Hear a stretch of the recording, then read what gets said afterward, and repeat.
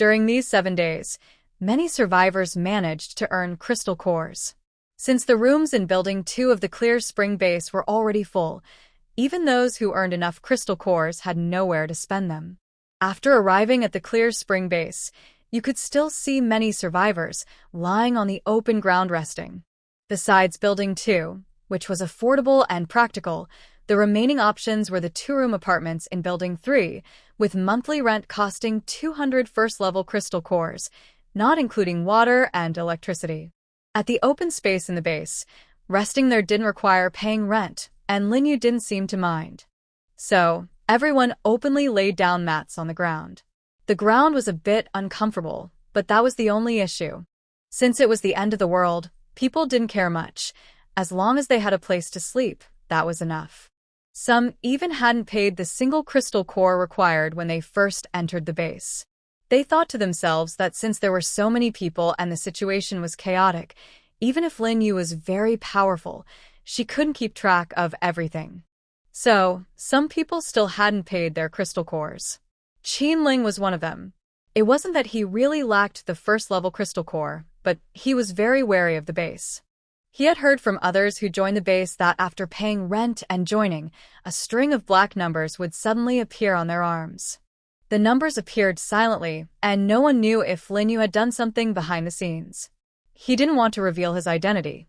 Even after seeing survivors put their crystal cores into a futuristic-looking machine at the base entrance, with nothing unusual happening to their bodies, Qinling didn't dare to try himself. Fortunately, he guessed right. The law doesn't blame the crowd. At that chaotic time with so many people, who could tell who had paid the crystal core and who hadn't? But he completely underestimated one thing. With Linyu's system, this cheating tool, she could truly find out who had paid and who was trying to cheat. Qinling also underestimated Linyu's personality. She usually only gave people one chance. As for those who didn't cherish that chance, sorry, she wasn't generous enough to forgive them easily.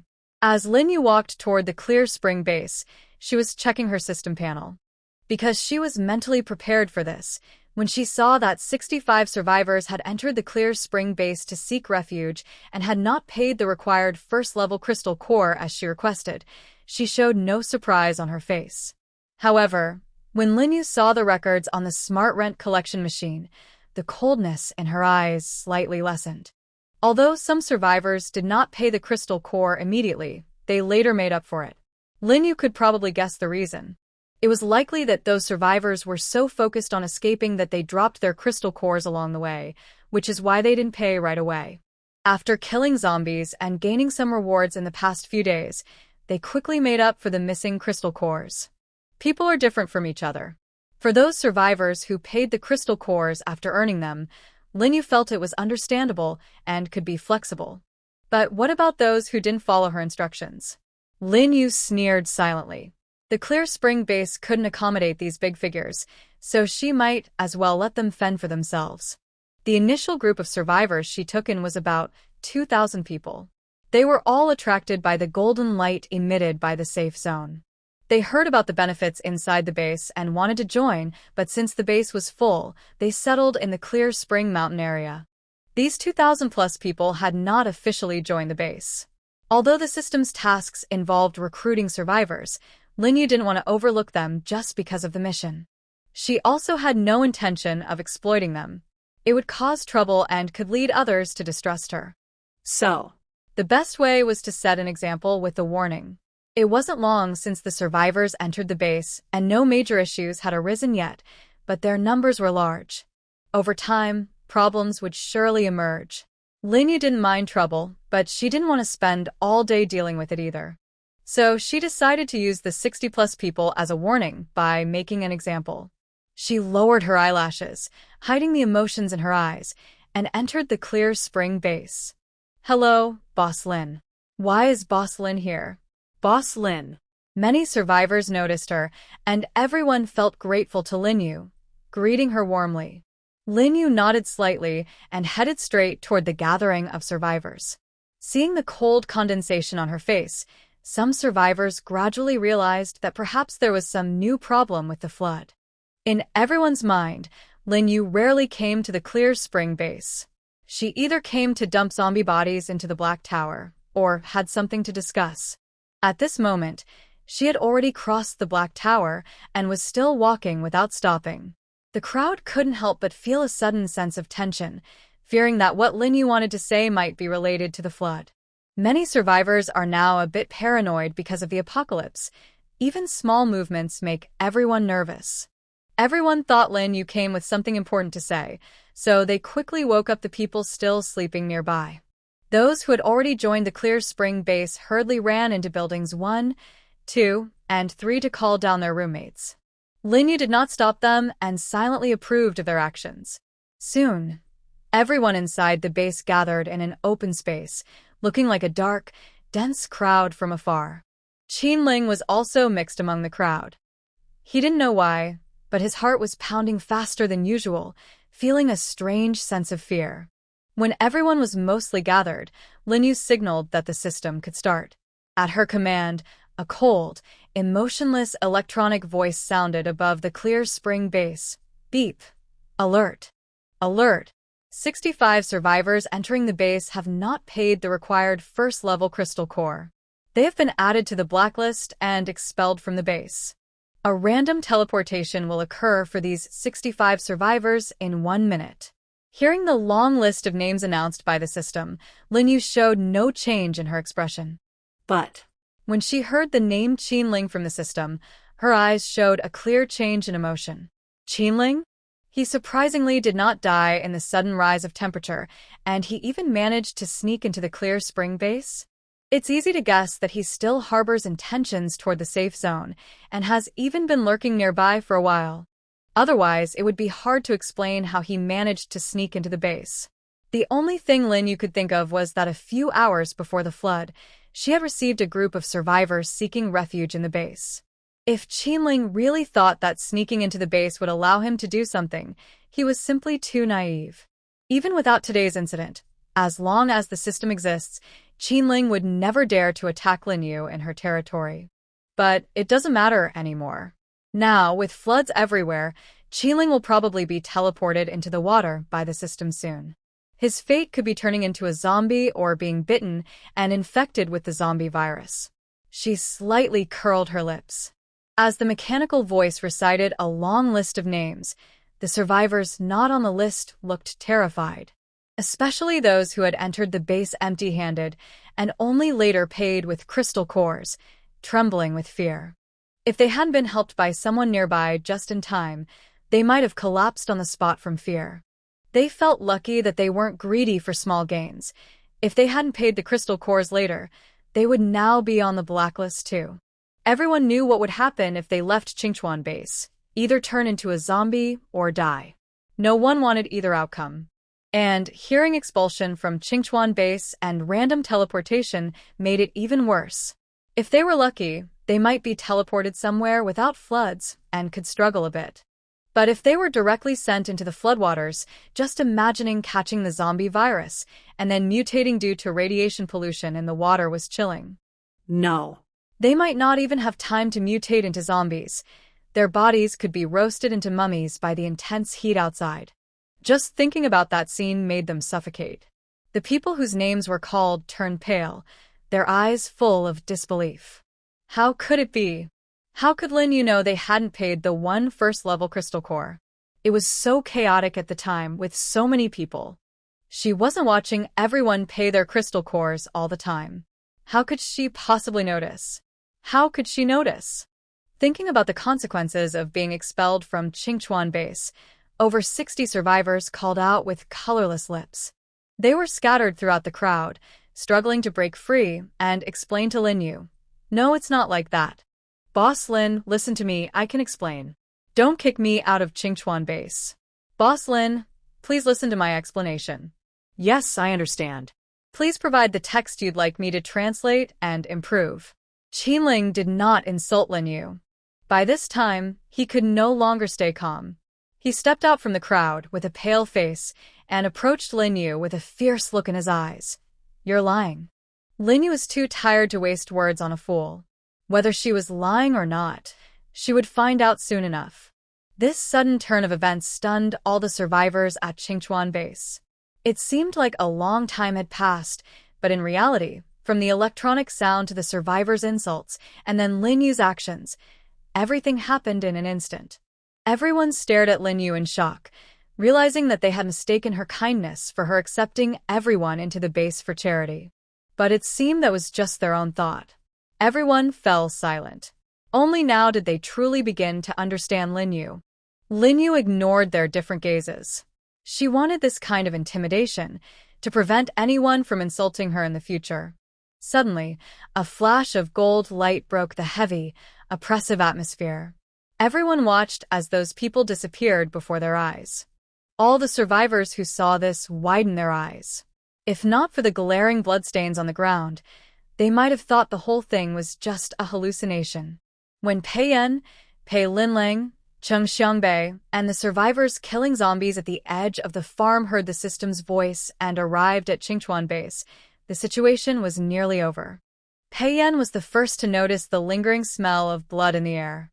Although she knew no one could have hurt Lin Yu, she still carefully examined her. Seeing that Lin Yu's face was just a little pale and she had no wounds, Pei Yan let out a barely audible sigh of relief. Pei Yan strode over and stood beside Lin Yu. She said nothing, but her attitude said everything. Lin Yu wanted to speak, but suddenly a soft little hand slipped into her palm. Then her back was gently tapped. She looked down and saw Pei Linlang with a worried face. If she turned her head, she could see Cheng Xiangbei's figure. The coldness in Lin Yu's eyes faded, and she smiled at the three of them. It's okay. Let's go back first. Okay. Before leaving, Lin Yu paused for a moment. She didn't look back, but her light voice reached every survivor present. Hopefully everyone can learn a lesson and never try to break the rules of Qingchuan Base. Her tone sounded very calm, with no ups and downs, like saying the weather is nice today. But this slow, steady tone made many survivors feel an inexplicable chill. Those people just disappeared. They simply vanished right before our eyes. Before this, people who didn't know about the Hu Tao incident doubted the mechanical electronic voice, not believing the base could teleport people out. But after seeing them disappear right in front of their eyes, everyone was so shocked they couldn't say a word. Survivors who had seen Hu Tao disappear at the base gate before now felt nothing but relief and gratitude. Luckily, since joining Qingchuan Base, they had strictly followed the rules and hadn't developed any other thoughts. Otherwise, it would be hard to say whether they might have been among those 65 people. Now, no one doubted the mechanical electronic voice broadcast anymore. Everyone's eyes showed complex emotions: fear, caution, respect, shock, disbelief, and they looked at Lin Yu with a mix of feelings. But regardless of what everyone thought after this incident, no one dared to break the rules of Qingchuan Base again. What happened today greatly shocked all the survivors present. They would remember this forever, always reminding themselves to study and follow the rules of Qingchuan Base carefully. After saying that, Lin Yu left with Pei Yan and the others and returned to the villa. Pei Linlang had already learned the details from the system broadcast. Before leaving Qingchuan Base, she angrily said, "Lin Yu, those people are really too much. You took them in to seek refuge, and some of them didn't even want to give up a first-level crystal core. They deserve to be blacklisted by the base." Cheng Xiangbei also agreed, saying, "Those 65 people are ungrateful, no different from traitors." Pei Yan remembered the smell of blood just now. Judging by the survivors' appearance, it was clear that Lin Yu had taken action against those people. Knowing Lin Yu's personality very well, Pei Yan was sure that even if those 60-some people didn't pay the crystal cores to enter the base, Lin Yu wouldn't have attacked them. Something must have happened that he didn't know about. He looked thoughtful, as if he had just remembered something, and his brow furrowed. "Did they insult you?" Lin Yu paused for a moment, surprised that Pei Yan, who was not present, could guess about the survivors insulting her. But there was nothing to deny. She nodded confidently and admitted, "Yes, those words made me very upset, so I used water blades to cut their tongues off." Lin Yu was not afraid that revealing this would make others think badly of her. This is her true self. Especially when it came to Pei Yan, who wanted to cook for her forever. If she could only accept her good side and not her bad side, what was there to like? Moreover, her toughness and coldness had already been seen by them, right? Fortunately, the three of them did not betray Lin Yu's trust. Not only did Pei Yan not think less of Lin Yu, but seeing her calm attitude made her feel like a feather was tickling her inside. How could she be so adorable? Maybe others see Lin Yu as ruthless, but in the eyes of those who like her, they only think she's protecting her own hands. And Pei Yan happens to feel the same way. Lin Lang blinked and sincerely believed that no matter what Lin Yu did, it was right. Moreover, those people were indeed insulting her beloved Lin Yu. She said with righteous anger, "They dared to insult you? Cutting their tongues is too lenient. Next time, I won't hesitate to hit their heads with my wolf fang club. They're a bunch of ungrateful wolves who look down on us." Chung Xiangbei stared blankly, not necessarily disagreeing with Lin Yu's actions, but feeling that maybe it wasn't very good for a teenage girl to say such harsh words. It was just too brutal. Chung Xiangbei cleared his throat and said, "I think they probably won't get a second chance." At this point, Chung Xiangbei rolled up his sleeve to show his muscles to the three of them, breaking their heads with a hammer. "I'll leave that to you, Brother Chung." Pei Yan's face darkened, and she looked at the two of them expressionlessly. Usually, they weren't so active, but when it was time for her to build good feelings in front of Lin Yu, they beat her to it. This couldn't do. Seeing Chung Xiangbei seem to want to say more, Pei Yan spoke first. "Let me handle such things in the future, so I don't dirty your hands." Lin Yu could sense the seriousness in Pei Yan's eyes when he said this. She didn't mean to disappoint Pei Yan's kind intentions, but her words sounded a bit like a typical Mary Sue character. Under Pei Yan's gaze, she felt a little uncomfortable and coughed softly before replying, "Okay." Huh? Hearing this, Pei Linlong's eyes suddenly widened. That's strange. Usually, Pei Yan wouldn't openly express his hidden feelings so directly. He was usually very reserved around Sister Lin Yu and rarely showed such emotions. If it were just that, Lin Lang might not find it so odd. After all, her brother couldn't fully control his feelings, and it was normal for him to occasionally show a bit of emotion. But the strange part was that Sister Lin Yu not only didn't reject him like she was avoiding a plague, but she even responded with a good. Lin Lang knew calling her brother a plague god was a bit harsh, but that didn't matter much. Most importantly, Sister Lin Yu didn't refuse. Linlong's eyes darted mischievously between the two of them, as if she had caught a whiff of gossip. Pei Yan noticed Linlong's sneaky expression and realized she was probably imagining things again.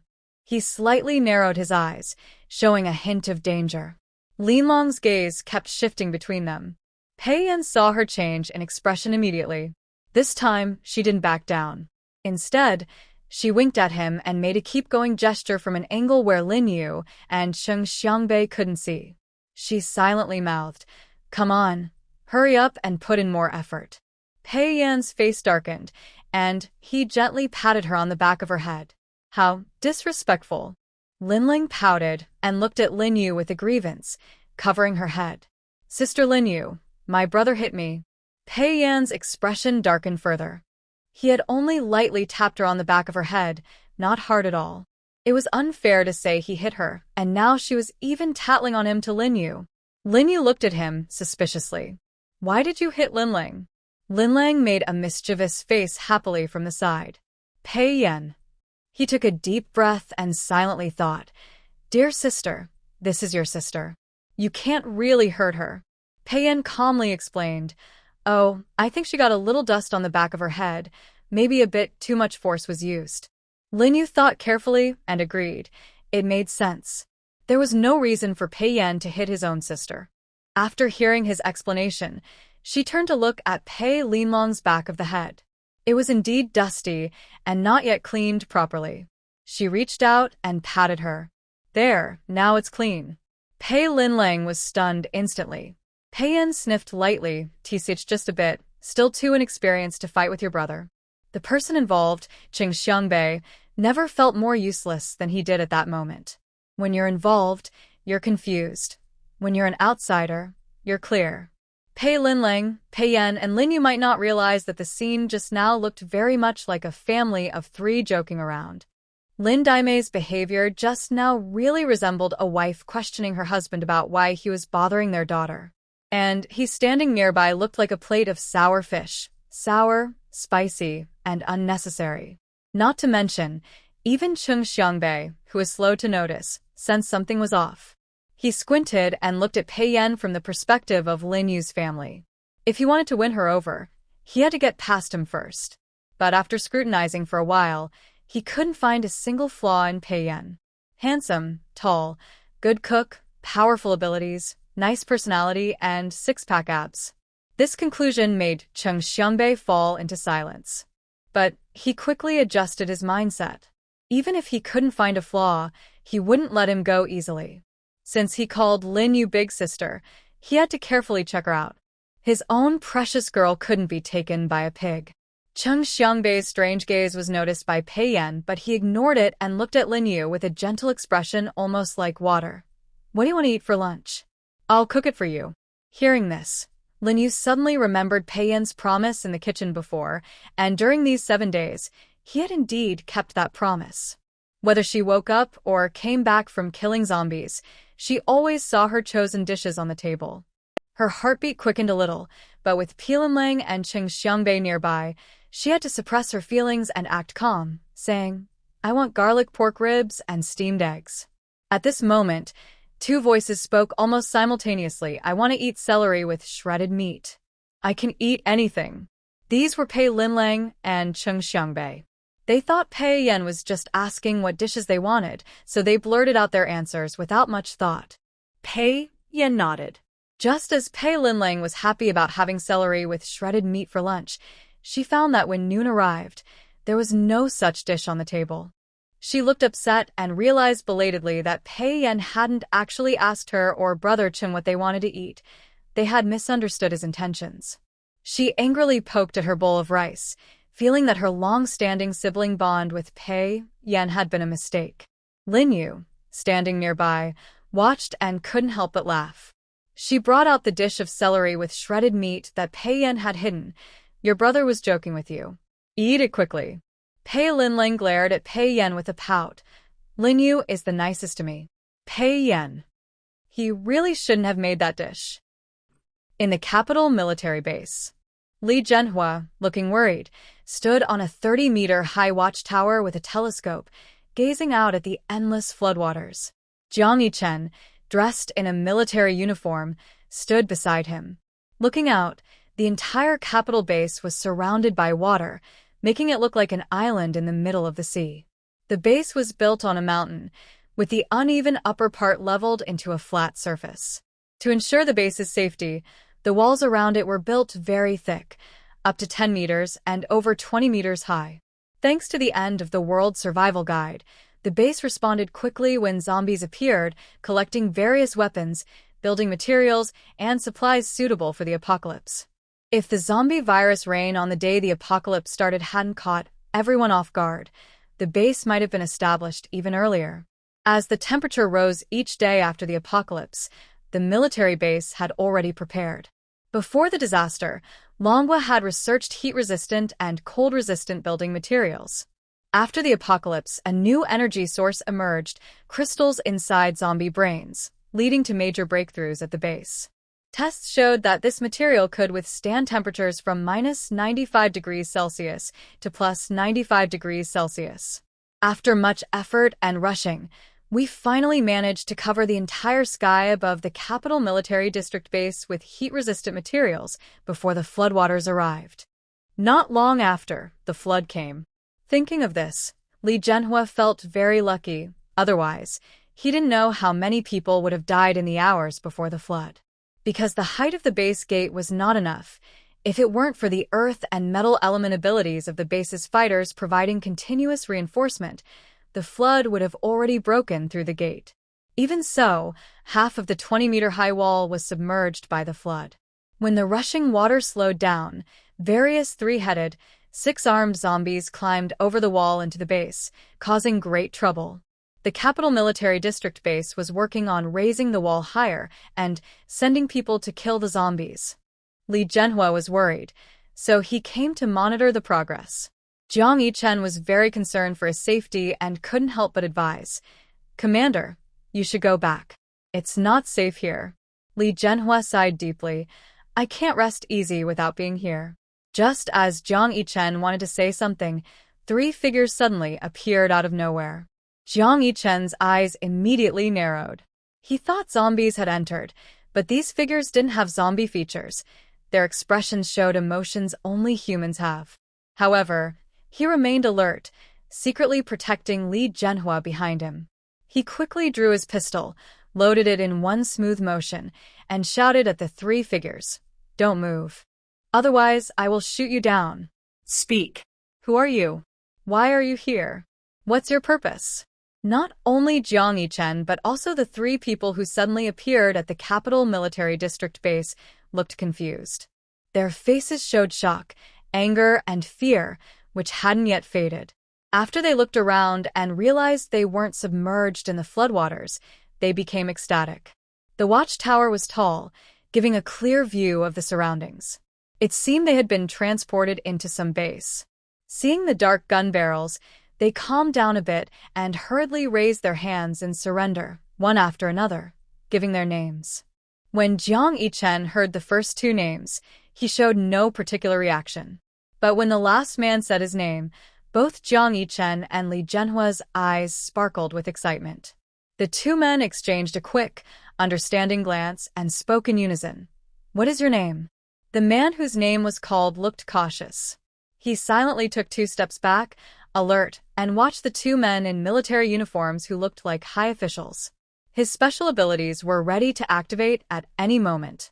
He was sure that the 2 men in front of him had heard what he said. But he didn't understand why they only asked him questions and ignored the other 2 people. The 2 men looked very unfamiliar. The man had no memory of them at all. He didn't speak but quietly observed his surroundings. The watchtower was tall, easily allowing him to see everything around. He saw a high wall dozens of meters tall and the flood outside it. Above, a greenish, unknown material covered the sky, probably to block the heat that could be deadly. Compared to Qingchuan base, it was quite hot here, but bearable. Still, the man felt a strange sense of irritation. It wasn't just because of the heat, but also because of the strange-looking men in front of him. And the situation didn't seem good. Not far away, some elemental users, likely earth and metal types, were repairing the wall. They had a group of people ready to act nearby, seemingly protecting those inside. This place was also a base. It was large, but much smaller than Qingchuan base. First, the temperature was uncomfortable. Second, the base wasn't very safe.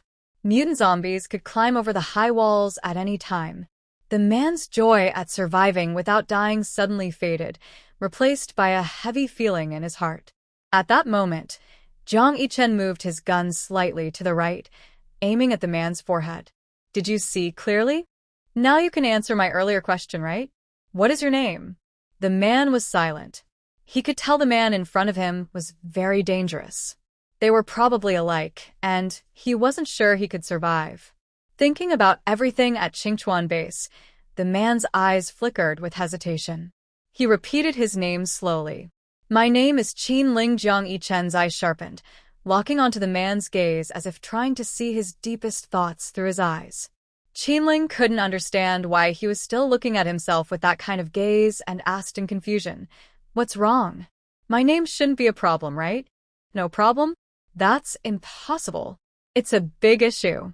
Not long ago, Jiang Yichen had just heard this name from someone suspected of being a reincarnator. Now this person suddenly appeared at the capital military base. If there were no coincidences involved, Jiang Yichen simply wouldn't believe it. Jiang Yichen didn't speak. Suddenly, he clenched his right hand into a claw and reached for Qinling's neck. Qinling's pupils shrank sharply. His hands instinctively crossed in front of him to block, feeling his life threatened. His precharged supernatural power shot toward Jiang Yichen's face. Jiang Yichen tilted his head slightly, avoiding the fireball that flew toward him, and a playful smile appeared on his lips. The fireball brushed past his face, confirming to Jiang Yichen that the Qinling before him had indeed awakened fire-type supernatural abilities. This made him strongly suspect that he was connected to the person suspected of being the reincarnator, Chinro. He withdrew his hand and signaled the people around him to arrest the three. The three were pointed at by countless dark guns, feeling their limbs go weak, their hearts pounding wildly, their chests soaked in cold sweat. They had no courage left to resist. The most confused among them was Qinling. He had no idea what was happening, only telling the truth and saying his name. Who knew that the man would suddenly attack him without a word? He instinctively threw out a fireball but was easily dodged by the man. Just when Qinling thought he was going to be attacked again, the man surprisingly stopped and signaled the person who had appeared on the watchtower to arrest them. Qinling looked at him with confusion. "Why are you arresting us? If you want to know why we suddenly appeared here, we can explain. Please let us go." Jiang Yichen glanced at him casually and said lightly, "Don't worry, you'll have a chance to explain. As for releasing them, that's impossible." At this moment, shackles were also placed on Qinling's wrists. A dark-skinned man, sun-darkened from the sun, glared at Qinling fiercely. "Be honest." Qinling silently assessed himself, thinking his supernatural power couldn't be faster than so many guns. His eyes dimmed with disappointment, and he could only let them do as they pleased. On the way to the interrogation room, Qinling repeatedly thought about everything that had happened since he appeared and reached the watchtower. No matter how much he tried, he couldn't understand where the mistake was that caused these people to treat him like this. Soon, the three of them were taken into separate interrogation rooms. Jiang Yichen and Li Zhenhua personally questioned Qinling. Qinling carefully considered and believed he hadn't done anything wrong. He thought that perhaps his sudden appearance had triggered their suspicion. Recalling the strange events at the Qingchuan base, he forcibly suppressed his anger. Before Jiang Yichen could start questioning, he voluntarily explained everything about the base. He talked about the golden shield that protected the base from zombies, the advanced technology beyond current levels, like food that matures in just a few hours, and the tall buildings that suddenly rose up inside the base. In short, whether he saw it himself or heard from others, he told everything he knew about the Qingchuan base clearly. Jiang Yichen remained silent for a long time after listening, then finally spoke. "Is this the way you've always been? Or?" Jiang Yichen really wanted to believe what Qinling said, but all of it sounded too unbelievable. Even people with special abilities couldn't do such things. It was beyond normal understanding. He simply couldn't believe him. Qinling hesitated, words caught in his throat, unable to speak. Li Zhenhua looked thoughtful. After a moment of silence, he waved to the man beside him, whispered a few words, and then saw that man leave the interrogation room. Qinling noticed this and understood they had sent him to gather information. He wasn't so anxious anymore. If only one person said these things, others might doubt their truth. But when 2 or 3 people, everyone said the same thing, no matter how unbelievable it sounded, they had to believe it. Qinling sneered inwardly. "Do you think I have a mental illness?" A hint of mockery appeared in his eyes. "You don't even know us, do you? Then tell me, how did we break through the intense heat and floods outside to get into the base? Not to mention the other 2 are ordinary people. Even with 3 heads and 6 arms, we couldn't have done it." Jiang Yichen's brow furrowed tightly, which was also the point that made him feel confused. The 3 people really appeared out of nowhere on the observation tower. Ordinary people could not have entered, let alone break through the layers of guards inside the tower. Besides Qinling being a fire element ability user, the other 2 are ordinary people. This cannot be explained at all. Jiang Yichen looked at them carefully, thinking, perhaps, could it be that they were transported here because they violated some rules of the Qingchuan base? His first reaction was disbelief. The Qingchuan base is 10,800 miles away from the capital military district. No energy in the world could make someone appear here instantly. But besides that reason, there seemed to be no other explanation. Jiang Yichen frowned and said, "I need to remind you of something. I don't think you realize where you are right now. This is the capital military district base, which is 18,000 miles away from the Qingchuan base you mentioned." "Where is this?" "The capital military district base?" Qinling suddenly stood up, face full of disbelief, voice sharply rising several degrees. He never expected to be transported to the capital military district. Thinking of the mechanical electronic sound that rang in his ears before being covered by that golden light, Qin Ling felt a chill. Not to mention Jiang Yichen, even he found this unbelievable. If he hadn't experienced it himself, he wouldn't believe it if someone told him. He might even think the person was crazy. But the truth was like that. Qin Ling's heart shivered repeatedly. Before, he hadn't taken his violations seriously and didn't think he would really be transported out of the Qingchuan base. But what happened next completely changed his understanding of this world.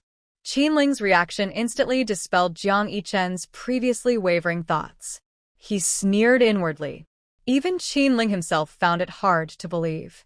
How could he believe what Jiang Yichen said?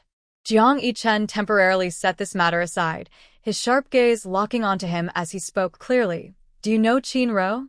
Qin Ling was still overwhelmed by the shock of coming from the Qingchuan base to the capital military district and hadn't recovered. He was surprised to hear this question. He didn't understand how the topic suddenly shifted from the Qingchuan base to Qin Ro. He froze for a moment and asked, "Who is Qin Ro?" Jiang Yichen sneered coldly, keep pretending. Qin Ling was completely stunned. What am I pretending for? Isn't Qin Ro your sister? Qin Ling was at a loss for words. If he had a sister named Qin Ro, how could he not know? He looked angry and said, "Even if you don't believe me, there's no need to tease me like this. I really don't have a sister." Jiang Yichen was convinced Qin Ling was pretending. No matter what he said, he didn't believe him. He said firmly, "Tell me, where is Qin Ro?" "You're asking me? Who should I ask? I really don't know any Qin Ro. You can't just assume she's my sister because her last name is Qin, right?" But Jiang Yichen ignored his words and suddenly threw out a shocking statement. "Your sister Qin Ro is the one who posted the End of the World Survival Guide online before the apocalypse, isn't she?" Qin Ling's eyes widened. "What Qin Ro? What survival guide? What are you talking about?" Qin Ling had never seen that survival guide and felt completely speechless. No matter how much he explained, he couldn't convince Jiang Yichen. His words just wouldn't be believed. Li Zhenhua had been quietly watching Qin Ling's reactions. Seeing him deny knowing Qin Ro and even say he had no sister, he hesitated before speaking. "Don't worry. We're not asking about Qin Ro to harm her. We just want to ask her some questions about the end of the world." Qin Ling had to swear, "I really don't know any Qin Ro. I don't have a sister named Qin Ro. If I'm lying, I'll die a horrible death." Jiang Yichen squinted at him and suddenly said something shocking. "Or maybe you are Qin Ro." Qin Ling felt overwhelmed and weakly said, "My name is Qin Ling. I really don't know any Qin Ro." Just as Jiang Yichen was about to say something, the door of the interrogation room suddenly was knocked loudly. He had to stop talking and looked at Li Zhenhua for permission. After a nod, he opened the door. Seeing the figure outside, Jiang Yichen frowned slightly, his displeasure showing. "Ranyun, what are you doing here?" Ranyun didn't answer him. Instead, he pushed past and went inside. After scanning the room, his gaze immediately locked onto Qin Ling. Is he the brother of that person? Ranyun's eyes, glowing with green light, made Qin Ling feel very uncomfortable, like prey being watched. He kept a serious face and said, "I want to emphasize again, I don't know any Qin Ro, and I don't have a sister." Jiang Yichen saw this and furrowed his brows even more. He quietly warned, "Ranyun, I advise you not to have any ideas about him." Before the apocalypse arrived, Ranyun was a professor at a biological laboratory in the capital city. After the disaster, he was lucky enough to awaken a psychic ability, which led to more comprehensive brain development. He became increasingly skilled in biological research. Deep underground in the capital military district, there was a laboratory where Ranyun was responsible for studying zombies and psychic powers. If it were only that, Jiang Yichen wouldn't look at him with such dislike. Ranyun was a complete madman who would do anything for experiments and research. Whatever he wanted, no matter how shady the methods, he would find a way to get it. Jiang Yichen had just awakened his healing ability when Ran Yun tried every trick to take a blood sample from him for research. This incident caused a big fuss. If Jiang Yichen's important position in the military district hadn't protected him, Ran Yun might have taken him to the lab for slicing and studying. Jiang Yichen certainly wouldn't have liked him. Ran Yun seemed to ignore Jiang Yichen's words. Instead, he paced around Qin Ling, whose hands and feet were chained. His intense enthusiasm was almost tangible. His gaze made Qin Ling feel uneasy, as if a strong sense of danger was locking onto him. This man, nearly 50 years old, seemed much more dangerous than Jiang Yichen in Qin Ling's eyes. Qin Ling was full of caution and said sternly, "I told you, I really don't know anything about Qinro. Can't you understand human speech?" "Dr. An." Li Zhenhua frowned slightly and quietly scolded Ran Yun. The capital military district base was not just his decision alone. After the apocalypse, it split into two factions, one led by Li Zhenhua, the military faction, and the other led by Gu Lang, the psychic faction. The latter rose quickly after the base was established. If the military side hadn't controlled most of the advanced weapons and quickly learned how to awaken psychic abilities, the entire capital military district base might not even be called that now. There was no choice, the power of psychics was too strong. One person could fight 10. If that person was a trained special forces soldier, they could even fight 100. If they didn't do everything possible to keep up with the times, the capital military district might also decline. Ran Yun happens to belong to Gu Lang's faction. His mental ability was highly valued by Gu Lang, and he had also made some progress in laboratory work. Even if Li Zhenhua and Jiang Yichen disliked his way of doing things, they couldn't really harm him. Ran Yun might not give Jiang Yichen face, but he would still show respect to Li Zhenhua. His intense gaze slightly softened as he turned to Li Zhenhua. "Commander Li, is he really the brother of that person?" Li Zhenhua paused for a moment before replying. "We're still questioning him. Once we have the results, I will inform Dr. Ran." Li Zhenhua didn't intend to hurt Qin Ling's life. He only wanted to find Qin Ling's sister, Qinro, who was suspected of being the reincarnator behind the post-apocalyptic survival guide. His subtle hints were very clear, and Ran Yun naturally understood. He paused for a moment, a faint dark light appearing in his eyes. "All right, I won't disturb your interrogation. I hope you will keep your promise, Commander." After saying that, Ran Yun strode out of the interrogation room. However, when he reached the door, he paused slightly, tilted his head, and looked deeply at Qin Ling. At the same moment Ran Yun looked over, Qin Ling suddenly felt a shiver run down his spine. The sixth sense told him something was extremely dangerous. Unknowingly, he felt a bit uneasy. When he looked up again toward the door, the interrogation room door had already been closed by Ran Yun, and his figure was no longer visible. It was as if the sense of danger he had just felt was just his imagination. Seeing the two inside the interrogation room, Qin Ling felt a little more at ease. Ran Yun wouldn't just attack him openly in front of them, right? Since arriving at the capital military base, Qin Ling had felt a strange, inexplicable sense about everything and everyone here. Jiang Yichen was like that, Li Zhenhua was like that, and even Dr. Ran was no different. Just as Qin Ling was feeling confused, the door of the interrogation room was knocked again.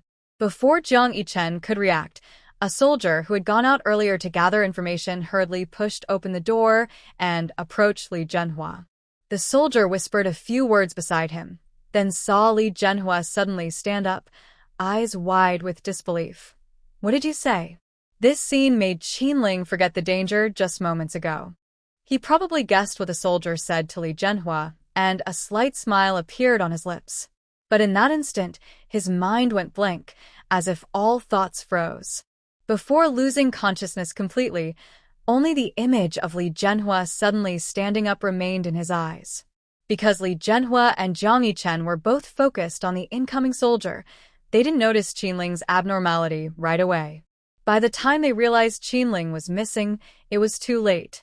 Jiang Yichen was next to Li Zhenhua, and since the soldier didn't speak quietly, he also heard what was said. The descriptions of the Jingquan base from the other two people matched Qin Ling's words exactly. He looked serious, glancing casually in Qinling's direction, then froze in place. "Commander, Qinling is missing." Li Zhenhua quickly turned around and saw only an empty chair, with Qinling gone from it. Jiang Yichen's eyes turned cold as he immediately thought of Ran Yun. Filled with anger, he said, "Commander, I'll go find Dr. Rand and ask for him." Timing was crucial now. The most important lead was Qinling's sister, Qinro. It was very likely she was the reincarnator. If they could find Qinro, they might learn what kind of natural disasters happened in the past and the end of the world. This would help them prepare in advance and prevent the capital military district from being caught off guard.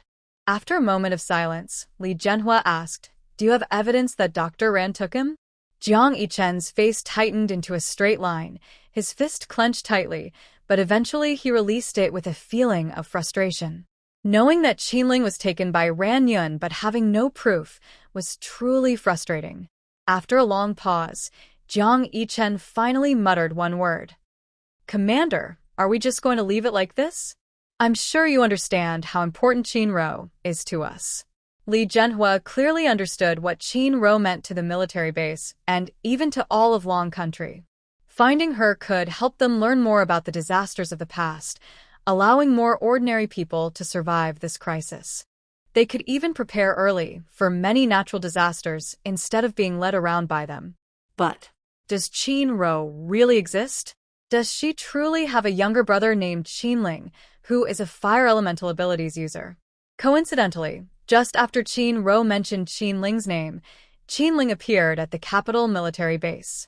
And the way he appeared was so strange that it was hard to believe. Li Zhenhua fell into silence. After a long pause, he slightly curved his lips and said, "Control the other two people well. We absolutely cannot let them also go missing like Qinling." Jiang Yichen looked at him in shock. "Commander, you." Li Zhenhua nodded at him. He suspected that the name Qinro gave might have been fake. Maybe Qinling was just a name she made up to confuse others. But who can know if it was just a coincidence that everything happened so perfectly? Qinling might be clever, but compared to Li Zhenhua, he was still too inexperienced. He carefully recalled Qinling's sudden appearance at the watchtower and everything that happened in the interrogation room. Qinling's reactions didn't seem like he was pretending. Li Zhenhua could tell from his words that he wanted to use the capital's blade to deal with something related to the Qingchuan base. Especially when mentioning Qinro, Qinling's reactions didn't seem fake at all. There's a good chance Qinling doesn't even have an older sister named Qinro. Compared to Qinling, Li Zhenhua thought that the situation at the Qingchuan base was more important. He was very interested in the Qingchuan base. As for Qinling's disappearance, he would leave that to Ran Yun's team to investigate. The 7th basement level of the capital military district. Wearing a white coat, Ran Yun looked mesmerized as he admired Qinling on the operating table, connected to various tubes and in a coma. Fire element abilities, huh? He was still that suspected reincarnator brother. If he could find the suspected reincarnator through Qinling, perhaps he really could uncover the secret of reincarnation. If he succeeded, it would mean endless chances to restart. Immortality. No one could resist longing for it. Ran Yun was so fond of this experimental subject that he couldn't help but reach out and touch different parts of Qinling's body, as if admiring a perfect piece of art.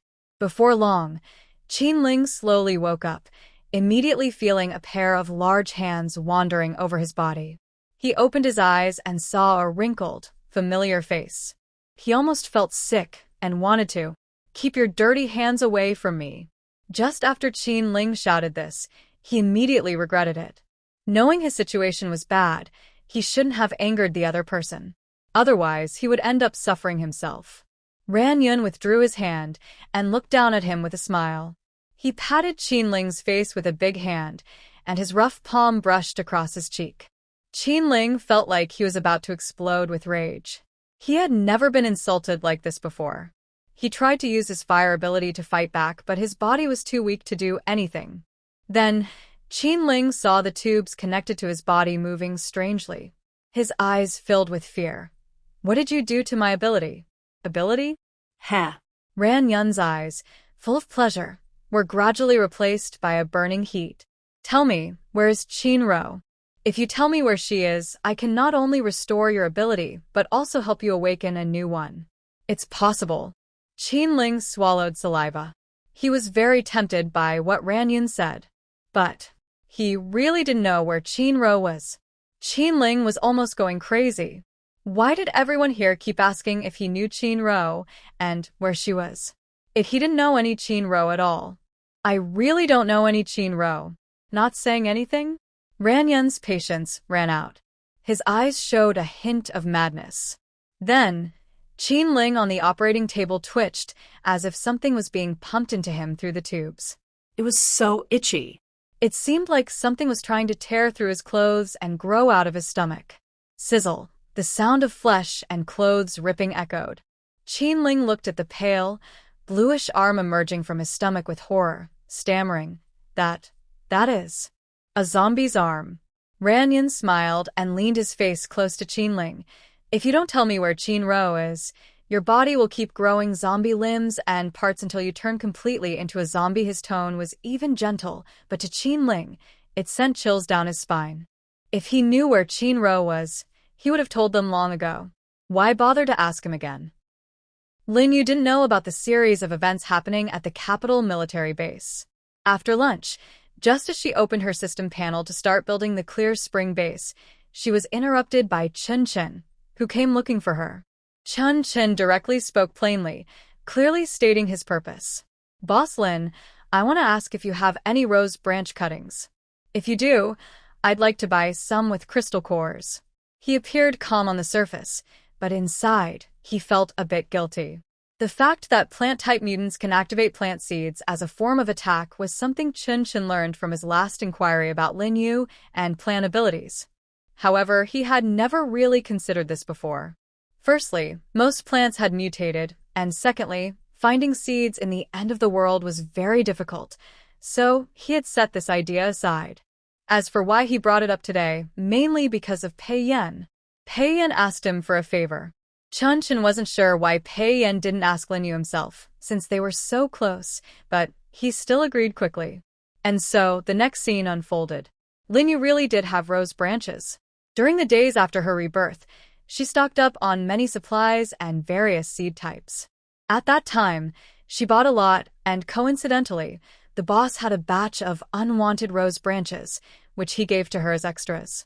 Even if the boss hadn't given her the rose branches, she could have bought them from the system store. The system store offers a wide variety of seeds. Whether Lin Yu wanted them or not, they were available. Since the system store was unlocked before the end of the world, she could buy anything there. But at that time, she thought that after the apocalypse, money would be useless, and those seeds might not even survive until people remembered them. So, she bought as many as she could. Later, on her way to gather supplies, she didn't miss any seeds or similar items she saw, because nothing in this world could compare to the system's storage space. The system space keeps items fresh forever. What you put in is exactly the same when you take it out. Hot meals stored in the space still remain warm when taken out, and storing seeds is absolutely safe. This proved that Lin Yu had foresight. The day the apocalypse broke out, a rain containing zombie virus, and now this flood that has submerged the entire city, anything caught in these floods was instantly destroyed. And natural disasters aren't limited to floods alone. If the end of the world truly comes to an end one day, then the seeds Lin Yu preserved will play a big role. Whether for her own use or to sell to other bases later, they can help restore the Earth's ecosystem more quickly. Lin Yu withdrew her thoughts and did not immediately agree with Chen Chen. Instead, she asked, I happen to have some rose branches. Do you need many? She paused and warned Chen Chen, don't blame me for not reminding you. Rose branches are quite expensive. You should be prepared. Uncontaminated seeds in this apocalyptic world mean a lot. No one understands this better than Lin Yu. Even though roses can't be eaten, their value remains high. Selling them to capable psychic users who can activate the plant's abilities is a good idea. They can use the roses to confess to someone they like or to make the high-ranking women in the base happy. Chen Chen nodded repeatedly. I understand. It's all justified. Justified. Anyway, tonight's expenses are all paid by young Master Pei, and Chen Chen agreed happily. However, he couldn't buy too many at once. Based on his strength, buying 1 or 2 or 3 was normal. If he bought too many, Linyu might suspect where he got so many crystal cores. Suspecting him was one thing, but Chen was mainly worried about involving Pei Yan. Pei Yan gave him 100 first-level crystal cores as payment for helping buy the roses. That was enough for 5 months' rent. Chen had promised Pei Yan confidently that he would handle this well and not let Linyu suspect anything. Naturally, he had considered all possible factors. To make his purchase of rose branches seem more reasonable, Chen had already thought of 2 plans. 1. Tell Linyu he plans to use roses to try to enhance his psychic attack abilities. Or 2. Say he has fallen for a girl and wants to confess to her by giving her some roses, creating a special moment. Just as these ideas flashed through his mind, Chen suddenly had a bright idea. Could it be that? Pei Yan asked him to buy roses for Linyu just to confess to her and give her a special moment? Chen inexplicably felt that he had uncovered the truth. He couldn't help but think of the scene that happened at the Huanjiang Bridge in Linchuan City. At dawn, Pei Yan and Linyu supported each other as they walked along the asphalt road covered in zombie blood and flesh. The sunlight shone on them, stretching their shadows very long. Only now did Chen begin to understand Pei Yan's true intention. If that was really the case, he would be even more cautious. If Linyu found out early, the surprise and sense of ceremony Pei Yan wanted to create would be ruined. At that point, not only would there be no reward, but Pei Yan might even be furious enough to want to punish him harshly. Chen forced himself to stay calm, reviewed everything in his mind, then spoke. Boss Lin, may I ask the price of your rose branch stems? Linyu nodded slightly. Of course. She thought for a moment and set the price at 5 crystal cores for a small piece of stem about the length of a little finger. Don't be fooled by the small number of 5 crystal cores. In fact, 5 cores are enough to rent a double room for a person for 7 days. If you buy instant noodles and eat sparingly, they can last for 7 days. If you buy water, you can get 5,000 milliliters, which can last a long time if you drink it carefully. This price is relatively expensive. Of course, the main reason was that Chen was from the Qingchuan base, a fellow of sorts. If someone from another base bought seeds or similar items from Linyu, the price would definitely be much higher. After all, there is a big difference between insiders and strangers. 5 crystal cores for 1 stem. Chen felt a big relief. Fortunately, this price wasn't too outrageous for him. He carefully considered his words, pretending to be distressed, and gritted his teeth. I'll buy 20 stems. Linyu nodded. All right, no problem. Do you want me to give them to you now? Chen was stunned after hearing this. He had already prepared a lot of excuses, waiting for Linyu to question him about why he wanted the rose stems, but it turned out he was overthinking. Linyu had no intention of questioning him at all. Chen quickly reacted, hurriedly thanked Linyu. Thank you, Boss Lin. Linyu gave a light It's nothing to thank me for. I'm not giving them to you, for free. She truly had no intention of asking why Chen wanted to buy the rose stems. After all, she was busy with her own matters and had no energy to care about why others bought rose branches. She didn't care about that at all. So Linyu naturally couldn't have guessed that it was entirely because someone wanted to hide the truth from her. It was Chen, who seemed to have awakened a plant-type ability that came to buy rose branches for her, making it look very reasonable. Although she said that, Chen knew he couldn't just assume that. He understood how precious unpolluted plants are in the end-of-the-world scenario. Linyu could have told him there were none, or asked for a high price, and he wouldn't have any complaints. After all, selling to him was kindness, refusing was just doing her duty. But she not only didn't refuse, she even agreed to sell him the branches at the price of 5 first-level crystal cores each. Although Chen was helping Pei Yan buy them, he still felt very grateful to Linyu. Boss Lin, I'm really grateful that you're willing to sell me the rose branches. Please don't say that, he said. Linyu looked up and examined Chen. She saw that his eyes were full of genuine gratitude, not just acting, and her expression softened quite a bit. She took 10 branches from her space, gently pinched them, and carefully split each one in half without damaging the buds. Now she had 20 pieces from the original 10. Seeing this, Chun quickly took out 100 crystal cores from his hiking bag and handed them to Lin Yu. After confirming the amount, Lin Yu turned and went back to her villa. As she walked, she asked her system silently, "System, can I count that transaction with Chun as part of the selling task?" "Host, you can check your coin balance," the system replied. Lin Yu glanced at the system panel and saw a record of 100 coins added to her balance. It was from the sale task conversion. Her eyes suddenly sparkled brightly. It seemed she would soon gather enough coins to buy those rare mutated plants she was so eager for in the system shop. She was confident they would be safe, cute, and reliable, just like fairy tales. Lin Yu thought for a moment and decided to put aside the matter of her base residence for now. She would focus on earning coins first. After all, she had quite a lot to do each day. Opening her shop to sell things was too troublesome, and she couldn't always spend her time and energy just selling food and water to survivors. Now that she had some free time, she decided to tackle this problem. She looked at the system panel and immediately entered the building materials shop. Her eyes kept browsing the finished houses, and finally, on the 5th page, she found a 3-story building that looked like a shop. She looked at the layout on the system panel and realized it was perfect for opening a supermarket. This way, she could free her hands. I must say, Lin Yu was shamefully excited. Her fingertips hovered over the buy button, feeling restless, but ultimately, her rational side took control. After a moment of hesitation, she asked the system, "System, this 3-story building is a supermarket, right?" "Yes, it is a supermarket." What concerned Lin Yu was not the building itself, but whether the supermarket had high-tech equipment like intelligent rent-collecting machines. If it did, she only needed to give everyone a card. Whether for shopping or paying, everything could be fully automated.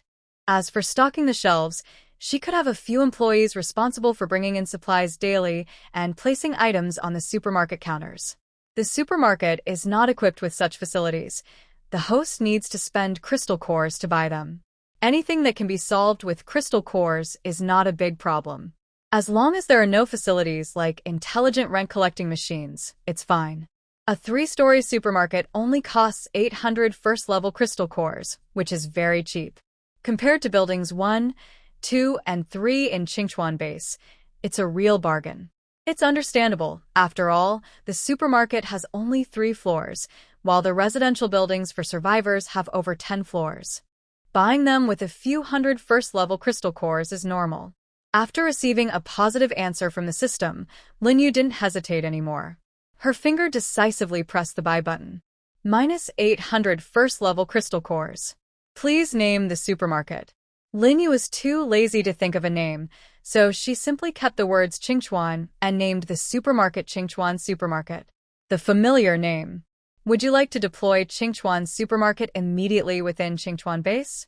Without hesitation, Lin Yu nodded and said, "Deploy immediately." Later, compared to buildings 1, 2, and 3, which caused tremors when deployed, making people feel the ground shake, the deployment of Qingchuan Supermarket was almost silent. In just a few seconds, a black alloy building appeared again in Qingchuan base. It had 3 floors, and above the main door, there was a wooden signboard with the words Qingchuan Supermarket written in large characters. Survivors were setting up tents on the open ground of Qingchuan base.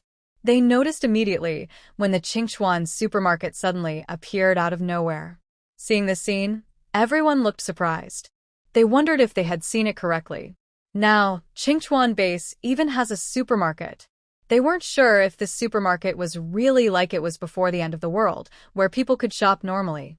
Maybe. Probably. It might be possible. Thinking about the strange things about Qingchuan base and Lin Yu, everyone couldn't help feeling hopeful. They gathered outside the supermarket, looking at it closely. Someone tried to go inside, but when they reached the door, they felt a strong force pushing back, stopping them from entering. Just as everyone was disappointed, Lin Yu received a system message saying the supermarket was successfully set up. She quickly came to Qingchuan base. Someone in the crowd said, "Boss Lin is here." As soon as the words were spoken, the noisy crowd suddenly fell silent. People naturally made way for Lin Yu. Many survivors in the base saw those who ignored Lin Yu's words and tried to take advantage of her disappear. They felt afraid of Lin Yu. No one dared to act arrogantly in front of her. Lin Yu was happy with this effect. She didn't pay attention to the expressions of fear, tension, excitement, or hope on everyone's faces. She strode confidently into Qingchuan's supermarket. She was just here to restock supplies. After placing various grains, fruits, vegetables, and meats on the shelves, the supermarket could officially start its trial operation. The survivors outside the supermarket saw Lin Yu really go inside and got excited. She went in. Boss Lin really went inside. Maybe after she comes out, we can go in too, without being stopped. I think Lin Yu is just restocking the supermarket. Everyone was talking eagerly, sharing their opinions. Because of Lin Yu's intimidating presence earlier, no one dared to try and see if they could also enter Qingchuan's supermarket like her. They were really afraid of being blacklisted by Qingchuan base and then being sent away with some teleportation gear, or worse. In this situation, being expelled from the base meant there was almost no chance of survival. Survivors at the Clear Spring base are afraid of breaking the rules, fearing they might follow the same path as others. Since 65 people were expelled for not paying crystal cores, everyone with a crystal core quickly paid their rent, regardless of whether it was due or not.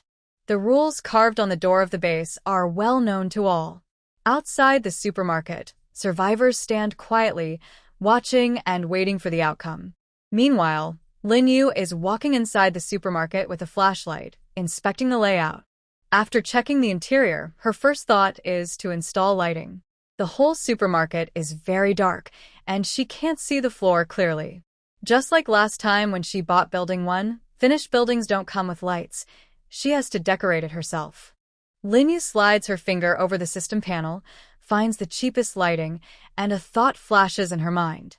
Instantly, the dark supermarket is lit up like daytime. The supermarket becomes bright, and she no longer needs a flashlight to see clearly.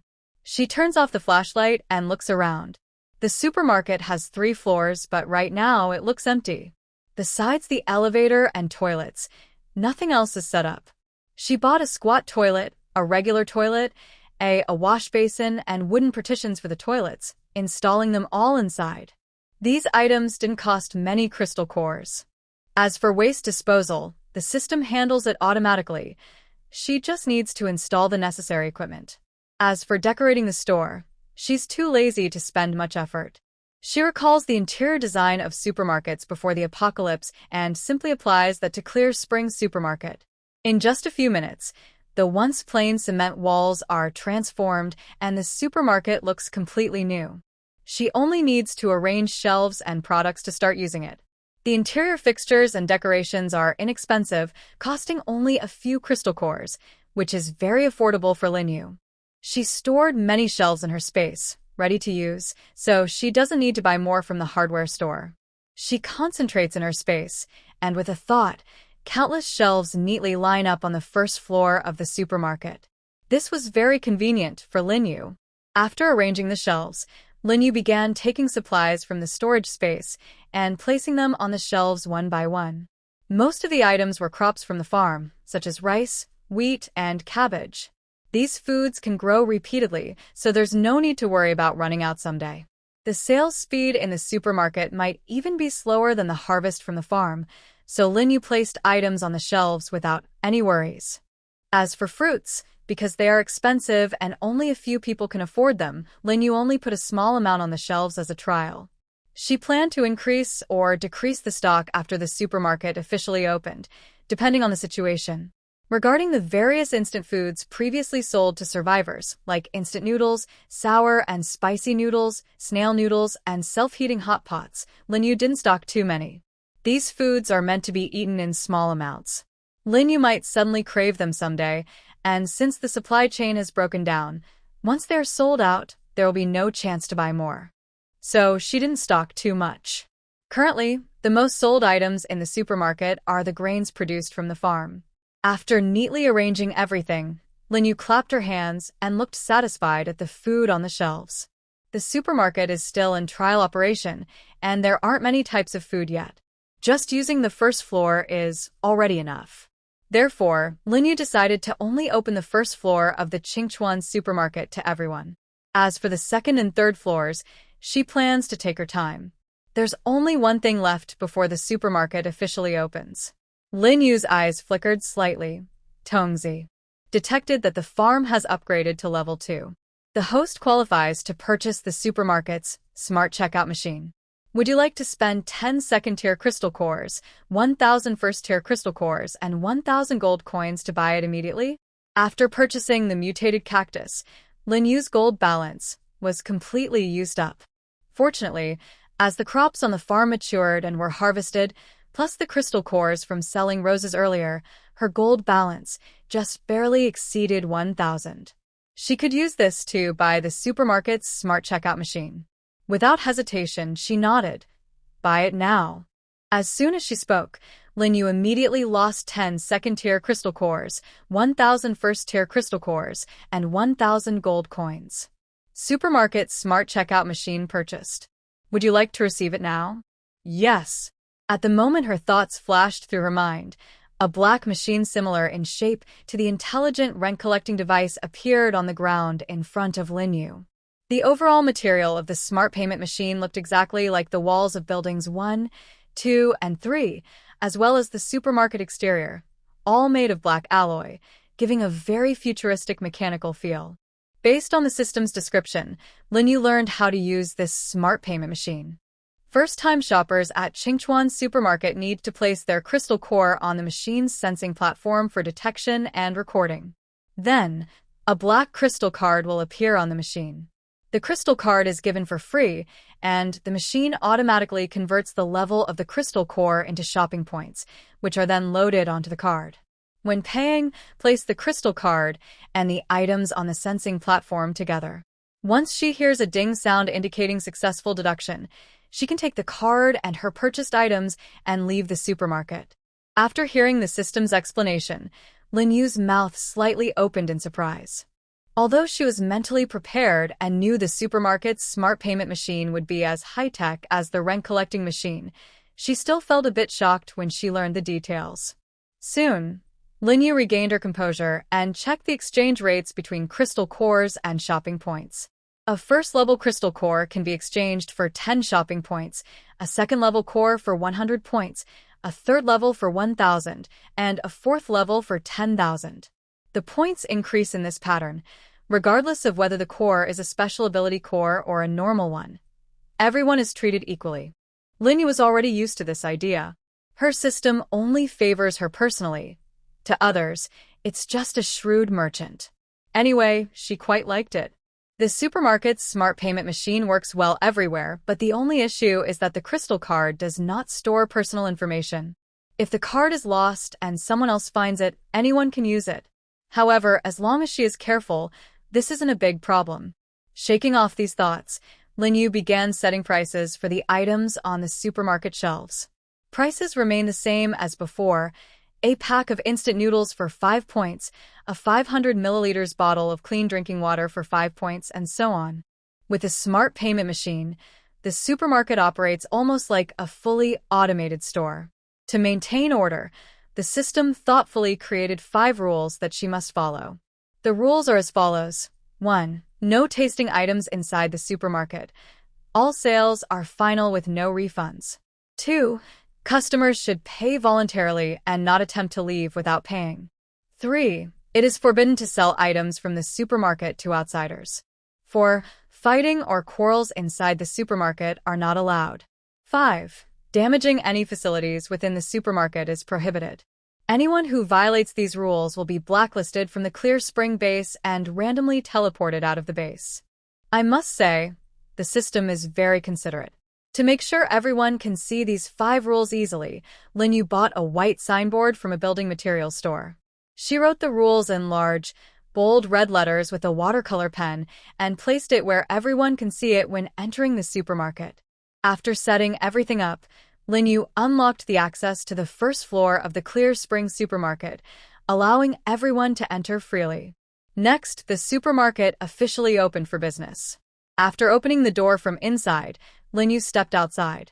The survivors outside, who had been chattering just moments before, suddenly fell silent. They looked at her with a mix of hope and fear. The hope was that they could shop normally in the supermarket like before the apocalypse. The fear was that they might hear about their violations. Fortunately, Lin Yu didn't keep them waiting. She faced their curious gazes and said directly, "From now on, if you want to buy food or water, you don't need to come to me.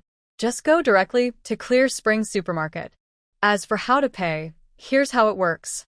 Next, Lin Yu explained how to use the smart payment machine, including the payment methods and the exchange rate between crystal cores and points. She also reminded everyone to keep their crystal cards safe, as the supermarket wouldn't be responsible if they lost theirs. Hearing this, the survivors suddenly became excited. It was the first time they heard of such a payment method, using crystal cards and automatically converting zombie crystal cores into points stored on the cards. It completely broke their previous understanding. But then they thought, compared to all the facilities in the Clear Spring base, the crystal card didn't seem so special anymore. They had seen so much in the apocalypse that nothing surprised them anymore.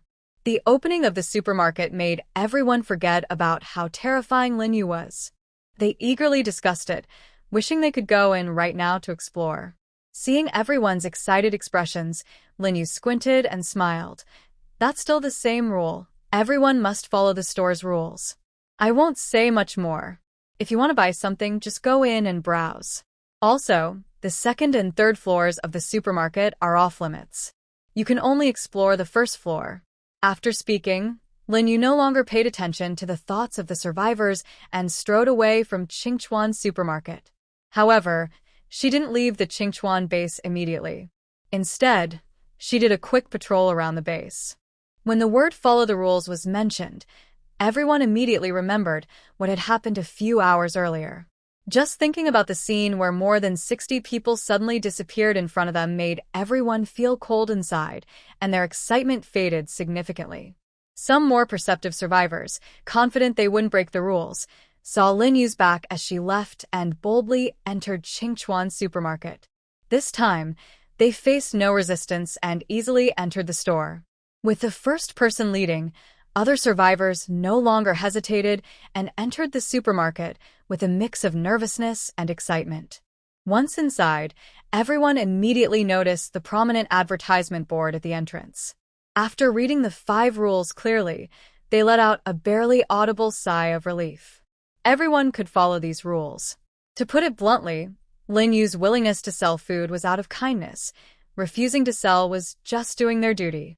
Breaking the rules would get you blacklisted from Qingchuan base or even teleported to any other place outside the base. This rule seemed strict, but was actually quite reasonable. If you paid close attention, you'd see that these rules were designed to prevent anyone from abusing the benefits of Qingchuan base for personal gain and making black money. As long as everyone followed the rules, no one seemed to have any major problems. No matter what everyone truly thought, they all paused for 1 or 2 minutes in front of the large, bold advertisement board, memorizing the 5 rules deeply in their minds. At this moment, someone had already stepped up to the cash register at the entrance.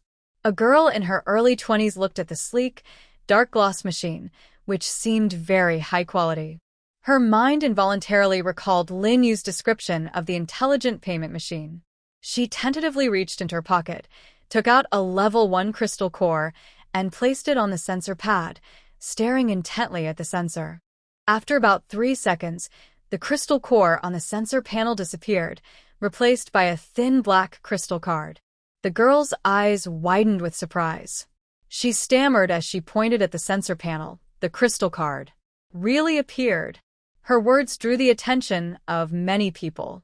They all gathered around, curious, looking at the crystal card on the sensor panel. Noticing everyone's gaze, the girl was afraid someone might take the card, so she quickly took it off the panel. The crystal card was black, thin and light. Holding it in her hand felt like holding jade. She carefully pinched the card, worried that applying too much force might break it. She looked at the card with curiosity. On the front, for gold-embossed characters read Qingchuan Supermarket.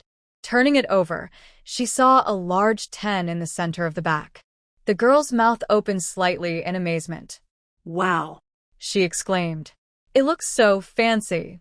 The girl initially wanted to try placing a few more crystal cores on the smart payment machine's sensor panel to see if the numbers on the crystal card would change, but a survivor who saw this scene hurriedly pushed her aside. Seeing everyone eager to try, the girl rubbed her nose and decided to walk around the supermarket. Since the apocalypse broke out, danger was everywhere. Zombies could appear at any moment. She hadn't wandered leisurely in a supermarket like this for a long time, not even with a sense of enjoyment. But since joining the Qingchuan base, her hopes had become reality. The base had clean drinking water, electricity, and a surprisingly cool temperature. Now, there was even a supermarket. If it weren't for the floods outside and the zombies that could appear at any moment in the floodwaters, she might think the apocalypse was just a dream. She walked slowly, her gaze almost greedily lingering on the shelves. This small supermarket made her walk back and forth for over 10 minutes. It wasn't that she coveted the food prices, but that wandering through the supermarket in the apocalypse gave her a strong sense of stability. Whether it was the walls of the supermarket or the supplies on the shelves, she couldn't take her eyes off everything inside. Finally, she stopped in front of a fruit display. Looking at the fresh fruits in the counter, she shamefully swallowed her saliva. The sweet aroma of the fruit seemed to fill her nose, making it hard for her to want to leave. When her gaze rested on the fruit prices, she touched her thin wallet, but she really wanted to eat fruit. She pressed her tongue against her back teeth and finally luxuriously took a strawberry from the counter. Yes, just one strawberry. She couldn't afford a pound of strawberries, but she really wanted to eat fruit, so she reluctantly took one. Her card balance wasn't enough to buy a strawberry. She needed to recharge 40 points, which equals 4 first-level crystal cores. Fortunately, the strawberry was big enough that holding it didn't hurt her too much. A strawberry weighs about 50 grams, so 10 strawberries make a pound. In other words, buying a pound of strawberries costs 500 shopping points, or 50 first-level crystal cores. That's like paying 2.5 months' rent for a double room. Simply too luxurious. Linyu had considered that some struggling survivors might want to indulge in a treat, but lacked the money to buy it, so she set up individual packages. The strawberries are a bit expensive, just a tiny bit. But when the girl recharged 40 shopping points, paid, and carefully chewed a small piece of strawberry flesh in her mouth, her throat choked up. She felt that it was all worth it, because the strawberries were just too delicious. Meanwhile, other survivors also left the supermarket with their needed items, and their reactions weren't much better than hers.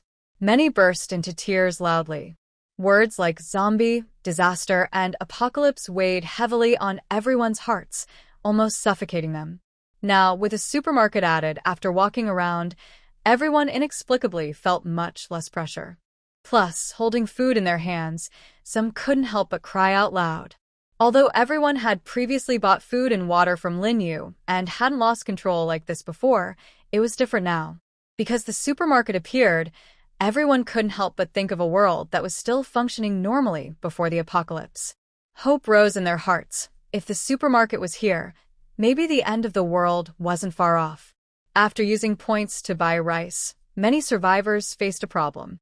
Although the base has electricity, the double rooms do not have kitchens. How can they cook the rice to make it edible? At this point, I have to mention some foresight survivors. When the power was turned on in the base, many of them realized this day would come someday. So, while out hunting zombies for crystal cores, they focused on electrical appliances. They collected rice cookers, electric kettles, and small electric stoves whenever they found them. Now, some people who visited the supermarket saw a business opportunity and started renting out rice cookers. They pay for the electricity themselves, rent once a day, and pay 2 first-level crystal cores each month. Cooking rice with a rice cooker takes about 40 minutes. With 24 hours in a day, they could rent it 5 or 6 times. If they weren't worried about burning out the rice cooker by running it too long each day, survivors with rice cookers would happily waste a minute or 2. As long as no rules were broken, Linyu didn't interfere. Even if someone broke the rules, she didn't need to bother. Before she could act, her trusted subordinate had already handled it. Right now, she was counting her crystal core balance. Although Lin Yu spent a lot on building the base, buying various smart machines and decorating, she still earned monthly rent and income from selling food and water. Her crystal core amount didn't decrease much. Recently, Lin Yu had been giving Pei Yan 100 or 200 crystal cores daily from his over 50,000. Pei Yan had mentioned several times that he wanted to help her find crystal cores, but she avoided the topic. He guessed that perhaps she had already cleared out the 10,000 zombies she killed in Linchuan City. Pei Yan silently stored the crystal cores away. He didn't expose Lin Yu. Instead, he enjoyed pretending to be clueless. This way, he got more chances to be alone with her every day, which he liked very much. Because the villa's yard was busy every day with people coming and going, it wasn't convenient for Qinchin to come inside and help grow roses, and Lin Yu might notice. So, Pei Yan decided to let him take the roses back to the Qingchuan base to grow using his supernatural powers. Chen Chen's ability to make 20 rose branches grow still takes some time. To avoid being noticed by Lin Yu, Pei Yan paid half of the crystal cores to Chen Chen, and after that, there was no more contact between them. Lin Yu was not interested in all this. She focused all her attention on the Qingchuan base. As the buildings in the base kept increasing, it was becoming a bit crowded, and it was time to think about expanding the base. However, Lin Yu stood at the edge of Qingchuan base, slightly raised her head, and squinted at the golden dome that emitted a faint glow. Based on the floodwater level and the distance from Qingchuan base, expanding by a few hundred square meters was not a problem. But she was worried that, like Qingchuan Farm, the safety zone's edge would extend into the floodwaters after expansion. Her main concern was, if she continued to expand outward, how would she deal with those floods?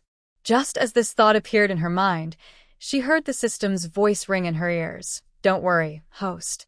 Expanding the base will push away those floods containing zombie viruses and nuclear radiation, including zombies and various trash in the floodwaters. They will be safely expelled outside the safety zone during expansion. As soon as the system finished speaking, a prompt sound immediately appeared. Ding ding, detected that the host's total crystal core assets meet the conditions for base expansion.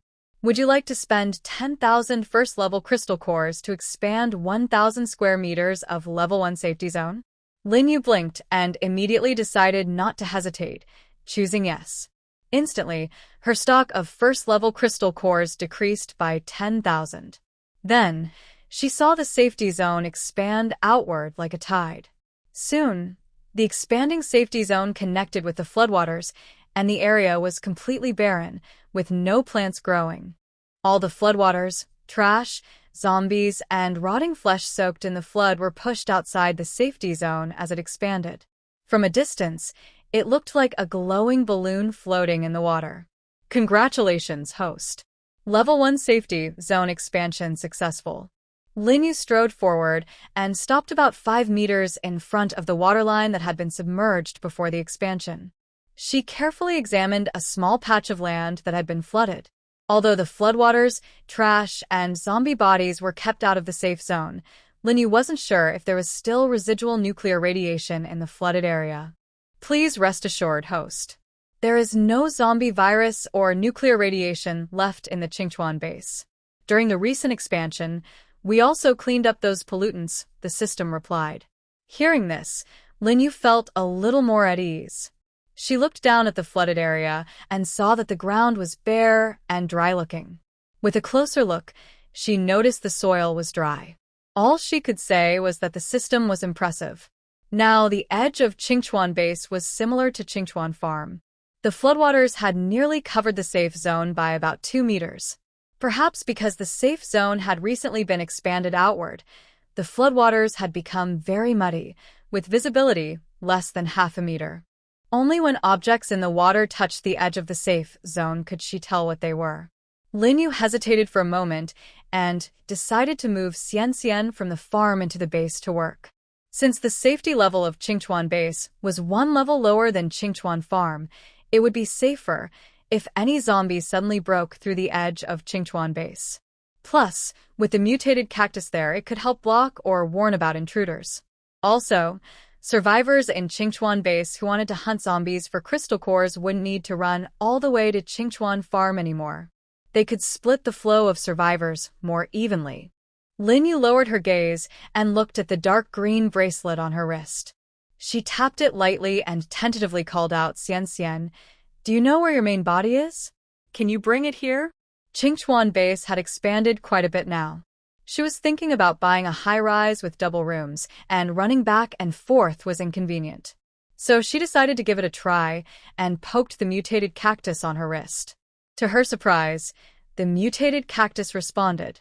The dark green bracelet on her wrist stood upright, with a small soft segment at the top leaning forward slightly, and it nodded at her. It looked almost human. To make sure she wasn't misunderstanding, Lin Yu even confirmed with the mutated cactus again.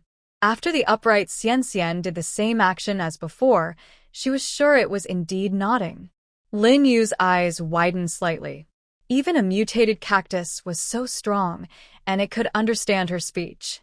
This made her even more eager to get other mutated plants from the system shop. The selling task was now unlocked, and the supermarket was open. It wouldn't be long before she earned a lot of coins. At that time, buying other mutated plants wouldn't be far off. The answer was yes.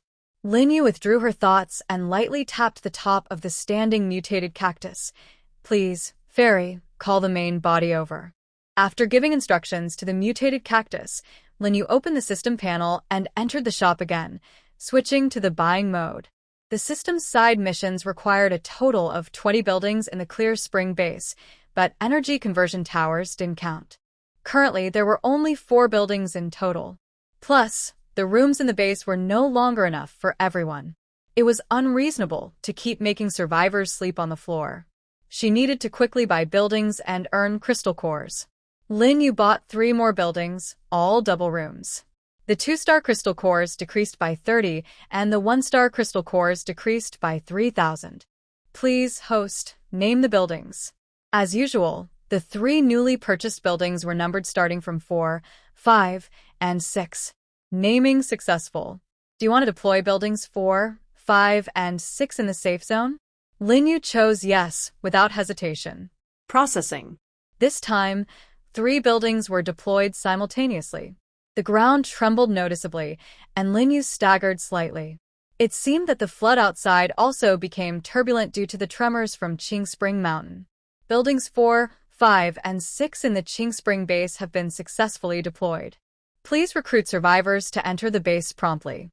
Fortunately, the tremors only lasted a few seconds. After hearing the system prompt, Lin Yu let out a barely audible sigh of relief. That was too dangerous. Next time she deployed buildings, she must not deploy multiple large buildings together, or she was afraid Qing Spring Mountain might collapse due to the tremors. From Lin Yu's position, she could see that next to Building 3 in the Qing Spring base, 3 new 15-story buildings had been added. They were fused with the foundation of Qing Spring Mountain using black alloy panels and now stood tall within the base. When the foundation of these 3 buildings merged, causing a major tremor, many survivors in the base were startled by the sudden earthquake. Since most of the people had similar experiences before, they quickly calmed down and didn't even bother to move their feet. When the shaking stopped, many tenants inside Building 1 looked out the window and saw what they expected. It wasn't an earthquake, but Boss Lin building another building. The 3 new tall buildings in the base caught everyone's attention, so no one noticed that the base, which was already a bit crowded, had doubled in size. When the tremor ended, the survivors sleeping on the ground in the base couldn't sit still anymore. They all jumped up and rushed to the smart rent collecting machine at the entrance, forming a long line. Over the past few days, everyone had saved some crystal cores. They didn't have a lot, but it was enough to pay a month's rent for a double room. Before officially paying rent and joining Qingchuan base, no one could use the water and electricity inside buildings 1 and 2. The water bought from Lin Yu was scarce, and everyone was careful when drinking it, let alone using it for bathing, washing their face, or hair. The survivors sleeping on the ground in the base had long wanted to pay rent and officially join Qingchuan base. But they kept hesitating because there were no available double rooms, so they couldn't join yet. After all, double rooms were the cheapest, and the 2-bedroom apartments in Building 3 were too expensive, so they delayed until now. In the past, when conditions were worse, Everyone could tolerate the discomfort physically. But now, the temptation to take a shower was irresistible. It wasn't that they couldn't endure it before, but now everyone felt itchy all over and desperately wanted a hot shower. In less than a minute, a long line had formed in front of the smart rent-collecting machine.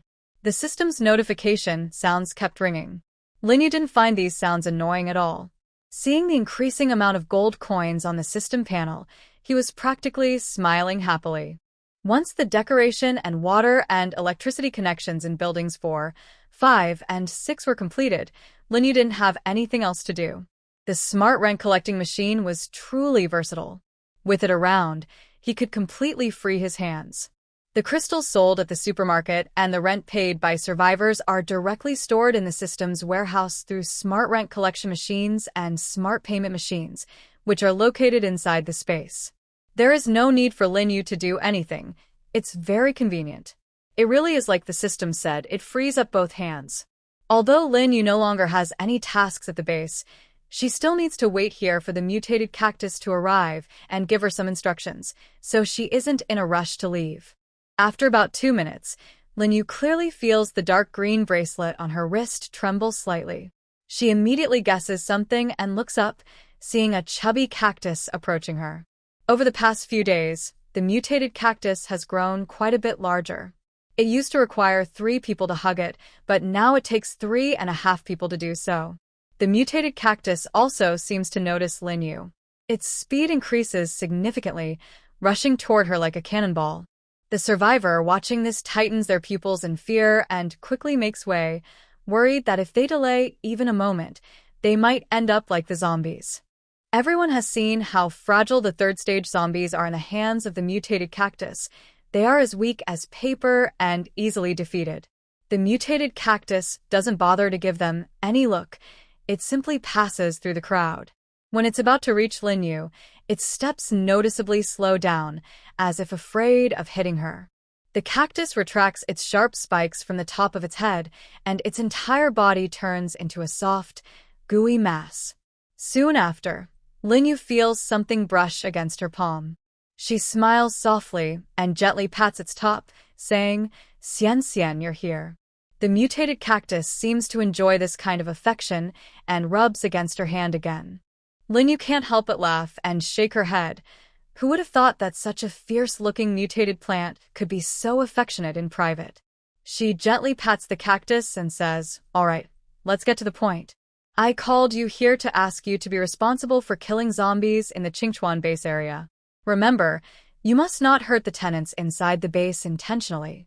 The mutated cactus obediently wiggles its soft tendrils, seeming to respond to her. The survivor watching this is stunned, their eyes wide in disbelief. If they hadn't seen it with their own eyes, they wouldn't believe that such a fierce-looking mutated plant could be so gentle and caring toward a person. However, when their eyes fell on Linyu's figure, everyone silently suppressed their thoughts. It might seem strange if this happened to someone else, but since it was Boss Lin, everything suddenly seemed reasonable. After explaining the mutated cactus, Linyu glanced around. Seeing everyone lining up voluntarily in front of the smart rent-collecting machine, with no one cutting the line, she didn't stay long in the base and turned toward the pasture. She was delivering small incubators to the 5 workers in the pasture.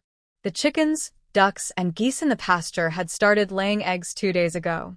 Maybe because they were fed feed from Clear Spring Farm, Linyu heard that each bird could lay 9 to 10 eggs a day. At least, on the low end, they laid no fewer than 9 eggs a day, and sometimes 10. They laid eggs twice a day, at 10 a.m. and 10 p.m. When Linyu first heard this number, she was stunned. Who has chickens, ducks, and geese that lay so many eggs? But then she thought having more eggs is a good thing. It would help quickly complete the system's tasks and sell the extra eggs at the supermarket. Before that, she needed to sell the eggs she had stockpiled before the apocalypse. When Linyu arrived at the pasture, the 5 workers were tending to the little animals. No, they couldn't be called little anymore after just a few days. The animals had grown several times larger, looking plump and fat, and seemed very tasty. Linyu was silent for a moment, deciding to ask Pei Yan to make spicy chicken cubes for her later. She didn't disturb the workers, but stood quietly watching, thinking that since the pasture wasn't connected to electricity and wiring from the villa was too troublesome, she might as well use this time to browse the building materials store. In the end, Linyu spent 21st-tier crystal cores to buy 5 charging stations from the store, which only needed to be installed to use. The 5 workers, busy with their tasks, glanced at her unintentionally, quickly put the feed into the troughs, wiped their hands on their clothes, and respectfully said, "Boss Lin." Linyu nodded slightly. Before anyone could ask, she took out the small incubator from her space. It was like this. From now on, all eggs laid by the chickens, ducks, and geese would be placed in the incubator for hatching. When she reached this point, she turned to look at the middle-aged couple who used to run a farm. "Uncle Zhou, Aunt, since you two used to run a farm, I'll leave the incubation work to you." Later, Linyu learned their names. He is Zhou Wenj and she is Jiping, both older than her by about 10 years. They also have a daughter of similar age to Linyu who studies at a university in the capital. On the day the apocalypse broke out, she went missing, and it's likely she is in serious danger. Perhaps because the couple never gave up searching for their daughter, after finishing their farm work each day, they team up with others to go to the farm and fight zombies to earn crystal cores. These details are what she heard from Zhou Ran. Even Linyu had to admit that Zhou Ran is really talented in this area. She only asked him to help find 5 employees with experience in farming, but he not only found the right people, he almost even found out everything about their families. Linyu didn't comment on this. As long as it didn't delay their work, she was fine. Getting back to the main point, Linyu really didn't know much about incubation. Since the couple had experience running a farm, she decided to leave this task to them. After hearing her explanation, everyone finally understood her purpose. Zhou Wenj hesitated before asking, "Boss Lin, are you planning to do the incubation right at the farm?" Or, "Right at the farm," Linyu guessed what he wanted to say and smiled softly. "And don't worry about the power supply." After saying that, she immediately installed a charging station next to the farm and connected it to an energy conversion tower. She wasn't exactly sure how they connected to the energy tower without power lines, but she wasn't interested in the details. As long as it worked, that was enough. She checked the charging station, confirmed it was powered, and then left the farm. Recently, Bai rarely supervised the workers at the farm. It had shifted its focus to the farm itself, making at least 10 trips a day there besides the necessary daily feed deliveries. Perhaps because they are kindred spirits, Bai's frequent visits, more than 10 times a day, were mainly because it didn't trust the 5 workers to care for the little goslings properly, and more importantly, because the workers at the farm had earned its trust. With Bai supervising everyone's work, Linyu felt very reassured. However, she felt a little worried. Bai cares so much about the farm, and she wondered, what if one day the geese become a dish, and he doesn't let her eat them? Linyu didn't want to eat Bai, but she wouldn't mind eating the geese from the farm, since chickens, ducks, and geese are raised for eating and selling. Thinking about a hearty stew with big geese. It sounded delicious. This thought made her feel unexpectedly guilty. Oh well, she decided to go with the flow. At the villa gate, not long after Pei Yan saw Chen off, he spotted Linyu's figure. His heart almost jumped to his throat, worried she might discover his surprise plans. He carefully looked at her face but didn't see any clues. He let out a small, quiet sigh of relief. But he kept a calm face and asked, "Finished with your work? What dishes do you want? I can cook for you." Recently, Linyu had gotten used to Pei Yan asking her every day what she wanted to eat. Since she did have a dish in mind, she was not polite at all. "I want spicy chicken." Pei Yan's eyes darkened slightly.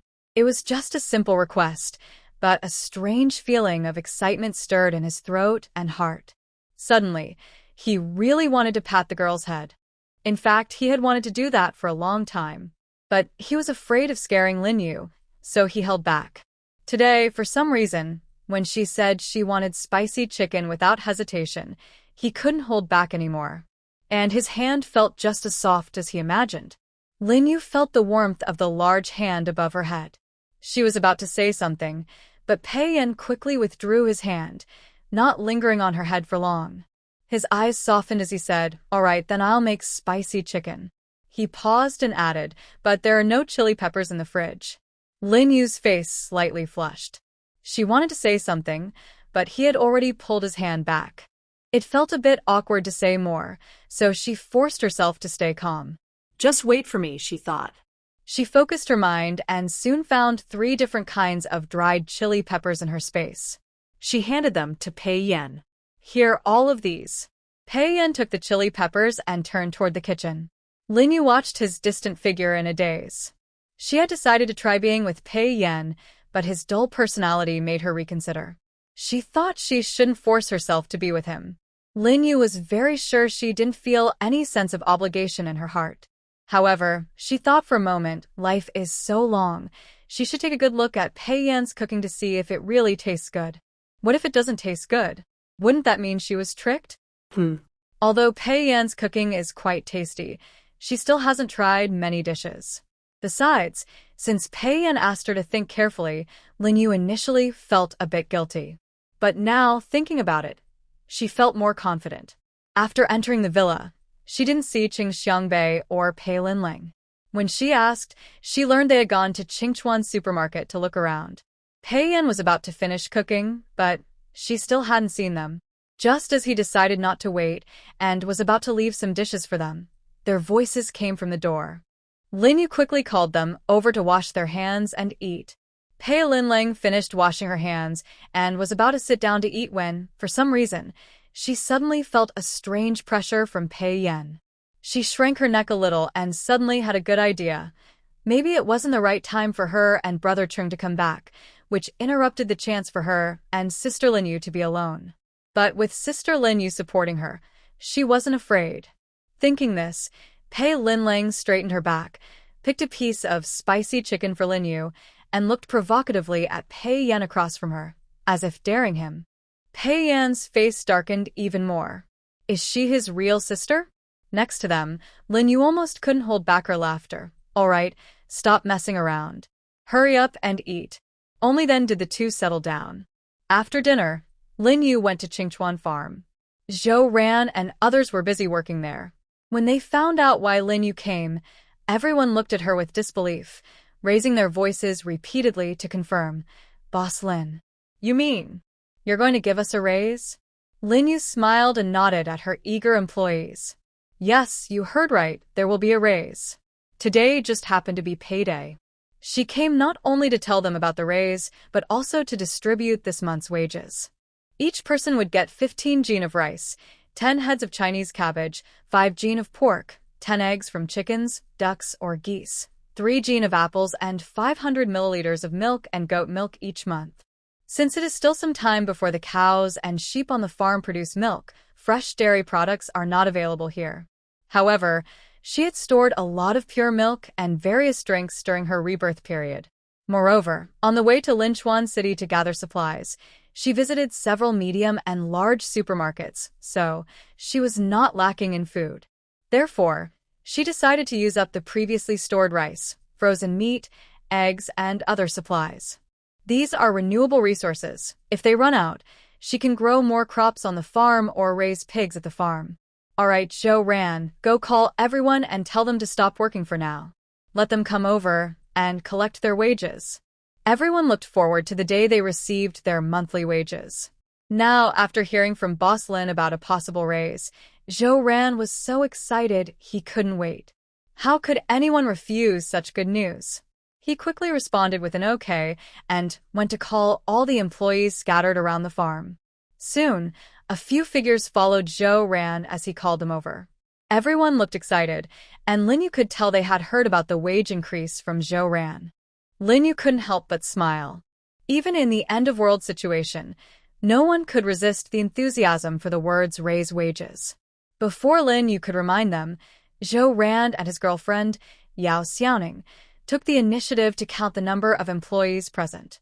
After confirming everyone was there, they calmed their excitement and turned to look at her. Boss Lin, everyone is here. Lin Yu looked up and saw the eager faces of the employees. She didn't delay.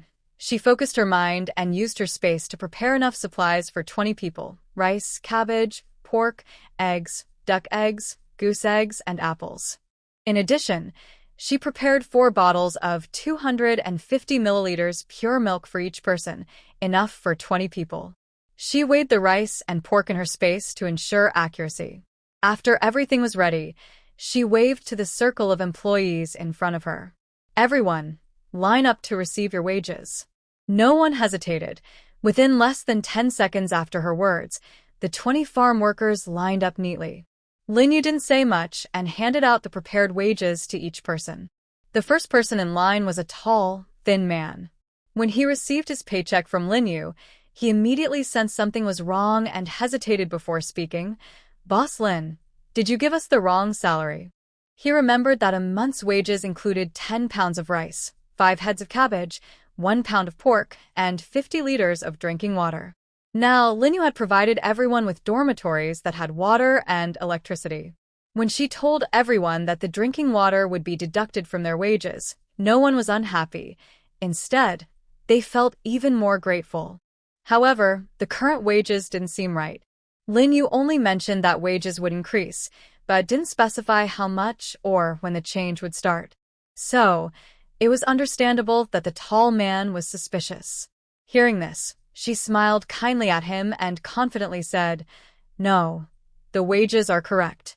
The tall man was stunned for a moment, then suddenly realized what was happening. His breathing became heavier. "Boss Lin, are you giving us a raise this month?" Linyu nodded at him. The tall man trembled as he put down the large cardboard box he was holding. He didn't care about making a scene in front of Linyu anymore. He peeled off the transparent tape on the box, and what was inside immediately caught his eye. First, he saw 4 bottles of Telford pure milk. Next to them were 3 boxes of eggs wrapped in plastic. A corner of a red fruit peeked out from beneath the eggs, making the tall man's eyes widen. If he wasn't mistaken, those were apples. He never thought that, even in the apocalypse, he would still get to eat fruit or eggs. His eyes filled with tears. His voice choked with emotion, almost crying. "Boss Lin, thank you so much." But Linyu waved her hand casually, as if it didn't matter. "Why thank me? This is what everyone deserves for working hard. From now on, everyone should work well. If you don't like apples, the fixed 3 gene, about 1.5 kilograms, of fruit in your wages will be replaced each month with other kinds: strawberries, cherries, mangosteens, grapes, peaches, and so on. If you don't want pork, you can also choose chicken or duck instead." Hearing this, everyone couldn't help but gasp in surprise. Strawberries, cherries, pork, chicken, and duck. Just thinking about any one of these makes everyone's mouth water. But now, Boss Lin has just told everyone that if they don't like a certain food, they can exchange it next month for other fruits or meats. Right now, everyone feels like they are walking on light, floating clouds, giving a very surreal feeling. At the same time, the names of these fruits make everyone feel as if they are living in a future post-apocalyptic world. They turn to look down at the foot of the mountain, where the floodwaters are completely visible. The water has now become calm, but the danger hasn't lessened at all. Zombies could appear from anywhere at any moment. Everyone falls silent, but inside, their gratitude and respect for Linyu grow stronger. They silently remember Linyu's kindness and become more determined to work hard to repay her. "Thank you, Boss Lin. Thank you, Boss Lin. Boss Lin is so generous. Sniff, sniff, I love you so much, Boss Lin." The 20 employees almost speak at the same time, as if they have rehearsed it beforehand. Linyu is amused, and just lets them do as they please. Within a few minutes, the 20 employees finish collecting their wages. Worried they might lose their wages at the farm, Linyu decides not to rush, and instead tells everyone to carry their boxes back to the staff dorms before coming back to work. The employees happily take their wages and head back to Qingchuan base. On the way back to the base, the 20 employees inevitably encounter the long line of survivors waiting at the smart rent collection machine to pay crystal cores and register for official entry into Qingchuan base. Since these survivors have been at the base for a while, and some have even gone to the farm's edge to fight zombies for crystal cores, they all know the farm workers well. Seeing Zhou Ran and the others so happy and excited, with their tails almost wagging to the sky, The employees can't help but feel suspicious. Why do they look so happy? Noticing the curious looks, the tall, slender person proudly straightens their chest and walks forward confidently, saying to a colleague nearby, "Boss Lin is really kind to us. When she says she's raising wages, she does it right away, no hesitation at all." The monthly salary includes food, vegetables, fruits, eggs, meat, and pure milk. They also provide free housing.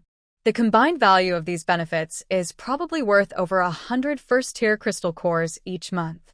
This allows us to live in a 2-room apartment at least once. The tall, skinny person is deliberately saying this to everyone. It's mainly because of the previous issues.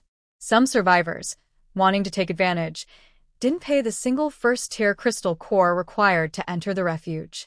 Later, some even insulted Linyu, and Linyu cut off their tongues. At that time, the survivors in the base didn't say much, but the tall person heard many people privately wonder if Linyu was too harsh. He argued with them then, making them shut up.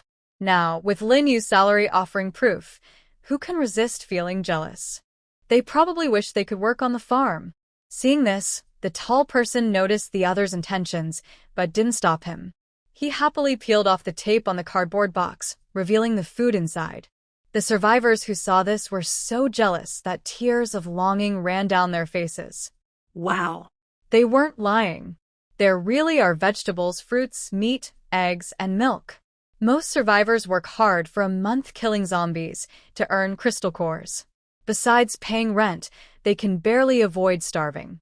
Fruits and vegetables are just a dream, let alone eating meat.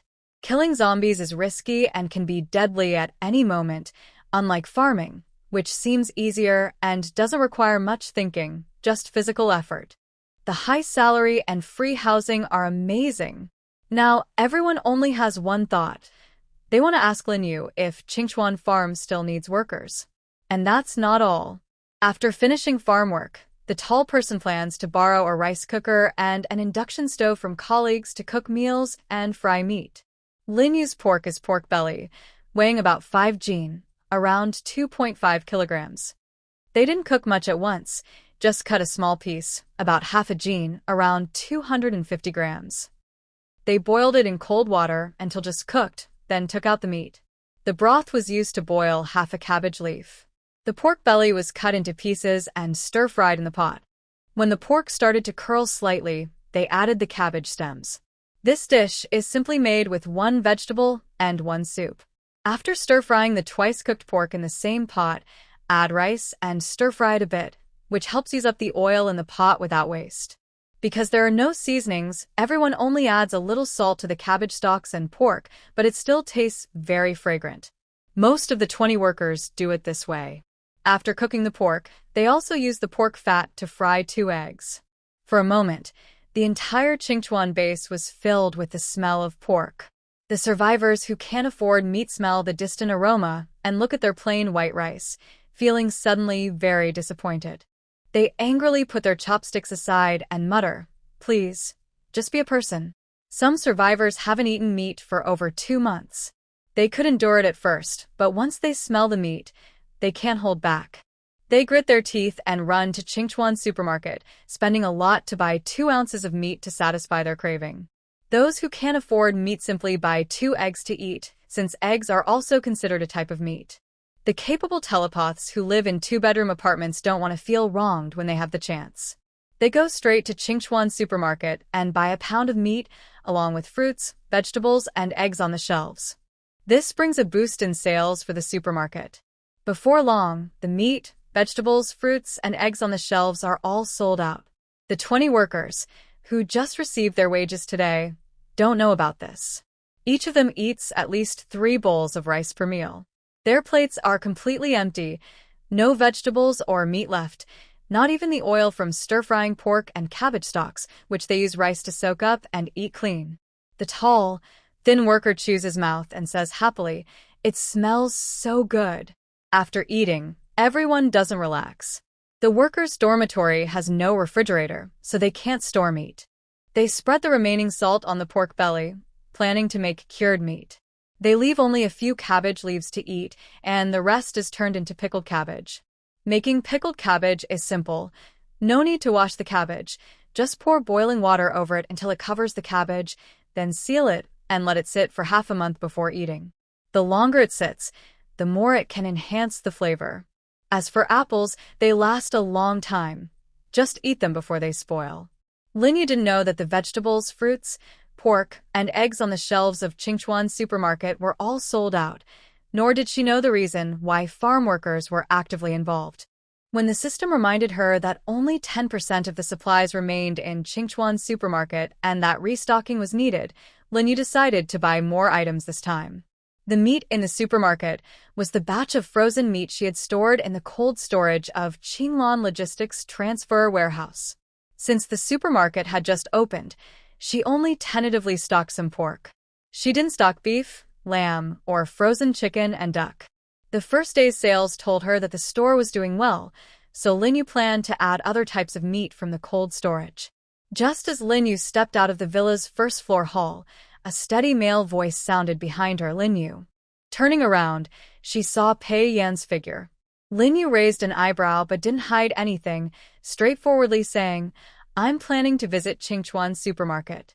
She paused briefly, then invited Pei Yan, "Would you like to come with me and take a look?" Seeing the girl's smiling face, he couldn't help but smile back. Pei Yan nodded happily. He was also curious about what Qingchuan's supermarket looked like. He strode quickly to her side and softly said, "Okay." Under Lin Yu's guidance, Pei Yan toured the inside of the supermarket. The interior decoration looked almost the same as supermarkets before the apocalypse, except that Qingchuan's supermarket had fewer types of products. After a quick look around, Pei Yan's gaze quickly fixed on a machine at the checkout counter that shimmered with a black glow all over. He had heard many things about Qingchuan's supermarket from Pei Linling. Even though he was mentally prepared, he was still quite shocked when he saw this scene. Pei Yan subtly glanced at the girl beside him with the corner of his eye. It was clear this had something to do with Lin Yu. He didn't ask where the self-checkout machine came from. Instead, he looked at the empty shelves, then turned his gaze back and side-eyed Lin Yu. "Take everything out. It's faster with 2 people restocking." Lin Yu showed no surprise or emotion. Her eyelashes curved slightly. "Sure." With Pei Yan's help, it didn't take long for her to restock all the shelves that had been emptied in the supermarket. The operation at the Clear Spring supermarket is going well. During the second restock, Lin Yu nearly doubled the variety of each product. Meanwhile, in the basement of the capital military district on the 7th floor, Qin Ling's face is pale, with no hint of color on his lips. His temples are filled with intense pain from flesh growing out of his body, tears streaming down his face. Tears and sweat mixed together, sliding down his temples and disappearing into his hair. The tear marks on the corner of Qin Ling's eyes dry and wet repeatedly. It has only been a few hours since he was blacklisted by the Clear Spring base, then randomly teleported to the Capital Military District base, which is 108,000 miles away, and finally to the laboratory. But Qin Ling feels like days have passed. Suddenly, his legs violently. Since he is lying on an operating table with his eyes covered by some unknown device, he cannot see what is happening to his calves. In darkness, senses become heightened. He clearly feels an unknown object tearing his calf muscle, and the intense pain floods his entire body. Qin Ling screams in agony, tears and mucus streaming down his face. Just as he is losing consciousness from the pain, he suddenly feels a cold liquid entering his body through his arm. The moment the liquid is injected, the pain eases significantly. As Qin Ling breathes a small sigh of relief, he notices something moving in the torn area of his calf. It is slimy and slippery, like some soft-bodied creature. And it seems to be growing out of his calf. Qin Ling breaks down completely. He cries desperately, "Dr. Ran, I really don't know who Qin Ro is. I am an only child with my parents. If you're lying, my whole family will suffer terrible consequences." His words are full of pain and sincerity, but to Ran Yun, it sounds like he is hiding his sister's whereabouts. Ran Yun ignores him, not blinking once, and keeps a close watch on his calf. Seeing the torn wound at the base of his calf and the grayish-white rotten flesh spreading outward, Ran Yun's breathing becomes heavy. On the operating table, Qin feels that after the pain lessens, an even worse pain floods over him like a tide. His body thrashes wildly on the table, tortured by the pain from his calf, nearly fainting. But for some unknown reason, he remained fully alert in his mind. Qin eyes were clouded over, and he couldn't see the abnormal grayish tumor growing on his calf. The grayish flesh burst open, bleeding and spreading over his leg. Qin was the 356th subject in the symbiosis experiment. This experiment explored the possibility of humans and zombies sharing the same body. Since the underground lab was built in the capital, Ran had been conducting this experiment. He used ordinary people, mutants, and zombies for his tests. Because the military faction opposed the experiment, most of his subjects were zombies. Occasionally, he would sneak in some unimportant ordinary people or mutants from outside for testing. However, all attempts failed on every subject. And Ran lowered his head slightly, his eyes showing a hint of obsession. He was the younger brother of the reincarnator and also had special abilities, making him perfect for this experiment. But he had to be careful not to kill the person before discovering the whereabouts of the reincarnate. Suddenly, Ran expression changed, the obsession in his eyes turning dark. The tumor on Qin calf stopped growing and turned into a pool of blood. The blood flowed into the wound through the torn flesh. Qin on the operating table let out a heart-wrenching scream. Useless scoundrel. Ran face darkened as he cursed softly. Just as he reached for a syringe filled with dark green liquid to inject into Qin Ling, in despair, suddenly remembered the person responsible for his suffering. Since you made me suffer, don't expect to live peacefully either. Ran that loved to bring people in for experiments. He would definitely be very interested in Lin Yu from the Clear Spring base. Qin eyes were filled with madness and rage. A sinister smile appeared on his lips. I'll tell you. Ran paused his hand. Qin is inside the Qingchuan base in Linchuan City. Qin didn't really know Qin. To make Ran notice Lin Yu and the Qingchuan base, he lied deliberately. This was to set up what he wanted to say next. Compared to Qin, I believe there's someone else worth your research, Doctor. The owner of the Clear Spring base is a young woman in her early 20s named Lin Yu. The perimeter of the Clear Spring base is covered by a golden protective shield that is immune to water and fire and can repel zombies. Without Lin Yu's permission, anyone trying to enter will be attacked by the shield. Inside, there is a farm where crops can be grown, and she also has the ability to instantly create several buildings.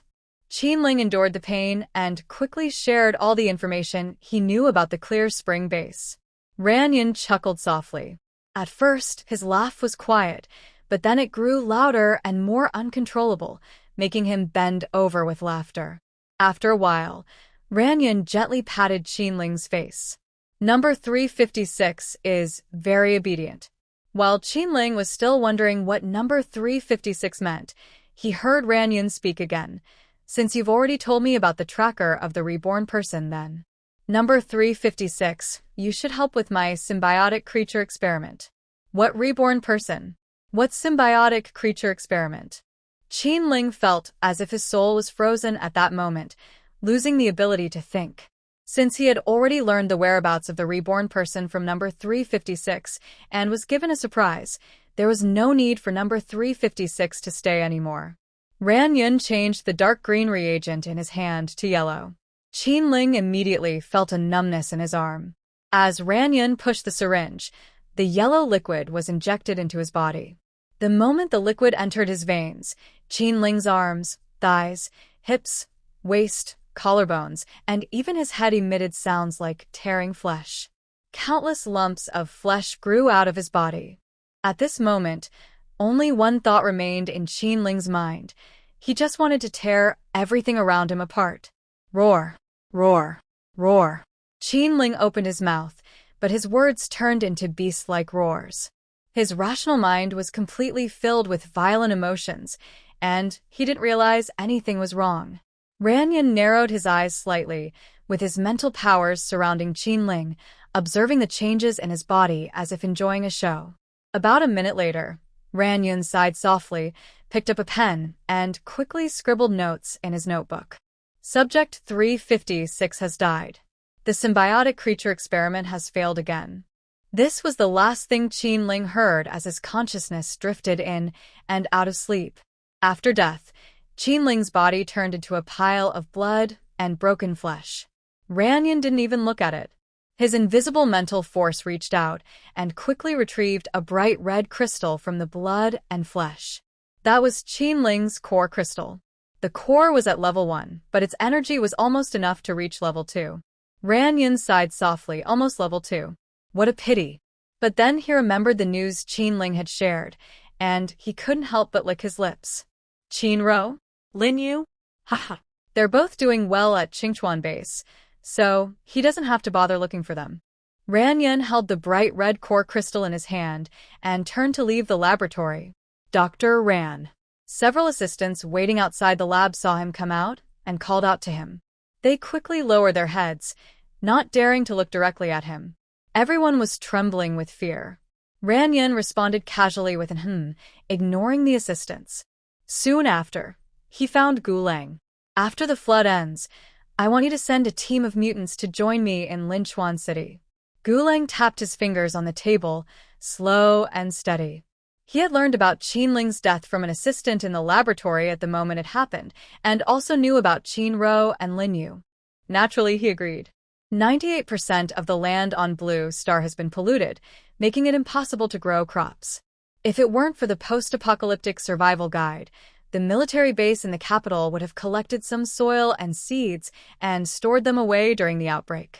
Even if they had developed heat and cold-resistant seeds in the lab, planting them would still be impossible. Even so, the capital military base only kept about 100 cubic meters of uncontaminated soil. Before the apocalypse truly arrived, no one believed in that post-apocalyptic survival guide. When the disaster finally struck, even with the guide's warnings, it was too late to gather all the supplies. The supplies needed weren't just one thing: food, drinking water, weapons, guns, ammunition, various medicines, and more. And the rain came so suddenly that there was no time to prepare, so in the end, only a small amount of soil was stored. Growing food in the soil during the end of the world means a lot. No one understands this better than Gulang. Moreover, the soil can produce crops every 10 or so hours.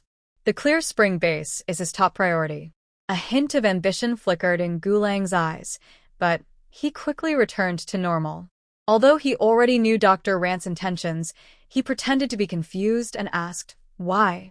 Ranyun glanced at him without exposing him and patiently explained everything that happened in the underground laboratory. Gulang's eyes sparkled with determination, and he immediately agreed. If the outside temperature weren't so high, Gulang would have already sent people to Linchuan City. Meanwhile, Li Zhenhua also learned the news from a spy he placed in the underground lab. He kept repeating the names Qin Ro and Lin Yu, deep in thought. Jiang Yichen was cautious. "Commander, do you think this might be a false message deliberately released by Qin Ling to protect his sister?" After thinking for a moment, Li Zhenhua shook his head. "It's hard to say. But we should send someone to Linchuan City, especially since our capital should check it out." Jiang Yichen thought the commander was about to leave the capital military base and became anxious. "Commander, if you're not at the base then." Li Zhenhua signaled him to stay calm. "Don't worry, I won't leave the base."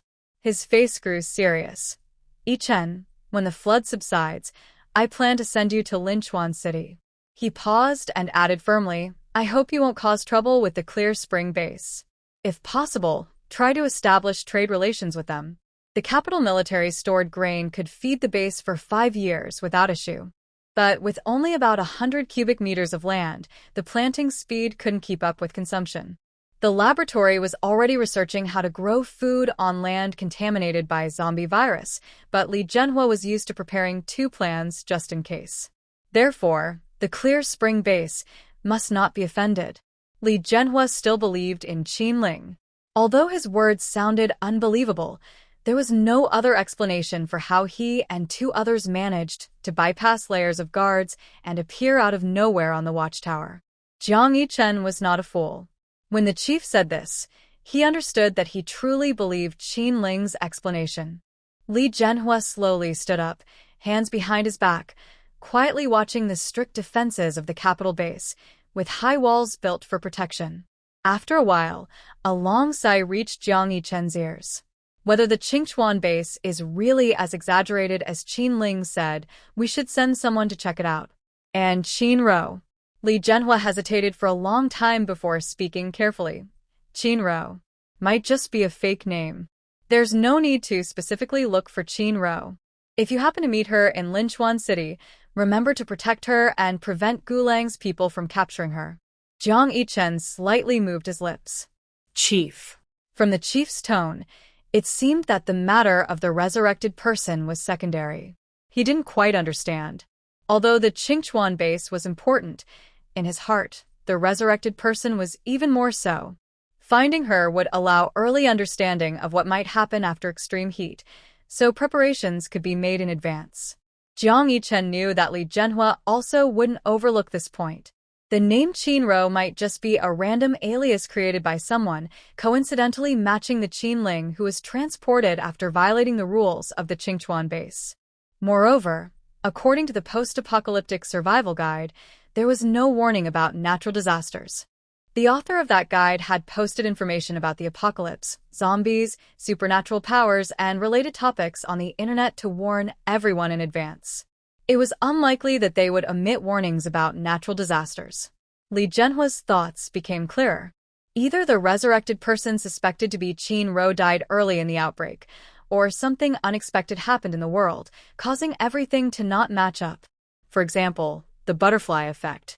In any case, regardless of which possibility it was, spending a lot of effort to find that resurrected person didn't seem very meaningful at this point.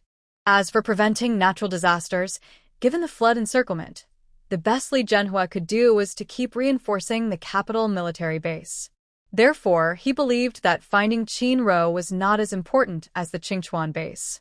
Li Zhenhua only casually mentioned Qin Rou, and whether she could be found or not was really another matter. Li Zhenhua glanced at Jiang Yichen briefly and did not explain anything to him. Instead, he said, "Jiang Fu, I will take good care of you. When the time comes, I will bring all the space ability users from the base back." Although Jiang Yichen didn't understand why the commander placed matters related to resurrectors in such an incidental position, he knew that the commander had his reasons for doing so. As a soldier, his duty was to obey orders. Jiang Yichen turned to the side, raised his hand, and saluted the commander. Yes.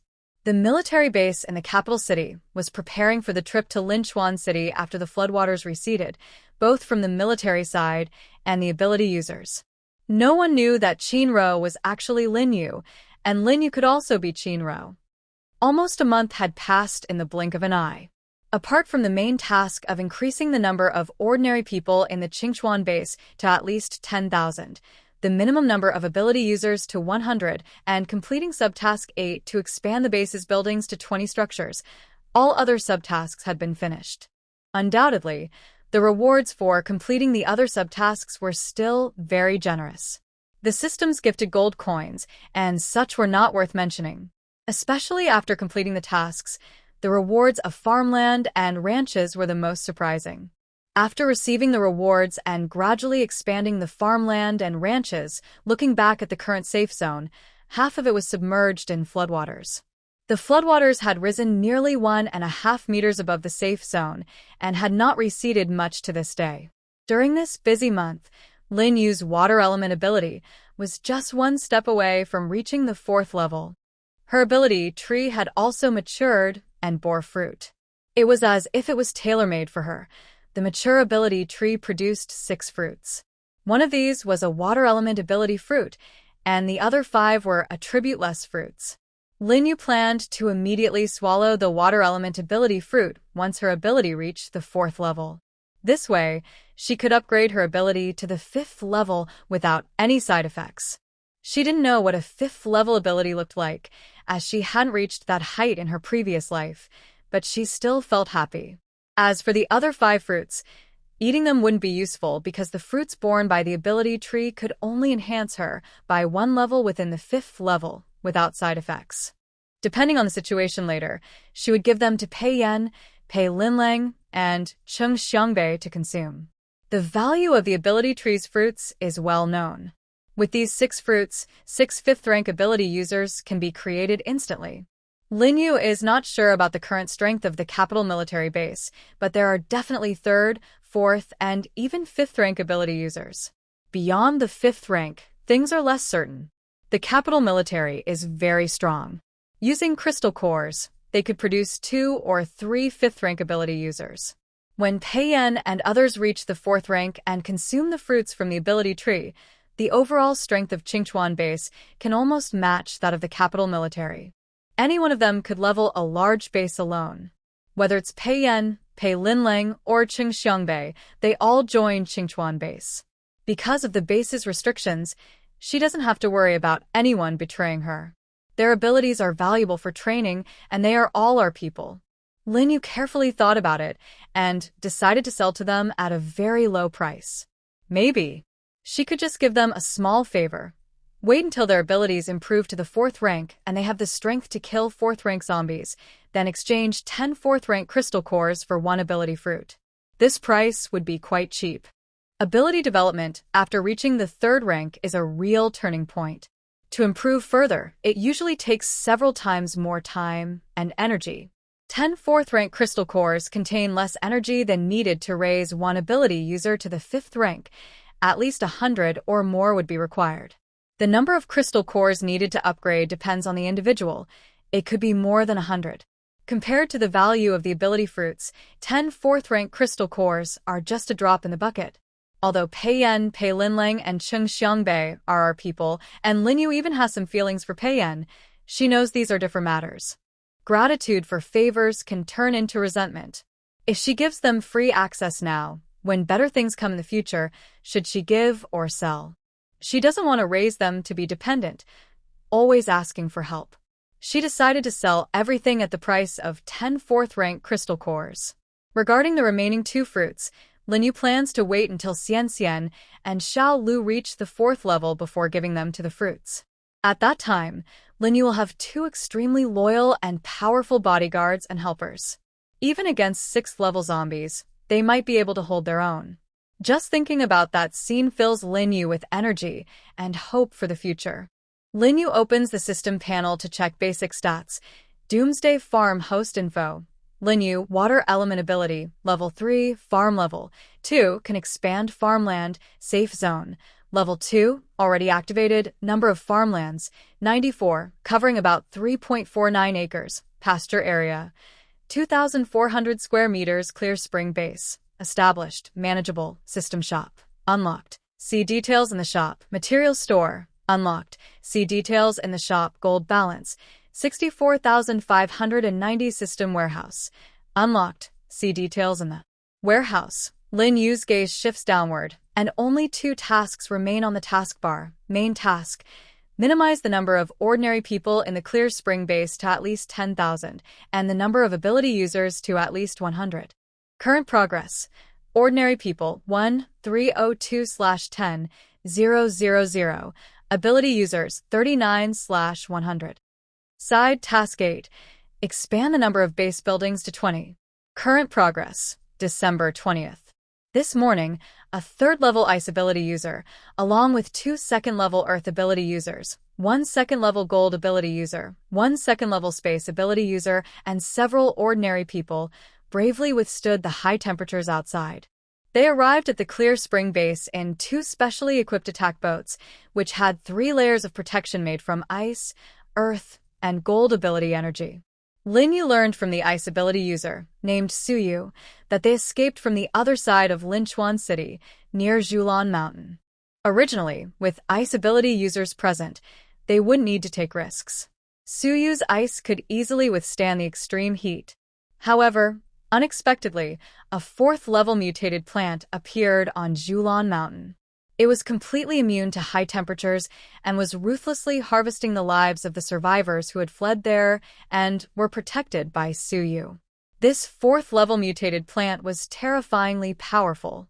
Suyu couldn't defeat it and had no choice but to lead his team and their families to escape. Later, they lost their way in the flood. Just when everyone felt hopeless, they saw a golden glow coming from the clear spring base. Suyu followed the light and arrived at the base. Seeing that the area was not completely flooded and that there were many buildings and signs of survivors, the group was overjoyed.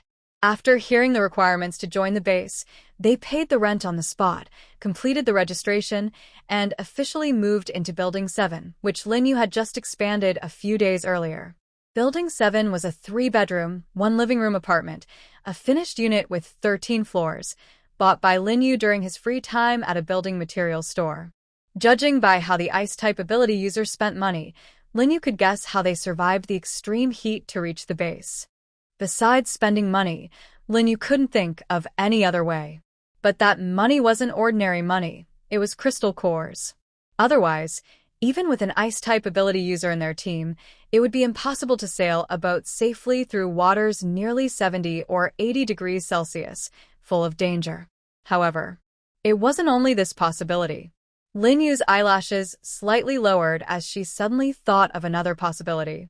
To confirm her suspicion, she took out a drone and remote control from her space storage, things she had stockpiled before the apocalypse. She tentatively controlled the drone, which carried a temperature sensor, to fly outside the safe zone. It stayed in the high sky for about a minute before returning. When she removed the temperature sensor from the drone and checked it, her guess was correct. When the floodwaters arrived, the outside temperature had already reached an astonishing 70 degrees Celsius. Now, outside the safe zone, the temperature had dropped to around 60 degrees Celsius. She didn't know exactly when. Since the system's mission didn't require her to go outside, Linyu had stayed inside the villa and never went out, so she naturally hadn't thought to measure the outside temperature. After all, with such extreme heat outside and countless zombies lurking beneath the floodwaters, there was no urgent reason to go out. It was only foolishness that kept her from staying in the cool, air-conditioned house and going outside into the scorching 70 or 80 degrees heat. The only regret was that Cheng Xiangbei had worked tirelessly day and night to strengthen the boat, trucks, and various supplies, only to end up not needing any of it. Linyu initially asked to strengthen the ship to prepare for extremely high temperatures, in case he needed to go outside on missions. But who knew that the tasks issued by the system could be completed right at the base, including killing third-level zombies. Fortunately, he still doesn't know that the outside temperature has dropped, or he might really start crying. If it weren't for a psychic joining Qingchuan base this morning, Linyu wouldn't have thought to measure the outside temperature. The temperature suddenly dropped by more than 10 degrees. If this trend continues, Linyu estimates that the extreme cold could arrive soon. If the floodwaters outside don't recede before the cold arrives, they will freeze solid. The zombies in the floodwaters will also freeze, and the survivors in the base might have to go outside to kill zombies for crystal cores. At that time, no one would be trapped in the safe zone, unable to leave.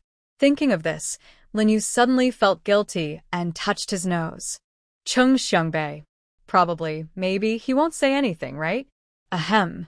Perhaps, when the time comes, they could slaughter a sheep and have Pei Yan roast a whole lamb, which might help soothe the mental state of the tool person who has been strengthening items day and night. Even if that doesn't fully help, well, eating something should at least help fill someone's stomach, right? The temperature drop was noticed immediately by the capital military district.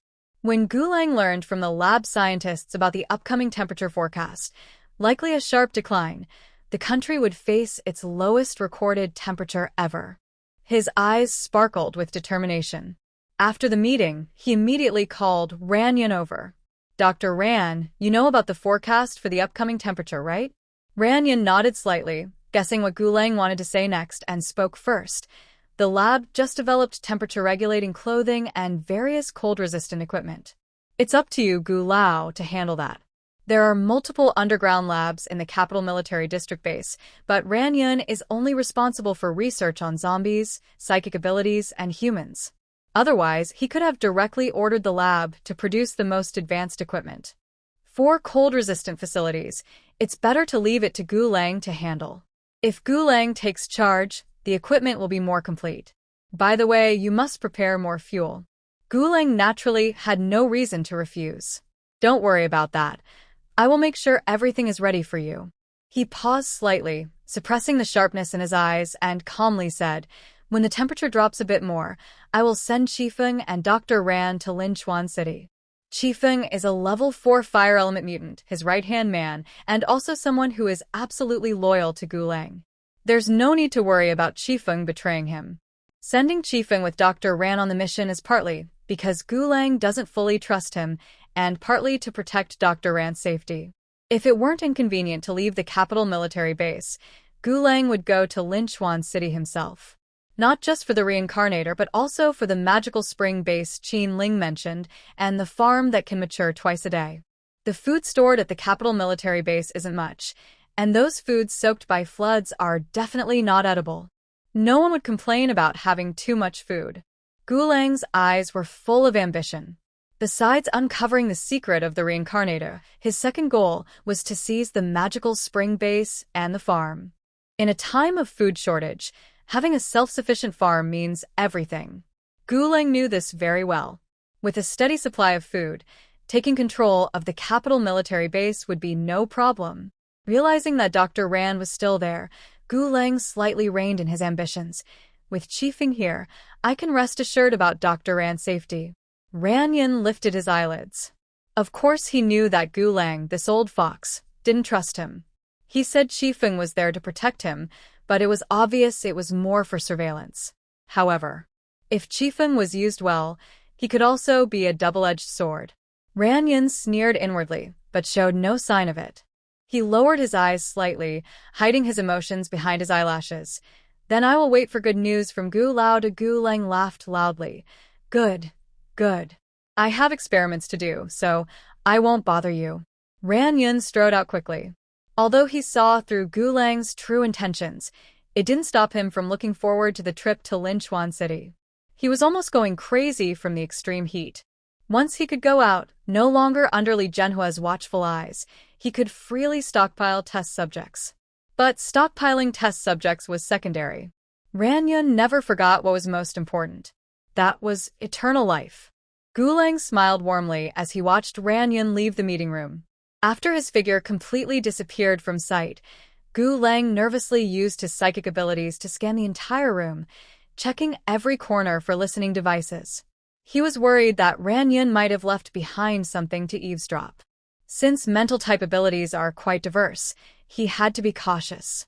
After finishing this, he called Qifeng aside and told him a few things. Gulang and Ranyan both had their own thoughts. Meanwhile, Li Zhenhua was busy counting the space-type ability users who had awakened. To ensure their safety, he had deployed many personnel and weapons to protect them. Since Linchuan City is very far from the capital military district, they worried about what dangers might be encountered on the way. Since they had already decided to establish a good relationship with the Qingchuan base and purchase a large amount of food from there, it was wise to have as many space-type ability users as possible to accompany the team. The capital military district was preparing intensively for the upcoming trip to Linchuan City.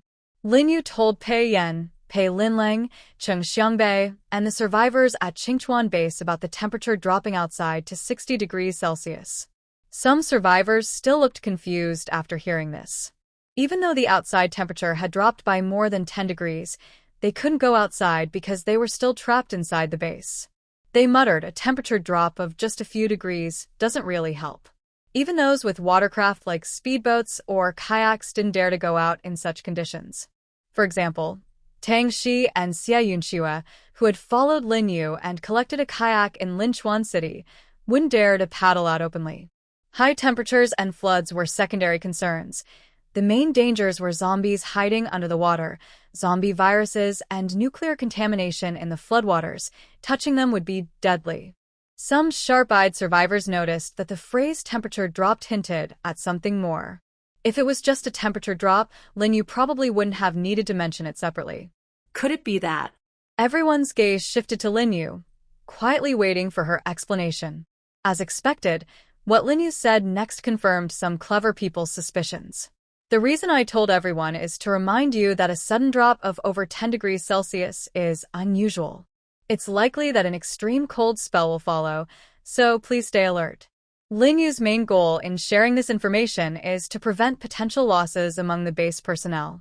If someone notices the outside temperature dropping and, out of bravery or recklessness, tries to go out and fight zombies, they might just be unlucky enough to encounter extreme cold and freeze to death outside. That would be a huge loss. Since survivors have already joined Qingchuan base, any casualties among them would be reflected in the system panel showing the number of personnel. Lin Yu isn't a god and can't guarantee everyone's safety, but she can try to prevent such incidents from happening. This is the purpose of her sharing this message. Lin Yu has said what she needs to say. If others want to take risks, she can't stop them. After informing the people at Qingchuan base, she plans to go to the ranch to kill a sheep and prepare roast lamb for Pei Yan. The ranch has expanded a lot. The animals that were once starving are now ready to be sold, but Lin Yu didn't move any of them at first because she wanted to complete the system's tasks quickly.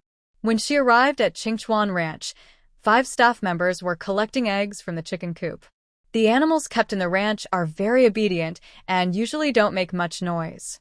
If thousands of animals all made noise at once, it would be deafening. Seeing the many eggs in the coop, Lin Yu felt a bit overwhelmed. Luckily, the system didn't require her to do this herself. Otherwise, she would spend all day collecting eggs. Dabai was patrolling the ranch and saw Lin Yu arrive, excitedly calling out to her with a gaga. Hearing Dabai, the staff finally noticed Lin Yu and quickly stood up to greet her. Boss Lin. Lin Yu waved her hand and said, "It's okay, you're busy. I just came to get a sheep." Although she said she was getting a sheep, the staff knew she probably intended to kill it for food. They had already received their wages, which included pork, and they had all tasted pork before. Hearing Lin Yu wanted to kill a sheep, they weren't overly tempted or jealous. Since the ranch was owned by Lin Yu, it was normal for her to want to slaughter a sheep for eating. No one thought much of it and went back to collecting eggs from all around the chicken coop. Lin Yu looked around the sheep pen and finally focused on the fattest, most well-fed sheep. Looking at the fluffy, white, chubby lamb, she suddenly thought, how can I eat such a cute lamb? Lin Yu decided to cry a little and then eat 3 bowls of food. Just as she was about to take the lamb out of the pen, she saw a serious-looking white goose. The white goose was clever and immediately guessed that Lin Yu wanted to kill the lamb for food. It wasn't trying to stop her from eating, but it was worried about itself. What if? It was just a worry. What if Lin Yu suddenly got confused and decided to cook it too? Although it didn't want to doubt Lin Yu's kindness, the white goose was still very worried. Its small eyes kept moving, and it looked a little guilty. It remembered, no, it had always been working hard, right? It hadn't gone out to fight zombies or anything, but it managed the farm and ranch well, so it shouldn't be eaten, right? This goose had always worked hard. If she decided to kill the lamb, it was okay, but she shouldn't target the goose itself. At most, it would help remind her later to let the lamb have more babies for her to eat. Thinking of this, the white goose called out twice, but it sounded a bit unsure. Lin Yu didn't understand what the goose was trying to say. Looking at the goose, she didn't seem to be stopping her from killing the lamb. After thinking for a moment, she comforted the goose, saying, "Don't worry, white goose. I won't touch your children or grandchildren." Just as she was about to say more, a system prompt suddenly sounded in her ear. Yes/no to immediately slaughter the lamb? Lin Yu was stunned. The system was actually giving her options to handle the animals on the farm?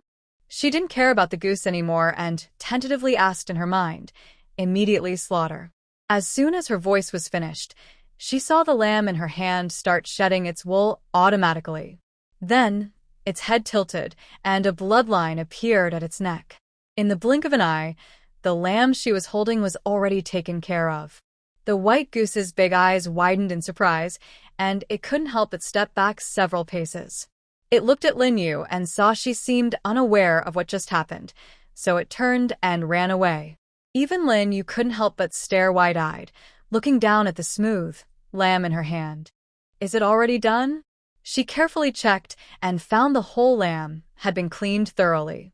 But, "Master, where did my mutton blood and internal organs go? These are valuable ingredients." Boiling bones to make soup, then adding organs and blood, and cooking with large white radishes, cabbage, and other vegetables makes a very tasty hot pot. If the host needs mutton blood and organs, please tell me in advance next time, and prepare suitable containers for the blood. Although Lin Yu felt a bit disappointed, she didn't blame the system. After all, Master was so kind to her, she couldn't bear to be upset. When she suddenly remembered to buy, she realized she didn't know when it had disappeared. Lin Yu fell silent. The buy. Could it have been scared away? To some extent, Lin Yu understood the truth. She had no idea how terrifying it was for a living sheep to suddenly start shedding its skin on its own, with a silent, deadly wound appearing on its neck. And Bai hadn't sensed any unusual energy fluctuations from her at all. She imagined herself being shaved, which probably scared her off. Lin Yu pressed her lips together, put the cleaned sheep into her space, and decided to bring it back to the villa for Pei Yan to prepare first, then go look for Bai. She searched around the villa, but didn't see Pei Yan. After asking Pei Linling, she learned he was in his room. Without overthinking, Lin Yu went upstairs, stopping at Pei Yan's door on the second floor. She knocked gently. Knock, knock, knock, Pei Yan, are you inside? Hearing Lin Yu's voice outside, Pei Yan's heart tightened and his heartbeat quickened. He glanced at the room's decorations, trying to keep his voice steady, and replied, I'm here. He turned off the lights inside, quickly walked to the door, and only opened it. Before Lin Yu could see the room's interior clearly, he swiftly stepped out and closed the door with a bang. From opening to closing the door, it was done in one smooth motion, without a single pause. Although Pei Yan moved quickly, a faint scent drifted out through reaching Lin Yu's nose. She also noticed that Pei Yan's clothes and even his hair carried a subtle fragrance. Lin Yu's eyes paused. It seemed Pei Yan had been acting mysteriously lately, often staying in his room after meals and not coming out. Thinking about the faint scent on him right now, Lin Yu's heart sank. Could it be that Could he possibly be? Is there a dog outside? Lin Yu frowned, and the moment this thought appeared in her mind, she instinctively dismissed it. Pei Yan couldn't possibly be that kind of person. But when she remembered his reactions after leaving earlier, she couldn't help but bite her lip. Pei Yan immediately noticed that Lin Yu's expression was unusual. He nervously looked at her and was stunned by her changing face. It seemed he thought of something, and he hesitated to speak. How could he forget that roses have a lovely floral scent? The rose branches grown through supernatural powers are very different from those before the apocalypse. Maybe because of the powers, the roses have mutated and become more suitable for fighting. First, the scent of the roses. Even if the room is filled with roses, the smell isn't overwhelming. It's just a light floral fragrance. Although the scent is faint, being in the room means he inevitably picks up some of it. When Pei Yan opened the door, a faint floral aroma drifted out through Unsurprisingly, Lin Yu must have caught that very faint scent. Pei Yan looked at her changing expression and guessed what she might be thinking. Maybe he could be a little narcissistic and think Lin Yu was jealous. Perhaps she thought he was keeping a dog outside. This guess brought a strange happiness to Pei Yan. But that happiness quickly disappeared. He was happier that she cared about him than when his powers upgraded. Still, he didn't want Lin Yu to misunderstand him. But should he tell her the truth now? The room wasn't fully prepared yet. Telling her now might be too rushed. Lin Yu looked up, stared at Pei Yan for a while, then took a step back. When she spoke again, her expression was calm. I'll prepare the materials for you later and put them in the kitchen. We can have roast whole lamb later. After saying this, she turned to find Bai. Her tone and manner of speaking didn't change, but Pei Yan immediately sensed her emotional distance and felt a sudden panic. Perhaps he could wait until everything was arranged, then confess to Lin Yu and give her a surprise. But at this moment, her step back made everything seem insignificant in comparison. Pei Yan's perfectionism was defeated by Lin Yu. Lin Yu noticed her wrist being grabbed by a large hand. The warmth from the palm was surprisingly intense. She paused, lowered her head to look at the well-defined hand holding her wrist, and said helplessly, "Let go." Pei Yan tightened his grip slightly, making it difficult to break free, but he wouldn't hurt her. Lin Yu tried to pull away, but found she couldn't free herself without using her powers. She turned around slightly, her eyebrows raised slightly. Can you explain? This sudden question was confusing. If someone else was present, they probably wouldn't understand what she meant. But Pei-yen immediately understood. Lin Yu looked at him calmly. Pei-yen's ears reddened slightly, but he didn't avoid her gaze. His dark eyes were serious. I don't have a dog outside. It was. Just now. He took a deep breath. I actually wanted to wait until everything was set up before telling you, but... He paused, a faint smile appearing in his eyes. Since someone suspected I was keeping a dog outside, I might have rushed to prove my innocence. Lin Yu, come with me. Hearing her name called, Lin Yu's heart trembled inexplicably. She seemed to realize something, and her previously calm expression was gone. She slightly raised her head, observing Pei-yen's side profile, trying to read some clues from his expression. Pei-yen sensed her gaze. Taking advantage of her distraction, he moved his hand from her wrist down naturally, clasping her fingers together with his. A gentle laugh escaped his chest. No rush, you'll see soon. Lin Yu's eyes widened suddenly. This rogue Pei-yen. Though she cursed him inwardly, her body was very honest. She only symbolically tried to pull away. Seeing she couldn't, she simply let him hold her. Noticing this, Pei-yen's eyes shimmered with a faint glow. The girl's hand was soft, making it hard to want to let go once held. Pei-yen glanced at their intertwined fingers, tightening his grip unconsciously. He had no intention of releasing her in this lifetime. He opened the bedroom door, which was dark inside. Lin Yu again smelled that faint fragrance.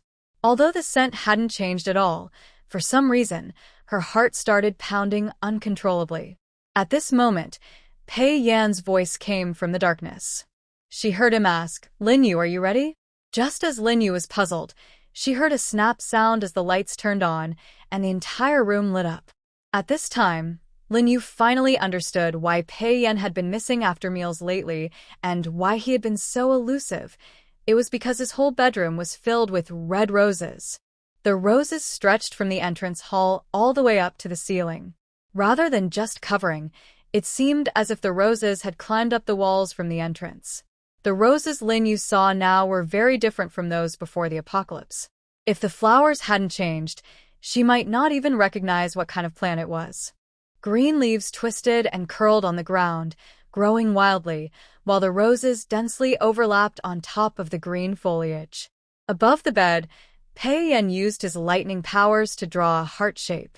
Lin Yu could even hear a crackling sound from his lightning ability. He somehow filled the outline of the heart with crystals of various colors. The warm yellow light reflected on Pei-yen's features, making him look especially gentle. Pei-yen's palm was pressed against Lin Yu's skin. The warmth from his fingertips traveled up her arm, causing a blush to appear on her cheeks. He looked seriously at the girl beside him. Lin Yu, you asked me before if I wanted to try something. Honestly, when I found out you had feelings for me, I was really happy. I told you to think about it more, partly because I didn't want you to force yourself, and more importantly, because I believe that confessing should be done by a man. I wasn't ready before, so I delayed until now. But none of that matters anymore. Pei-yen's eyes shone brightly as he looked at Lin Yu, his voice a little nervous. I like you, and I want to cook for you for the rest of my life. Would you be willing to be my girlfriend? Pei-yen had many words he wanted to say, but in the end, they all came together into one sentence. I like you. Pei-yen was so nervous that his palms were sweating. His eyes fixed intently on Lin Yu, afraid to hear her say, I don't want to. When Pei-yen's words, I like you, will you be my girlfriend, rang in Lin Yu's ears, she felt as if everything in the world had suddenly gone silent.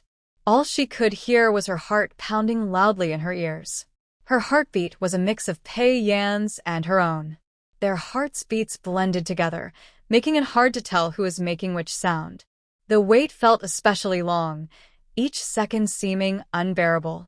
Fortunately, Lin Yu's answer did not disappoint Pei-yen. He heard her say yes. Pei-yen's heart trembled slightly, a tingling feeling spreading inside him. Even someone as calm as him couldn't help but want to shout to the world that Lin Yu was his girlfriend. It was like a child with a favorite toy wanting to show it off to everyone. But Lin Yu meant more to him than just a beloved toy. He wanted to tell others, but he also wanted to keep Lin Yu, the girl with a bright smile, hidden away so no one could see her. She was his treasure. Everything felt so natural and right. Except for the sound of Lin Yu returning and Cheng Xiangbei, who had been following behind all along. Just as Pei Yan was about to say something, there was a loud clang as a heavy object fell to the ground. The two, holding hands, looked toward the sound and saw Cheng Xiangbei outside the corridor, looking utterly dejected. Pei Yan narrowed his eyes slightly. He realized he had made a mistake. He had been so nervous earlier that he forgot to close the door. No wonder he was interrupted by the sudden appearance of a third wheel at a crucial moment. Lin Yu was startled by Cheng Xiangbei's sudden appearance and immediately tried to pull her hand away. But Pei Yan's hand remained steady, unmoving. Her reaction was instinctive, not because she was afraid someone would see her with Pei Yan, but because she felt guilty about Cheng Xiangbei. Pei Yan looked at Lin Yu with questioning eyes, as if wondering why she immediately wanted to pull away when she saw Cheng Xiangbei. Looking outside, Cheng Xiangbei, a grown man, looked almost ready to cry, his eyes full of accusations toward Lin Yu. Lin Yu's mouth twitched. God knows she and Cheng Xiangbei had nothing between them, but what was this intense, awkward scene all about? Cheng Xiangbei's eyes were full of resentment. These two people had no idea how much hurt they had caused him. He had been staying in the villa, strengthening his items day and night.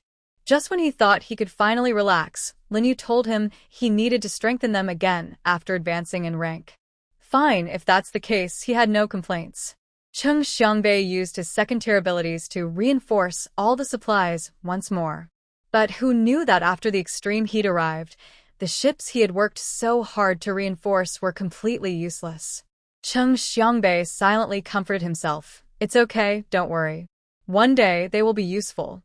However, today, Lin Yu told everyone that the outside temperature had dropped by more than 10 degrees and that they needed to prepare for the coming cold snap. When the cold arrived, all those ships, speedboats, kayaks, and other tools Cheng Xiangbei reinforced would be useless. This made the tool person feel truly miserable. Thinking about it, Cheng Xiangbei couldn't help but feel a little pity for himself. But that wasn't all. He had only come to complain to Lin Yu, and unexpectedly, he saw Pei Yan confess his feelings to Lin Yu. It was a double to Cheng Xiangbei, both physically and emotionally. Lin Yu couldn't stand watching Pei Yan and Cheng Xiangbei, with one accusing and the other giving a resentful look. She was overwhelmed and cleared her throat. Brother Cheng, I know your reinforcement work is hard. Later, Pei Yan will cook a whole roasted sheep to comfort your wounded heart. The resentment in Cheng Xiangbei's eyes almost turned into substance, but thinking about the taste of roasted sheep, he shamefully swallowed his saliva. But don't think that a single roasted sheep could soothe his wounded heart. Cheng Xiangbei decided to turn his sadness into appetite and wanted to eat 2 roasted sheep. 2 roasted sheep? No problem, arranged. Just 2 roasted sheep would be enough to comfort his teammates' wounded hearts. Next time, he could continue playing the tool person role. Lin Yu agreed without hesitation. Pei Linlang saw that Lin Yu and Cheng Diji had gone upstairs and hadn't come down for a long time, so she decided to go upstairs and take a look. As she reached the stairs, she overheard Lin Yu saying they would eat roasted sheep later. Pei Linlang was so happy she ran upstairs excitedly. Seeing the 3 figures, she was about to speak when her gaze accidentally caught sight of Pei Yan and Lin Yu holding hands. She even wondered if she was seeing things or if it was an illusion. Pei Linlang couldn't help but rub her eyes. When she saw that the 2 of them were truly holding hands, she forgot about whether to eat roasted whole lamb or not, and excitedly exclaimed, "Brother, sister Lin Yu, you?" Knowing that Pei Linlang had found out that Lin Yu had agreed to be her boyfriend, Pei Yan's expression darkened, fearing she might compete with him for Lin Yu's attention. Lin Yu generously nodded at Pei Linlang. "Yes, I am with your brother now." Pei Linlang's eyes widened in shock from this sudden surprise. Once she recovered, she screamed and rushed toward Lin Yu. Ah! Lin Yu, no, sister-in-law. She had been secretly hoping Lin Yu would become her sister-in-law ever since they met, planning it quietly all along. But Lin Yu didn't like her matchmaking efforts. Pei Linlang didn't blame her.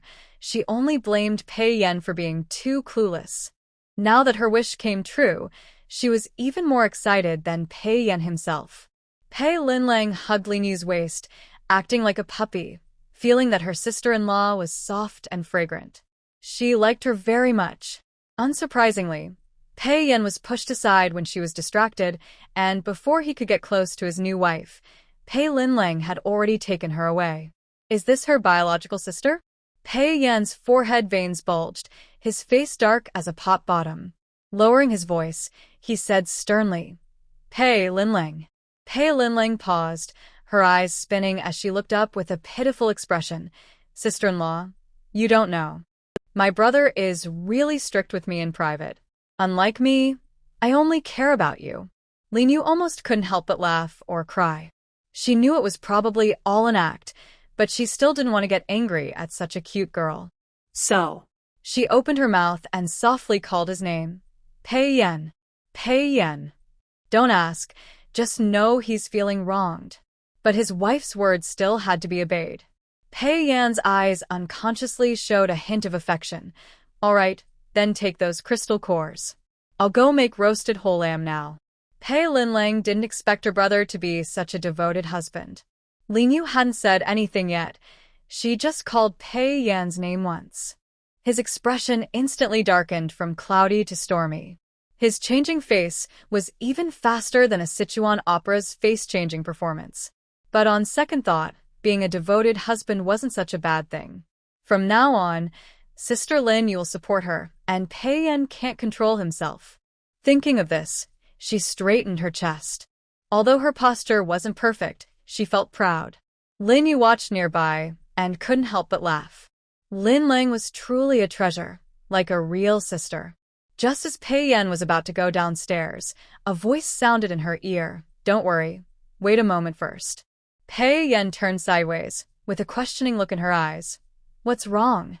Lin Yu thought that recording such an important moment as a confession was meaningful.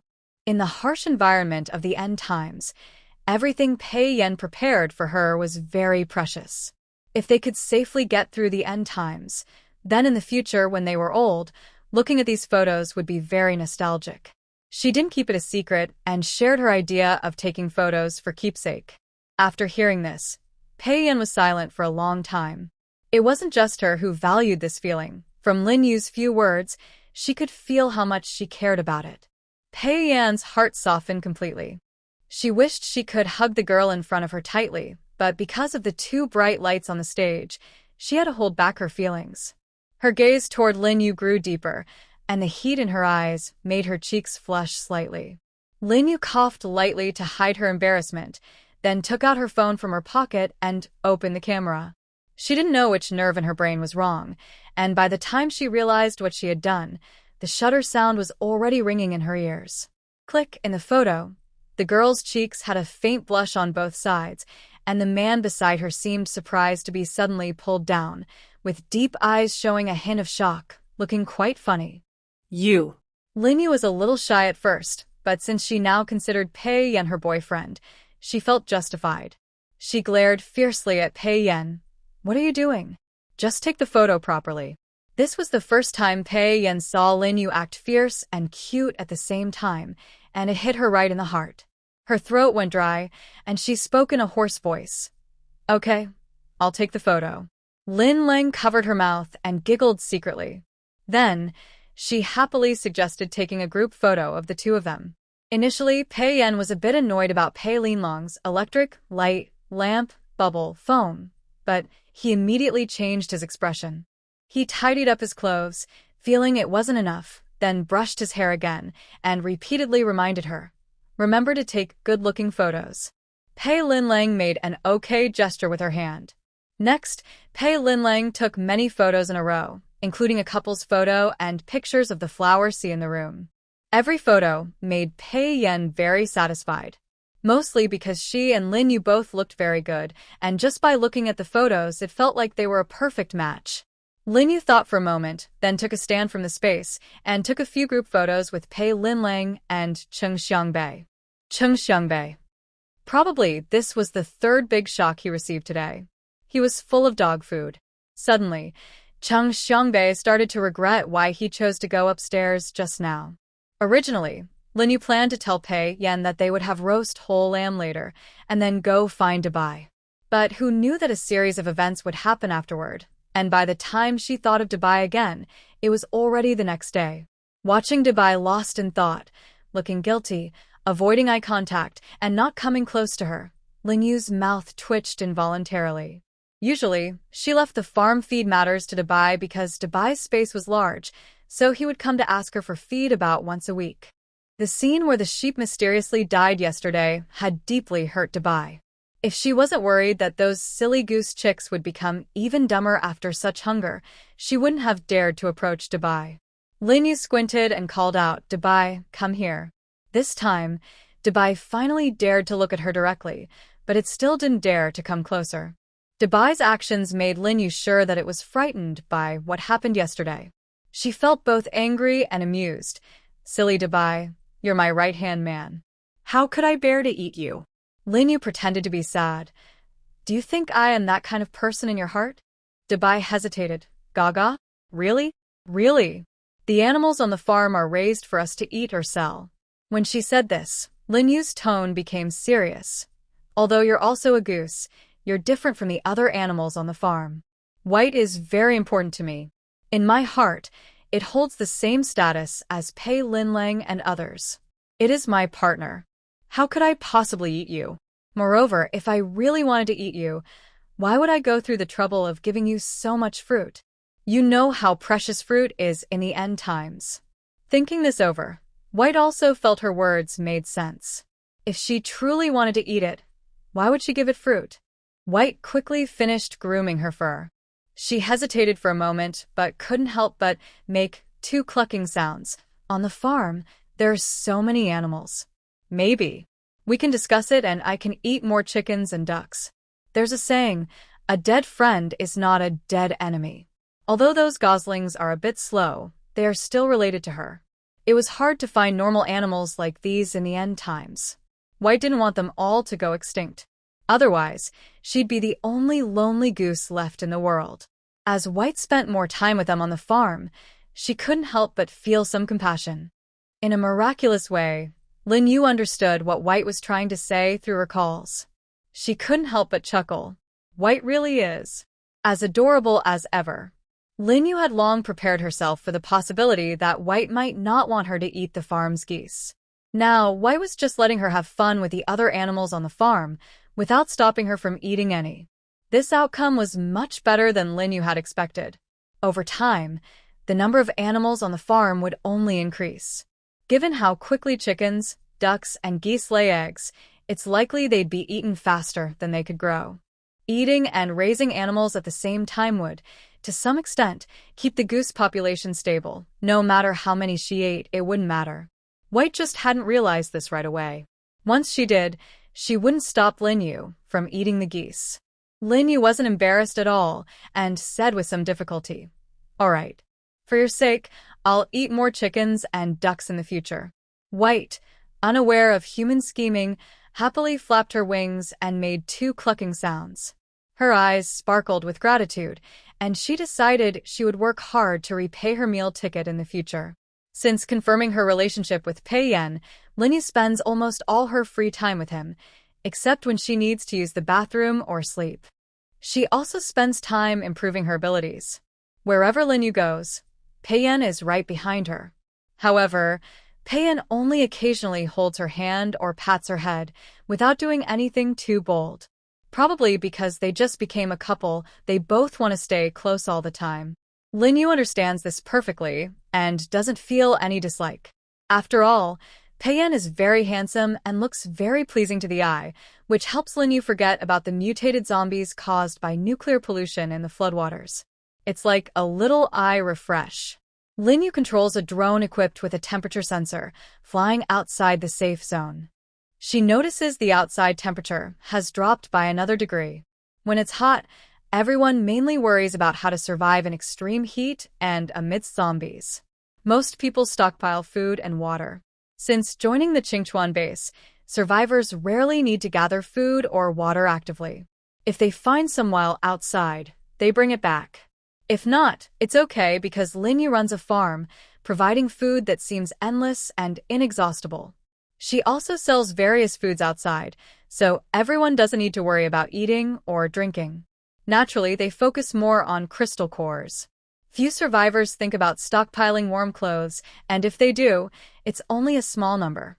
When the coldest weather arrives and floods freeze over, staying inside the Qingchuan base like before won't be enough to earn crystal cores. Going outside will become necessary. Because the base has a constant temperature system, most people wear a short-sleeved shirt under a long-sleeved shirt. Inside the base, it's fine, but outside, they could freeze solid. She doesn't want to see injuries or a decrease in the number of members. After some thought, Linyu opens her system panel and buys a batch of cotton seeds. When they mature, she plans to sell the cotton to the base members. No matter what, cotton is probably better at keeping warm than just short sleeves and single-layer clothing. And Linyu suddenly remembers something. The fluff on the ducks and geese in the pasture can be used to make down jackets, and wool also has excellent insulation properties. According to the system's standards, high-quality products are guaranteed to be top-notch. Perhaps the clothes made from the fluff of the chickens, ducks, geese, and sheep on the farm are even warmer than store-bought down jackets. Thinking about the sheep she lost yesterday, Linyu felt a bit sad, as wool is valuable for earning crystal cores. She could only blame herself for forgetting to tell the system in advance to keep the wool. Fortunately, she only lost one sheep. There are still many sheep on the farm, so she wasn't too upset. As for the batch of cotton-padded clothes she collected in Qingchuan City, she had no intention of selling them. Mainly because there are too many people at the Qingchuan base, and if everyone bought a few pieces, the warm clothing would run out quickly. After thinking it over, Linyu decided to sell the materials to them so they could make their own clothes. Just as she had this idea, a new thought suddenly appeared in her mind. Since buildings like supermarkets can be bought at building material stores, perhaps textile factories are also available there? If she could get a textile factory. Her eyes lit up immediately. She quickly opened the system panel, swiped her finger across the screen, and clicked on the building materials store icon.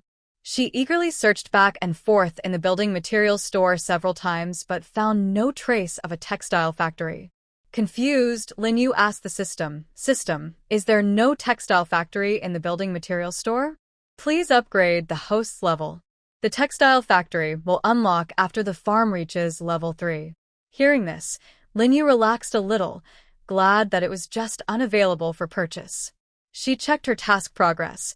Reaching 20 buildings in Qingchuan Base wasn't difficult, but the main storyline progress was moving very slowly. She wondered how long the extreme cold would last. If she upgraded the farm to level 3 and the cold snap ended just a few days later, she'd be quite frustrated. But there was no point dwelling on it. Since she couldn't buy a textile factory now, Linyu quickly exited the building materials store and closed the system shop. She decided to stick to her original plan. After harvesting all the crops on the farm, she would plant cotton. Then, Linyu went to the farm and placed the cotton seeds in a visible spot, where she usually kept the seeds, so the workers could see them as soon as they arrived. After planting the seeds, Linyu went to Qingchuan Base to find Zhou Ran. She told him to harvest all the crops on the farm first, then plant the cotton seeds inside the white woven bag. During this time, Pei Yan stayed close to Linyu. When she mentioned cotton, Pei Yan showed no surprise at all. After all, Linyu had already warned everyone about the possibility of extreme cold. Pei Yan had even guessed earlier that various natural disasters might happen. Seeing the brightness in her eyes, Pei Yan couldn't help but smile softly. "Are you planning to grow cotton to sell to the survivors in the base?" he asked confidently. Linyu didn't hide it. "Not just cotton. I also plan to sell down feathers from chickens, ducks, geese, and wool from sheep." Zhou Ran secretly observed the two of them. As an experienced person, he quickly noticed that something seemed off between Boss Lin and Pei Yan. Especially Pei Yan's gaze at Boss Lin was full of love and tenderness, almost impossible to hide. Meanwhile, Boss Lin looked at him with shining eyes, full of light. Neither of them paid attention to anyone else. Their connection was so strong that no one else could interfere. No matter how Zhou Ran looked at it, they seemed like a couple. He knew the truth in his heart, but didn't ask anything, just quietly nodded in response. He wasn't interested in where the cotton seeds came from. As long as Boss Lin told him what to do, he would do it. The rest was not his concern, especially feelings. If Boss Lin didn't want to talk about it, he'd be annoyed to ask. Zhou Ran silently withdrew, not disturbing their atmosphere. Pei Yan was very pleased with his respectful attitude, quite different from his clueless sister. He couldn't help but praise, "Your employee is pretty good." Lin Yu raised an eyebrow. "Of course. Just look at whose employee he is." Pei Yan chuckled softly. "Yes, yes." Then he paused and silently added in his mind, "As my wife said, that's exactly right." Lin Yu didn't know this at all. However, she suddenly remembered something. Where did the roses Pei Yan used to confess yesterday come from? Out of nowhere, a name appeared in her mind. Chen Chen. Besides Chen Chen, Lin Yu hadn't given roses to anyone else. She looked at Pei Yan with suspicion and asked, "Yesterday, the roses you used for confessing, did you get them from Chen Chen?" Pei Yan usually answers all questions from Lin Yu, especially now that she has her own girlfriend, so he shyly scratched his head and said, "Yes, I asked him for a favor. Because whether it was me or Ling Lang who asked you to buy rose branches, there was a risk of revealing something. Luckily, Chun Chun has awakened his plant-based powers. If he bought the roses for you, it would make sense. I paid him to help find the flowers and used his powers to make them grow." Lin Yu suddenly understood. To be honest, when Chun Chun came to buy flowers, she hadn't thought much about it. She smiled at him with pursed lips and said, "Thank you. I like it very much." In fact, Pei Yan didn't fully rely on Chun Chun to grow the rose branches. He only wanted to make sure the roses could survive. Most of the time afterward, it was Pei Yan quietly taking care of them. Seeing her happy smile, he felt that all of this was worth it. Just after Lin Yu finished speaking, the system's voice suddenly sounded in her ear. "Host, there are people outside the safe zone. Please take the opportunity to let survivors join Qingchuan base." Lin Yu raised her eyebrows and silently thought, "Got it. I'll go check it out now." Then she looked up at Pei Yan and said, "I plan to go near the farm to take a look." Pei Yan didn't ask why she suddenly switched from roses to visiting the farm. He smiled and said, "I'll go with you." Lin Yu nodded and immediately stopped hesitating. She turned and headed toward the farm. When the floodwaters arrived, the water surface was filled with floating trash and bloated, drowned bodies. There was no sign of any living person. Perhaps because the temperature had dropped recently, more survivors seemed to be going outside. This was good news for Lin Yu, as she needed to recruit many survivors to join the base and prepare for upgrades. On the way, Lin Yu took out a drone from her space and controlled it to fly outside the safe zone to check the temperature. The drone's engine noise caught the attention of survivors waiting outside the safe zone, and their eyes were full of envy. It had been nearly 4 months since the day the apocalypse broke out. The drone still has power, which clearly shows that its owner is very wealthy. It is likely they have a diesel generator or solar panels. Outside the safe zone, 5 survivors stand on a strange-shaped boat. Their thin bodies are tightly wrapped in various patched fabrics, only revealing their bloodshot eyes. From their appearance, it is hard to tell if they are men or women. However, the leader's clothing is better quality, made of waterproof raincoat material, while the others wear old plastic bags. They probably wear these to prevent water splashes from the boat from infecting them with the virus and turning into zombies. At this moment, their boat is less than half a meter from the safe zone. Because the floodwaters have submerged parts of Qingchuan Farm, they can see everything inside the golden sphere from their boat. The 5 silently watch the golden shield, their eyes shining with excitement. Not just because of their guesses, but mainly because the sphere is full of food, floating inside the golden glow. The fruit on the branches is abundant. Just one look makes their stomachs rumble. The boat keeps moving forward. Half a meter, 45 centimeters, 40 centimeters, 30 centimeters. When the boat is just 10 centimeters from the safe zone, Lin Yu and Pei Yan arrive at the farm's edge. She looks up, squinting slightly, observing the people on the boat.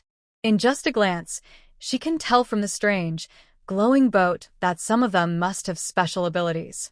Right now, the main task is still far from completion, and the number of people with abilities needed is still uncertain. If new ability users appear, Lin Yu would be very happy. Just as she was about to warn the people on the boat not to cause trouble, she saw the last figure at the back move. He couldn't stand the hunger anymore. The food in front of him was too tempting. He hurriedly pushed past the others blocking his way, stepped onto the edge of the boat, and then leapt toward the glowing golden shield. Lin Yu put aside the desire to help others and respect their fate. Just as the survivor thought he could land smoothly inside the golden sphere with a leap, he felt a rebound force coming from the golden shield. It seemed to carry an electric current, and the survivor was instantly shocked, his body numb. He was thrown more than 10 meters away. His eyes showed fear as he shouted for help to his companions. "Help me." All of this happened in just 1 second. The rebound force flung him over 10 meters away. Even if they wanted to help, they couldn't do anything. Not to mention, his companions didn't even want to help him. Soon, a splash sounded as he fell into the water, and his desperate screams were quickly drowned in the flood. When he touched the floodwaters, his body suddenly changed. His skin turned pale and blue, and soon flesh tumors burst through the plastic bags wrapped around him. Just one look was enough to make people feel chills. The leader cursed softly. Idiot. He didn't need to think much. Blocking the terrifying flood outside and preventing it from pouring in was hard enough. Why would he go in? Are you stronger than the flood? The leader cursed inwardly, worried that the idiot might blame him, so he quickly lowered himself and asked the figure inside the light ball for help. "May I ask the brothers below if you can tell us how to get in? I am a second-tier metal element ability user." Many people at the edge of the farm were killing zombies. Seeing Lin Yu approaching, they decided not to answer. From his voice, Lin Yu could tell the speaker was a man. The man didn't say much, and he was also an ability user, unlike the rude person earlier. She didn't intend to make things difficult. "This is Qingchuan Base. If you want to join, you need to pay rent to register." Li Jiang saw that the many survivors inside the light ball looked at him after hearing his words, then ignored him. He felt annoyed but was surprised when a girl suddenly spoke up. Looking down, when he saw her face clearly, he froze in place. The girl had short, neat hair, delicate features, smooth and fair skin. She was smiling kindly at him. Li Jiang admitted that part of his surprise was because he was impressed by her appearance. But mostly, she looked too clean. Since the apocalypse began, everyone he met along the way was covered in dirt. They smelled like they had been wearing dirty socks for months, with a stinky, fermented smell from pickled vegetables. Even water ability users couldn't stay as clean as she was. And not just the girl who answered him. Li Jiang noticed that all the survivors inside the light sphere looked very clean. Their hair was not greasy at all, and even their clothes were clean. Although the clothes were a bit faded from washing, they were definitely not dirty. This suggested that they all had enough water. When he heard the girl's words, Li Jiang's eyes widened slightly. "Spring water base." He didn't hesitate at all and said excitedly, "How many crystal cores do you need?" "I'll give you." Lin Yu briefly explained the prices of various rooms at the spring water base, mainly recommending a 2-bedroom apartment. Compared to ordinary people, ability users earn crystal cores much more easily, so it's worth taking advantage of this opportunity. Hearing about the benefits and facilities at the base, and that you only need to pay with crystal cores to enjoy unlimited water and electricity, the 4 people on the speedboat couldn't help but swallow hard. The girl standing next to Li Jiang, who was about a head and a half shorter and a bit petite, tugged at his clothes. "Brother Jiang, let's join the base now." Li Jiang had already made up his mind and didn't hesitate. "I'll book a 2-bedroom apartment and a double room." At this point, his eyes showed a hint of nervousness. I'll pay 1 month's rent first. Is that okay?" Lin Yu smiled slightly. "Of course, no problem. Cheng Hui, that's 240 first-level crystal cores. Just toss the cores over." Li Jiang looked doubtful. "Can you make the decision?" Lin Yu chuckled softly. "If you don't believe me, you can ask the people here." The surrounding voices agreed, and Li Jiang suddenly understood. No wonder they hadn't spoken earlier. They had someone who could make decisions right here, so there was no need to waste time. He didn't think she would lie to him. After all, those people at the base weren't just decorations. They wouldn't team up to deceive him, right? If they did, he'd be unlucky. Li Jiang quickly made up his mind and called out to Lin Yu from a distance. Wait for me. Then he turned to the girl behind him and said, Give me 240 first-level crystal cores. The girl did not hesitate at all and took out enough crystal cores from the space. After Li Jiang received the crystal cores, he looked uncertainly at Lin Yu below and asked, Should I just throw the crystal cores to you? They probably won't bounce back, right? Just throw them directly. They won't bounce back, Lin Yu replied kindly, showing friendliness toward Li Jiang, who was quick to take out the cores without complaining. Li Jiang hesitated, but then threw the cores down. Fortunately, 240 first-level crystal cores fell from the sky without bouncing back. As the cores landed, a system notification sounded in Lin Yu's ear. Second-level metal element ability, user Li Jiang has joined Qingchuan base. Second-level space element ability, user Luo Xiaoxue has joined Qingchuan base. Ordinary person has joined Qingchuan base. Ordinary person has joined Qingchuan base. Lin Yu was slightly surprised. He didn't expect such a good deal. Buy one, get one free. His smile became even kinder. All right, now you can jump down. The four people on the hovercraft stared in disbelief, unable to believe what they heard. Jump down? Could they be thrown out like the fool earlier and sink into the flood, turning into zombies? Lin Yu chuckled softly. Yes, just jump down. You won't be bounced away like that person. I'll catch you below. Honestly, after what just happened, even though Lin Yu repeatedly assured himself he wouldn't be bounced away, Li Jiang still didn't dare to try easily. What if she was lying? But the crystal cores had already been handed over. Could they really lose over 200 first-level cores just like that? Looking at the golden shield nearby, Li Jiang clenched his teeth and tentatively reached out to touch the golden barrier in front of him. His movement was too quick. By the time the others reacted, one of Li Jiang's feet had already entered the shield, and he was not bounced back at all. The three others' worries caught in their throats. Li Jiang's eyes lit up. He wasn't lying. He no longer hesitated and looked at his three companions. Jump. Then he took the lead and jumped down. Everyone quickly followed, closing their eyes as they jumped. A feeling of weightlessness came over them. Just when they thought they would fall flat on their faces, suddenly, they felt soft objects under their feet. When they opened their eyes, they found themselves standing on a patch of water, and their shoes and pants were not wet at all. They were stunned and said, Are you also an ability user? Lin Yu just smiled silently. After these survivors entered the base, the temperature readings from the thermometer also became visible. She used the remote control to make the drone fly back. When she took down the temperature gauge, she found that in just one day, the outside temperature had dropped from 60 degrees Celsius to 39 degrees Celsius. Pei Yan was surprised.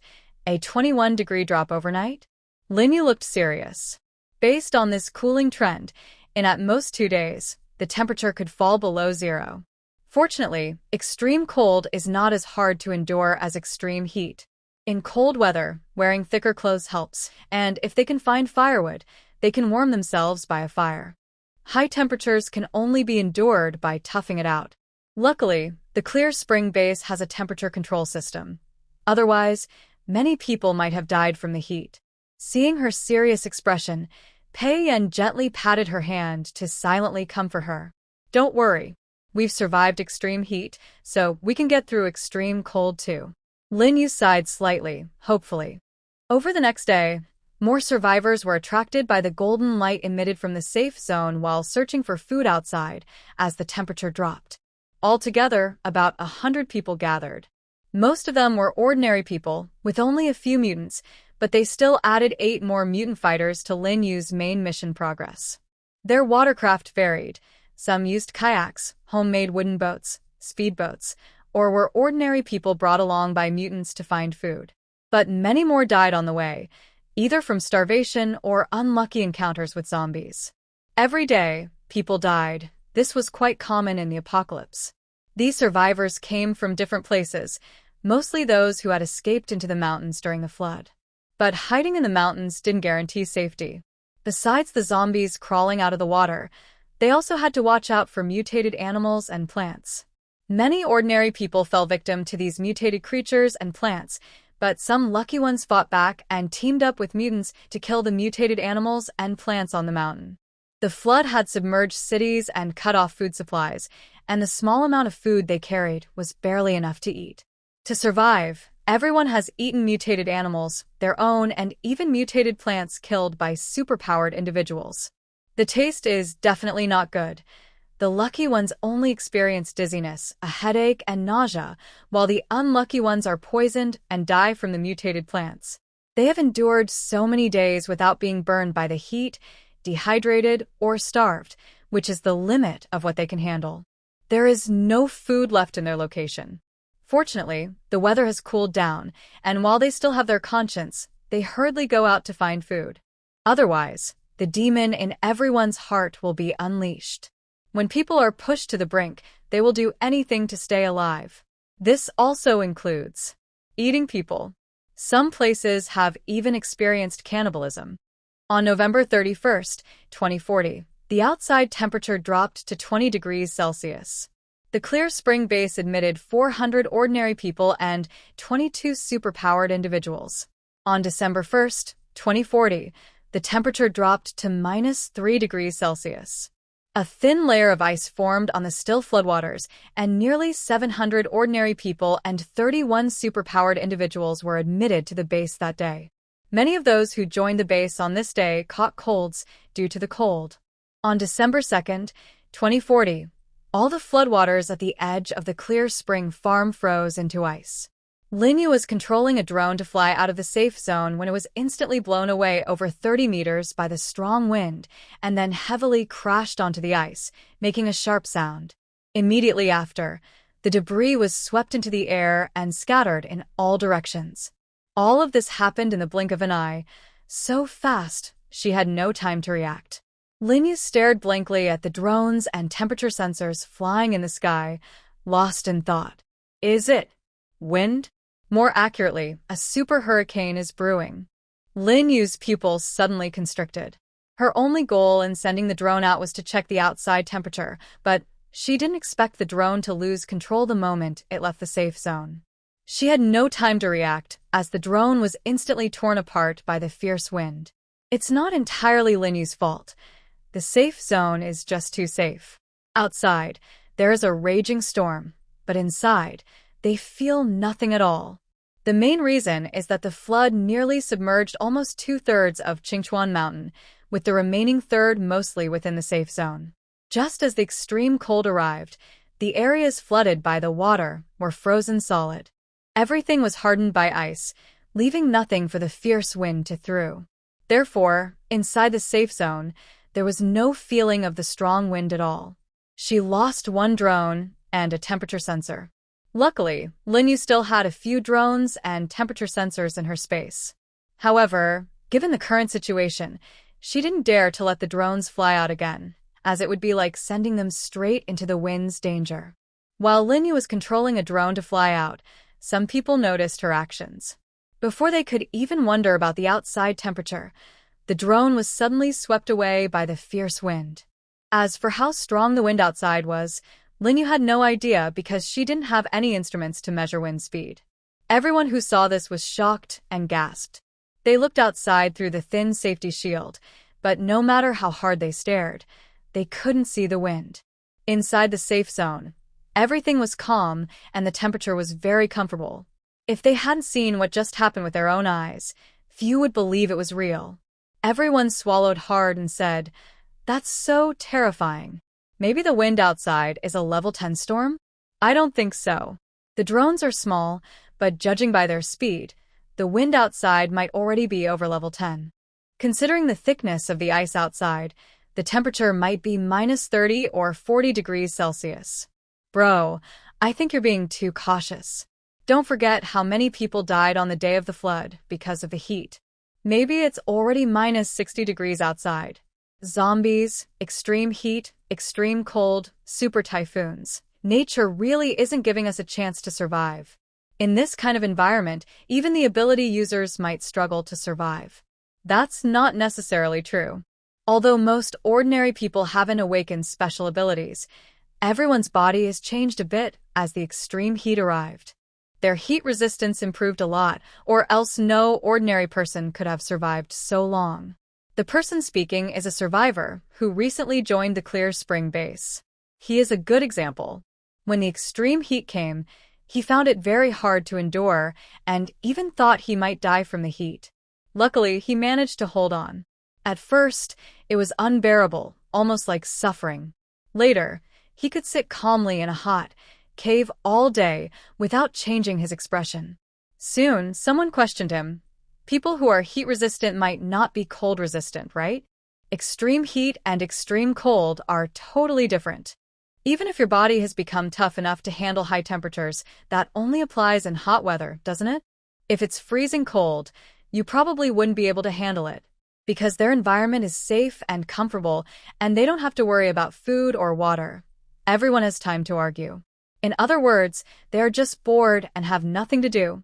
The man is confident, but after this distraction, his firm belief suddenly wavers. He opens his mouth, struggling to speak. Then, Maybe not. this time, no one argued with him. Everyone's faces changed when they thought about the chain reaction caused by the flood freezing everything into ice. Oh no, the zombies are all frozen in thick ice. How can we get crystal cores to pay the rent now? As soon as he said that, everyone fell silent. It seemed the only way was to go outside and kill zombies. Otherwise, the consequences of not paying rent and utilities on time. The earlier survivors who joined the Clear Spring base couldn't help but shiver at the thought. It looks like we have to go out and kill zombies. Recently, some new survivors who joined the base didn't understand this. It's just rent. Why are you making such a fuss? Haha. What do you mean just rent?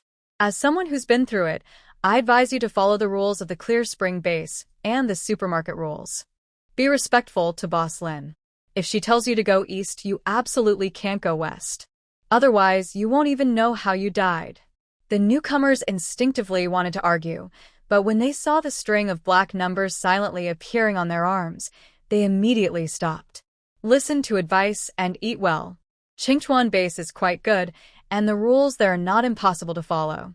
After finally finding a safe place to live in the apocalypse, there's no need to cause trouble again. Lin Yu didn't pay attention to the gossip among the survivors. To prevent unnecessary losses among the survivors in the base, she didn't hesitate about the drone issue and went to Qingchuan base right away to inform everyone. If nothing unexpected happens, the zombies in the flood should be frozen under a thick layer of ice. The survivors in the base need to pay rent, so they must go out and kill zombies. Lin Yu didn't want to stop people from leaving the base, but she didn't want them to get hurt without knowing the danger. That would be too costly. If they had to go out, they should prepare in advance or wait until the wind calms down a bit. She only came to remind everyone because of her mission. The survivors in the base believed her warning about the extreme cold. After all, outside the base was a vast white landscape, and the thick ice layer wasn't just for show. However, some people still doubted her mention of a super hurricane. From inside the safe zone, they couldn't feel any strong wind. Everything looked calm outside, not at all like it was windy. But I didn't hear any wind at all. Boss Lin, you probably just made up a reason to stop us from going out, right? Are you worried that if we go out, we'll tell other mutants about the base, and someone might come to take it over? Most of these doubters were survivors who had joined the base only in recent days. They didn't understand how strange Qingchuan base was, nor did they know Lin Yu's personality. When she welcomed everyone into the base, she spoke softly and kindly, never losing her temper, so people thought she was very approachable. Some might have become a little too confident because they thought she was easy to get along with. Little did they know, she had become gentler because she was touched by love, which softened her entire demeanor. The experienced elders at Qingchuan base didn't doubt for a moment. Originally, everyone looked worried and gloomy, but when someone questioned Lin Yu, they immediately retorted, "Our boss Lin is kind-hearted to take you in. If you want to die, no one will stop you." I think you're just trying to go out and find mutants to steal from Boss Lin's base. You're ungrateful. How do you talk? Humph. Boss Lin is kind. Honestly, he hopes to recruit more survivors to join the base. If you have the guts, go ahead and try to recruit others. Let's see who ends up dead first. You. Anyway, Linyu had said what she needed to. Her face grew cold as she glanced at the noisy crowd. Quiet. I've warned you. If you believe it, then believe it. If you don't and really want to die, I can't stop you. Anyone who keeps talking nonsense will be kicked out. The elders immediately fell silent, trembling with fear, and quickly smiled at Linyu. Although she didn't need their help to speak for her, Linyu still appreciated their loyalty. She slightly smiled at the few survivors who had just argued with her. A few of them were a bit surprised and flattered. But a very small number of newcomers felt their dignity was insulted. Because she openly told them to leave in front of so many people, they felt humiliated. Their eyes on Linyu showed defiance and even hatred. However, at the next moment, the man and woman who had been loudest suddenly sensed a cold, deadly gaze like watching a corpse fall on them. Pei Yenshin looked at the two of them carefully, memorizing their appearances deeply in his mind. Because of the rule at Qingchuan base that fights and physical altercations are forbidden, he had to suppress the urge to use his powers to electroshock them. Under his gaze, the man and woman instantly froze. The man was jealous because of his appearance, while the woman's eyes showed infatuation. She thought, so handsome. Pei Yenshin frowned, his eyes full of disgust. The woman was hurt by his cold, almost like looking at a fly, gaze. She pretended to be delicate and made a gesture of holding her heart. After Linyu and Pei Yenshin confirmed their relationship and became a couple, everyone in the base basically understood their connection. She looked as if she was blind, unable to see that her girlfriend was right next to her, constantly winking at Pei Yan and even boldly speaking out. "Big brother, you look so good. Do you want to be my boyfriend?" Pei Linlang was immediately stunned, feeling angry inside, and wishing she could hit her with a heavy object to see what her brain was made of. Pei Yan couldn't hold back anymore. He looked at Linyu with a serious face, his eyes showing a fierce intent. "Can I hit her?" His anger wasn't directed at Linyu, but at the crazy woman. And Pei Yan's words weren't asking for Linyu's permission. He wanted to see if he could act in the base. He believed Linyu would understand what he meant. Pei Linlong's knuckles were cracking as she clenched her fists, saying, "Linyu, I really want to hit her." Cheng Xiangbei looked even more straightforward, giving the woman a look as if she were a fool. "Are you stupid?" Linyu was disgusted and forced a smile at the siblings. "Of course, you can." Although she was smiling, her eyes showed no happiness. If their tone had been more normal when asking, she might have just ignored it or refused to believe them. But not only did they doubt her and make up excuses to keep her from going out, but they also looked at her with hostility. Most importantly, they even openly showed their hostility in front of Pei Yan's real girlfriend, acting as if they were burning with anger. No wonder Linyu gave them special privileges. Pei Yan stopped the furious Pei Linlang, who was eager to fight that woman, and gently shook his head, signaling for her to stand down. He trusted Linyu completely. Almost the moment her words finished, a silver arc of electricity shot toward the woman's mouth. A loud slap echoed through the entire base. Pei Linlang and Cheng Xiangbei felt secretly pleased. The woman's mouth hurt and went numb, and even a bit of smoke was coming out around her lips.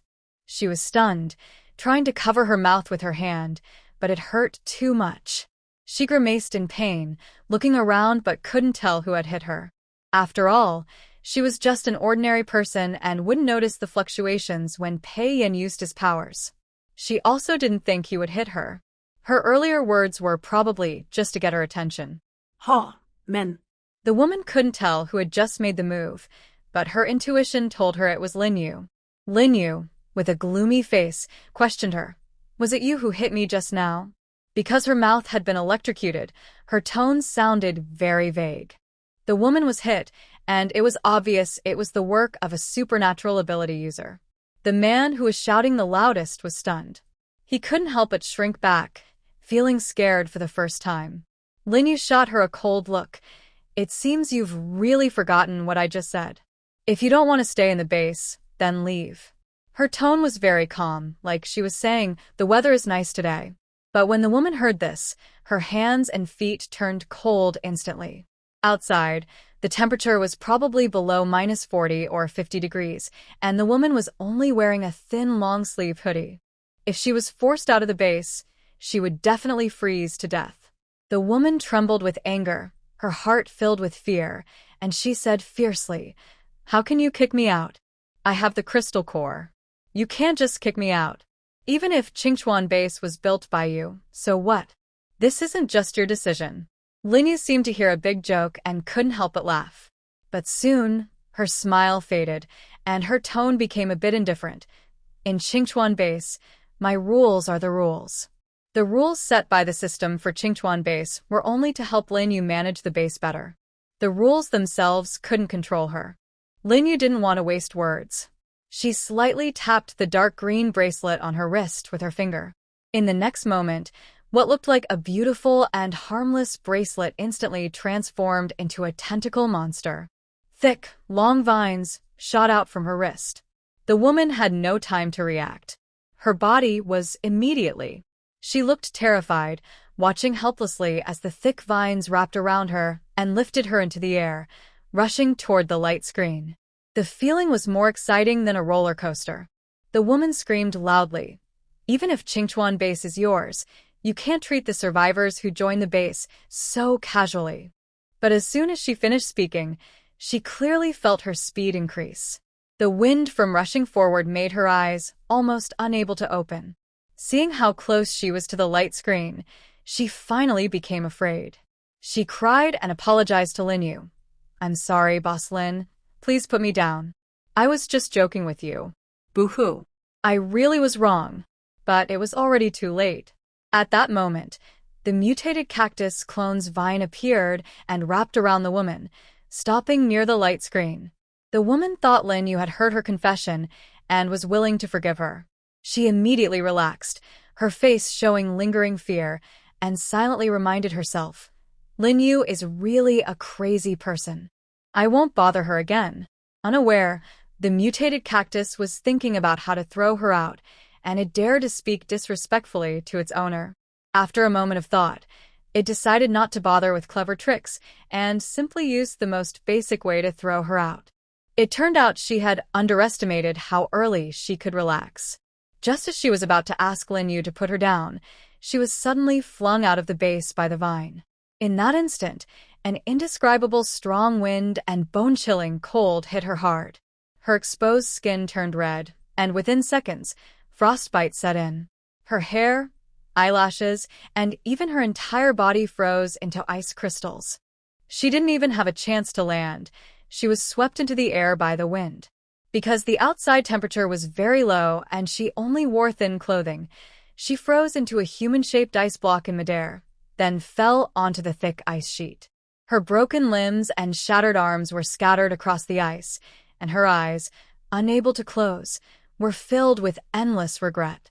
Now, no one dared to question Linyu anymore. Didn't you see a living person, weighing 180 pounds, being flung out of the base and immediately swept into the sky by the wind? It was terrifying. Another man, feeling scared after witnessing this, lost his soul and deeply regretted provoking Linyu. Just as he was about to run away, a soft vine tripped him. His face turned pale instantly, and he immediately knelt before Linyu. "Boss Lin, I mean no harm. I just wanted to confirm something with you. Your honor." The mutated cactus, annoyed by the man's noise, somehow took action. Without removing his shoes, it rolled up his smelly socks, unwashed for days, and stuffed them into the man's mouth, silencing him instantly. Without needing Linyu's command, it repeated the previous step and flung him out of the base. The man was so disgusted by the smell of dirty socks that he shed tears of physical pain. No one could face death calmly. He was so scared that tears and mucus flowed freely, and a foul odor seeped from below. His mouth was tightly sealed, making it impossible for him to beg for mercy. Everyone present fell into silence. Linyu is not a saint. She cannot simply warn everyone about danger outside, try to prepare, and then be mocked or doubted, as if she had ulterior motives. Some even looked at her with hatred, as if she were a sworn enemy. Yet she still allowed them to stay in the base. If they didn't want to stay at the Clear Spring base, they could leave. It didn't matter to her whether they lived or died. She saw this as a chance to discipline the recent survivors who joined the base, as well as the ability users. It was a way to make good use of resources. Lin Yu had noticed the doubts among the new survivors who had recently joined the base. She had been waiting for them to cause trouble. Now, these two had just stepped into her trap. In the apocalypse, strict rules are necessary. Only by dealing harshly with troublemakers can they learn a lesson. If she let things slide lightly, anyone could come out and cause problems. Lin Yu didn't want to deal with all kinds of trouble every day. However, if troublemakers kept causing chaos, it wouldn't be worth it to expel them from the base, as the number of people would decrease too much. She silently discussed with the system. Master, can we negotiate? For that main mission, maybe we shouldn't base it on the actual number of people, but just on the number of people who join the base. Who else but her own host? The system reluctantly agreed. Fine. But only starting now. The system was already satisfied that Lin Yu had agreed. From now on, judging the completion of the mission based on the number of people who joined the base, rather than the actual population inside, was acceptable. She withdrew her thoughts and looked at the crowd on the scene, who dared not make a sound. She didn't explain anything, only said calmly, "Tomorrow, the Clear Spring supermarket will stock cold weather supplies like cotton, goose down, duck down, chicken down, wool, and rabbit fur. Everyone can choose to buy warm clothes for themselves." After saying this, Lin Yu turned and left the base. Pei Yan, Pei Linlang, Qing Xiangbei, and others followed closely behind. On the 9th floor of Building 7 at the Clear Spring base, Su stood at the edge of the balcony, looking serious as he watched Lin Yu and the others leave. Su Yu was the first Ice-type ability user to join the Clear Spring base after the flood arrived. Until Lin Yu and the others' figures disappeared from sight, Su softly muttered, "Clear Spring base. Truly a place full of hidden talents." The move Lin Yu just showed was very powerful. If it weren't for her ice abilities, he wouldn't be confident he could block that attack. But her true strength is even greater than that. I've heard she also has water and space abilities, and even the entire Clear Spring base might be under her control. No doubt about it. Lin Yu is incredibly deep and mysterious, and the strength she revealed might just be what she allows others to see. Not to mention the man following her is a powerful Thunder-type ability user. A deep sense of caution rose in Su Yu's eyes. Lin Yu is someone even he needs to be friendly with, someone he dares not offend easily. He didn't know what those two fools were thinking, daring to provoke her, serves them right if they got hurt. Su Yu knew well how dangerous it was when teammates hold you back, so he quickly called his team members over. He warned them earnestly not to do anything stupid or to offend Lin Yu and her companions, or today's outcome would be theirs. Such scenes happened in countless rooms. After Lin Yu left, everyone relaxed a bit and started discussing the cold weather supplies that would be available at the Clear Spring supermarket tomorrow. Sheepwool sounds very warm, but the problem is, can you guys make clothes? If you can't make them, you still have to try. Just like if you say you're afraid to fight zombies, will they really let you go? Sigh, isn't that true? I used to feel terrible if I didn't shower or wash my hair for a day. During extreme heat, I endured 2 months without washing just because I shaved my head. If I hadn't done that, I probably would have been covered in lice. Haha, I'm a bit better. After escaping from Linchuan City, I joined the Clear Spring base and luckily avoided the high temperatures. Hearing this, the newcomers looked at him with envy. Meanwhile, on the way back to the villa, Pei Yan kept secretly watching Lin Yu several times. About what happened earlier, he hesitated to speak. Seeing Pei Yan's expression, Lin Yu guessed what he wanted to say. She couldn't help but laugh and turned to look at him. "Are you worried I'll get angry?" Pei Yan nodded hesitantly. Lin Yu smiled lightly, but then her eyes turned serious. "Doesn't this just show that because you're excellent, you naturally attract others' attention?" Pei Yan's excellence is not only in his appearance, but also in his inner qualities. When someone is truly outstanding, it's normal for others to pay attention to them. However, the difference is that the woman just cared about Pei Yan's looks, showing her shallow and foolish nature, just like herself. Even if Lin Yu is angry, her anger should be directed at herself, not at Pei Yan. So, Pei Yan's worries are unnecessary. His eyes softened, and he felt deeply touched. The more he interacted with Lin Yu, the more he liked her. A hint of brightness appeared in his eyes. Yes, you are also very good. His tone paused slightly as he remembered that Lin Yu was excellent both in appearance and inner qualities, and she deserved to be liked. He also thought that maybe others would like her in the future. Although this indirectly shows that Lin Yu is very outstanding, just thinking about it made Pei Yan feel anxious. He looked at Lin Yu with a slightly more serious expression, which suited him well. Lin Yu narrowed her eyes slightly. What do you mean by more serious? Unknowingly, Pei Yan revealed his thoughts. After Lin Yu pointed it out, he felt a bit embarrassed. He was thinking that it would be good if Lin Yu was a little more fierce with everyone to prevent most people's intentions. But he showed no sign of this on his face, only a faint smile at the corner of his mouth. I also like your cute, fierce look. Lin Yu looked at him with suspicion, wondering what cute and fierce meant. She remembered she didn't seem to have shown much expression just now. Beside them, Pei Linlang and Qing Xiangbei looked worried. Oh well. In the end, she felt she was just overthinking.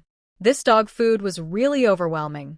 Lin Yu glanced sideways and saw Pei Linlang and Qing Xiangbei's expressions. She then shot a quick glare at Pei Yan when they weren't looking. It's all his fault for using the phrase cute and fierce to describe her. Now, her image of being calm and unshakable in Pei Linlang and Qing Xiangbei's eyes might have been completely shattered. Unaware of her glare, Pei Yan only felt like he was struck by an electric shock, his throat slightly dry. His girlfriend is really adorable. Lin Yu couldn't help but give him another look, signaling him to tone it down. Pei Linlang sighed softly. Her brother's unremarkable appearance was truly hard to watch. Having a girlfriend as beautiful as Sister Lin Yu is really lucky for him. Lin Yu cleared her throat and said, "All right, everyone, stop joking. I have something to tell you. Come with me." They all quickly followed her. Inside the villa's lobby, Lin Yu signaled Pei Yan to close the door. Qing Xiangbei was a bit curious about what she wanted to say, wondering why she was so secretive. Well, it's like this. Lin Yu didn't hide the truth and told everyone about the ability fruit. Pei Yan's first reaction was not excitement, but rejection. You can keep the ability fruit for yourself. There's no need to give us any. The rent for a 2-bedroom, 1-living-room house at Qingchuan Base is 100 first-level crystal cores per room per month, not including meals. They not only live in a big villa, but also eat whatever they want daily. The farm produces all kinds of fresh fruits, and Pei Linlang almost ate herself sick. Lin Yu offered a friendly price, charging only 100 first-level crystal cores per person each month. After confirming her relationship with her brother, she stopped charging rent altogether. Living in the villa, eating and drinking for free already made Pei Linlang feel very embarrassed, so she felt even more uncomfortable when Lin Yu proposed giving everyone the ability fruit. Since her parents had always told her that men should earn money to support the family, Pei Linlang couldn't help but glare at Pei Yan with a look full of disdain, implying, "Can you do it or not? Why do you always want your sister-in-law to support you?" The difference was obvious. Just now, Lin Yu glared at Pei Yan, and he thought she was the cutest thing in the world. Now, Pei Linlang glared at him, and Pei Yan found his sister really annoying. Maybe that's what a real sister is like. Qing Xiangbei also wanted to be proud like them, but he couldn't resist the temptation of the ability fruit, so he decided to follow his heart. "So, Sister Lin, if you give us the ability fruit, what do you use?" As soon as he said that, Qing Xiangbei felt 2 cold gazes on him. Afraid that he wouldn't finish his words before being silenced, he quickly raised his hands in surrender. "Don't misunderstand. I just want to ask if Sister Lin has many ability fruits. Could she leave me one? I'll buy it from you once I save enough crystal cores." It was obvious that ability fruits that could upgrade a first-level ability must be very expensive. Based on Cheng Xiangbei's current situation, he didn't think he could afford it. He thought that after he finished speaking, Pei Yan and Pei Linlang would look away, but instead, he felt the air around him grow colder. Cheng Xiangbei was suddenly stunned. He didn't mean to take advantage, so why was she looking at him with that expression? All right. If you call Lin Yu big sister, then doesn't that mean we suddenly have a new brother-in-law? The siblings exchanged a glance, rarely united in purpose. They decided to talk to Cheng Xiangbei seriously later and make him change that nickname. Unaware of their intentions, Cheng Xiangbei could only curl up and hold his small, helpless self. Lin Yu's lips curled into a slight smile, and a teasing thought arose in her mind. She stretched her tone. If you don't want the ability fruit, I might just put it on the shelves at Qingchuan supermarket and sell it to other ability users. The three of them were suddenly stunned. The value of ability-enhancing fruits is obviously very precious. Chances to find mutated zombie cores that match one's own ability are rare. Most are non-attribute cores, followed by water, fire, earth, strength, and speed cores. Some ability users with special powers like Pei Yan and Pilanlang have very few opportunities to get cores matching their abilities, especially those who have awakened lightning, invisibility, mental, or healing abilities. Pei Yan refused because he wanted Lin Yu to prioritize him and not worry about others. Pei Linhang's attitude was similar. No one knew how badly Cheng Xiangbei wanted the ability fruit. He even clearly expressed his intention to buy it and told her to save it until he had enough money. But who knew Lin Yu would put it on the shelves at Qingchuan supermarket for others to buy? After a moment of frustration, Cheng Xiangbei looked at her sadly and said, I want it. Sister Lin, please save one for me. I'll buy it when I have enough money. I want one too. Don't sell it cheaply to outsiders. Lin Yu immediately stopped teasing and smiled. Don't worry. I've set aside some for you. Ability fruits can be used within the 5th level without side effects to upgrade abilities by 1 level. When you reach level 4, you can eat the ability fruit again to maximize benefits. So, everyone naturally believed that Lin Yu didn't need the ability fruit, which is why she was willing to share. Cheng Xiangbei and Pei Linhang truly believed that Lin Yu's abilities had long surpassed the 5th level. The Qingchuan base, Qingchuan farm, Qingchuan supermarket, and the safe zone were clear evidence. Although Lin Yu's supernatural ability fluctuation appears to be at level 3, both of them naturally assumed the reason behind it. After Lin Yu and Pei Yan returned from Linchuan City, they indeed learned that her ability had advanced to level 3. But it's been a long time since their last trip out. Who knows if Lin Yu has already advanced further? Maybe she has already leveled up, and the level 3 ability she shows to others is just what she chooses to reveal. If anyone truly thinks her ability is only level 3 and goes looking for trouble, they will only end up hurting themselves. It's just a beautiful misunderstanding. Seeing their proud expressions, Lin Yu silently decided not to explain. However, this did not include Pei Yan. He tilted his head to look at Lin Yu, a faint smile flashing in his deep black eyes. Perhaps Lin Yu is just waiting until her ability reaches level 4 before eating the ability fruit? Pei Yan knew this well, but said nothing. He casually glanced at Pei Linlang and Cheng Xiangbei above their heads, then paused before saying, regarding the zombies we killed in Linchuan City earlier, you don't need to give me the crystal cores. If those over 50,000 crystal cores aren't enough to buy one ability fruit, I'll make up the difference with other crystal cores. Pei Yan doesn't want his team to think everything they do is just expected. Although he outwardly shows disdain for Pei Linlang, deep inside, he thinks her pushing him to prevent Lin Yu from raising her ability is a good idea. Lin Yu blinked. Although Pei Yan's words seemed to be about crystal cores, they weren't entirely about crystal cores. She didn't plan to give the ability fruits for free to her friends, but hearing Pei Yan consider her made her feel warm inside. Cheng Xiangbei and Pei Linlang quickly said they would gather crystal cores and begged her to keep the ability fruits for herself, not to sell them at Qingchuan supermarket. Lin Yu smiled gently and explained, ability fruits are meant for you all. I was just joking earlier.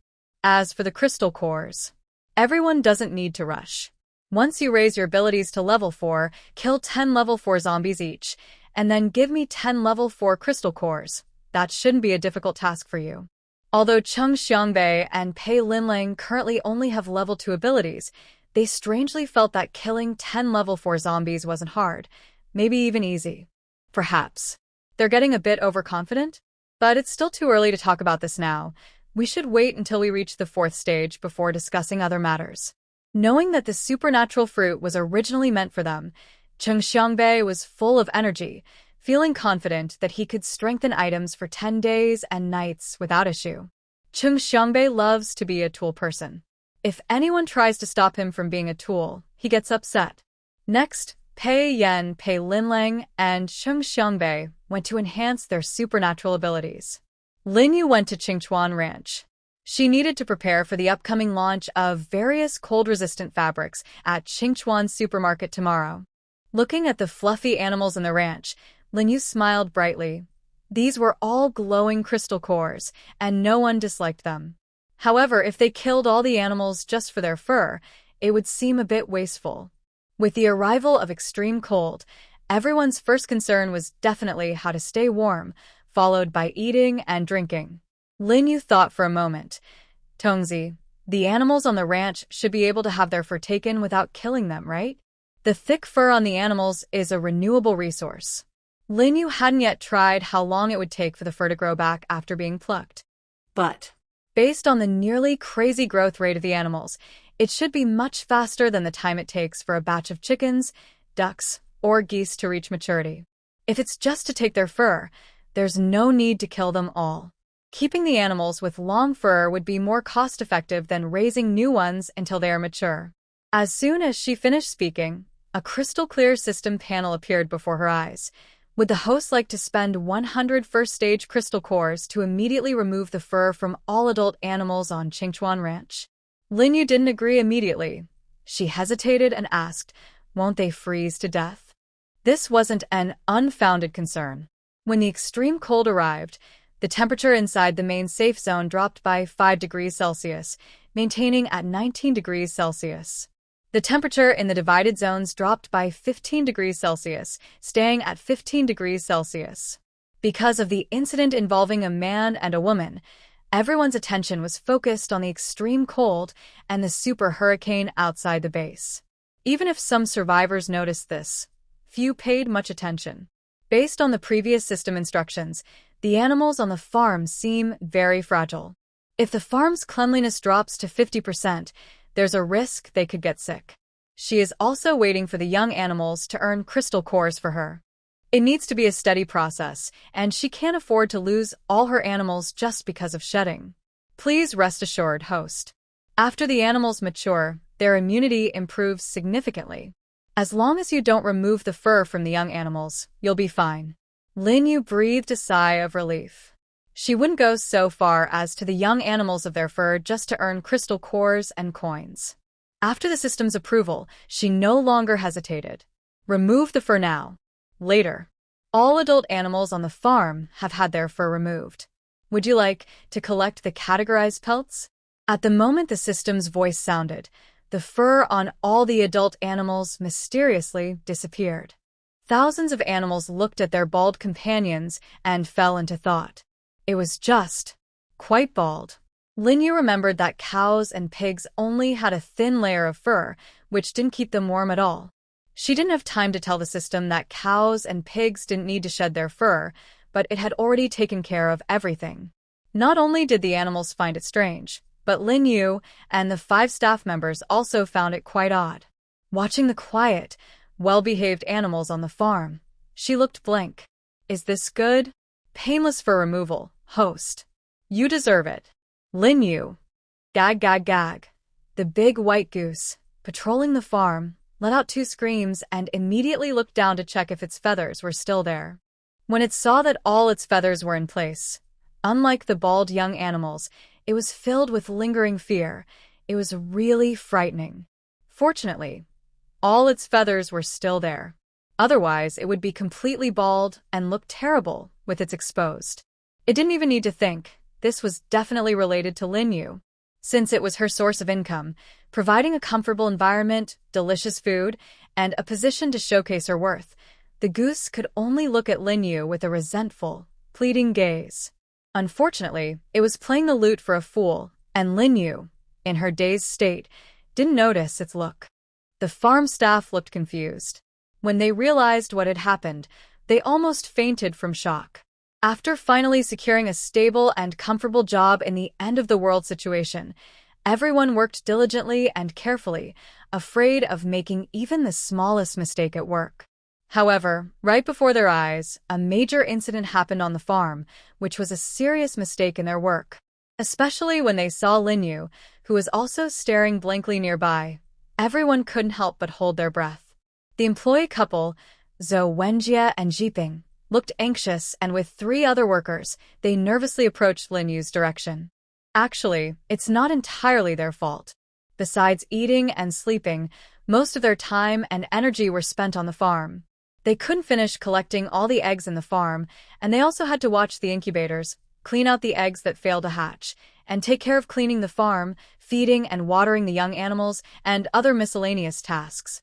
Just finishing these daily chores made them sore and tired all over, and when they returned to the workers' dormitory, they just lay down to rest. There was no time left to gossip or ask others about anything. Plus, Lin Yu had just told everyone that tomorrow a new batch of war materials would arrive at Qingchuan supermarket. The base members didn't have permission to enter the farm, so the news naturally didn't reach them.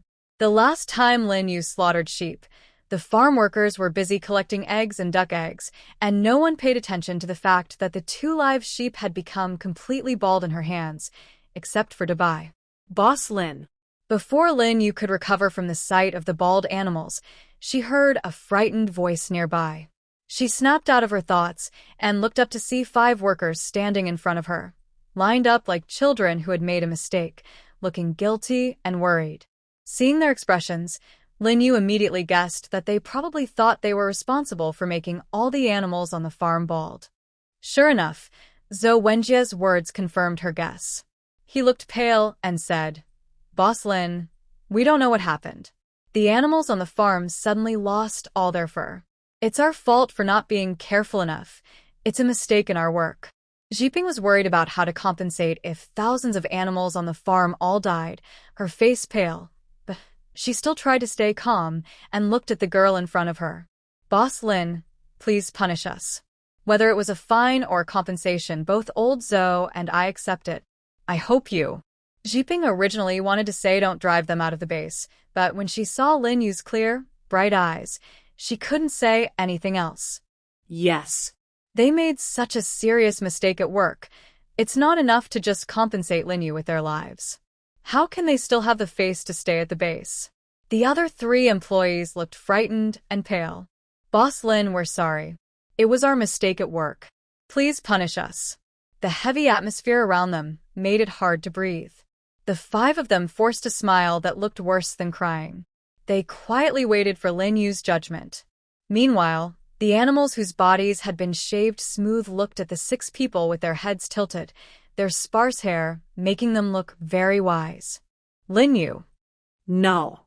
She suddenly wanted to ask, "Are you all so into imagining things?" She hadn't said anything at all. Lin Yu sighed. The 5 employees trembled like leaves in the wind. They were clearly terrified but still tried to hold on. Lin Yu couldn't help but laugh and cry, "The farm animals have nothing to do with you. I did this myself. What do I need to punish you for? Boss Lin, it's all our fault." Huh? "What did you say?" The 5 of them were stunned. Zhou Wenjie couldn't believe what he heard and carefully confirmed, "Boss Lin, did you really do this?" Lin Yu nodded.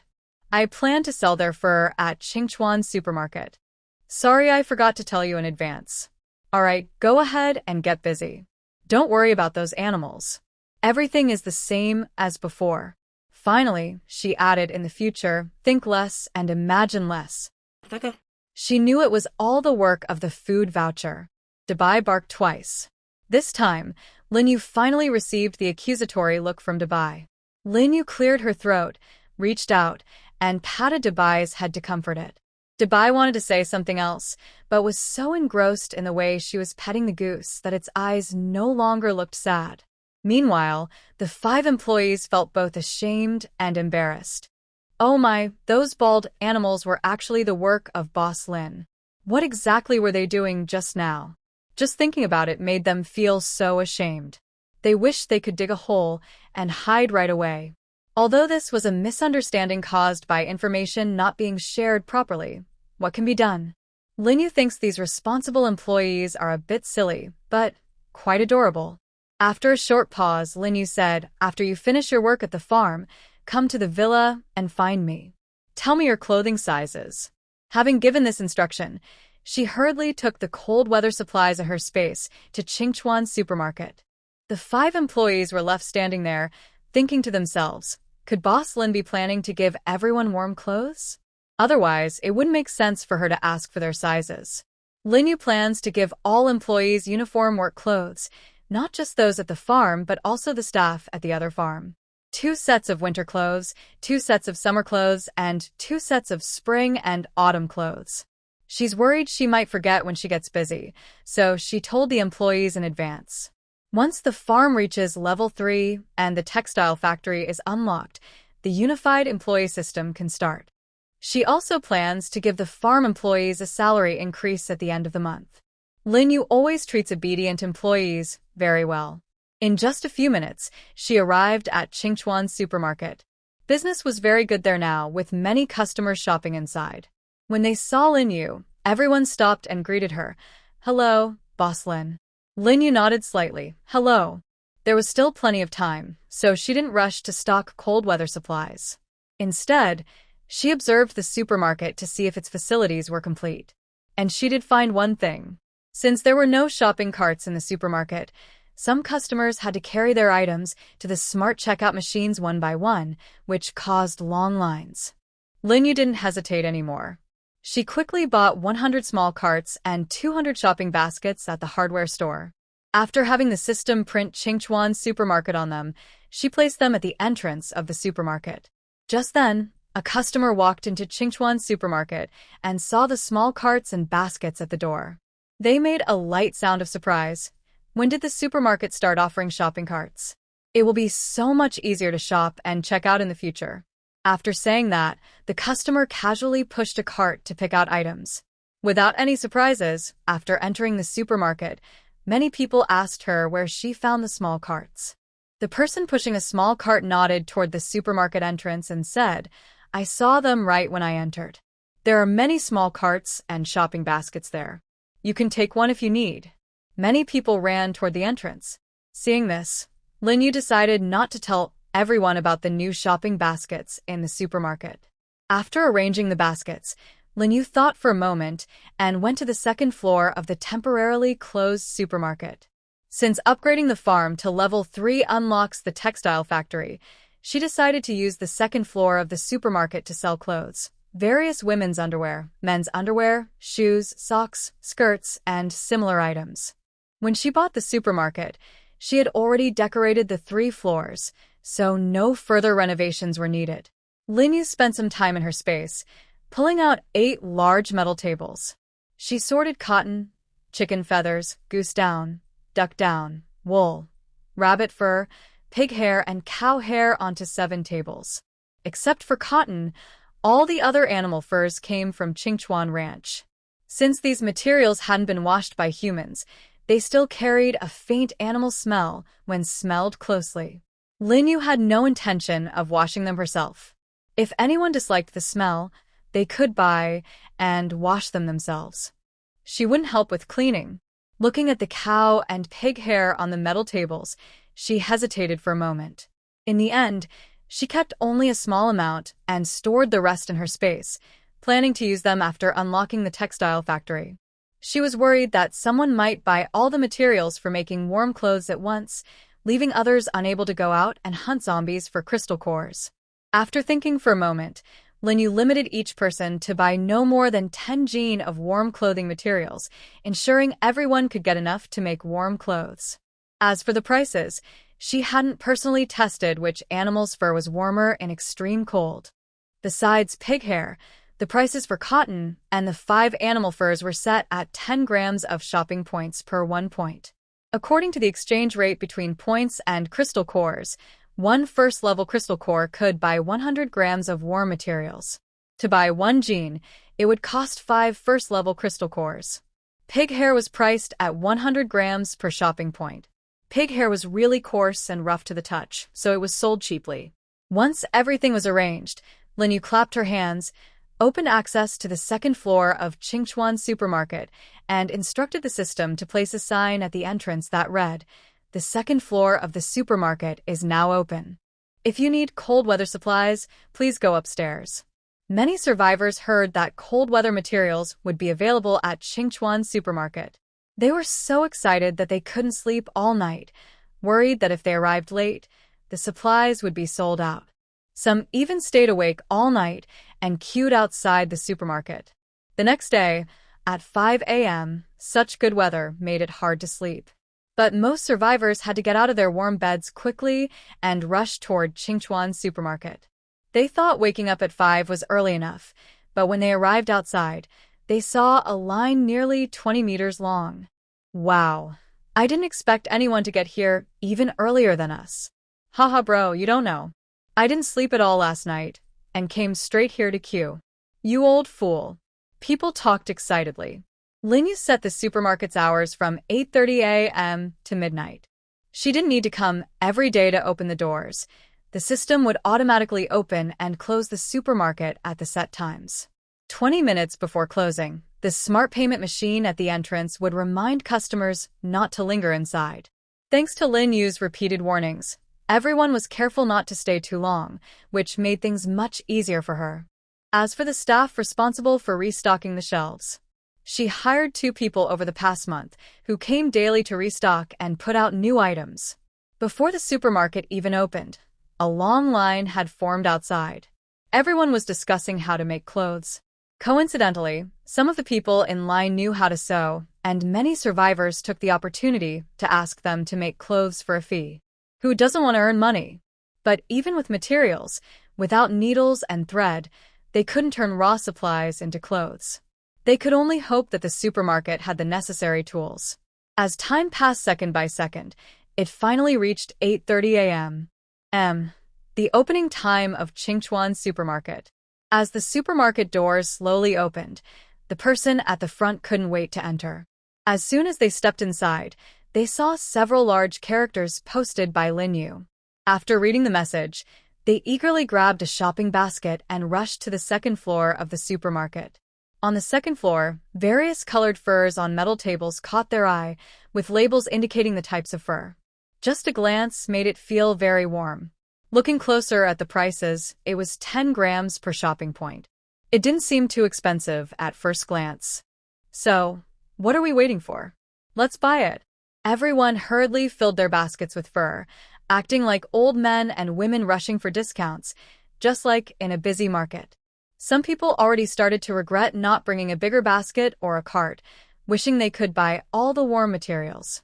At this moment, the survivors didn't know that Lin Yu had set purchase limits. When they happily went to pay, the smart checkout machine prompted, "Cold weather materials are limited to 10 gene per person. Please return any excess to the second floor, or you'll be blacklisted from Qingchuan Supermarket." Hearing this, the survivors quickly and nervously put the extra materials back on the second floor, fearing they might be transported out of the base if they hesitated. 10 gene of material is enough to make several sets of warm clothing. The leftover scraps can be used to fill earmuffs, scarves, and gloves. More than enough. There's no need to challenge Qingchuan Supermarket's rules. The consequences of breaking the rules are too harsh for the survivors to bear. In fact, not everyone was willing to spend 50 first-level crystal cores to buy 10 gene of materials for making warm clothes. 50 crystal cores could cover 2 months' rent for a double room at the Qingchuan base. 2 sets of warm clothes are enough for them to change when going out, so there's no need to spend extra money on more. Of course, the main reason was reluctance. Most mutants looked disappointed, wishing there was no purchase limit. After all, at this price, it was really too cheap for those with special abilities. Lin Yu set the limit of 10 gene per person to prevent all the fur from being bought by mutants. Although mutants are willing to spend money on food, clothing, and shelter, most people in the base are ordinary. The combined monthly expenses of over 1,000 ordinary people are a significant amount, and Linyu wouldn't give up on that.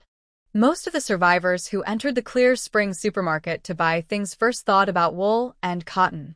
Soon, the 2 iron tables holding wool and cotton were empty.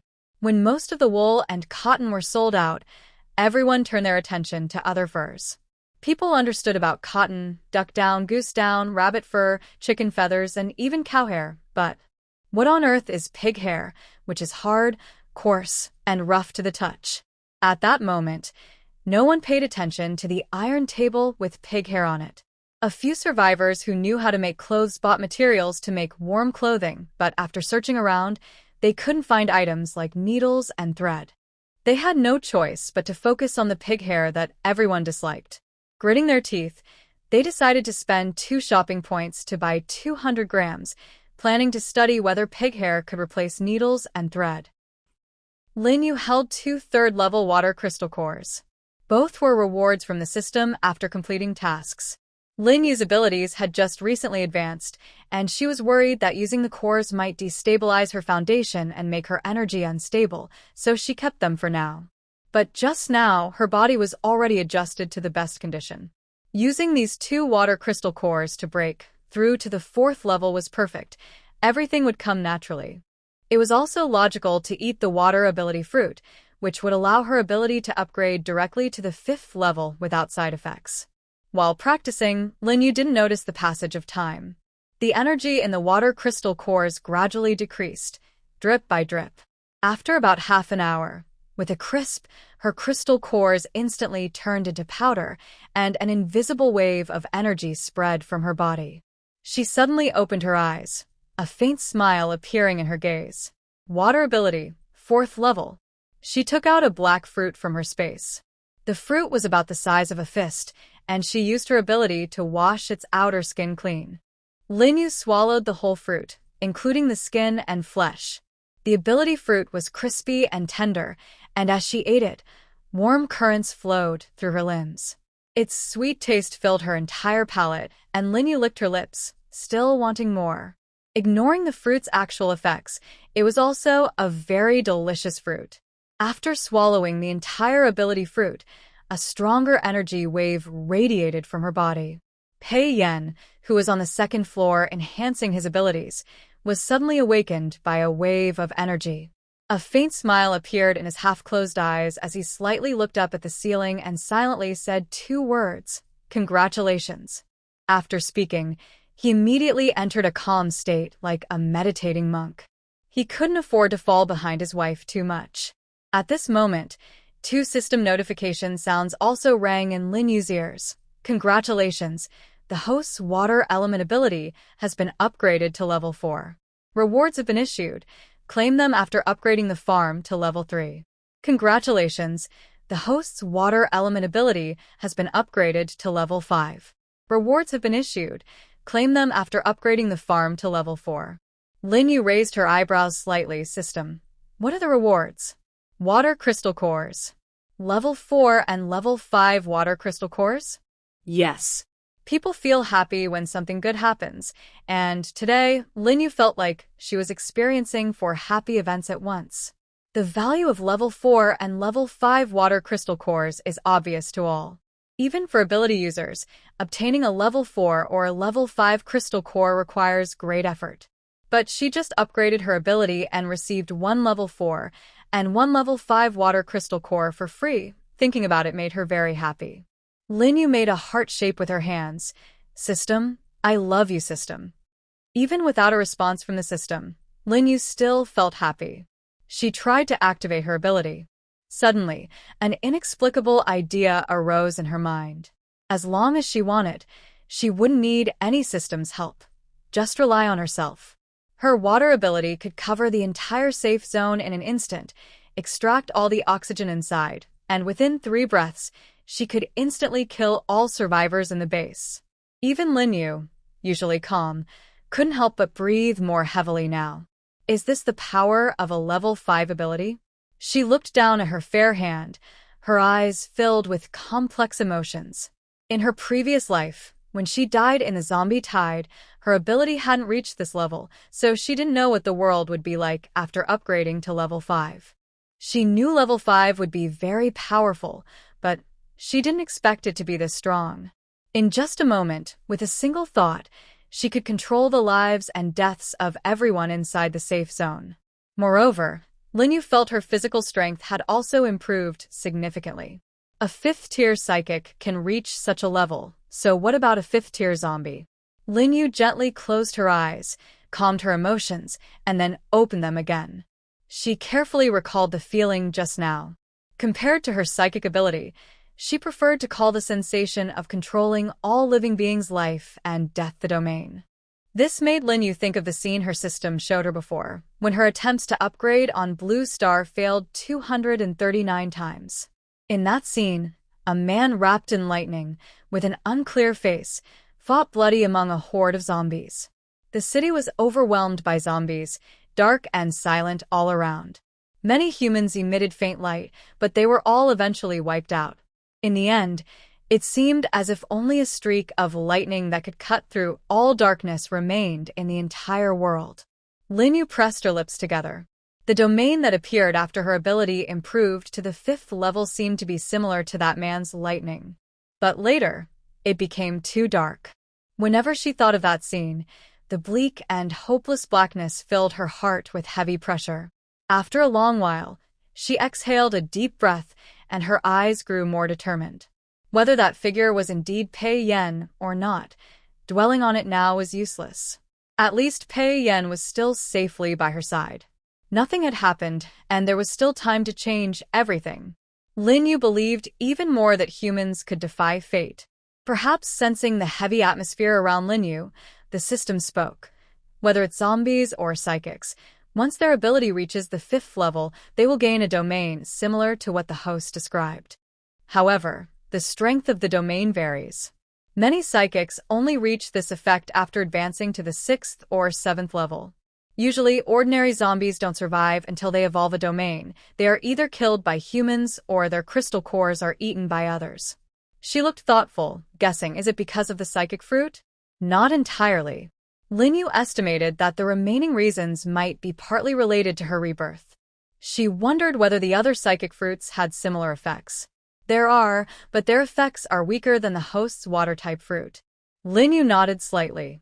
Thanks to the system's explanation, she learned a lot about what happens after reaching higher levels of psychic ability. She also wondered whether her current body could withstand the super strong winds and extreme cold outside after reaching the 5th level.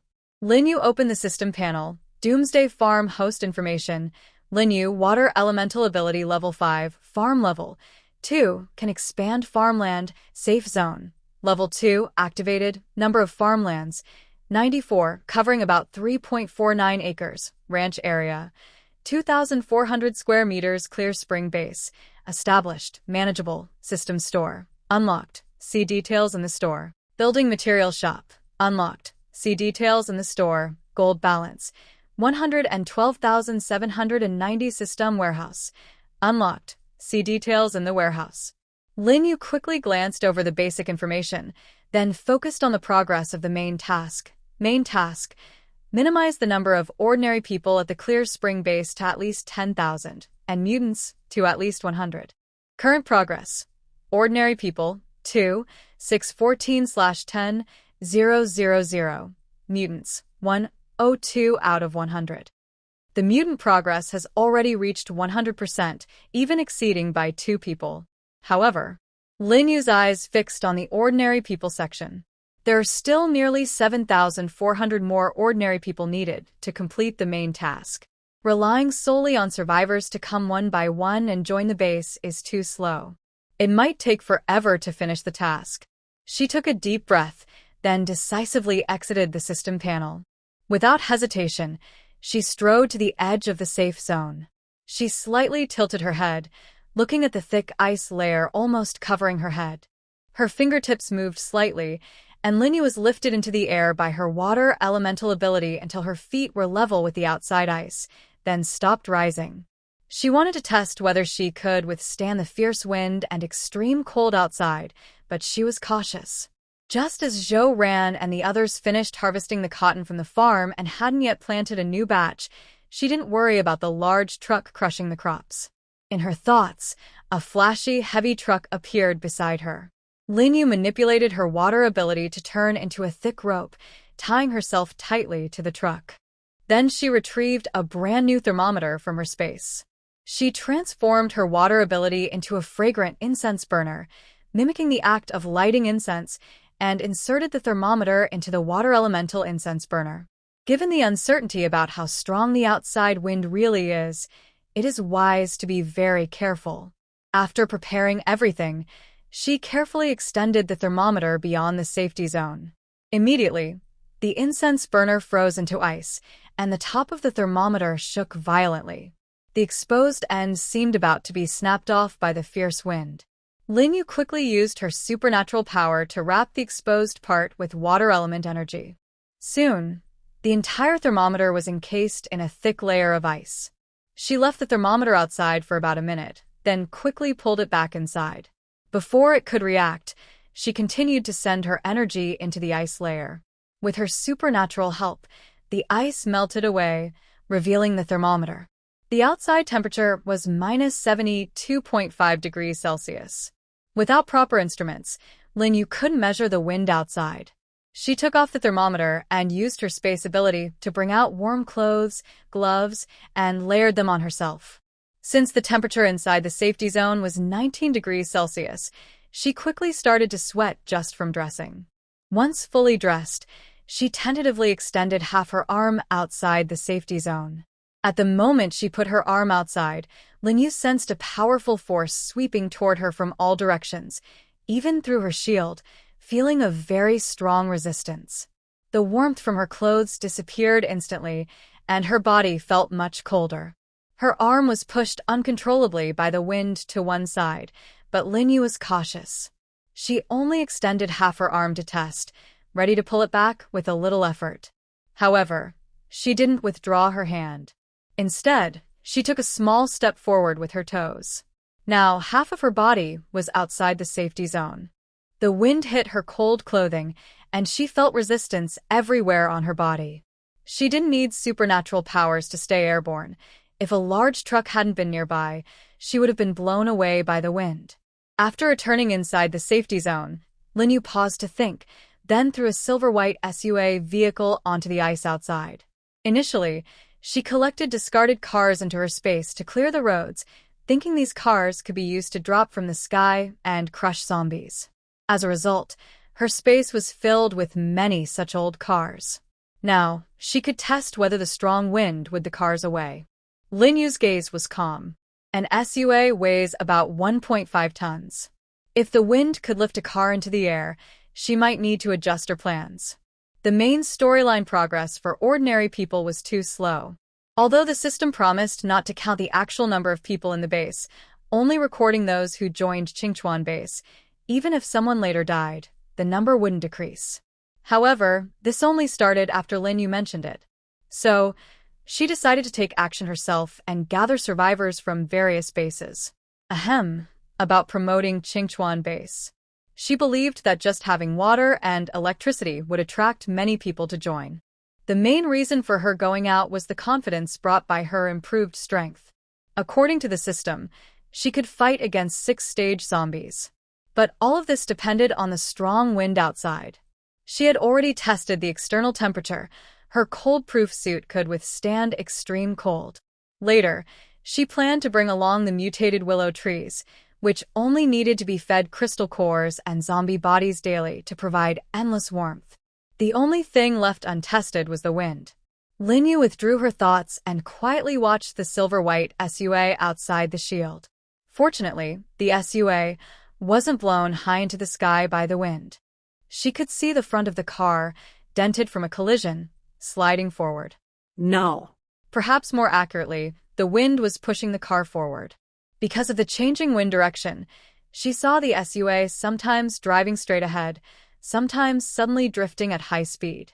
The ice was covered with white scratches left by sliding cars, and the sound of tires skimming the ice was painfully sharp. The results were not much different from her expectations. Lin Yu let out a small sigh of relief. The testing could now be considered complete. She wasn't in a rush to go out immediately. The farm and ranch still needed to be organized. After a moment of thought, she decided to stay in the safe zone for a few days, arrange the farm, ranch, and supermarket affairs, and see if the wind outside would weaken over time. As for whether there really is a base near Linchuan City, Lin Yu wasn't sure. She hesitated for a moment and then asked Suyu, a third-level ice ability user from Zhulan Mountain, to find out. Suyu was a bit surprised. Didn't Lin Yu already establish her own base? Why was she asking about other bases? He couldn't understand her reasoning, but he didn't ask many questions. Instead, he simply said, a base? Lin Yu nodded slightly, then took out a plastic bag. Yes, a base. If you know of any nearby, just tell me roughly where it is, and these 2 pounds of strawberries are yours. Suyu swallowed hard. Although he wasn't short of crystal cores, who wouldn't want to exchange a message for 2 pounds of strawberries? He thought he was asking the right person. Before the flood came, Suyu had accidentally heard on the radio that a base called Qiaonan had been established at the border between Linchuan City and Yun City. Since he had a car and abilities, he planned to go join that base. But just as he was about to leave, the flood arrived. He had no choice but to hide in the mountains. Suyu was happy to trade this information for strawberries. To be honest, Lin boss, I do know about a base, but... A hint of hesitation appeared in his eyes. Lin Yu guessed there was some truth in his words and asked, What's wrong? I'm worried that the flood or something might have destroyed that base. I can't promise you anything. Hearing this, Lin Yu understood immediately. She assured him, just tell me. Even if that base is gone, I won't trouble you. With that, Suyu felt relieved and said, I also heard from the radio that at the border between Linchuan City and Yun City, there's a base called Qiaonan. Qiaonan base? At the border between Linchuan City and Yun City? Lin Yu didn't sense any malice from him. She quietly observed his expression, noting his clear eyes and lack of guilt. Whether such a base really exists at the border between Linchuan City and Yun City remains to be verified. Lin Yu glanced at him and handed the plastic bag forward. Thanks. Suyu was slightly unnerved by her light gaze. His body shivered, and a dangerous feeling crept over him. When he looked back again, Lin Yu had returned to normal, but Suyu knew that his body's reaction to the danger was definitely not just his imagination. Suyu was full of fear. Luckily, he hadn't had any bad thoughts, or else. After handing the plastic bag, with 2 genes of strawberries to Suyu, she didn't rush to leave the Qingchuan base. Instead, she asked around and heard about the South Bridge base from several people. She hadn't mentioned any plans related to that before. Her inquiry about the base was just a sudden idea. It didn't make sense for them to have prearranged information to deceive her. Not to mention how happy the survivors were to exchange 2 genes of strawberries for news about a base. Only at this moment did Lin Yu finally feel at ease. Lin Yu acted quickly. After deciding to go out, she began organizing matters at the Qingchuan base, as well as the farm, ranch, and supermarket. To prevent survivors from being attracted by the golden glow emitted by the safe zone during her absence, and ending up unable to join the base because all rooms were full, she opened the system shop. She spent 80 second-order crystal cores and 8,000 first-order crystal cores to buy 8 two-story twin buildings, each with 15 floors. The layout of each building was exactly the same as Building 1, with 20 rooms per floor. A 15-floor building could house 600 survivors. 8 such buildings could accommodate an additional 4,800 survivors, enough to last until Lin Yu returned. Each room contained 2 single wooden beds, with a toilet and shower. She then spent another 800 first-order crystal cores to install basic incandescent lighting in all 8 buildings. In the next moment, a series of system prompts sounded in her ears. Ding ding, congratulations! You have completed side quest 8. Expand the number of base buildings to 20. Current progress, 20/20ths. You received 1,000 gold coins and unlocked the self-service meal box machine. Please name it. Lin Yu skipped the system message about naming the 8 buildings and looked at the words self-service meal box machine, pondering deeply. She recognized each character separately, but when combined into a sentence, she felt as if she didn't understand anything. What is a self-service meal box machine? After unlocking the self-service meal box machine, every time the host expands a finished building, a machine will automatically be installed to provide self-service meal boxes. The host set the price for customized meal boxes. The base members swipe their crystal cards at the self-service meal machine, and after deducting shopping points, they get a meal box. Each person is limited to 3 meal boxes per day. Linyu opened her mouth in surprise. Now the system even has a self-service meal machine? But She had a question. System. Where do these meal boxes come from? Surely I can't be making them myself and then putting them in, right? After the farm reaches level 3, the building materials shop will gradually unlock the ability to buy factories, such as textile factories, food processing plants, juice factories, and others. The host only needs to hire workers to operate these factories. Linyu hadn't expected that in the apocalypse, other survivors would have the chance to work in factories. so, That means the current self-service meal machine is just a display. It can only be used normally after the farm reaches level 3. She looked frustrated. Just like how wife cakes don't actually contain wives, the self-service meal machine doesn't actually have meals, right? Bingo, you got it right. Host the system was more silent than Sunbin's silence during battle, leaving her completely speechless. After a while, Linyu sighed and accepted the fact that there was no wife in the wife cake and no meal in the self-service machine. She decided to focus on upgrading the farm first. After upgrading, everything would be available. Linyu carefully shifted her gaze from the meal machine to naming the buildings.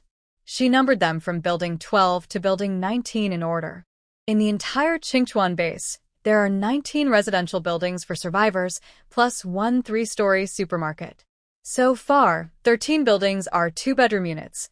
Buildings 1, 2, 4, 5, 6, 12, 13, 14, 15, 16, 17, 18, and 19. For buildings have 2 bedrooms and a living room. Buildings 3, 9, 10, and 11. Only buildings 7 and 8 have 3 bedrooms and a living room. After successfully naming these 8 new buildings, the system panel popped up another message. Naming successful. Do you want to deploy buildings 12 to 19 in the safe zone? Learning from experience, Linyu didn't dare to deploy these 8 buildings all at once inside the base, to avoid shaking the entire Qingchuan mountain and making the new arrivals think there was an earthquake. Deploy buildings 12, 13 to 19 separately. Later, after a slight shake underfoot, the system prompted, Building 12 at Clear Spring Base has been successfully deployed. Later, again, another shake occurred. Building 13 at Clear Spring Base has been successfully deployed. Building 19 at Clear Spring Base has been successfully deployed. There were 8 consecutive tremors, and all the survivors in the base felt them. The elders were calm and relaxed, silently counting the numbers in their minds. Only after the tremors stopped did they slowly lift the curtains and open the windows. To their surprise, 8 new tall buildings had appeared in the base. They couldn't help but give a thumbs up. Hey, Boss Lin is expanding the base again. Truly impressive. Boss Lin is amazing. Boss Lin has no limits. The newcomers looked panicked, screaming one after another. There's an earthquake. An earthquake. Run. Help. Cold weather, earthquakes, and strong winds all at once. It's like the heavens don't want us to survive. Boo-hoo. Boss Lin said the Clear Spring Base is absolutely safe and we don't need to fear natural disasters. What's going on? The elders poked their ears, feeling annoyed by the loud screams echoing around. They thought, these newcomers really can't handle anything. They're reckless and inexperienced, haven't seen much of the world. Finally, one elder couldn't hold back and spoke in a commanding tone. What earthquake? That's probably just you guys being inexperienced. Our boss Lin is expanding the buildings again. Then he pointed toward the construction area. Look, aren't there 8 more buildings? The newcomers' complaints caught in their throats, and they all froze in shock. People started discussing eagerly. What kind of superpower is this? It's unbelievable. Don't ask if you shouldn't. The 8 tremors caused by the building deployment masked the fluctuations of Pei Yan's ability upgrade. He clenched his fists, feeling the power of the 4th stage, then got up and walked to the balcony, silently gazing toward the base. Lin Yu's actions this time were quite big. It seems she probably has some plan. But whatever her plan is, he won't let her keep him at home as a mere watchman. Pei Yan didn't want to be like Qing Xiangbei, just a tool. Just thinking about it made him feel sorry. Capital Military District Base. 2 rows of military off-road vehicles were parked neatly at the gate. Each vehicle had been reinforced by a psychic with a gold-type ability. The 2 convoy teams consisted of one group from the military and another from the ability users. Jiang Yichen rolled down the car window and looked back at the figure at the base gate. "Chief, it's cold outside. You should go back. I'll update you when I have news." Gulang was quietly giving instructions to Ran Yun. Upon hearing this, he looked in Jiang Yichen's direction with a meaningful expression, then quickly looked away. Jiang Yichen seemed to sense something and immediately became alert. His eyes behind the black goggles looked serious. However, the matter of the Qingchuan base was more important. Jiang Yichen suppressed his thoughts and pressed his lips together. "Let's go." To prevent the vehicle from stalling in the extreme cold, Jiang Yichen started the engine early while inside a slightly warmer room before departure. He then had the space ability users store the off-road vehicle in their space. When they reached the base gate, they would take it out again. The engine roared continuously from just now until now. This mission to Linchuan City was assigned by the commanding officer. To ensure success, Jiang Yichen brought enough fuel for the vehicle, filled the space of 30 ability users with crystals and supplies needed in the cold, such as hot water, dried meat for quick energy, and individual combat rations. They also prepared temperature-regulating clothes developed in the laboratory. These clothes were rare and in high demand by the capital military district. Without Li Zhenhua's guarantee, Jiang Yichen's team might not even have enough for everyone. To cope with the extreme cold, besides the 30 space ability users, the remaining 10 team members were all fire-type ability users, each with a 3rd-tier level of power. Their purpose was to be ready for any accidents along the way, with these 10 able to take turns lighting fires for warmth. The 30 space ability users all belonged to the capital military district. Before the apocalypse, they were top soldiers, and after the outbreak, they awakened their abilities. Their advantages kept growing like a snowball, making them elite among elites. Including Jiang Yichen, the team had 41 members. They were disciplined and flawless in their conduct. Everyone obeyed Jiang Yichen's orders. As soon as Jiang Yichen gave the command, 7 modified off-road vehicles, enhanced by metal-type abilities, quickly disappeared from everyone's sight.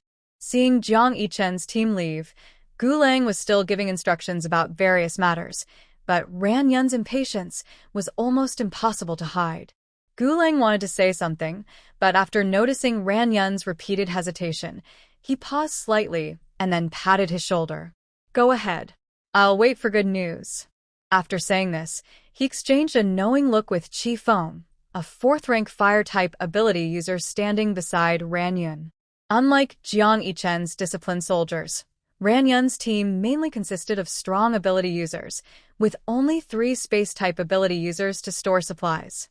The most powerful among them was Qi Feng, mainly tasked with monitoring Ran Yun, followed by protection duties. Compared to Jiang Yichen's strict military discipline, it was clear that most of Ran Yun's team lacked that aura. It was easy to tell who was a real soldier and who was not. Ran Yun appeared unaware of everything, sitting in the off-road vehicle with 2 lab assistants, and said in a deep voice, "Follow Jiang Yichen." However, before he finished speaking, Qi Feng opened the door and looked down at the assistant beside Ran Yun, giving a commanding gesture. "You, go to the back." Gulang had instructed him that Ran Yun must not leave his sight even for a moment, so his words were already polite.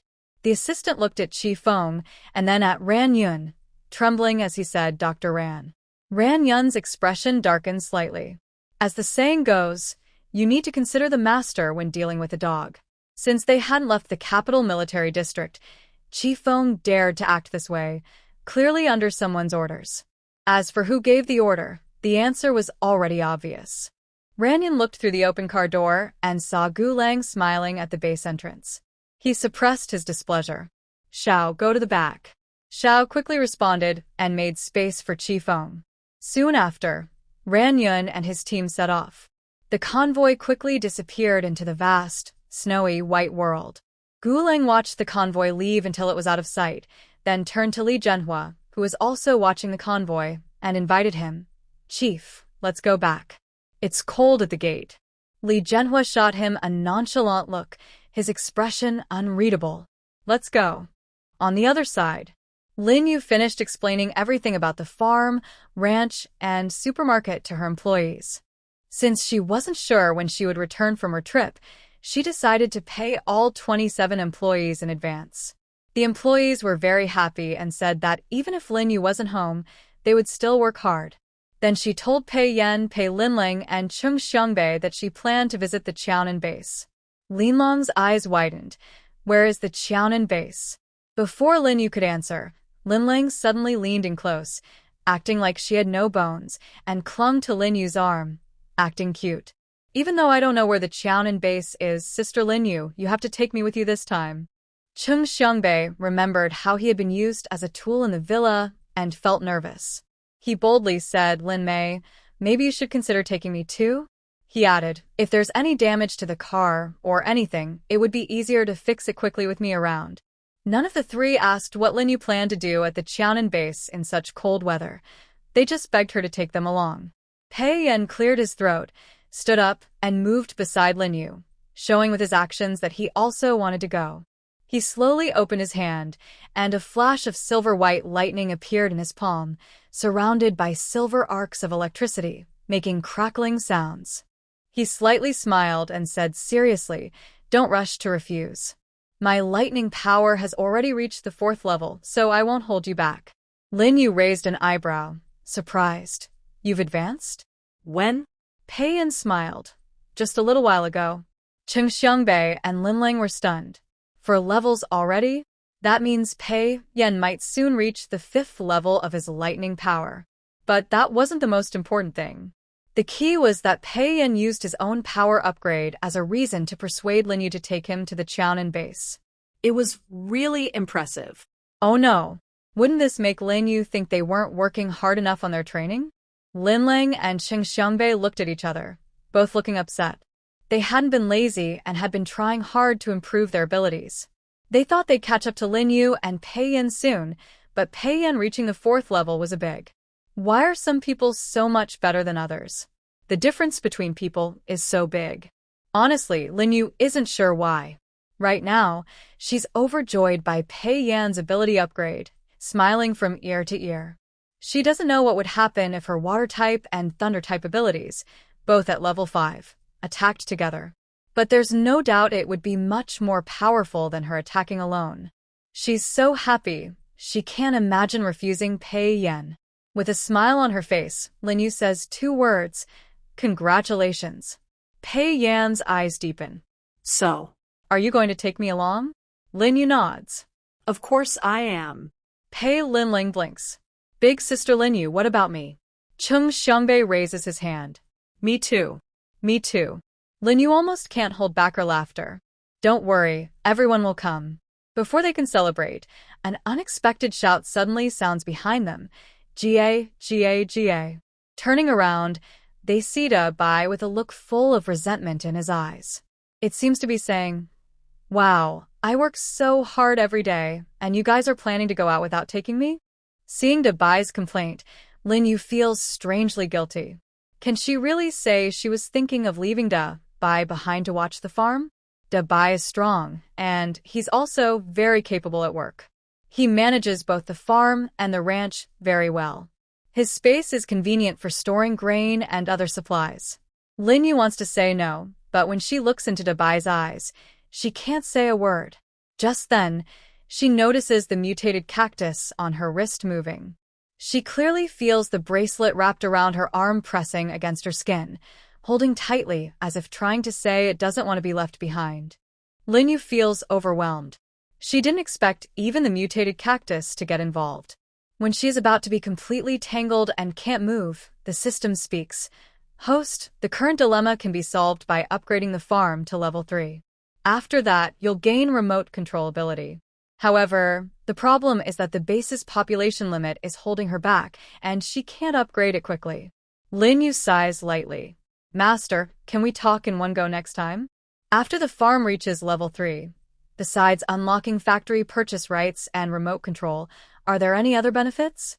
After reaching level 3 on the farm, you can unlock factory purchasing rights, activate remote control systems, unlock fish pond farming, and allow the host to go outside the safe zone. There is also a one-click teleportation function and an online delivery platform. Fish pond farming is similar to ranching, allowing fish to swim freely. But is the idea of carrying outside the safe zone and one-click teleportation really what she imagined? And what is this delivery platform? Suddenly, Lin Yu froze in place. After upgrading the farm to level 3, how can so many functions be unlocked at once? The system was silent for a moment before replying. After reaching level 3, side missions are merged, and the difficulty will increase significantly.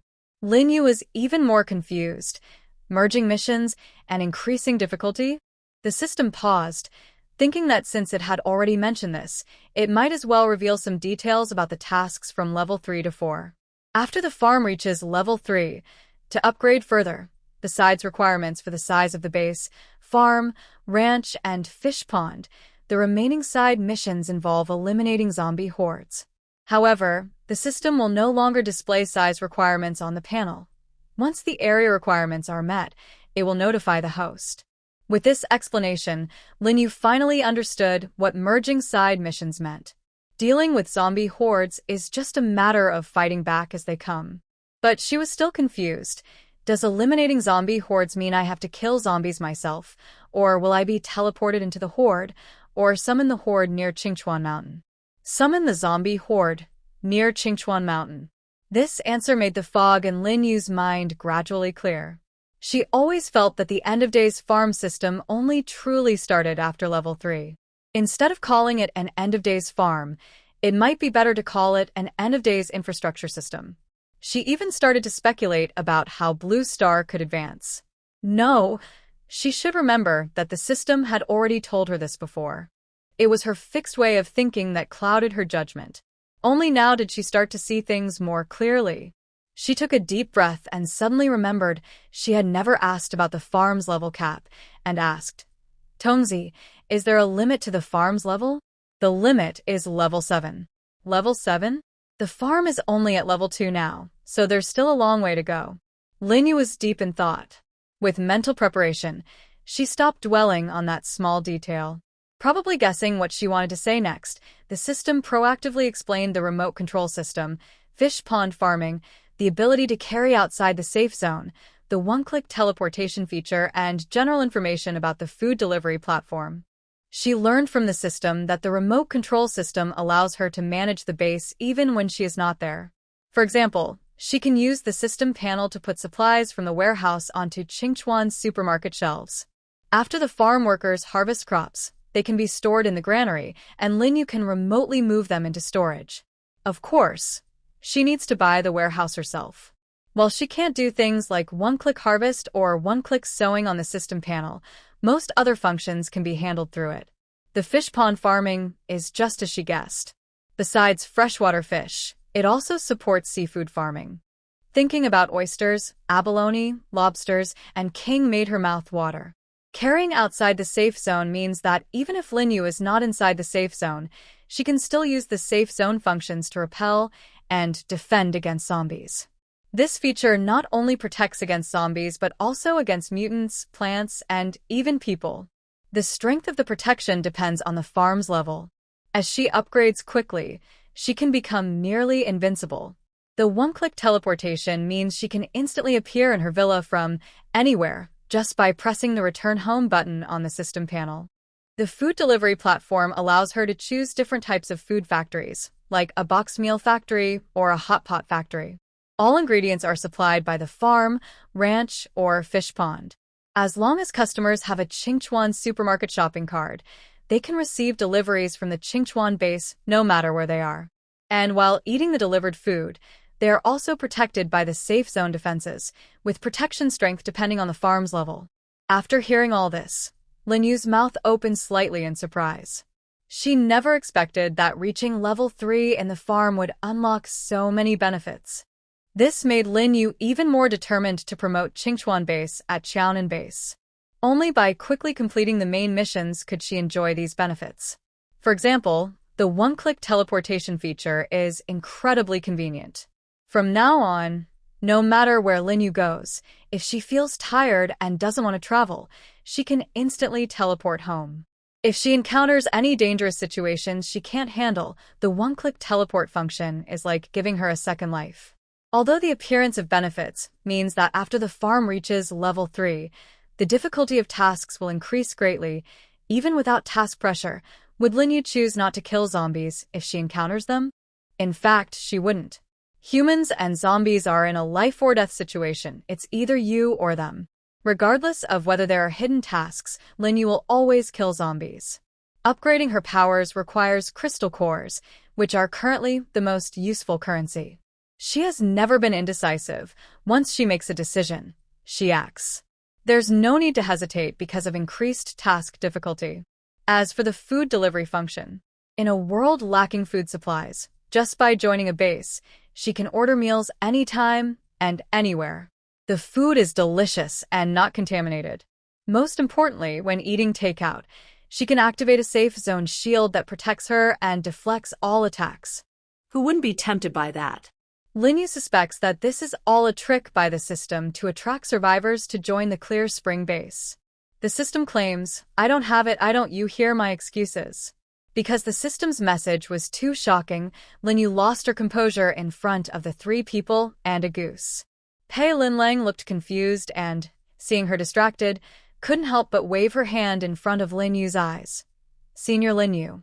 Senior Lin Yu? Lin Yu snapped back to reality and saw the 3 people and the goose staring at her eagerly.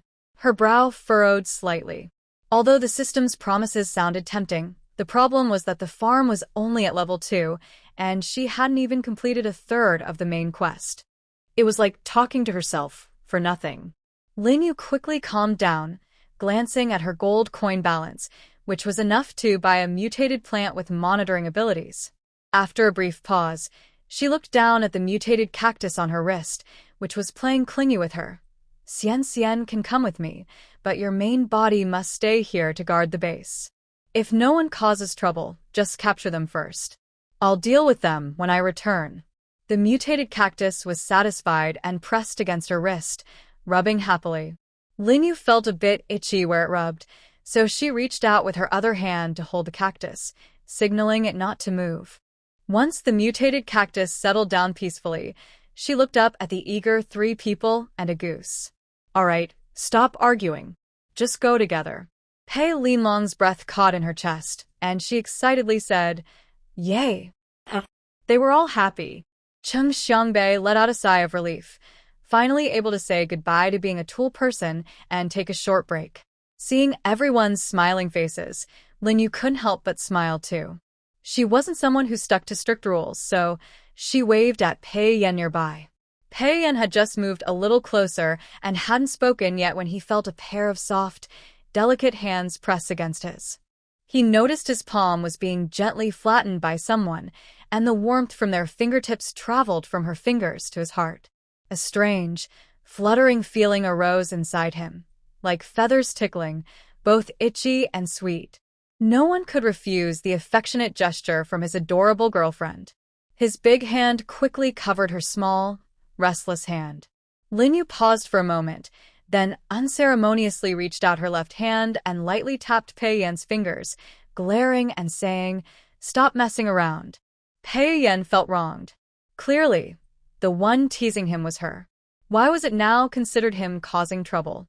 Pei Linlang, Cheng Xiangbei, and Bai all looked like they had been hit with a stick, giving space to the 2 and saying they needed to go home and pack. "Lin Yu, are you misunderstanding something?"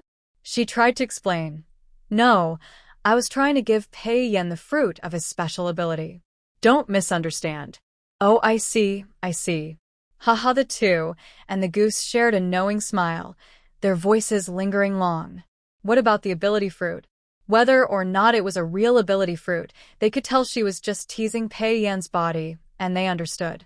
Wait, what do you understand? Before Lin Yu could react, the two and the goose slipped away quickly.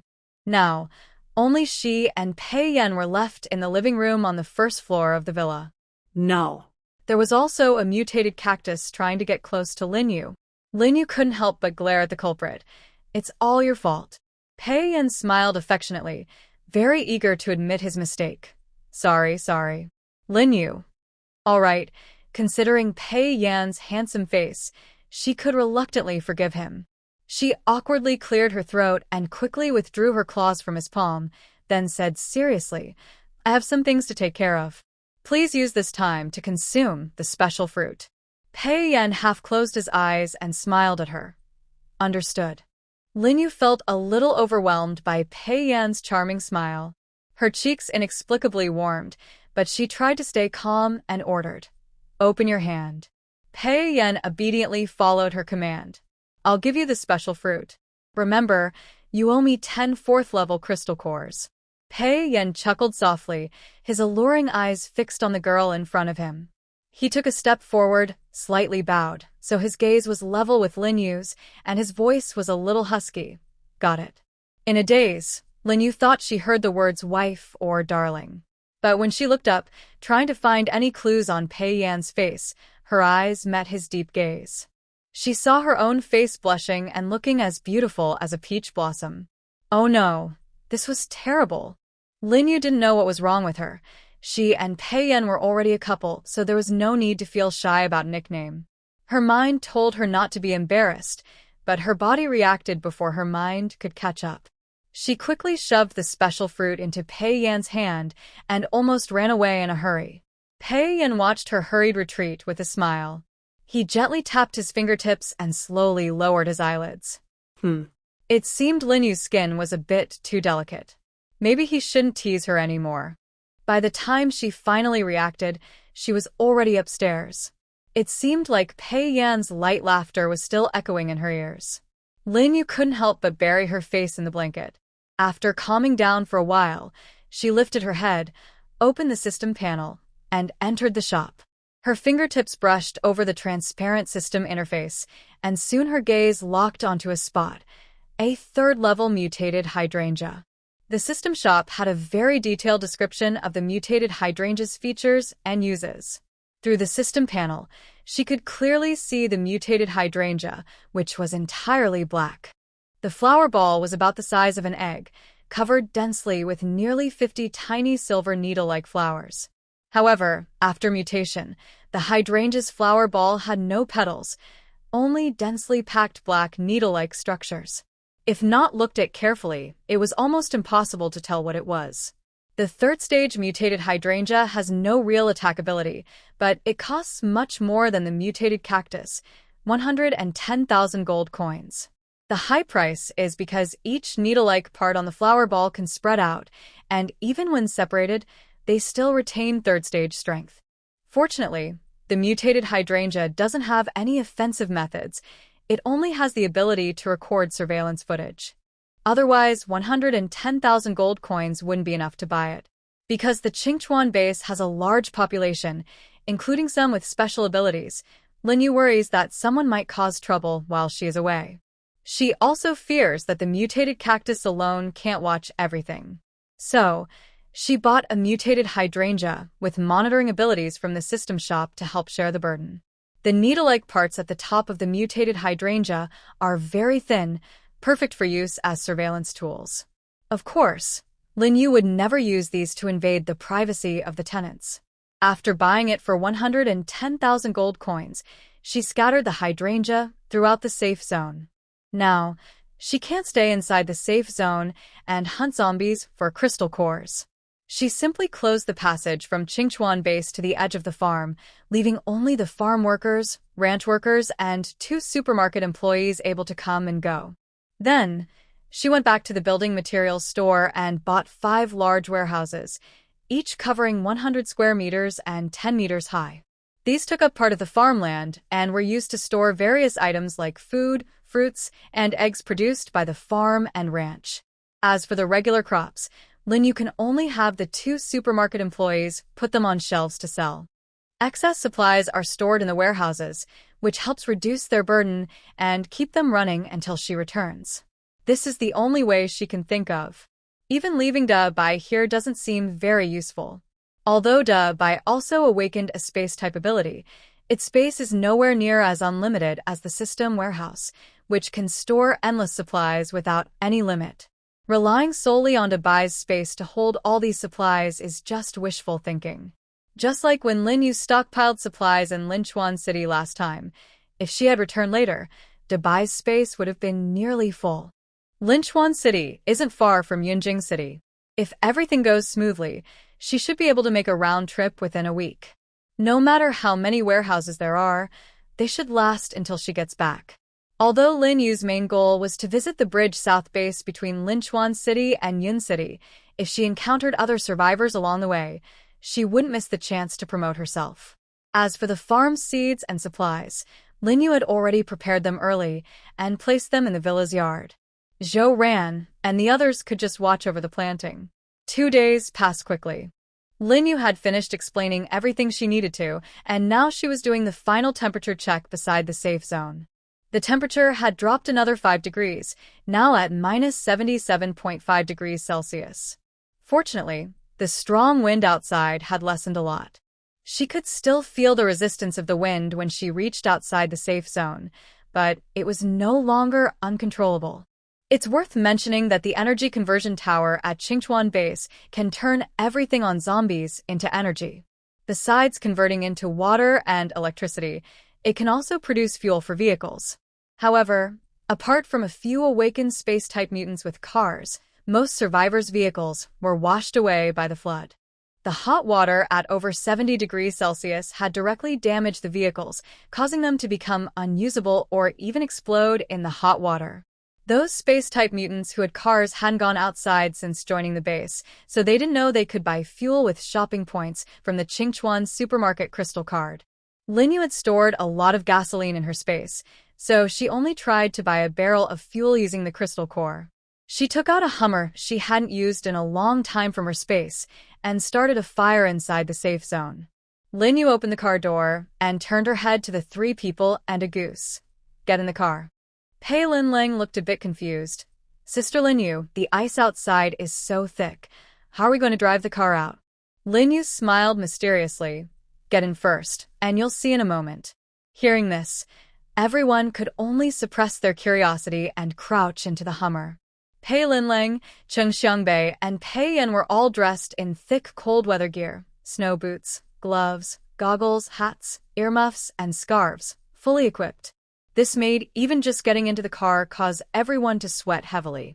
Not to mention, Pei Yan was holding a flower pot filled with zombie blood, flesh, and crystal cores.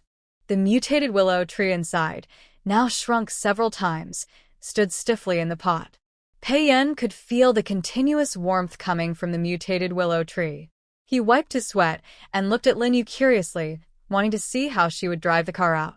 Lin Yu could have used her water abilities to lift the car, but to make it easier for other survivors to go out, she specifically spent 100 first-level crystal cores at the building materials store to buy a set of stairs. The stairs are triangular-shaped cement, placed at the edge of the base where it meets the ice outside. Both drivers and pedestrians were considered. Pilanling, who is experienced and knowledgeable, was not very surprised and looked somewhat excited. Pei Yan raised his eyebrows, worried that Lin Yu might not be able to handle and said, "Let me drive. Later, when the temperature drops, you can just hold the willow tree and keep warm." Lin Yu raised her eyebrows slightly and looked at him with some concern. "Can you handle the weather outside?" Pei Yan nodded. "I'll try." She didn't say anything else, just nodded in agreement.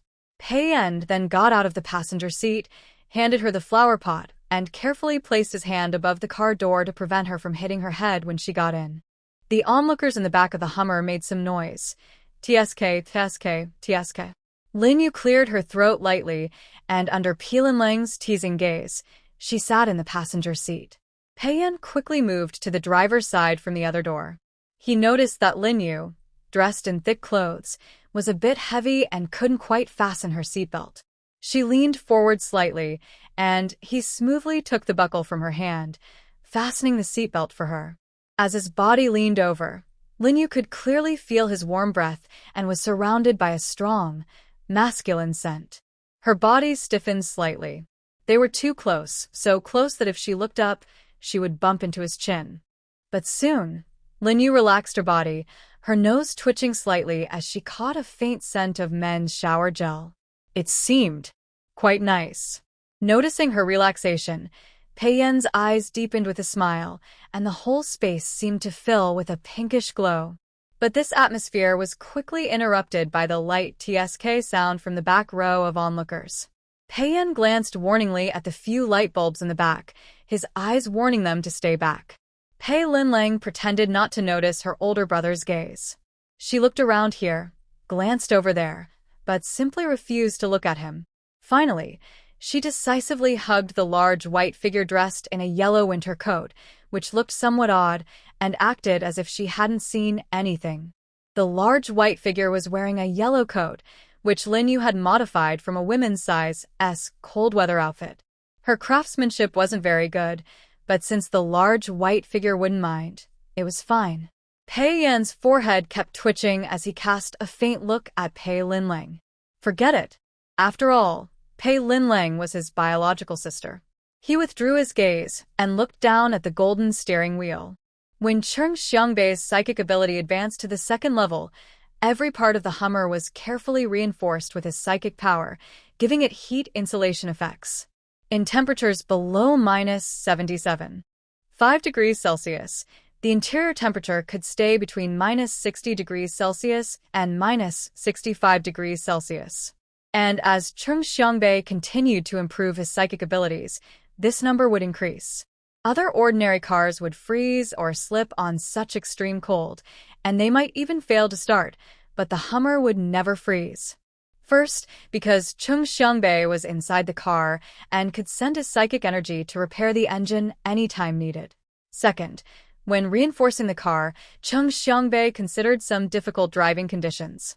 The tires, strengthened with psychic power, had performance boosted several times, comparable to the basic attributes of the apocalyptic fortress vehicle, Amidio Conqueror. Although the outside wind had lessened, Linyu didn't dare to take risks, afraid she might be blown away as soon as she stepped outside. That's why she chose to stay inside the Qingchuan base and get into the car. As the engine roared to life, it drew many survivors' attention. Seeing the shining Hummer, countless people shed tears of envy. Wow, who is that person in the car? Even now, they have a Hummer reinforced by a psychic of the gold level, and what's more, they even have fuel. Don't you look at who's inside the car? The people in the car are Boss Lin and them. Upon hearing this, everyone was stunned. The people in the car are Boss Lin? But Boss Lin said there was a strong wind outside and told us not to go out? As soon as he finished speaking, he received a look from others that was like they were looking at a fool. Boss Lin didn't say we couldn't go out. She just told us to prepare our gear first. With that thin coat you're wearing, you'll freeze solid if you step outside. Sigh. I wish my car hadn't been swept away by the flood. Everyone had different thoughts as they silently watched the Hummer leave the Qingchuan base. The Hummer's departure seemed to signal to the survivors inside that the outside world was now basically safe. The mutant team with the vehicle followed the cement road connected to the ice sheet, testing if the car would be blown away by the wind. Once they confirmed it wouldn't, they decided to go for a quick look around. Linyu didn't care about what the survivors at Qingchuan base were thinking. After the Hummer left the safe zone shield, she immediately felt the temperature drop sharply. If she hadn't worn multiple layers of cold-proof and warm clothes, she would have been frozen solid after a short time outside. Linyu remembered the radiation in the ice layer. She took out a box of potassium iodide tablets from her space and gave each person 2 pills. Even Bai was given 1. Chung Xiangbei took off his mask and shivered from the cold. He quickly swallowed a potassium iodide tablet, then put his mask back on and said hoarsely, "It's really cold as." The car's air conditioning was still on, and with the insulation effect of the materials enhanced by his powers, Chung Xiangbei couldn't imagine how cold the outside temperature, close to -80 degrees Celsius, really was. Linyu smiled and poked at the mutated willow tree in the flower pot. Time to work after eating. The mutated willow tree, well-fed, dutifully acted as a heater. Because the car's interior was small, soon the whole inside was warmed by the heat radiating from it. Linyu thought to herself that this mutated willow tree was really the right choice, great for heating and clearing zombies. Pei Yan turned off the air conditioning and looked at her sideways. Which way should we go next? All the landmarks and streets were buried under the vast ice field, so Linyu couldn't tell the exact route to any specific place. But giving her a rough direction toward Yunjiang City was much easier. That way, she pointed in a direction. At the border between Linchuan City and Yunjiang City, towering mountains stretch endlessly between the two cities, forming a basin shaped like a U. Outside the mountains, there is a vast icy plain. Within the basin, at the bottom of the mountains, there are some man-made caves, with traces of human activity nearby. Faint smoke can be seen rising from the caves. This is the location of the South Bridge Base, as Suyu mentioned. The basin surrounded by these endless mountains is called Yunbai Mountain. Originally, the South Bridge Base was located about 20 kilometers away from Yunbai Mountain. The main reason for this distance was the dense vegetation of Yunbai Mountain, which is full of strange plants. Humans dared not get too close to the main area of these mutated plants. If there were no mutated plants, the leader of the South Bridge Base would have chosen Yunbai Mountain as the first place to establish the base. But because their strength was limited, they had to settle for a nearby location 20 kilometers away. After the base was established, many ordinary people and mutants joined the South Bridge Base. Under the protection of the base, countless ordinary people managed to survive in this dangerous world. However, this peace was shattered by a great flood. The leader of the South Bridge Base still remembered the rain that fell at the start of the apocalypse. When the floodwaters reached the base, everyone faced death. The leader was a decisive person. He quickly decided to fight. He gathered all the crystal cores from the survivors and teleported nearly 10,000 people from the base into the basin of Yunbai Mountain. Fortunately, the leader's special ability was teleportation, or they wouldn't have been able to move everyone out. Although they escaped the flood, new challenges awaited. The mutated plants in Yunbai Mountain were still a threat. Led by the base leader, they fought and killed those mutated plants, losing nearly 3,000 people in the process. Unfortunately, at that moment, the leader's power was exhausted. As a result, it was inevitable that he would be targeted. Zhang Xiaobei, who had secretly been planning for a long time, ambushed and killed the leader, taking his place. Zhang Xiaobei became the new leader of the South Bridge Base. He comes from a background of thugs and was lucky to awaken an ice power on the day the apocalypse broke out. Using his ability, he quickly found his old friends and formed a group. Before the disaster, he and his friends often did petty crimes and didn't focus on serious work. After the apocalypse, with no moral constraints or laws, Zhang Xiaobei and his group burned, killed, robbed, and committed all kinds of evil. They joined the South Bridge Base, secretly doing many bad things under the watch of the old leader. They had long been unhappy with the rules set by the leader. When the chance finally came, they killed the old leader and quickly defeated those who supported him, including other mutants and ordinary people. They then renamed the base North Emperor Base. Many survivors were grateful to the old leader for saving them and wanted revenge, but they were terrified of Zhang Xiaobei's strength, so nothing happened. Human nature is like that. Survivors who submitted to Zhang Xiaobei's power felt guilty and comforted themselves, saying, "It's not that I don't want to avenge the leader, but the enemy is too strong, so I have to wait patiently." Over time, everyone accepted this explanation. Under Zhang Xiaobei's control, food in the base ran out quickly, and many survivors starved to death, eventually reaching a point of uncontrollable chaos. At the bottom of Yunbai Mountain, a hole was carved out, with a large pot inside. The pot was boiling meat, making bubbling sounds. Strong mutants sat around the fire near the pot, wearing thick clothes and staring with green eyes at the meat. On the other side of the hole, over 100 barely clothed survivors were kept in a shining building. Their bodies overlapped, and when they paused, the mutants with whips struck them.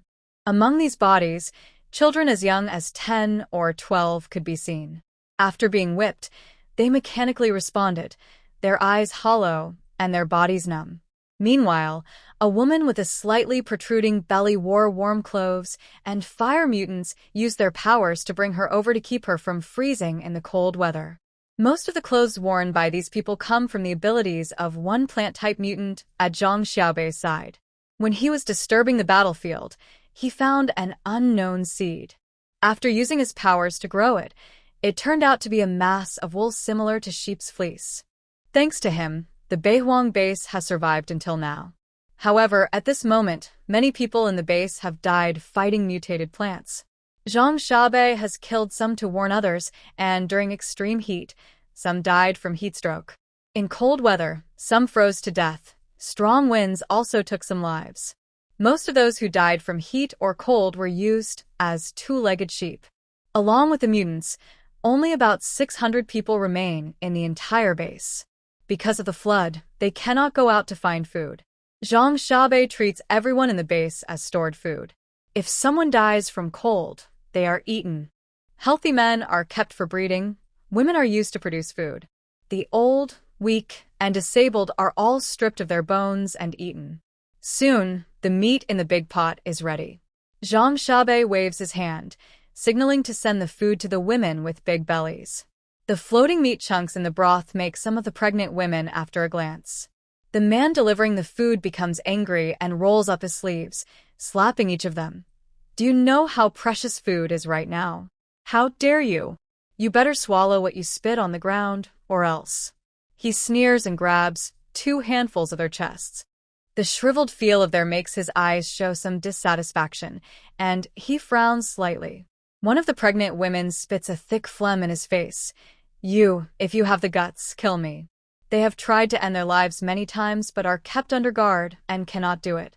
Slap. She is slapped, and both cheeks swell up. Trash. Don't think just because you're pregnant I won't dare to kill you. I can steal your bones and eat you. Then come on, beast. What are you waiting for? I've wanted to die for a long time. She shows no fear and tries to provoke the man, hoping to get some relief.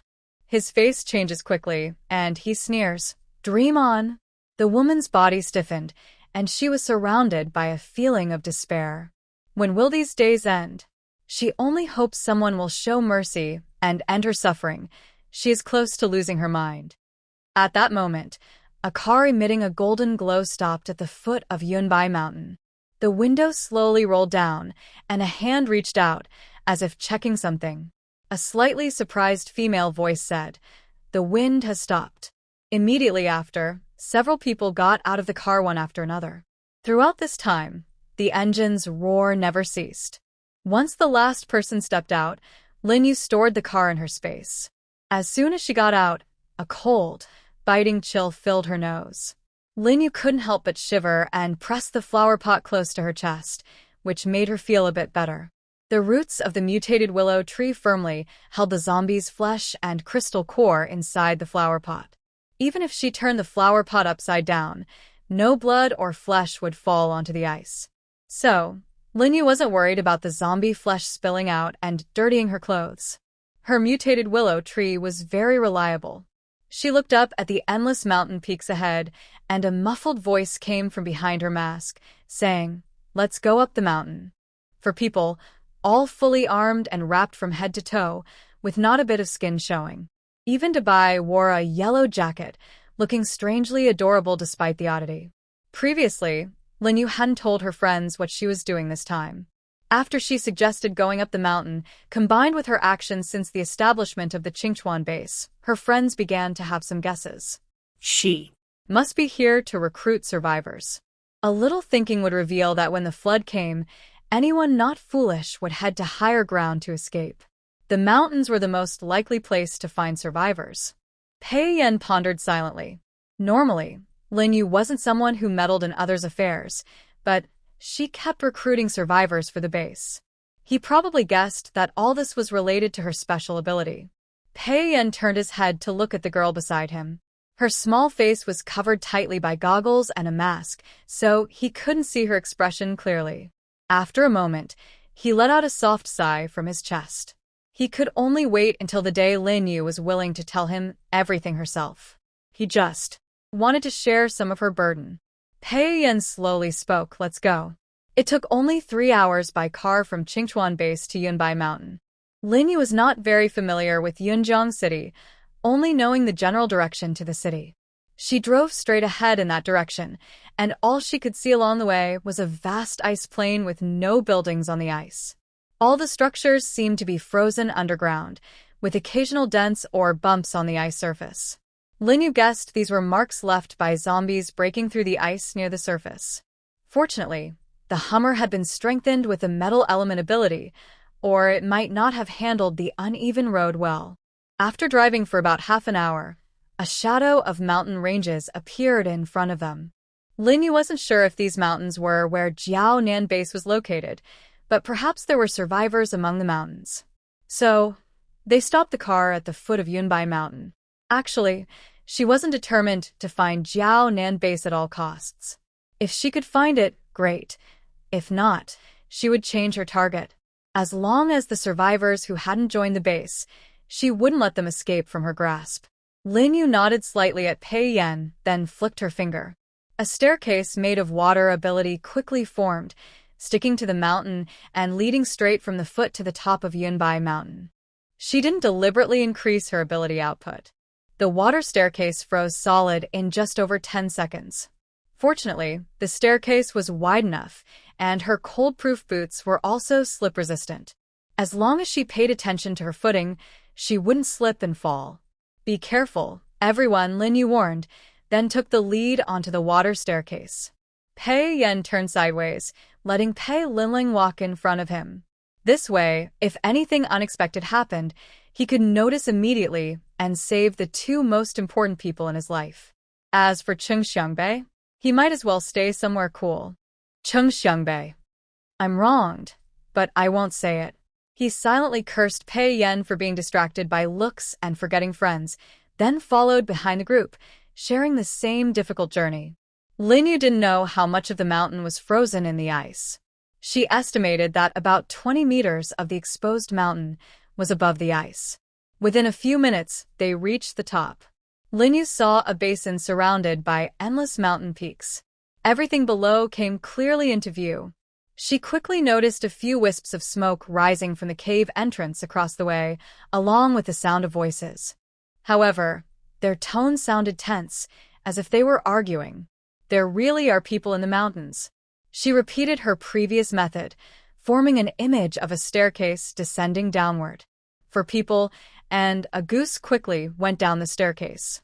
Because the weather was very cold and the people inside the cave were arguing, no one paid attention to their arrival. It wasn't until a rustling sound of clothes rubbing against each other came from the cave entrance that Zhang Xiaobei, who was waiting to eat meat, suddenly looked toward the entrance. The light at the entrance was blocked by several figures, making it impossible to tell if they were humans or ghosts. He held his special power, ready to use it, and looked cautiously at the cave entrance. Who's there pretending to be ghosts? Come out now. To save firewood, there was no light inside the cave, only a faint glow from the cooking pot. The telepathic people sitting around the fire, hearing Zhang Xiaobei's uncertain voice, also looked toward the entrance with wary eyes. Since the cold snap, no zombies have appeared. Everyone had an excuse for their laziness, believing the zombies were frozen in the ice, and because it was cold, no one kept watch. Only when intruders reached the door did they realize. Once inside the cave, the aroma of meat soup grew stronger, reaching Lin Yu's nose through her mask. Lin Yu frowned instinctively. Where did they get the meat? Using the faint firelight from the campfire, Lin Yu clearly saw the layout inside the cave, including the appearance of the few people guarding the fire. Although they were all dirty, each one was noticeably fat. Apart from them, the other survivors sitting in the corner were pale and thin. Their arrival didn't attract any attention from them. Instead, they stared intently at the big pot of meat. It seemed Lin Yu remembered something, and her expression suddenly changed. All these signs made her suspect something very bad. Pei Yan silently stepped in front of Lin Yu, moving his hand slightly. A flash of lightning shot out from his fingers and hovered in the center of the cave. Under the lightning's glow, The dark cave suddenly lit up as bright as daytime. Lin Yu finally saw clearly what was cooking in that pot. The entire cave was filled with dark white bones, and even under the large pot, you could see human bones burning along with firewood. Everyone immediately remembered the smell of meat they had smelled earlier at the cave entrance. A wave of psychological discomfort washed over them. Ugh. Chung Xiangbei couldn't hold it anymore. He took off his mask and leaned against the cave wall, vomiting heavily. Pei Yan's face turned very pale instantly. He took a step back, blocking the view of the two behind him, and his voice was heavy. Lin Yu, Lin Lang, don't look. He knew what could be seen and what couldn't. He could encourage Pei Linlang to bravely kill zombies and even agree with her ruthless attitude toward enemies. But what was happening now crossed the moral bottom line of being human. The brutal and bloody display of human nature was right in front of everyone, shocking their morals deeply. Even though Pei Yan spoke immediately, it was too late. Pei Linlang had already seen the human ribs boiling in the big pot. Her face turned slightly pale. In her past life, food wasn't scarce like it was now. Most of what Lin Yu saw back then was women being sold as commodities. No wonder the people sitting around the fire looked so fat. The layer of fat on their bodies explained everything. These people had eaten human flesh. They had lost their humanity and could no longer be called human. In a sense, they were no different from zombies driven only by the instinct to devour. While Lin Yu and the others observed them, Zhang Xiaobei was also watching the well-equipped four people and a goose. Especially after Qing Xiangbei took off his mask and vomited, revealing his face. After a moment, Zhang Xiaobei smiled. It seemed these were a bunch of fat sheep. And they hadn't even tasted two-legged sheep, or they wouldn't have vomited.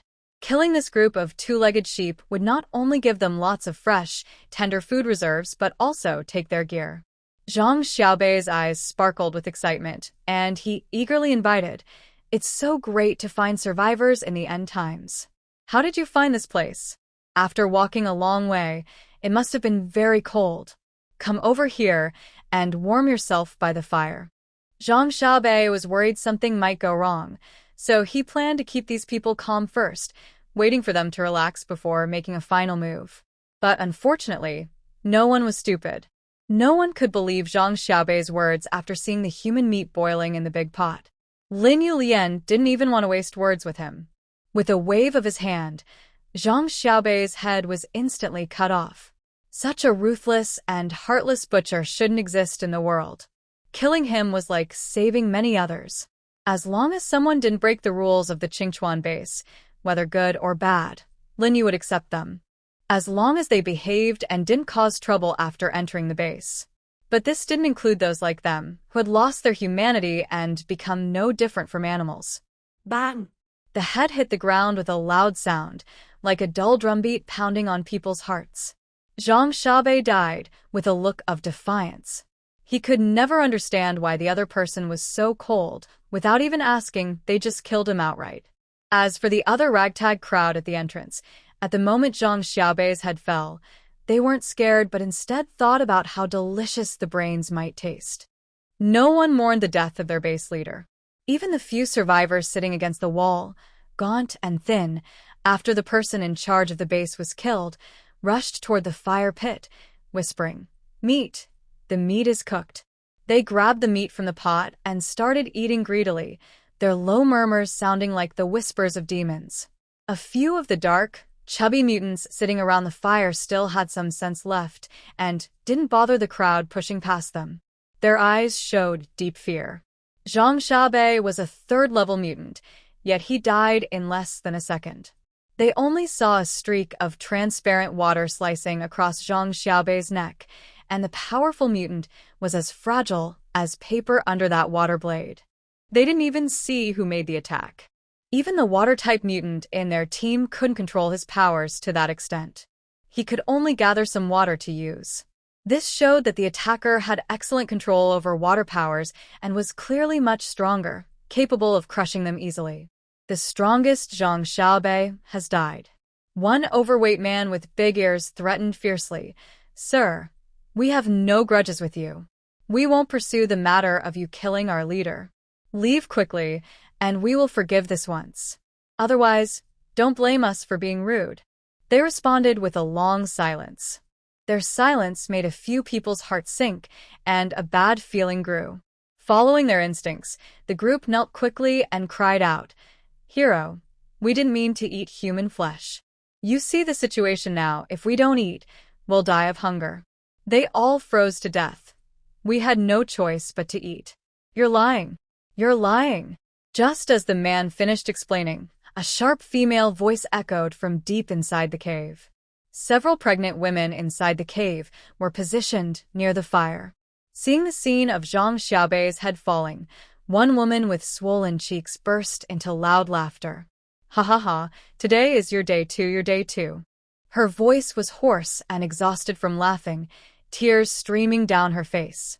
Although they couldn't see outside from this cave, she could hear the voices outside. No matter if those pleas for mercy were true or false, she was ready to give up. After all, things couldn't get any worse than they already were, right? Noticing her expression, the man bringing food quickly covered her mouth in worry. But he could only cover one person's mouth, not two. So, the voices were still heard outside. "You're lying. They were all killed by you, drained of blood and cooked in pots, you monsters." Lin Yu's heart grew heavier. Even without the voices from inside the cave, she wouldn't be fooled by these few people. What made her feel even more heavy was the women inside the cave. What those victims experienced was enough to chill the heart. What about the living ones? What will they face? And there were women among them.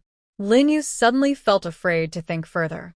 At this moment, desperate cries for help echoed from the cave, each word filled with tears. "Please, just kill us."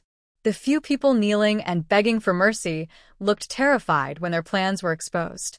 They wanted to kill the women, cursing loudly. "Stupid women, stop talking nonsense." Soon, the abilities users changed their tone, trying to flatter. Please don't listen to their lies. Lin Yu no longer wanted to hear their excuses. She was about to use her powers, but Pei Yan raised his hand to stop her. "I'll do it." Pei Yan didn't want these scoundrels to dirty her hands. Lin Yu pressed her lips together. "Don't rush to kill them yet." A distress call from inside the cave made Lin Yu feel very uneasy. They must have encountered something beyond normal understanding.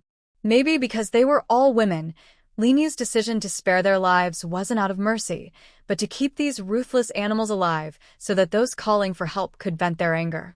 Pei Yan nodded. "Okay." With a thought, two silver-white beams of light flashed from his fingertips. One shot toward the abilities users, and the other toward the people who were happily eating meat from the pot. In an instant, two ropes made of lightning gathered and bound both the kneeling, begging abilities users and the greasy, surviving people. Pei Yan controlled his powers to keep them in a state where they couldn't move, feeling the sting of electric shocks but not enough to kill them. The abilities users were still surprised that Lin Yu was a woman. Before they could doubt, they were quickly like dumplings. The pain spread through their bodies, making them feel unbearable. Their eyes widened in shock. They no longer cared whether Lin Yu was a woman. Their faces showed disbelief. Thunder-type abilities? The few survivors who had been happily eating were taken away from the pot. They seemed unaffected by the lightning coursing through their bodies, staring intently at Pei Yan. "Cheng Xiangbei, watch Lin Yang. You two stay here and wait. I'll go inside and check." Lin Yu placed the mutated willow tree on the ground, instructing it to protect Lin Yang and Cheng Xiangbei, then headed straight into the cave. Pei Yan pressed his lips together, but didn't call out to stop her. His gaze quickly surveyed the surroundings to ensure everyone was under control and no longer posed a threat. He then hurried to catch up. Pei Yan was reluctant to let Lin Yu see the darkest and dirtiest side of human nature, but he knew Lin Yu was brave and wouldn't back down once she made a decision. Instead of trying to stop her, it was better to stay by her side. "Pei Linlang, listen carefully. I'll go with Sister Lin Yu to check things out." Pei Linlang understood that Lin Yu and her brother only wanted to protect them.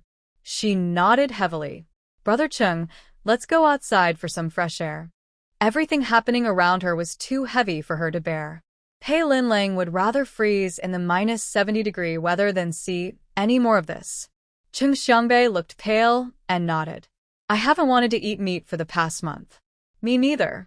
Pei Linlang replied absent-mindedly. She was thinking, if it weren't for Sister Lin Yu's safe zone and those magical abilities, would she have been forced into such a desperate situation when disaster struck? She closed her eyes. If that were true, she would rather die than face it. Outside, the biting cold hit her. Pei Linlang took off her mask and took a deep breath of the cold air. Her face hurt from the cold, but she felt the pervasive smell of blood and flesh fade away. At that moment, a heat source pressed close. Pei Linlang looked down and saw a mutated willow tree. She crouched and touched its branches, a faint smile appearing on her pale face. Little willow, thank you. The mutated willow tree swayed as if to say, You're welcome. After passing through a long corridor, they reached the inside of the cave. As Pei Yan stepped into the cave and saw the scene clearly, he immediately subdued the man who was abusing and beating a pregnant woman. Seeing what was in front of her, Lin Yu's pupils suddenly constricted. She saw the heavily pregnant woman and also saw the hollow, unfocused eyes of the bodies stacked on top of each other. At that moment, Lin Yu understood everything. Her mood grew very heavy, and the excitement of finding survivors vanished. Suddenly, her hand was grasped by a cold, firm hand. Lin Yu turned her head and heard the person say, Don't be afraid, I'm here. Lin Yu couldn't help but tighten her grip on Pei Yan's hand. A few women with slight baby bumps looked at the two of them, slightly stunned, but then a look of relief appeared on their faces. Are you here? Please help me with something, kill us. Lin Yu did not speak to persuade or ask what had happened here. What needed to happen has already happened. Asking now is pointless and might reopen old wounds. Lin Yu took out a few knives from her space and placed them in front of them. She paused slightly before speaking. The monsters were. You can repay kindness or revenge as you see fit. The pregnant women looked at the knives in front of them, stunned. Tears blurred their vision as they slightly lifted their heads to look at Lin Yu. However, her face was fully covered by a mask and goggles, so they couldn't see her clearly. A few seconds later, she tremblingly said, Thank you. They picked up the knives from the ground and moved toward the man controlled by Pei Yan's lightning ability. The man shivered uncontrollably. What are you going to do? He asked nervously. But the only response was the sound of blades piercing flesh. Warm blood mixed with the smell of rust sprayed from the man's body, splattering on the faces of the women, like demons descending. A scream like a pig being slaughtered rang out, but it quickly stopped. Hot blood flowed from the man's body, mixing with spilled meat soup on the ground, forming bright flowers. But the killing was not over. This was just the beginning. Everyone threatening inside the cave was controlled by Pei Yan's abilities. Under his 5th-level lightning power, no one could break free. Even the ability users couldn't escape. Pei Yan tightly held Lin Yu's hand. Let's go out. Leave this to them. They need to vent their anger. Leave this place. To them. Lin Yu nodded lightly. The screams inside the cave were so loud they drowned out their footsteps. The big white dog and the mutated willow tree ran away, and only then did Pei Linlang realize Pei Yan and Lin Yu had already come out. She sniffed her red, cold nose. Lin Yu, brother. Put on your mask. Oh. The screams outside the cave sounded more and more tragic, but none of the people outside felt sorry for them. Chung Xiangbei thought the situation inside the cave was worse than he imagined. He wasn't curious about what Lin Yu and the others had seen. Lin Mei, should we wait now? The dull atmosphere on the field was broken by Chung Xiangbei's voice. Lin Yu glanced back at the dark cave entrance and quietly said one word, wait. Compared to those who wait for others to rescue them, she preferred helping those who could take the initiative to climb out of the mud themselves. She wanted to see if the last few pregnant women, after avenging themselves, would choose to come out of the cave. The 3 of them heard her words but didn't ask why, simply silently staying by her side and waiting. Time passed second by second. They waited at the cave entrance for more than half an hour. Besides 7 bloodied women helping each other to walk out, no one else appeared. Lin Yu let out a slight sigh. There were 7 pregnant women in total. They had killed all the mutants inside, including those whose minds only thought of eating flesh. As for the other victims, they had no strength to care for them. Actually, they originally planned to use the knife Lin Yu gave them to commit suicide. But after killing all those monsters and lying in the pool of blood, gasping for breath, they suddenly saw the knife in their hands and felt a surge of courage. If they had the courage to choose death, why not the courage to keep living? So, they supported each other and came out. Seeing the 4 figures outside the cave, the 7 women knelt down and bowed their heads. Thank you all for saving us. All 7 came out from inside, and Lin Yu's heavy heart eased a little. She felt a bit of admiration for them. Not everyone has the courage to stand up after suffering so much. Lin Yu was silent for a moment before speaking. Do you want to live? The 7 women looked at each other, each seeing determination in the other's eyes. Yes. Lin Yu took out 7 pairs of ice skates, high-calorie food, water, and a flyer printed from her system using crystal cores. The flyer detailed the benefits of Qingchuan Base and a map showing the way there. These will cost 100 first-level crystal cores. If you want to live, take them and go to Qingchuan Base to settle your debts. There, you'll find enough food and water and a completely safe environment. Lin Yu couldn't ruin her plans just for a few survivors. She was still far from the main mission's 1,000-point mark. The best way was to invest in them. After all, these people truly deserved her investment, didn't they? She waited outside for over half an hour, mainly to see how many people would come out from inside.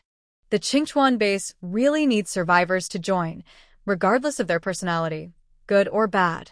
Lin Yu accepted all without hesitation. However, she did not consider animals that had lost their humanity. She initially thought that if those victims could come out, it would be like investing in them. But, in the end, only 7 women came out. The other victims either had given up on life or had lost their humanity, their minds already broken. Investing in them would only result in loss. Lin Yu is a good businesswoman. She saves people to bring back crystal cores for herself. Even if she spent a lot of effort to bring the remaining dozens of barely clothed survivors back to the base, with their gloomy looks, she probably wouldn't earn a single crystal core. That's fine, but unnecessary. She withdrew her thoughts, put away the supplies, and planned to leave. But just as she turned around, she was stopped by a hurried voice. We have crystal cores. You don't need to wait until we go to Qingchuan Base to settle the debt. We'll give you all these crystal cores now. The women then poured the crystal cores from their backpacks. They were ordinary people, with no special abilities. These cores were taken from those who had been killed, those with powers, after they were dead. They didn't count exactly how many. Without hesitation, they said, all of these are for you. Lin Yu smiled, counted the cores, and found there were 5 second-level cores and 169 first-level cores in total. She didn't take all of their cores. She only took 100 first-level cores and then said, I have cold weather clothes and some heating supplies. You can buy some for me if you want. The 7 women quickly shook their heads. You saved us, gave us food and water. We're already very grateful. We give you all the cores. They had already given all their cores, so they didn't feel right to take them back. Without hesitation, they refused. Lin Yu didn't say anything. She stored all the cores in her space and said seriously, you can keep this flyer. The Qingchuan Base is real. We are from the Qingchuan Base.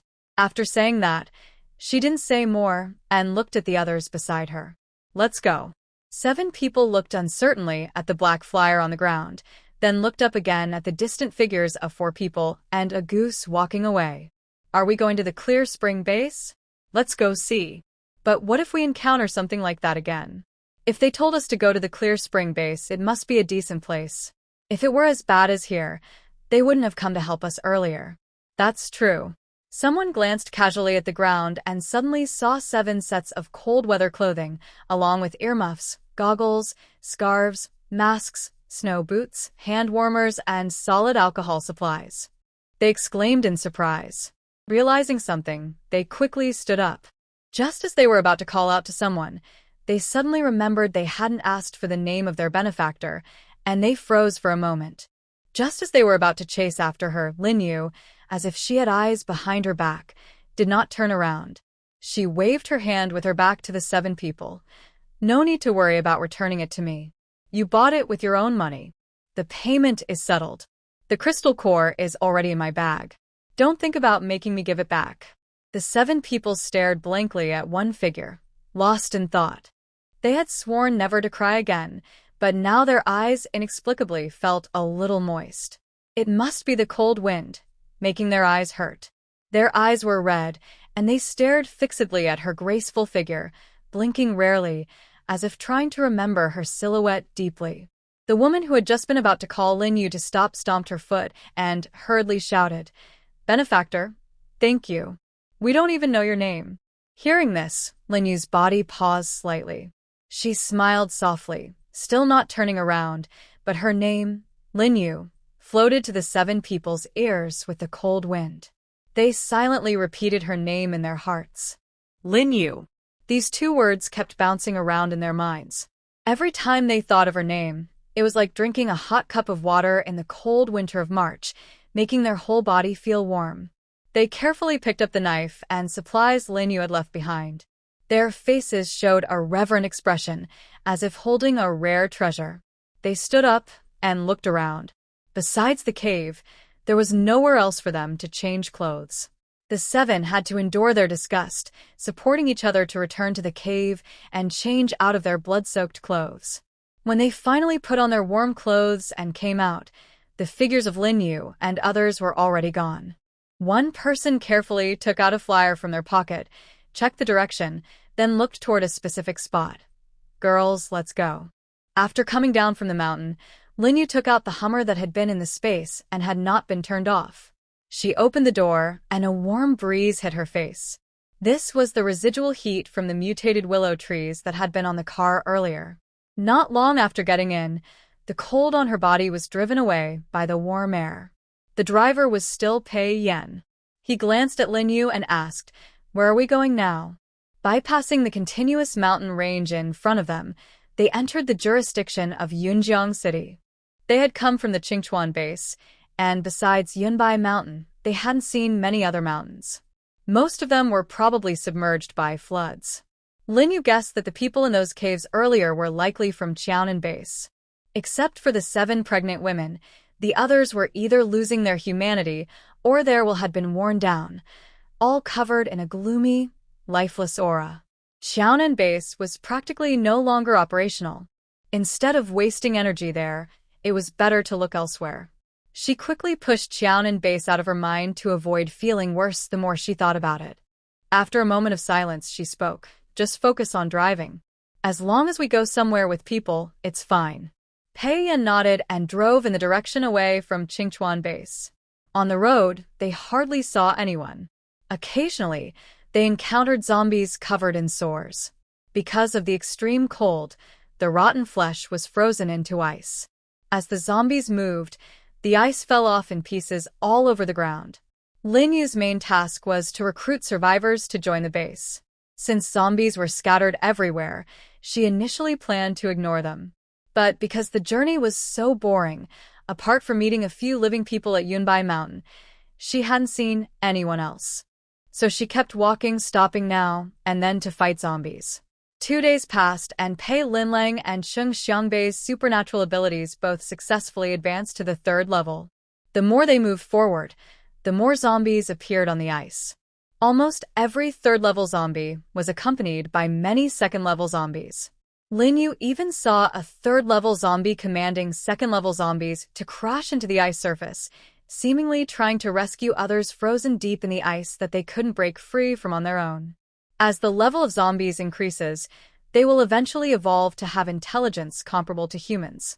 Lin Yu pursed her lips, said nothing, and simply waved her hand to handle the situation. She entrusted the task of extracting crystal cores to the mutated willow tree. Besides being able to spray fire, the branches of the mutated willow tree also produce heat.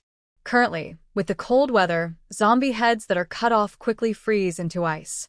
The mutated willow tree can automatically melt the ice inside the zombie's head and easily extract the crystal core. This method is not only fast but also very convenient. In addition to using the zombie bodies to feed the mutated willow tree, they can also be thrown into the energy conversion tower inside the base to turn into energy. No matter what the zombies have become after nuclear radiation contamination, Linyu collects them all and stores them in her space. The driver changed from Peiyan to Qingxiangbei. After driving north for a while, through a distant view, a dark, dense scene appeared on the windshield. Qingxiangbei instinctively sat upright, slightly leaning forward. When he finally saw what the dark mass was, he suddenly slammed on the brakes. Screech! Qingxiangbei suddenly braked sharply inside the car. The tire skidded on the icy road, leaving long marks. The car tilted forward, shook violently, and finally stopped steadily. Linyu, who was napping with her eyes closed, was awakened by the noise. As soon as she opened her eyes, she heard Qingxiangbei excitedly say, "Lin girl, wake up quickly. There's a zombie horde ahead." It's no wonder Qingxiangbei's first reaction to encountering a zombie horde was excitement. The main reason is that two powerful figures are present, so there's no need to immediately turn the car around and escape. Another reason is that he knows Linyu's purpose for coming out is to recruit survivors to join the base. Such a large gathering of zombies must be attracted by something from the northern large base. After all, those bases are not like the Qingchuan base, which has a safe zone to block the scent. Usually, the appearance of a zombie horde indicates that there is something ahead that draws them. Besides humans, Qingxiangbei really can't think of anything else that could attract a zombie horde. They only need to secretly follow behind the horde, and surely they will find survivors led by it. Thanks to the extremely high temperatures raising the horizon during the flood, they could see everything clearly ahead. Otherwise, with the buildings blocking the view, it would be nearly impossible to see the zombie horde from almost 20 kilometers away. Because of this, the sound made by the car's sudden brake was not noticed by the zombie horde ahead. Linyu heard this and immediately felt less sleepy. The driving rotation was first from Peiyan to Linyu, then from Linyu to Qingxiangbei, and finally to Pei Linlang. During the first switch, Linyu and Peiyan exchanged places. When it was Qingxiangbei's turn to drive, Linyu swapped seats with him again in the back. Since the view from the second row was not very good, Linyu looked at Pei Linlang and said carefully, "Linlang, use your power to block out the smell of the Hummer." Pei Linlang rubbed her sleepy eyes and nodded, placing her palm on the seat. As her invisibility power activated, the entire Hummer instantly became transparent. It's worth mentioning that since Qingxiangbei's power level rose to the third stage, he used his metal-type power to reinforce the Hummer again on the road. The shiny gold exterior faded, no longer looking like a flashy rich person's car, but more low-key and modest. Until the whole car turned transparent, Linyu lowered the window of the second row and looked outside. She squinted her eyes and saw a dark, dense mass ahead. Her eyes lit up immediately. Qingxiangbei lowered his voice. "See? I wasn't lying, right? Are we going or not?" "Of course we're going. But wait a moment, let me check the situation first." Qingxiangbei could think of what might happen, and Linyu could too. She needed to confirm the level of the strongest zombie in the horde first, to avoid messing up later. Her idea was to follow the horde and find survivors. But before that, she had to make sure everything was under her control. Qingxiangbei silently nodded. Linyu took out a brand new drone from her space and gently tapped her wrist with her mutated cactus. "Xian Xian, thank you for your help." The dark green bracelet affectionately pressed against her wrist, as if saying, "No trouble at all." Then, the bracelet automatically detached from her wrist, splitting into two parts. One wrapped around the drone's body, and the other returned to her wrist. But the color of the bracelet was much lighter now. The mutated cactus's clones could sense each other and transmit signals, even from far away, to know what was happening to the other clone. However, if it is more than 100 kilometers away, it cannot be sensed. At most, it can only tell whether the clone is alive or dead. It's like the clone and the main body inside the Clear Spring base. The main body can only sense the clone's survival status. If the clone dies, it won't have much impact on the main body. Back to the main point. With the mutated cactus helping to coordinate on the drone, we can adapt to different situations. After all, The distance of the zombie horde is quite far, and Linyu's eyesight isn't good enough to see that far. So, she told the mutated cactus, "Xian Xian, later you give me directions from above. Moving left means go left, moving right means go right, and moving twice means you've finished scouting and are ready to return. Does that sound okay?" Since there is no internet or signal now, the drone's built-in camera can't be used, so this is the only way. The mutated cactus moved slightly to show it agreed.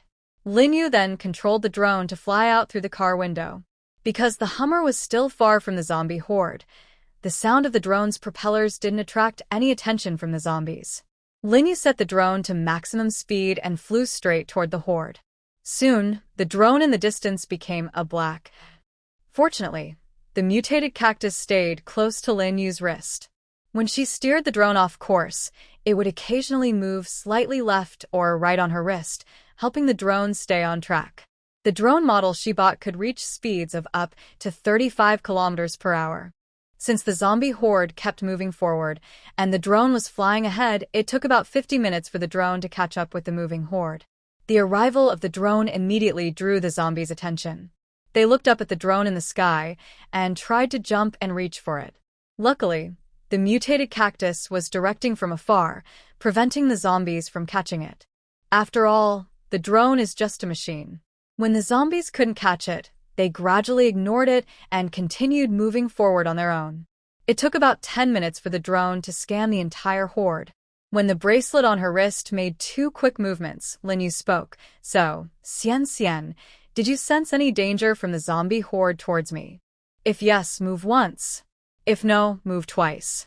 No one spoke on the car. Everyone silently waited for her to ask questions. The mutated cactus moved twice in a row. Linyu smiled and looked at Qing Xiangbei in the driver's seat. "Now you can drive. Be careful not to go too fast and keep the zombie tied about 20 kilometers behind." Got it. After speaking, Linyu focused on controlling the drone to return home. Half an hour later, the drone appeared ahead. Qing Xiangbei kept the car moving slowly, and Linyu took the opportunity to lower the window and have the drone dive down successfully. The mutated cactus on the drone plop jumped into Linyu's arms, rubbed her sleeve, then merged with the bracelet on her wrist. Linyu reached out and patted the bracelet to praise it. "Xian Xian, you're so great." The bracelet shyly spun around her wrist a few times. Pei Linling, standing nearby, couldn't help but twitch her mouth. If she hadn't seen it herself, she wouldn't believe that the fierce-looking cactus was so obedient and cuddly in Linyu's hands, acting like a cat seeking hugs.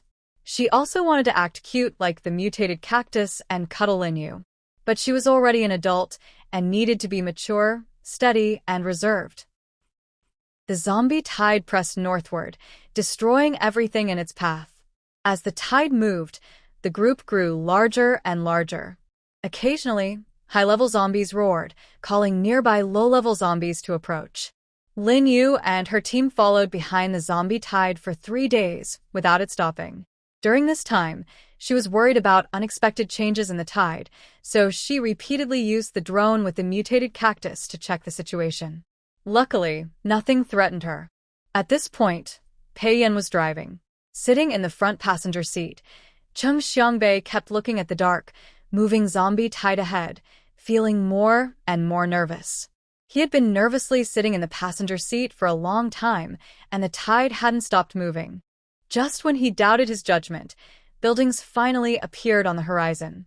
The black buildings stood out sharply against the gray, icy landscape. It looked like a walled compound.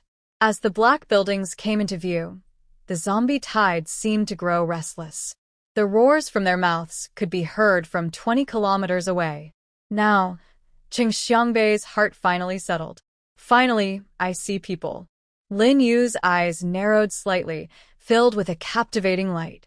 "Qing Xiangbei, accelerate with all your might." "No problem. Can I play a song?" Qing Xiangbei had been holding back in the villa for a long time. When he finally got out and encountered the ravenous situation, he felt very upset. Later, to avoid disturbing the approaching horde of zombies, everyone moved very carefully. When they learned they could go full speed, since they needed to attract the zombies' attention anyway, why not play music while racing?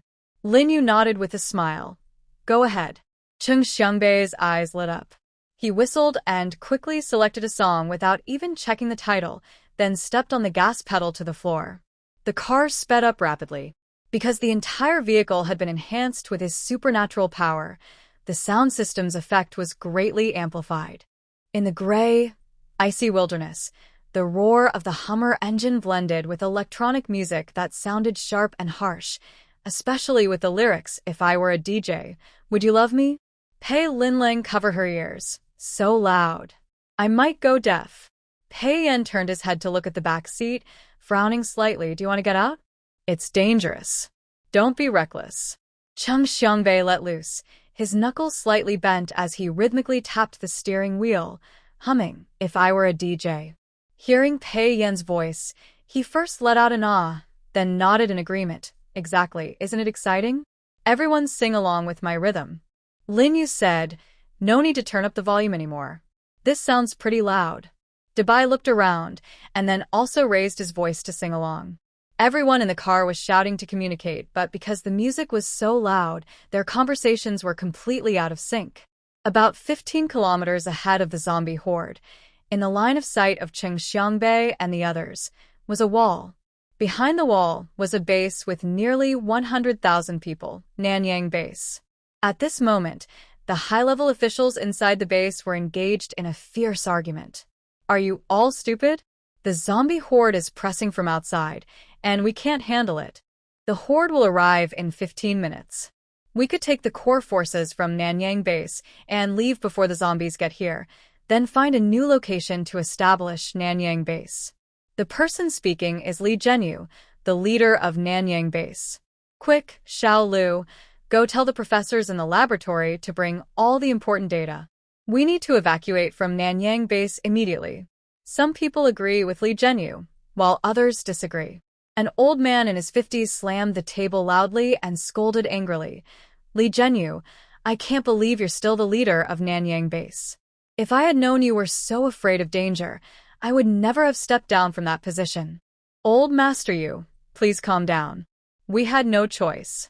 The Vanguard team sent ahead to scout came back with news. There are at least dozens of 4-stage mutants and nearly 10,000 3-stage, 1, and 2-stage zombies, all packed tightly together. Exactly. Old Master Yu, you must not act impulsively. There are only 3 4-stage mutants in Nanyang Base, fewer than 200 3-stage mutants. Facing such a large horde is like fighting a losing battle. We can't just send our children to die, can we?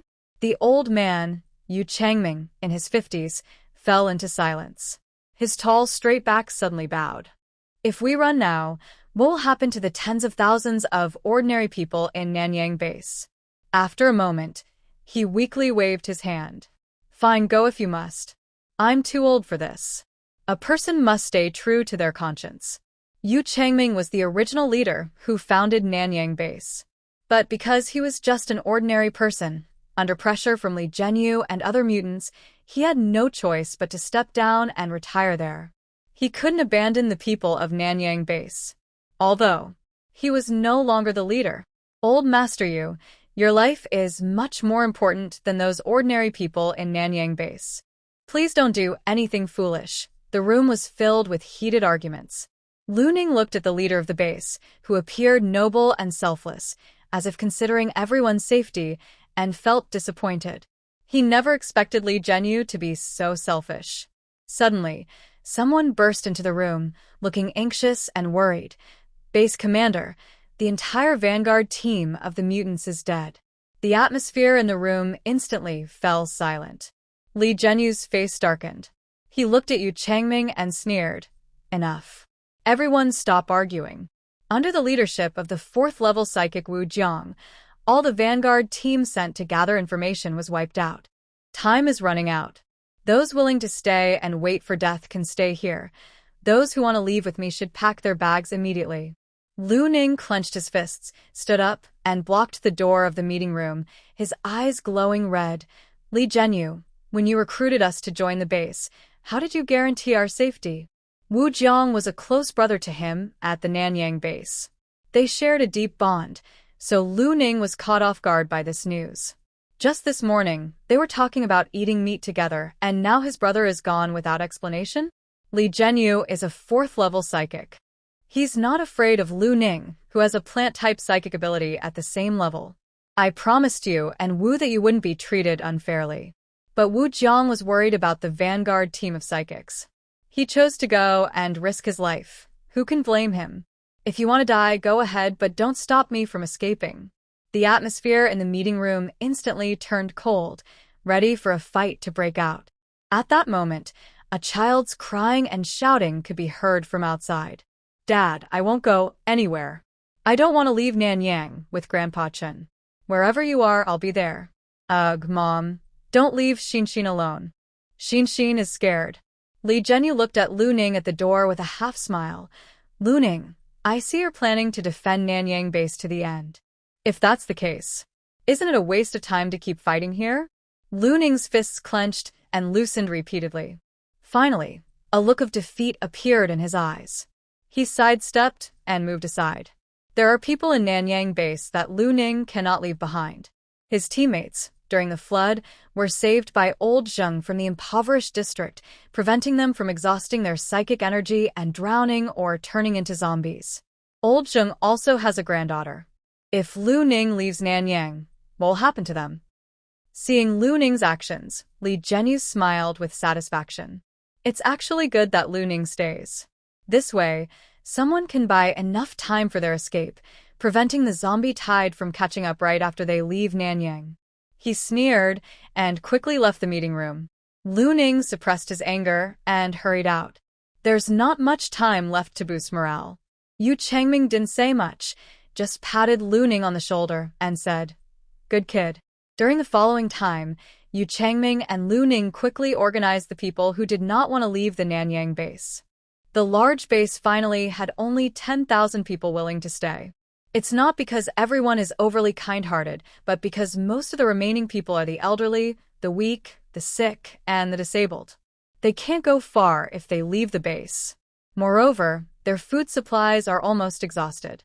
In the cold weather with little clothing and food, leaving the base would just mean death. They prefer to leave the chance of survival to their children, spouses, parents, and siblings. If they hold out for just one more minute, their loved ones can run a little farther away.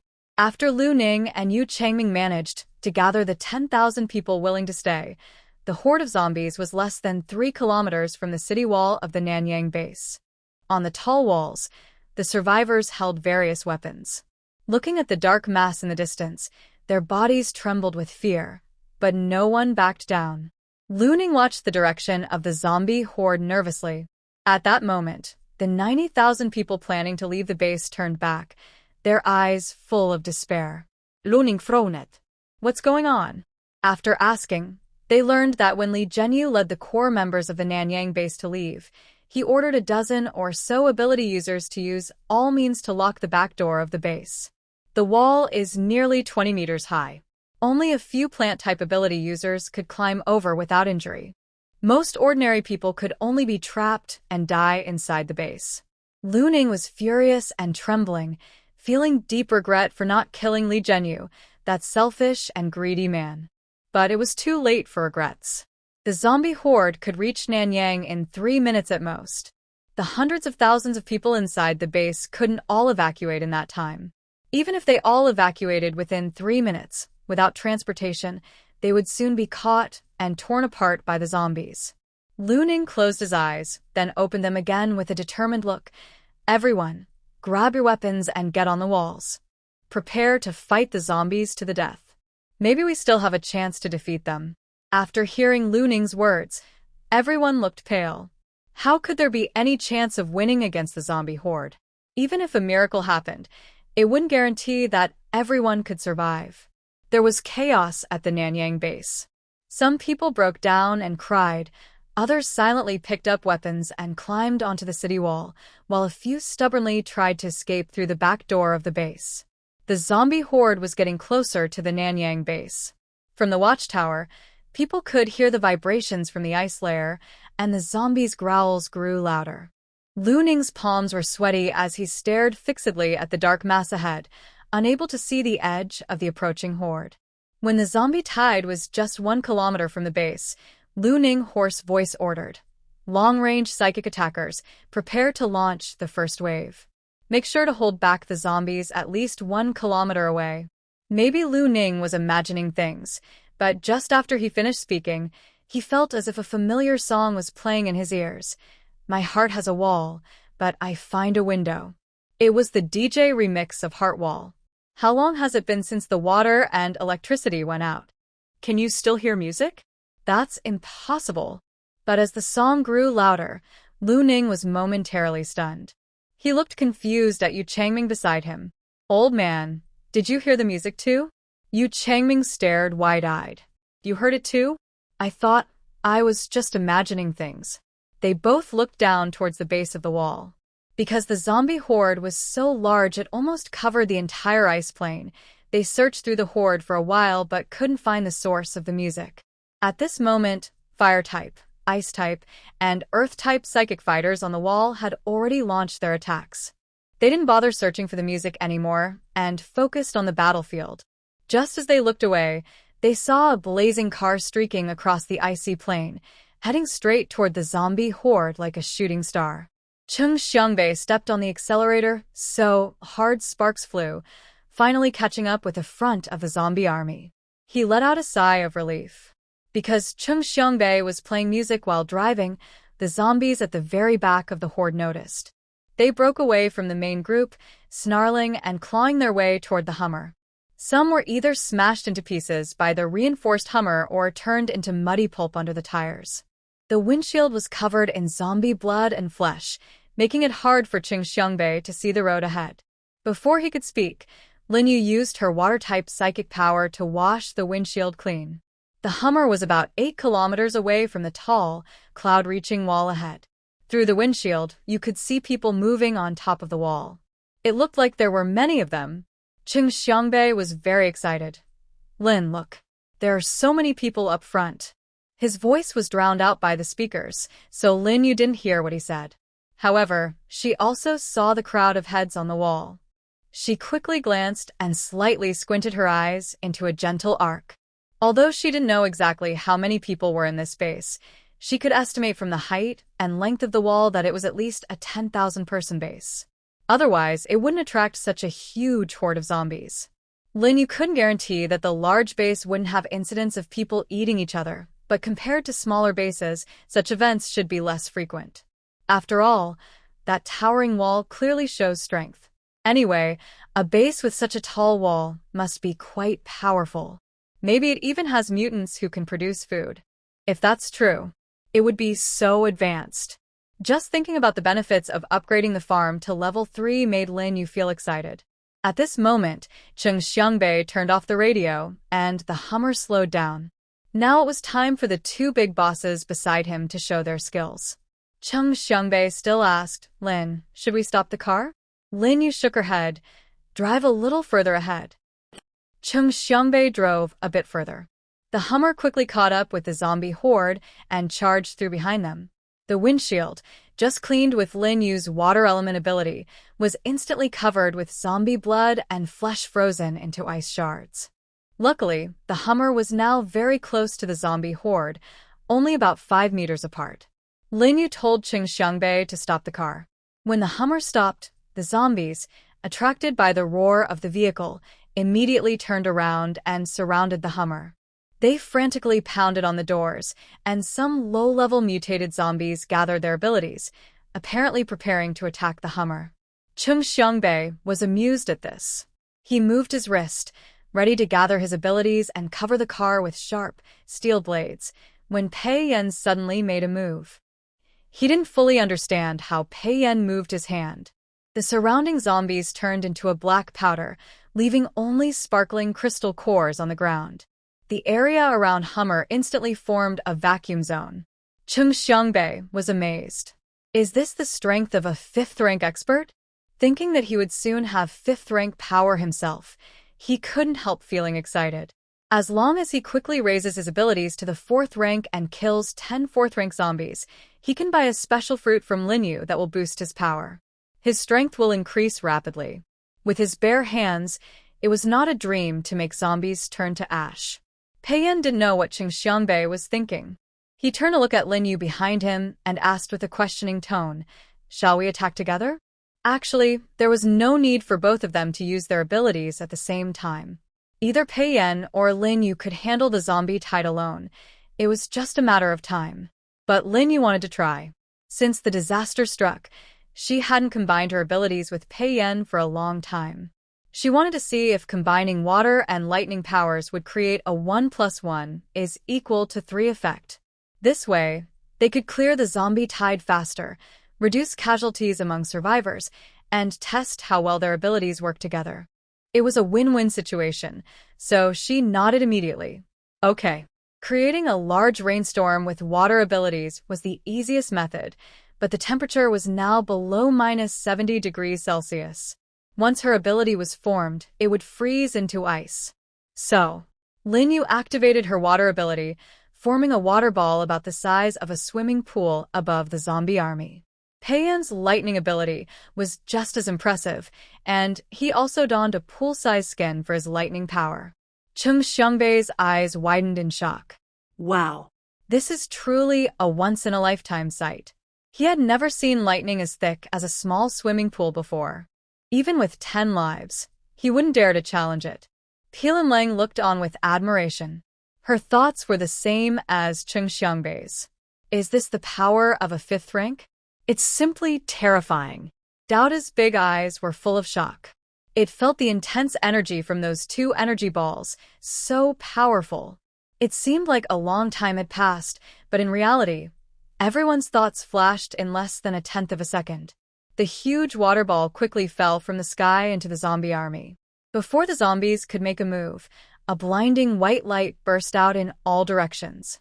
The loud thunder drowned out all other sounds on the battlefield, turning nearly 1/3 of the zombie horde into a sea of lightning. This sudden change stunned the survivors on the city wall of Nanyang Base. What's that? I hope it's not something caused by the zombies. If it is, bah, nonsense. It must be the capital sending help. Could it be the capital's doing? The people speaking didn't really believe that the noise in the zombie horde was made by the capital. Still, everyone couldn't help but feel a little hope. Yu Changming quickly took out his binoculars and looked in that direction. Unfortunately, the bright flash from the lightning was too dazzling, and he could only see a white light spreading through the zombie horde. Suddenly, he remembered the song he had heard earlier. Yu Changming looked a bit surprised. Could it be? Reinforcements are here? The moment this thought appeared in his mind, his first reaction was that it was impossible. That was a zombie horde. At least 10 large bases like Nanyang would be needed to barely stand a chance against the zombies. Outside, in the freezing snow, survival was already hard enough. How could reinforcements arrive so quickly? Lu Ning's eyes were full of shock. Such powerful abilities. Is it 5th level? Or 6th level? Or even higher? Lu Ning's expression grew serious. He couldn't tell whether this strange power came from the zombies or, as Yu Lao suggested, from reinforcements. But there was no doubt. Whether it was humans or zombies, anyone with such strength would be an unstoppable force in Nanyang. Thinking of the song he heard earlier, Lu Ning preferred to believe it was reinforcements. It was impossible for it to be zombies. About a minute later, the blinding white light faded, and at the center of the zombie horde, a vacuum zone filled with crystal cores appeared. There were so many crystal cores that the zombies lucky enough to escape that attack couldn't resist their instincts. For the first time, they disobeyed the commands of the higher-level zombies and reached out to grab the crystal cores. In the disorganized zombie horde, many directions echoed with angry roars. Lu Ning wasn't sure if it was his imagination, but he sensed a hint of fear in those roars. Yu Changming clearly noticed some commotion in the zombie horde. It seemed that the hidden high-level zombies inside were issuing some orders. Within a few seconds, he used the telescope to observe that the zombie horde had stopped moving forward and seemed to be breaking apart. Sure enough, in the next moment, he saw the zombies turn around. A sense of shock rose in his heart. It seemed they had realized something. Yu Changming didn't have time to think deeply. His eyes sparkled with determination as he seized the moment. Quick, the zombies are about to escape. Everyone prepare to attack. Kill as many as you can. We must not let them get away. Lu Ning also understood how rare this opportunity was and encouraged everyone. Just kill one more zombie each, and it will reduce the danger we face in the future. Please, everyone give your best effort. Everyone thought carefully and gritted their teeth. Captain Lu is right. Let's fight them. Yeah, I've been scared for a long time. Just kill them all. Whatever zombies we can leave behind, leave them. Quick, quick. We're out of stones. Who can go to the base and get some more? The survivors from Nanyang were furious, but they weren't fools. They didn't open the base gates and just stood on the city wall, throwing weapons, stones, and all kinds of projectiles down as if they were free. Hitting a zombie was considered a success. Unlike the lively scene on the city wall of Nanyang base, inside the Hummer, everything was silent. Pei Linlong's speech was almost tangled. It's just one strike, and the zombie tide actually collapsed completely? Cheng Xiangbei's mouth formed an O. Oh my goodness. He decided to withdraw his previous idea. Even after reaching the 5th level with the supernatural fruit, he couldn't surpass the 2 powerful experts beside him. It was simply terrifying. One strike had scared away the entire zombie tide. If he hadn't seen it with his own eyes, and someone told him that someone could scare away hundreds of thousands of zombies with one attack, Cheng Xiangbei would have been drowned in spit. Is this a joke? But the reality proved that he was still too naive. Pei Yan slightly tilted his head. Continue? Lin Yu didn't expect that her combined attack with Pei Yan would actually scare the zombie tide into fleeing. This couldn't be allowed. To her, the zombie tide was like silver, essential for building a better Qingchuan base. No matter what, they couldn't let it escape. Quick, don't let them get away. Pei Yan did not miss the look of greed in Lin Yu's eyes just now. He softly chuckled, thinking, my treasure is just too adorable. All right, none of you are escaping. Pei Linling, Cheng Xiangbei, Big White. All 3 looked numb. Only these 2 crazy people could say such things. If it weren't for the mutated willow tree and cactus that could talk, they would definitely say, my master is a bit too powerful, isn't he? No problem. A few 4th-tier zombies hiding in the tide of corpses sensed danger and ordered the zombies to retreat. But because there were so many zombies, it wasn't easy to leave quickly. Lin Yu and Pei Yan took advantage of the chaos and quickly killed many zombies. The few 4th-tier zombies were even more scared and no longer wanted the tide to retreat. Instead, they directed the lower-tier zombies to charge toward the Hummer. Even the 3rd-tier zombies did the same. They planned to use the lower-tier zombies as a path to escape. Create a way out. Cheng Xiangbei, who was driving, looked confused. He felt like he was just here to drive, and besides that, he didn't seem to have any other role. Maybe he wasn't good enough. Pei Linlang sat quietly beside Lin Yu, watching the huge tide of corpses turn into crystal cores. Big White Daodu kept glancing at Lin Yu. How should I put it? At first, it stayed in the villa because it was attracted by the food voucher. It was impressed by Lin Yu's strength. It's only been a short while, and the food voucher has become even more powerful than it. And it has proudly become a worker goose. Although the food voucher provides good food and drinks every day, Big White still couldn't understand how things turned out like this. A faint sadness appeared in Big White's eyes. Lin Yu had no idea what they were thinking. At this moment, only one thought remained in his mind. Kill, kill, kill. Kill all the zombies, then use these crystal cores to buy a building. In Nanyang base, the surviving people, who thought they were doomed, stared in shock at this scene. Life is unpredictable, from big intestines to small intestines. As the zombies fled, a Hummer finally caught Lu Ning's attention. Now, he could confirm that the music he heard earlier was not a hallucination. It was indeed reinforcements. A sense of relief washed over Lu Ning. He exchanged a quick look with Yu Changming and immediately decided to open the gates of Nanyang base, sending out psychics to help the people in the vehicles fight the zombies. Nanyang base is a large facility with over 10,000 people, so it wouldn't be as selfish as Li Zhenyu, who only cared about himself.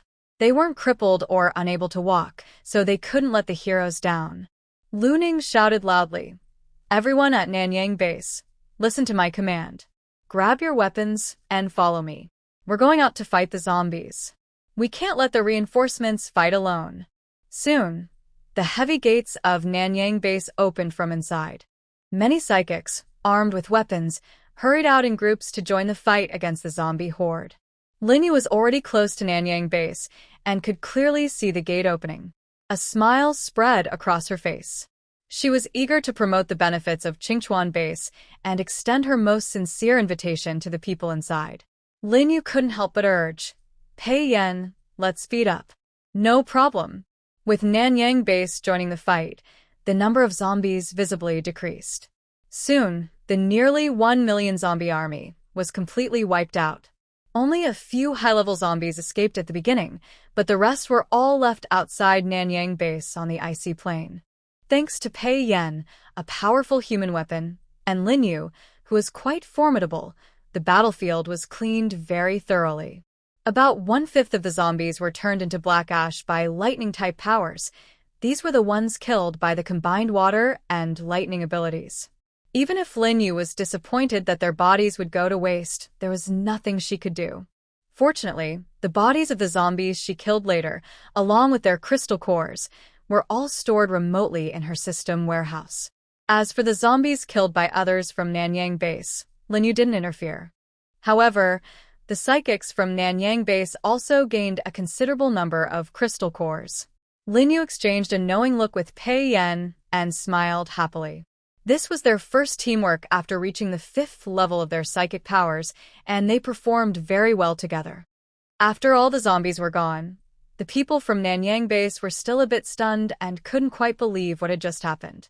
If I hadn't experienced all this myself, I would find it hard to believe that facing nearly 1 million zombies, the base only lost about 20 people and still achieved victory. Everyone's eyes turned toward the sturdy vehicle parked ahead. Everyone understood that if the people in the vehicle hadn't helped Nanyang Base, they would have been doomed this time. All the survivors present were very grateful to the people in the vehicle. "Thank you for helping Nanyang and saving us." Thanks. "Thank you so much, really." In that moment, expressions of gratitude filled the air. Yu Changming, filled with excitement, nervousness, and gratitude, quickly walked toward the Hummer. Lu Ning reminded his team, "Make sure to bury those who died in this battle and give them proper funeral benefits." After speaking, he hurried to catch up with Yu Changming. The survivors of Nanyang Base followed closely behind. Linyu looked out through the windshield and saw the scene outside, a clever smile appearing in his eyes. "Let's get out of the car." Everyone instinctively took a step forward, their eyes excitedly fixed on the car door, eager to see their rescuers as soon as they stepped out. Many had tears in their eyes, but in such cold weather, tears would freeze into ice, so they held back their emotions tightly. The weather was too cold. Everyone was dressed lightly, their bodies trembling uncontrollably from the cold. They rubbed their frostbitten hands and blew warm air onto them. Even though their faces were red from the cold, no one left. Their bodies were cold, but their hearts were warm. Under the watchful eyes of many at Nanyang Base, the car door opened. Yu Changming hurried forward. Lu Ning moved, and the survivors also stirred. Unexpectedly, when the Hummer door opened, it wasn't a person who came out. A plump white goose with a long neck, wearing a yellow coat, jumped out of the vehicle. Ga-ga-ga. Ga-ga-ga. Everyone froze instantly. Yu Changming had been about to go greet them, but instead of a person, a big white goose appeared. His steps froze in place, unsure whether to move forward or stay back. Fortunately, it didn't take long before the other 3 vehicle doors opened, and 4 people came out from inside. The survivor from Nanyang couldn't help but tremble. It was these 4 people who, with a single strike, defeated the unknown fear, driven only by instinct and hunger, causing the horde to collapse. They could hardly imagine how powerful these individuals had become. Lu Ning couldn't tell the level of Lin Yu and Pei Yan's abilities, only feeling that both of them were very strong, giving him a sense of danger that was hard to ignore. When people got out of the car, Yu Changming breathed a sigh of relief and warmly greeted them. The 4 people coming out of the car were fully equipped, dressed from head to toe in protective gear, with no skin exposed. He couldn't tell who the leader was, so he stepped forward and bowed to all 4. Your great kindness to the Nanyang base will never be forgotten. On behalf of nearly 100,000 survivors here, I thank you sincerely. Chung Xiangbei and Pei Linlang had been just bystanders on the car, feeling they weren't brave enough to deserve such a bow, and hurriedly stepped aside. But they couldn't avoid Yu Changming, nor could they escape the gratitude of hundreds of thousands of survivors from Nanyang. Everyone sincerely bowed to the 4. Thank you for saving my life. I will never forget it, Lu Ning said. Thank you for saving me. Chen Xuemei, Lu Yong, Li Chao, Zhang Xiaoxiao, Zhou Qi. I will never forget. Thousands of voices merged into a huge wave, crashing into the hearts of the 4. This scene made Pei Linlang and Chung Xiangbei blush with embarrassment, feeling guilty. Honestly, when Lin Yu heard Yu Changming say there were 100,000 survivors in Nanyang, she almost smiled brightly, thinking about bringing everyone back to Qingchuan base to help with the main mission. Lin Yu admitted her goal was also to save people to complete the main task. She didn't think there was anything to hide about that. She always faced her true feelings, whether good or bad. But when all the people from Nanyang bowed neatly and respectfully to her, her hardened heart, forged in the apocalypse, seemed to be touched by something. Pei Yan immediately sensed her emotional change and whispered softly beside her. Only they could hear. No need to feel guilty. Some people are worth saving, and some are not. Isn't it just right that we didn't save the wrong people? Lin Yu silently smiled. Pei Yan always understood her well. She withdrew her thoughts and looked up at the crowd ahead, smiling and saying, Everyone, please stand up. When her cold, clear voice reached their ears, the survivors at Nanyang base couldn't help but show a hint of surprise. But everyone just took it as a brief surprise, and their expressions quickly returned to normal. What's wrong with the woman? This is a world where strength rules. Whether man or woman, as long as you are strong, you'll be respected. Moreover, she is their savior. After Lin Yu spoke, everyone straightened up. Among the crowd, women with messy hair and dirty faces couldn't help but secretly glance at her. Her voice is really nice. She is so impressive. She is so strong. No one knew what her face looked like under the mask. Lin Yu noticed the gazes, but didn't mind. What she didn't know was that many girls secretly regarded her as a role model in their lives. Lin Yu focused her gaze on Yu Changming and Lu Ning. From their positions, she could tell they were likely high-ranking officials of Nanyang base. Yu Changming noticed her look and hurriedly said, My name is Yu Changming, and I am the previous commander of Nanyang base. After speaking, he introduced Lu Ning beside him. He is Lu Ning, the leader of the mutant abilities team at Nanyang base. Lin Yu squinted slightly and caught some clues from Yu Changming's words. He was the previous commander of Nanyang base? Then, where is the current commander? And she didn't sense any energy fluctuations from him. At this moment, Lu Ning stretched out his hand forward. I'm Lu Ning, a level 4 plant-type ability user. Thank you all for your timely help, or Nanyang base might have been destroyed by the zombie tide. Lin Yu withdrew her thoughts, reached out, and shook his hand briefly before letting go. Lu Ning looked at the other 3. Next, the 4 of them took turns extending their hands to shake hands with Lu Ning and Yu Changming. Standing outside like this wasn't very appropriate. Yu Changming wanted to invite them into Nanyang base, but he hesitated because he didn't know their names. Just as he was about to speak, he hesitated. My name is Lin Yu, and this is Pei Yan. Lin Yu took the initiative to mention her own name and the names of the 3 beside her. With her introduction, Yu Changming learned their names and warmly invited them. It's too cold outside. Come on in, let's go to Nanyang base and have a good chat. We must treat you well. Additionally, Yu Changming wanted to repay their life-saving kindness with supplies from the base, although judging by their strength, they probably didn't lack resources or crystal cores. Their lack of resources is one thing, but the Nanyang base cannot be left without support. First, they must show a proper attitude, so as not to disappoint their life-saving benefactors. Yu Changming's invitation matched Lin Yu's thoughts perfectly. She smiled slightly and spoke gently, all right.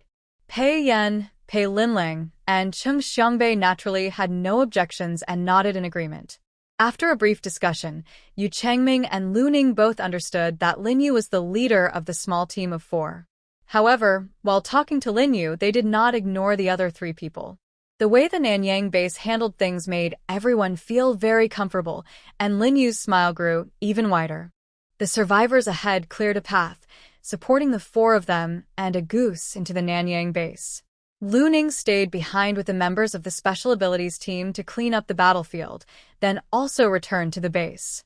What everyone didn't know was that the high-level zombies that escaped were heading in the same direction as Li Zhenyu and the others. Most of the people leaving with Li Zhenyu were high-ranking officials of the Nanyang base and his close allies. Only a few scientists in the laboratory couldn't leave immediately because they had little time to pack, so Li Zhenyu and his team locked them inside the base. The other important scientists and research materials were packed into space by the space ability users and taken away. In their view, with the zombie horde approaching and the Nanyang base's strength vastly inferior, there was no way to win this fight. Staying meant only death. So they didn't hesitate to abandon the survivors of the base, taking the most important supplies and their research team and fleeing desperately. They didn't dare to stop on the road. It's been about an hour and a half since they left the base. Li Zhenyu looked back and signaled for the convoy to stop. The floodwaters had submerged nearly 90% of the resources in Manhwa, including food, water, and non-renewable energy sources like gasoline. The gasoline in Li Zhenyu's hands was stockpiled before the floodwaters arrived. Using even a little meant losing some. They had just driven to escape, so they used the car lavishly.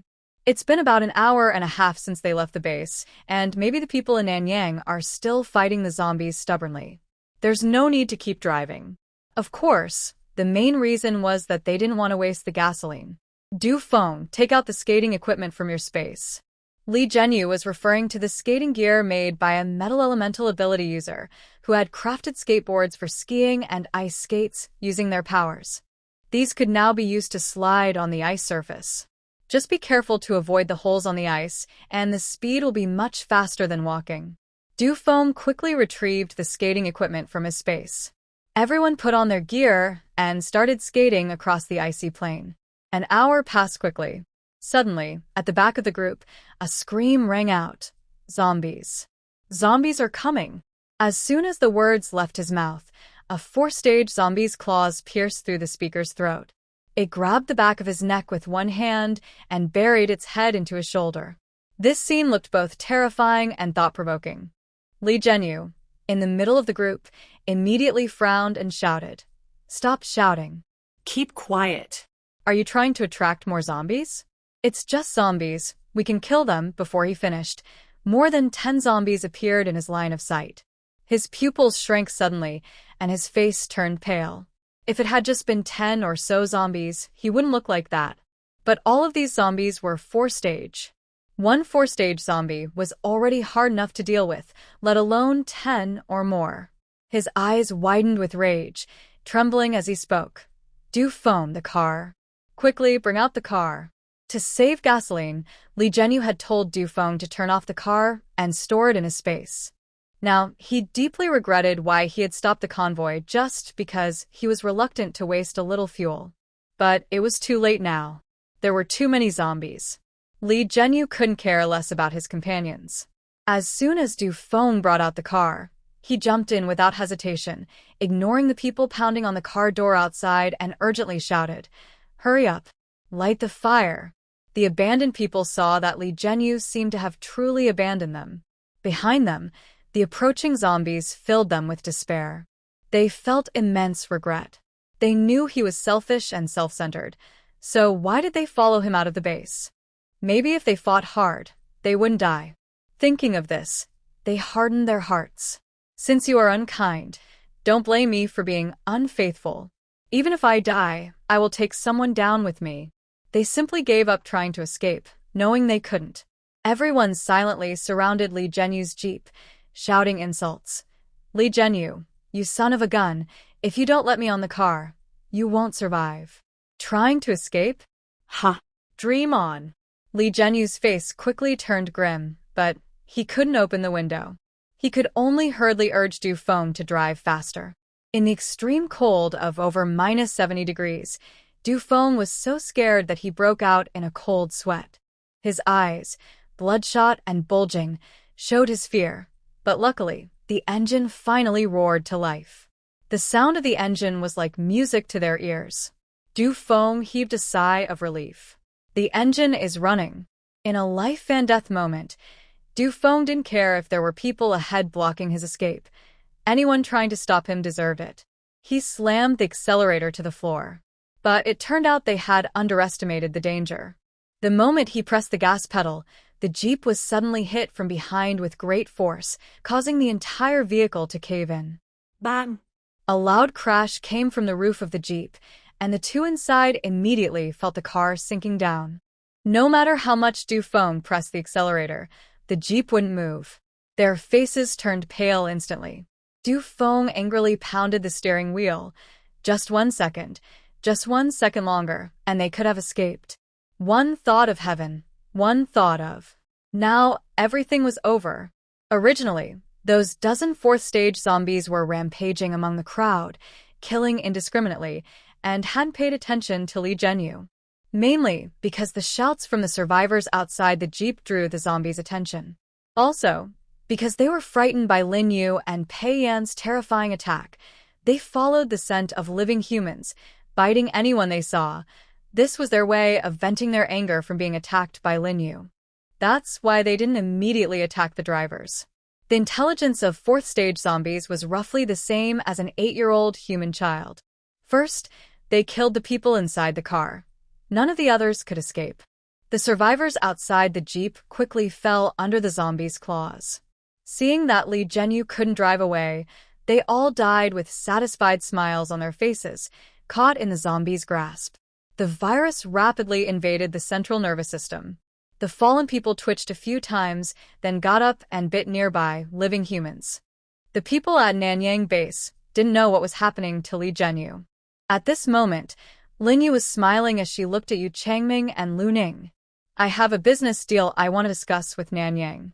From the main gate of the Nanyang base to the meeting room, Lin Yu silently observed everything. She not only looked at the environment of the base but also quietly assessed the survivors' living conditions. Although the survivors in Nanyang were all very thin, with frostbite marks on their hands and faces, their eyes were not blank or numb. Unlike the people she had met in the cave, who looked like walking corpses. As she walked, Lin Yu noticed many square-shaped houses near where the survivors lived. She asked and learned that these square houses were built by the base's fire and earth element abilities, who modified structures based on the boiler room. Using the energy from crystal cores, combined with research from the Nanyang laboratory, they replaced fuel and gas to provide regular heating for the survivors. The survivors in Nanyang usually live here. Thanks to this invention, none of the survivors froze to death. However, not all survivors could enjoy free heating by the boiler room. The wealthier survivors paid a monthly fee and could enjoy 8 hours of heating each day. Those who had nothing to offer could only go to the management daily to receive a set of cold-resistant clothes made from mutated seeds by plant element abilities, then go to work building the city walls. They earned just enough food to survive. After working 20 hours, they returned the clothes, received a hot cup of water for free, and went back to the shared dormitories near the boiler room, cuddling together for warmth and resting in the residual heat. Even though they worked 20 hours every day, ordinary people in the base eagerly volunteered to go out and work. The long hours didn't matter because the base provided enough work meals and warm clothes. As long as they moved, they stayed warm. Even if many of the warm clothes were worn out, dirty, smelly, or had lice, no one complained. The tall, towering walls of the Nanyang base were built by survivors during the flood, especially when the temperature dropped at night, and they braved the heat to construct them. When the high temperatures arrived, many people died from the heat. Those who endured without dying did not develop special powers, but their bodies evolved, and their heat resistance greatly improved. Ice and water element users helped cool the environment and provided drinking water, so it was not surprising that they could build nearly 20-meter-high walls in such a hot environment. The situation in Nanyang was neither bad nor good. Since they had not yet reached the point of cannibalism, life was still manageable. After gaining a basic understanding of Nanyang's situation, Lin Yu smiled and looked at the two of them. I have a business deal I want to discuss with Nanyang. Lin Yu planned to sell some supplies to Nanyang and then promote the benefits of the clear spring base, which would help her earn more coins. She had long been interested in the mutated plants in the mall. Yu Changming and Lu Ning exchanged a glance, a hint of doubt in their eyes. No matter how hard they thought, they couldn't figure out what supplies Nanyang had that could be used for business with Lin Yu at this stage. But actually there was something. Yu Changming remembered something and quickly expressed his opinion. Miss Lin, there's no need to be so polite with Nanyang. If there's anything Nanyang has that catches your eye, just take it. He paused and looked at Lu Ning. Lu Ning, go to the laboratory and bring back the data on converting crystal core energy into power. Right now, the most valuable thing in Nanyang was the information on how to turn energy from crystal cores into usable power. Yu Changming didn't hesitate and immediately asked Lu Ning to go to the laboratory. Yu Changming was the former leader of Nanyang, and all his trusted followers had left with him. Because he organized the team and was willing to risk everything to stay with the base, the people in Nanyang recognized him. Although nothing serious happened in the end, everyone trusted Yu Changming from the bottom of their hearts. Lu Ning trusted him too. Honestly, this research data was not essential for Lin Yu at this stage, because she had already bought an energy conversion tower long ago. The data was not really necessary for her, but she admired the scientists who developed this invention. After thinking for a moment, Lin Yu decided not to refuse. Although she didn't need it, she figured that leaving the data there wouldn't take up space and might be useful someday. However, let's talk about the information later. She spoke and stopped Lu Ning. Don't worry yet. The deal I mentioned isn't this. First, take a look at this flyer. Lin Yu took out a flyer made by the system from her space and handed one to everyone in the meeting room. A flyer? Besides Lin Yu and her group, the others in the room looked confused. Yu Changming signaled Lu Ning to wait and then picked up the flyer to read. When he saw the content on the flyer clearly, he suddenly looked up with eyes full of disbelief. Miss Lin, does such a base really exist in the world? People from the Nanyang base, after reading the words printed on the flyer, were all shocked speechless. The Qingchuan base provides water and electricity. As long as you have a crystal core, you can buy all the supplies you need here, and the prices are reasonable for everyone. You don't need to worry about extreme weather harming your health. The Qingchuan base even has a safe zone that automatically drives away zombies. Most importantly, joining the Qingchuan base allows you to order takeout. No matter where you are, Qingchuan takeout delivers reliably. Even more amazing, while eating takeout, you'll have a shield similar to the safe zone of the Qingchuan base, which automatically bounces back all harm. Although the shield's strength depends on the base's defenses, that's still incredible, isn't it? It's unheard of and unseen before. Lin Yu smiled gently.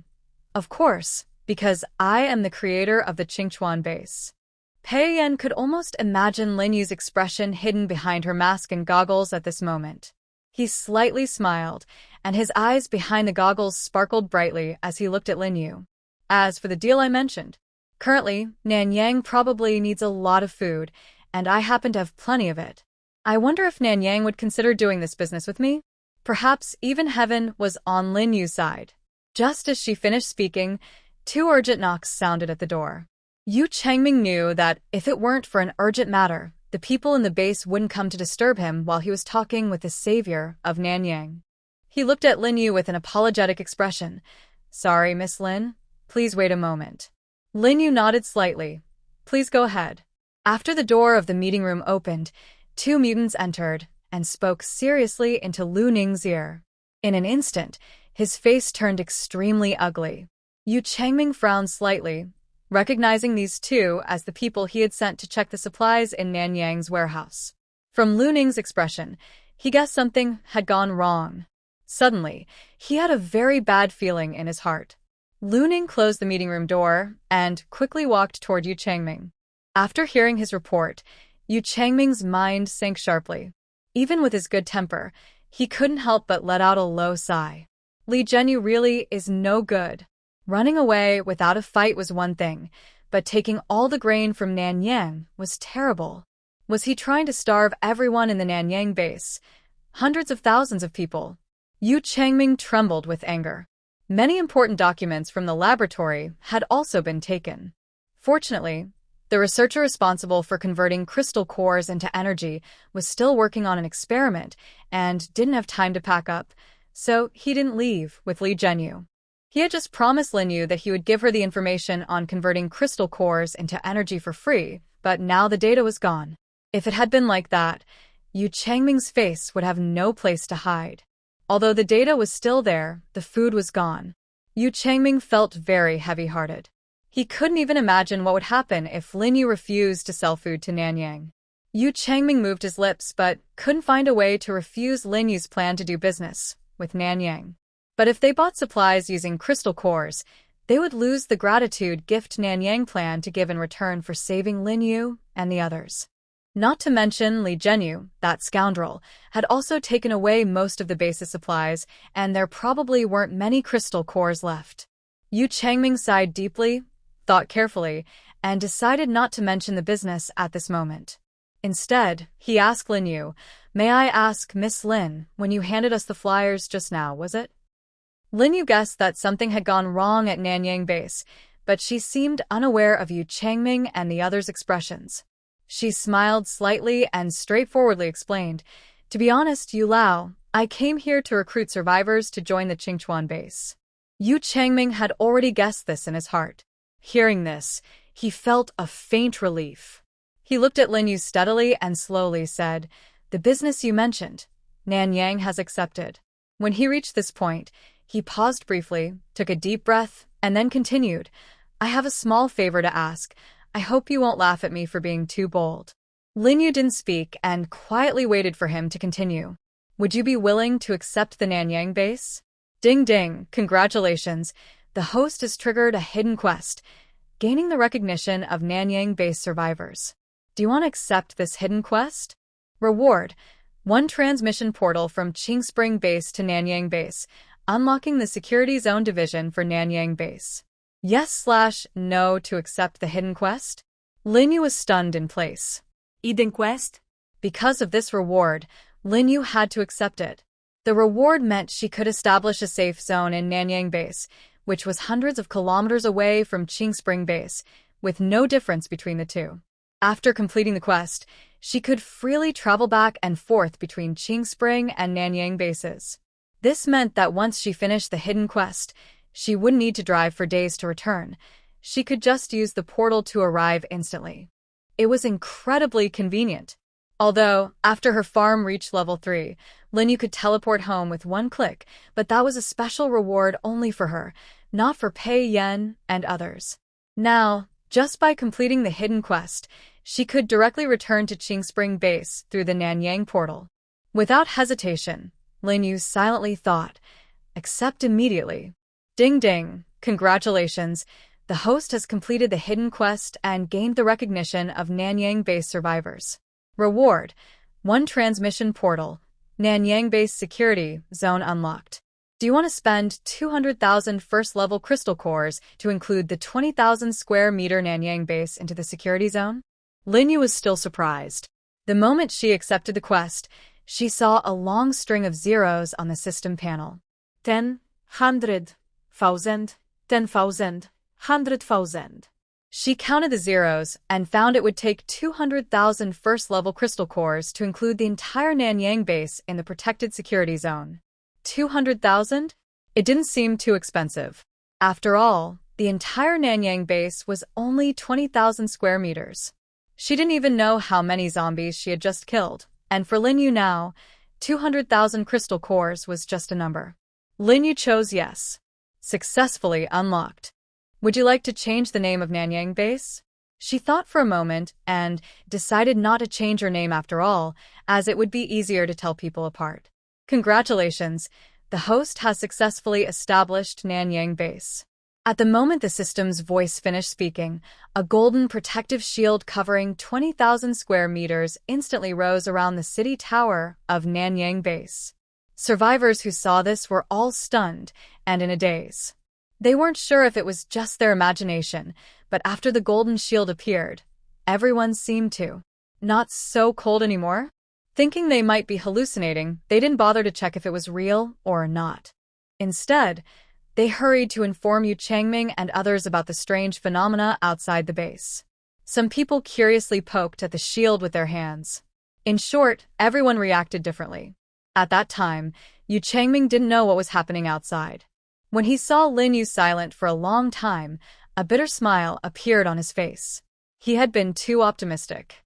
Even if Lin Yu planned to gather some survivors to join Qingchuan Base, Nanyang Base had nearly 100,000 people. Even if she wanted to take over Nanyang Base, Qingchuan Base might not be able to handle it. But he was overthinking. As long as Lin Yu's crystal core reserves kept up, even if 1 million more people arrived, Qingchuan Base could definitely accommodate them. The reason Lin Yu hadn't spoken was because she was distracted by a series of system notifications. Ding ding, congratulations, the host has completed the main mission. The number of ordinary people in Qingchuan Base has reached at least 10,000, and the number of ability users at least 100. Current progress for ordinary people, 103, 346/10, 000. For ability users, 1, 911/100. Farm upgraded to level 3. Factory purchase rights unlocked. Remote control system activated. Fish pond farming unlocked. Takeout platform activated. Personal safety shield obtained ×1. Note: zombies and mutated plants won't approach the shield. Within 2 meters is a safe zone. The host can protect whoever they want. One-click teleportation function unlocked. Is this even comparable to fairy music? But Lin Yu felt a bit confused. She only added Nanyang Base to the safe zone and hadn't even had time to buy accommodations or anything. And the survivors in Nanyang Base hadn't paid rent or checked in yet. How could it be considered that she had already completed the main mission? Lin Yu was puzzled and couldn't understand it. Fortunately, the system quickly announced, before the host unlocks the security zone of Nanyang Base, survivors already exist inside. Therefore, this time, there is no need to pay rent or complete registration to become an official member of the base. Lin Yu suddenly understood. This was quite good, as it sped up the progress of the task. Otherwise, if she had to build the building first, wait for the survivors in Nanyang Base to gather enough crystal cores, pay rent, and register before officially joining the base, the farm upgrade might be delayed indefinitely. Now, the host can manage Nanyang Base. Remember to arrange good accommodation for the survivors there. Lin Yu immediately heard the system's tone outside the words. It was urging her to quickly build the main building of Nanyang Base and start collecting rent. But she needed to finish handling the matter she was talking about earlier before moving on to other things. Lin Yu regained her composure and looked at Yu Changming with a gentler, friendlier expression. Old Master Yu, are you planning to hand over Nanyang to me for management? Yu Changming suppressed his bitterness. Sorry, I made Miss Lin feel uncomfortable. stop it. I don't feel uncomfortable at all. Yu Changming looked a bit surprised. Miss Lin, do you mean you're willing to take over Nanyang? Lin Yu smiled slightly. I would be happy to. She paused, but I wonder what the others in Nanyang Base think. Before Yu Changming could speak, Lu Ning said, if Miss Lin is managing Nanyang, I have no objection. I also have no objection. Forget managing Nanyang. My life belongs to Miss Lin. I'll fight anyone who disagrees with me. Just joking, Lin Yu was capable of frightening away nearly 1 million zombies in one strike. If she took over Nanyang Base, it would definitely become better and better in the future. Now was the perfect time to cling to a powerful supporter. No one in the meeting room objected. The people present were either high-level managers who refused to leave with Li Zhenyu and were determined to survive with Nanyang, or supernatural beings. Their status was high both in the past and now, and they held significant influence. Gaining their approval naturally meant earning the recognition of hundreds of thousands of people in Nanyang. Not to mention, Lin Yu was the savior of Nanyang as a whole. Everyone naturally supported such a powerful figure to take over the base.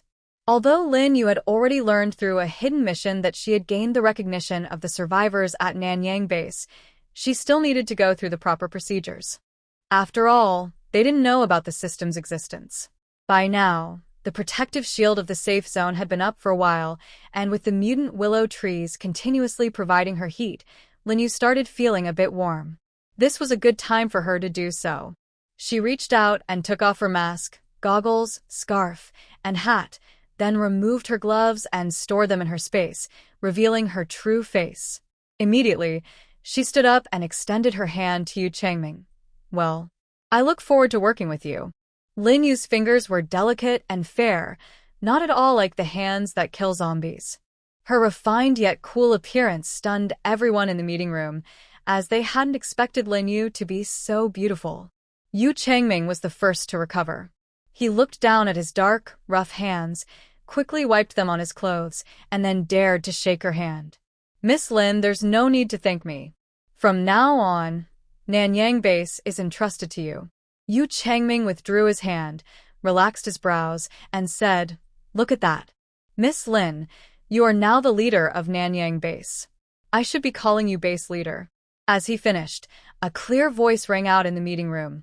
"Hello, base leader." She waved her hand. "Just call me boss or Lin boss." Let's skip the base leader title. Everyone thought she didn't want to be the leader of Nanyang base, and they became anxious. Lin Yu couldn't help but laugh or cry. After explaining patiently, everyone finally believed she didn't mean it that way. She was just not used to being called base leader. So, everyone started calling her Lin boss. Pei Yan supported his chin with one hand, quietly watching the girl who belonged to him shine and glow. He couldn't help but smile softly, full of love in his eyes. He deliberately kept himself in the background, and when Lin Yu told Yu Changming that he had also stepped in, he took her aside and stepped back from the stage, leaving her to shine on her own. Only like this could he win people's hearts faster. As long as she was the one, Pei Yan was willing to do anything. Lin Yu seemed to notice something. She turned her head and saw Pei Yan leaning lazily on the long table in the meeting room, and she couldn't help but smile at him. Yu Changming didn't notice the subtle exchange between them. After a moment of contemplation, he spoke seriously. "As for the business you just mentioned, Miss Lin, we will proceed as agreed." Long Mingyu planned to spend crystal cores to buy food from Lin Yu, temporarily helping the survivors in the base get through the current food shortage. They would see how things went step by step later. The Nanyang base was, in fact, a gift from him to Lin Yu. More precisely, it was a gift from all the survivors of Nanyang to her. The reason was to thank Lin Yu for saving Nanyang. Business that comes to your door doesn't need to be refused. Next, Lin Yu prepared a price list and handed it to Yu Changming for review. Yu Changming expected the food prices to be high, but he was surprised that the food was not only cheap but also very diverse. There were various staples, vegetables, fruits, meats, and even snacks. After browsing, Yu Changming decided to exchange all the remaining 10,077 first-level crystal cores, 1,231 second-level, 428 third-level, and 1 fourth-level crystal core from the Nanyang base for rice, flour, and noodles, staple foods that could keep people fed. On average, each person in the base could get about 5.5 gen of food. If they ate sparingly, it would be enough to last until the survivors killed the zombies and Lin Yu bought more food. After all, these crystal cores were contributed by everyone in Nanyang, and they deserved it.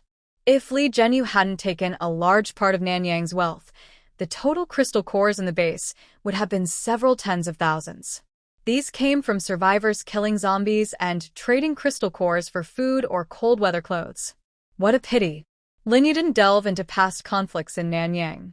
After Yu Changming paid the crystal cores, she asked him to gather all the space-type abilities in the base and store food in batches into their space. The awakened space abilities initially looked shocked, then gradually became numb. Indeed, a big boss is a big boss. Her space could hold so much. Storing 50,000 gen of grain was effortless. She probably had reached a high level in her ability. Compared to her space, his own space was like heaven and earth. completely incomparable. It took some time to store all these hundreds of thousands of gene of grain into the base's warehouse and into the spaces of the space-type abilities. Yu Changming's next plan was to inform the survivors in the base that from now on, Linyu would be in charge of Nanyang Base and to distribute the food supplies. He invited Linyu to go with him. Linyu had other things to do and, without hesitation, refused. "Old Master Yu, I want to look around Nanyang and won't be going with you. I trust you can handle these matters." Seeing her reluctance, Yu Changming didn't insist and nodded, saying, "Then I'll send someone to guide you, Boss Lin." Thinking that Nanyang Base covers 20,000 square meters and she wasn't familiar with the area, Linyu agreed without much hesitation. Nanyang's area was much larger than Qingchuan Base, so she decided to plan the layout carefully. She didn't want it to be like Qingchuan, where double rooms and two-bedroom apartments were crammed together, making it inconvenient to move around. Yu Changming assigned Lu Ning as her guide and carefully instructed him. "Lu Ning, take Boss Lin and the others to tour the base thoroughly. Be sure not to be careless." After giving these instructions, Yu Changming turned and left the meeting room. On his way to gather the survivors of Nanyang Base, he naturally noticed the golden shield covering the high sky above the base, which Linyu called the safe zone. He even met many people on the way who were giving him information. Although Yu Changming was mentally prepared, seeing everything in front of him still shocked him. He couldn't help but reach back and touch his back, staring blankly at the damp mark on his palm. After a long moment, he smiled. It was no surprise that the safe zone appeared out of nowhere, but Yu Changming didn't plan to investigate further. He only knew that Nanyang Base would allow more ordinary people to survive this extreme cold. Thinking of this, Yu Changming felt full of motivation. Faced with many survivors' questions or doubtful looks, he kept them in suspense. "Everyone, spread the word and gather at the base entrance. You'll find out what's really going on. I also have something very important to announce." Yu Changming hurriedly organized everything. When most of the survivors in Nanyang Base had gathered, Yu Changming held a loudspeaker and signaled everyone to be patient. "Everyone, don't worry. Listen to me first. I called everyone here because I have two important messages to share. First, from now on, the Nanyang Base will be managed by Linyu, Boss Lin. Did everyone see the light shield above the Nanyang Base? That is the safety zone, which can protect everyone from zombie and mutated animal or plant attacks. I believe everyone has noticed that it's not so cold inside the base anymore, right? That's the effect of the safety zone, and we should thank Boss Lin. As for why Yu Changming knows so much, it's all because of the flyer about the Qingchuan base that Linyu sent him." Hearing this, many survivors on the scene immediately got excited. "I knew I wasn't feeling cold just now. It's because of Boss Lin. Wah wah, Boss Lin is so kind. By the way, you might not believe it, but I feel a little itchy from the frostbite on my hand. Haha, it seems our frostbite wounds will heal very soon. So, we won't have to worry about zombies anymore? That's great." No one had any objections to Linyu taking over the Nanyang Base, which meant the base changed hands. Not only because she was the savior of all Nanyang, but also because she brought so many benefits to the base right after taking over. Only someone with a very bad mind would object. Everyone was talking excitedly. No one doubted the truth in Yu Changming's words. Being able to scare away the zombie tide in one strike and create a safe zone for the Nanyang Base was perfectly normal. Everyone just regretted that the base hadn't met Linyu earlier, so they wouldn't have wasted so much time under the cowardly Genyu's control. Yu Changming was also affected by everyone's enthusiasm and smiled broadly. "There's one more thing, I bought a lot of food from Boss Lin. Everyone line up at the task hall to get free food. Each person can only claim once. From now on, everyone will have to rely on themselves." Meanwhile, under Lu Ning's lead, Linyu toured the overall layout of the Nanyang Base. After the visit, she already had a rough idea of how to develop the base. She thanked Lu Ning, and then prepared to buy a building. Pei Yan, Pei Linlang, and Cheng Xiangbei had already seen the protective shield covering the Nanyang Base. Without her explaining, they guessed what Linyu was about to do next. Even though they were mentally prepared, they still felt a bit shocked. According to everyone's expectations, Lin Yu was supposed to promote the benefits of the Clear Spring base to attract survivors from Nanyang to join. But unexpectedly, she directly took over the Nanyang base herself. And that wasn't even the most outrageous part. The most shocking thing was that she brought the entire safe zone of the Clear Spring base along without any changes, leaving Chung Xiangbei stunned. Of course, this everyone did not include Pei Yan. He knew that the girl he liked was always very capable, and it was normal for anything to happen to her. Pei Yan looked to the side at Lu Ning. "We want to look around on our own." Lu Ning understood Pei Yan's hidden message and didn't stay here to bother them. Instead, he said, "If you need anything, just send someone to the mission hall to find me." Pei Yan nodded slightly. "Thank you." He guessed that Lin Yu was probably planning to build a big building next, even though this secret couldn't be kept forever. But Pei Yan didn't want outsiders to disturb Lin Yu, so he specifically suggested they explore on their own. After seeing Lu Ning walk away, Pei Yan turned to look at Lin Yu, a smile on his face. "Shall we go to the car?" This seemingly random remark might be confusing to others, but the other three present understood Pei Yan's hidden meaning. Neither Lin Langlong nor Qing Xiangbei dared to expose or question Lin Yu's intentions, and everyone understood each other, without words. Lin Yu nodded, then took the Hummer out of her space. "You can go to the car alone. We'll wait outside." Although Pei Yan didn't say it directly, Lin Yu knew he understood. And the two others, Chung Xiangbei and Pei Linling, were pretending to be clueless. Lin Yu looked at the three of them, a big smile on her face. "Okay." Once inside the car, Lin Yu immediately opened the system panel. End of World Farm Host Information. Lin Yu, Water Elemental Ability Level 5, Farm Level, Level 3, can expand the farmland, safe zone. Level 3, already activated number of farmlands, 94, covering about 3.49 acres, pasture area, 2,400 square meters, Clear Spring base, established, can be managed, Nanyang base, unlocked, can be managed, system shop, unlocked, see details in the shop, gold balance, 109,990 system warehouse, unlocked, see details in the warehouse. Lin Yu quickly glanced over the basic information, but mainly focused on the refreshed task list after the upgrade. When the system announced the farm's upgrade, Lin Yu wanted to see immediately what specific tasks were needed to reach level 4. However, because Elder Yu was waiting for her reply, she had to put that aside for now. She was mainly worried about the main storyline tasks. Upgrading from level 1 to 2 only required recruiting 500 ordinary people and 10 ability users. But after reaching level 2, the difficulty increased 20-fold. Now, she needs 10,000 ordinary people to upgrade again. If it increases 20 times again, Lin Yu isn't sure she can find more large gathering places like the Nanyang base. Main story task: reach at least 50,000 ordinary people and 2,000 ability users in the base. Current progress: ordinary people 103,346/50,000, ability users 1,911/2,000. Seeing this, Lin Yu relaxed. Fortunately, the numbers needed for the main task weren't too outrageous. She only needed to recruit 89 more ability users to complete it. All the previous many side quests had been combined into one.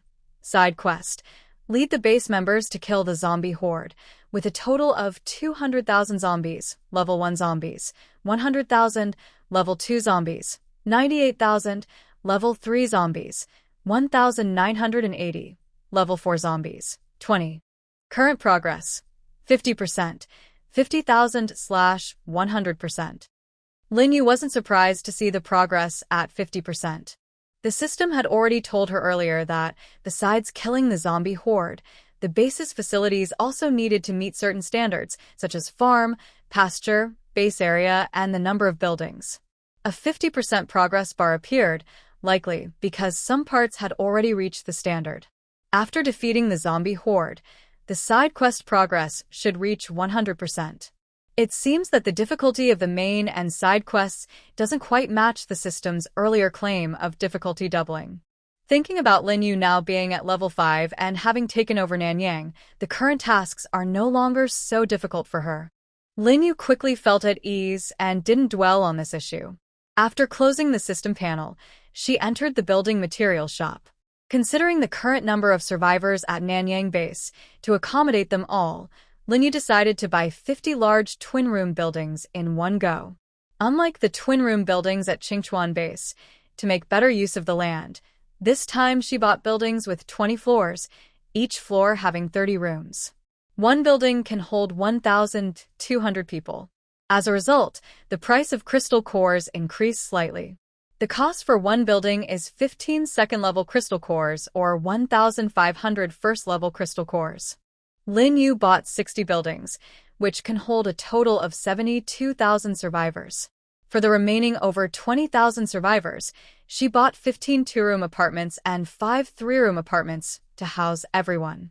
To make management easier, Lin Yu divided the buildings into 3 categories based on their layout, following the arrangement from before the apocalypse. Unit 1.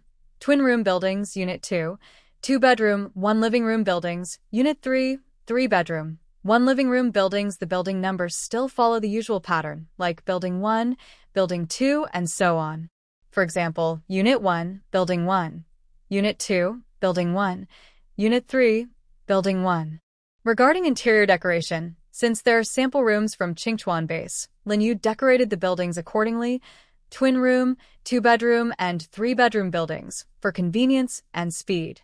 After purchasing the buildings, she didn't rush to deploy them but bought 3 supermarkets, decorated them like Qingchuan Supermarket, and named them Nanyang Supermarket 1, 2, and 3.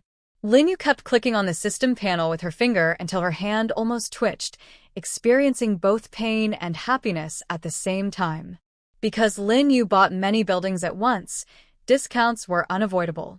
In the end, she spent her savings of first-level crystals, 100,000 second-level crystals, and 23rd-level crystals to acquire nearly 100 buildings. Lin Yu couldn't help but breathe a sigh of relief. Finally finished buying everything. She leaned back in her chair for a short rest, and suddenly, the system panel flickered. Would the host like to immediately deploy a single unit, 2-unit, or 3-unit building group? Without hesitation, Lin Yu clicked no. It would be too abrupt for buildings to appear out of nowhere, and during deployment, the base's foundation would automatically merge, causing tremors. The survivors at Nanyang Base hadn't been disturbed yet, and to avoid frightening the cute members of the base, Lin Yu decided to inform Yu Changming first. As for what happens afterward, it will happen anyway. The most she could do was deploy the buildings in batches, so the tremors wouldn't be too obvious. She could only say Lin Yu had a bit of morality, but not much.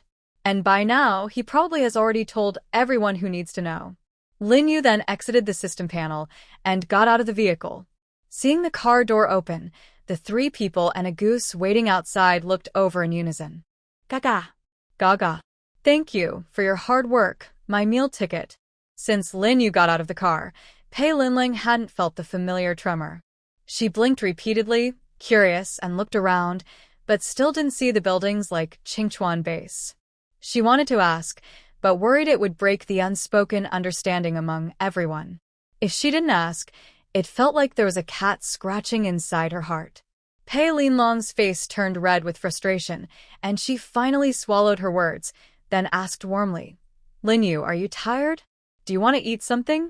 Do you need a massage? When she mentioned massage, Pei Yan's expression darkened successfully. He endured and finally couldn't hold back, pulling Pei Linlong's collar and dragging her aside. After separating his dramatic sister from Lin Yu, Pei Yan cleared his throat and looked serious. If you want a massage, just ask me. Lin Yu couldn't help but notice Pei Yan's hand. His palm was bony, fingers long, and looked powerful. Well, it sounded pretty good, actually. Maybe she should consider it. Pei Linlong's eyes widened in disbelief. She couldn't believe her serious brother would say such words. Cheng Xiangbei took a big gulp of saliva, feeling hurt as a single person. Dabai Daoda's big eyes looked back and forth at Pei Yan. Massage service? It sounds pretty good. Gaga gaga. It wants one too.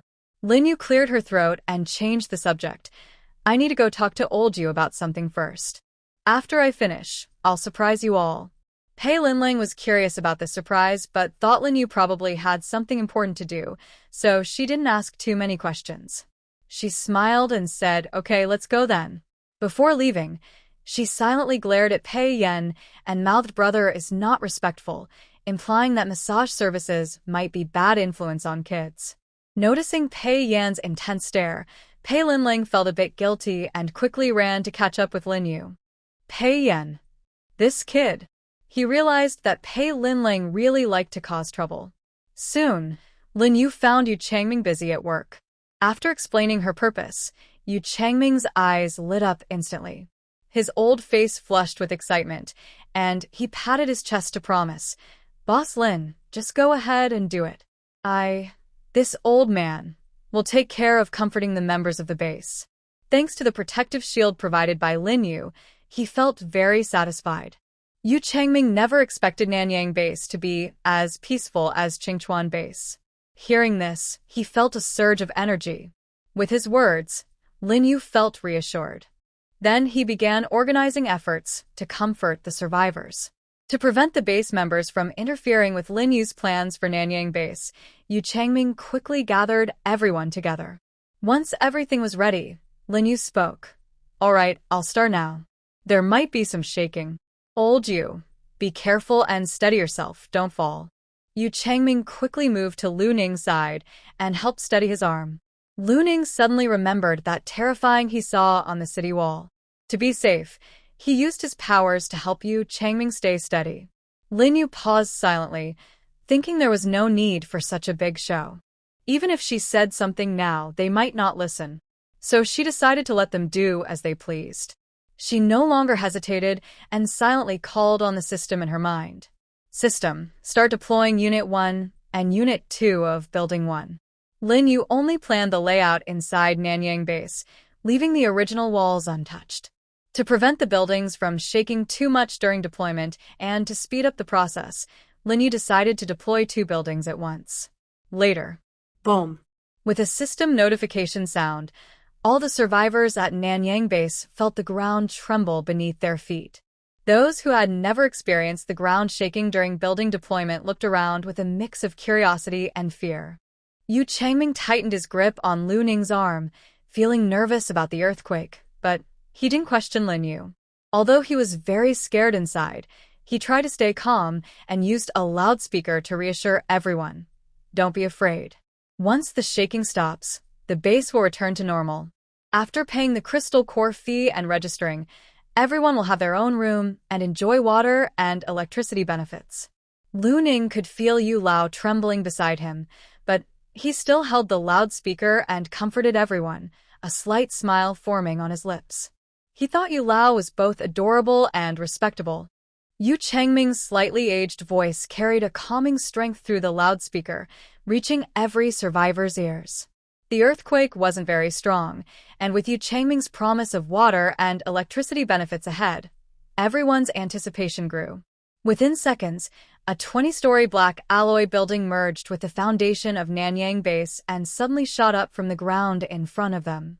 The golden glow emitted by the safe zone shone on the tall black building, giving it a mysterious and beautiful golden hue, just like Lin Yu's presence, mysterious, powerful, and beautiful. At that moment, words couldn't describe how excited everyone felt. The shock of seeing a skyscraper rise from the ground was beyond words. Only WoW could express it. Wow. Am I blind? Awesome. Some survivors had been standing in that spot before the building appeared, curious, and were suddenly moved away by a gentle force. They couldn't help but gasp in surprise. "Oh my God, help." "No, I understand everyone's excitement, but can you not push me?" Those who thought they were pushed from behind turned around and saw no one there. Only 2 large black buildings appeared behind them. Everyone couldn't help but feel a shiver down their spines. Is this Boss Lin's special power? It's just too scary. The crowd quickly became noisy, discussing excitedly about the suddenly appearing tall buildings. But this was only the beginning. As the system notification rang in Lin Yu's ears, confirming the successful deployment of Buildings 1 and 2 in Unit 1, Lin Yu immediately started deploying Buildings 3 and 4 nearby. It only took 10 minutes to set up the dormitories and supermarket. Later, the survivors in Nanyang Base became numb. Their only thought was that Boss Lin was too powerful. If she managed Nanyang Base, it would definitely keep getting better and better. After witnessing the tall buildings rising one after another, no one dared to disrespect Lin Yu, not even feeling jealous. The gap in strength was simply too big. Besides respect for her, only pride remained. Such a powerful leader is our Nanyang Base's chief. Zombies passing by here would have to suffer 2 big nosebleeds before they dare to bother Nanyang Base. Yu Changming trembled with excitement, tears welling up in his eyes as he looked at the buildings. Good. Good. Truly wonderful. The survivors of Nanyang Base looked at nearly 100 buildings and couldn't find words for a long time. They couldn't help but raise their arms and cheer loudly. Their voices rose higher and higher. Hooray! Long live Boss Lin! Long live Boss Lin! And so on. Inspired by everyone's emotions, Lin Yu's lips curved into a slight smile. Yu Changming wiped away tears from his eyes, then turned to look at Lin Yu. Boss Lin, can we now go inside the buildings to take a look? He had already realized the benefits of the safe zone. Now, even if he took off a coat, he wouldn't feel a hint of cold. In the past, he wouldn't even dare to think about it. He was eager to see the inside of the buildings. After all, this would be his home, and also the home of many survivors in Nanyang. Most importantly, he wanted to see if there was really water and electricity inside the buildings. Not only Yu Changming, but every survivor in Nanyang Base was eager to see the layout inside the buildings. They all looked at Lin Yu expectantly, waiting for her answer. Lin Yu nodded slightly. To make sure all the survivors in Nanyang Base could hear clearly, she took out 2 large speakers from the space. Holding one in each hand, she raised her voice and said, "After paying the rent, everyone can go into their rooms to take a look." Next, she explained the monthly rent prices for double rooms, 2-bedroom apartments, and 3-bedroom apartments. She also told everyone how to pay for water and electricity. This caused the survivors in Nanyang Base to gasp in surprise. If this were before the apocalypse, paying bills by oneself would be normal, but now, in a world where all infrastructure is destroyed? Indeed, Boss Lin is amazing. Suddenly, someone called out, "Mom, I'm home. Open the door." Everyone was lost in thought. The tall buildings nearby made them feel like the apocalypse had never happened. All their past experiences seemed like just a dream. But the fact that they were all dirty, with lice in their hair and no clean spots on their bodies, pulled them back to reality. After everyone had processed this, Lin Yu's face suddenly grew serious. However, I must say this up front. Everyone must remember to follow the rules of Nanyang Base. The rules are posted on the door of each room, so everyone knows them. Please listen carefully to what I say next. Without rules, nothing can be orderly. The survivors in Nanyang Base were like Lin Yu's biggest fans. They listened carefully, nodding like chicks pecking at grains, ready for action, almost as if they were taking notes with pens and notebooks. First, strictly follow the room limits for units 1, 2, and 3. No one is allowed to visit other rooms without permission. Second, members must not damage any items inside the base. Third, pay rent and utility bills on time.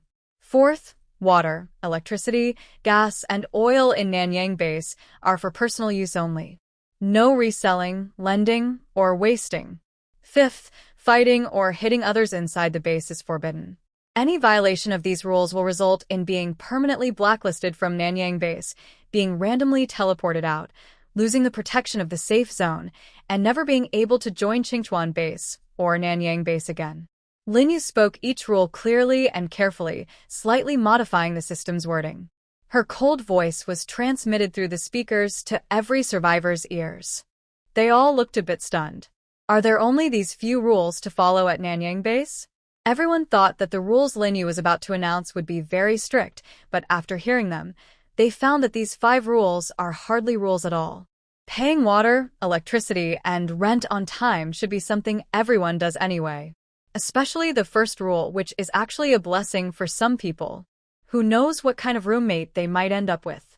What if a roommate brings friends over without warning, enters their room without permission, or damages their personal belongings? Just thinking about it makes people feel annoyed. Besides, Water is very scarce in the apocalypse.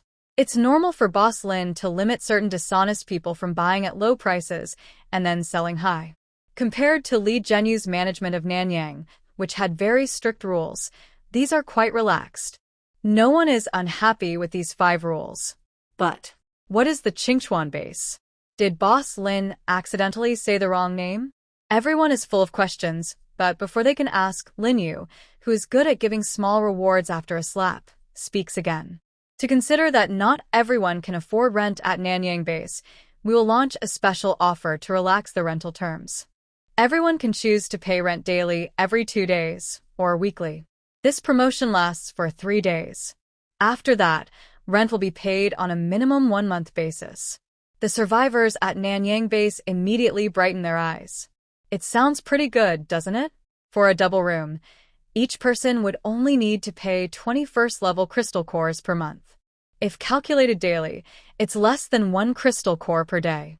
During this period, they can also use the water in their rooms for drinking, laundry, or bathing, as long as they don't waste it.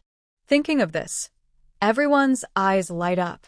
Seeing those bright, sparkling eyes, Lin Yu couldn't help but smile mischievously. She doesn't believe that after experiencing the elevator, water, electricity, and even the TV and refrigerator in the 2nd and 3rd units, people can resist feeling excited. If everyone could just experience a day, without her urging, they would happily go out to fight zombies and earn crystal cores. Next, Lin Yu dropped another big news. By the way, soon Nanyang Base will offer takeaway services for all members. No matter where you are, you'll be able to receive food from Nanyang Base. Everyone gasped in surprise and couldn't hold back their excitement, asking questions eagerly. Can I get Nanyang Base takeout even in Antarctica? What kind of food will be available? Can I order milk tea, hot pot, barbecue, skewers, eel rice, fruit salad, yogurt, and so on? Stop talking. I'm drooling already. Is the takeaway expensive? Am I the only one wondering what exactly soon means? Lin Yu smiled slightly and only answered the last question. By tomorrow at the latest. She paused and added, one more thing I forgot to mention.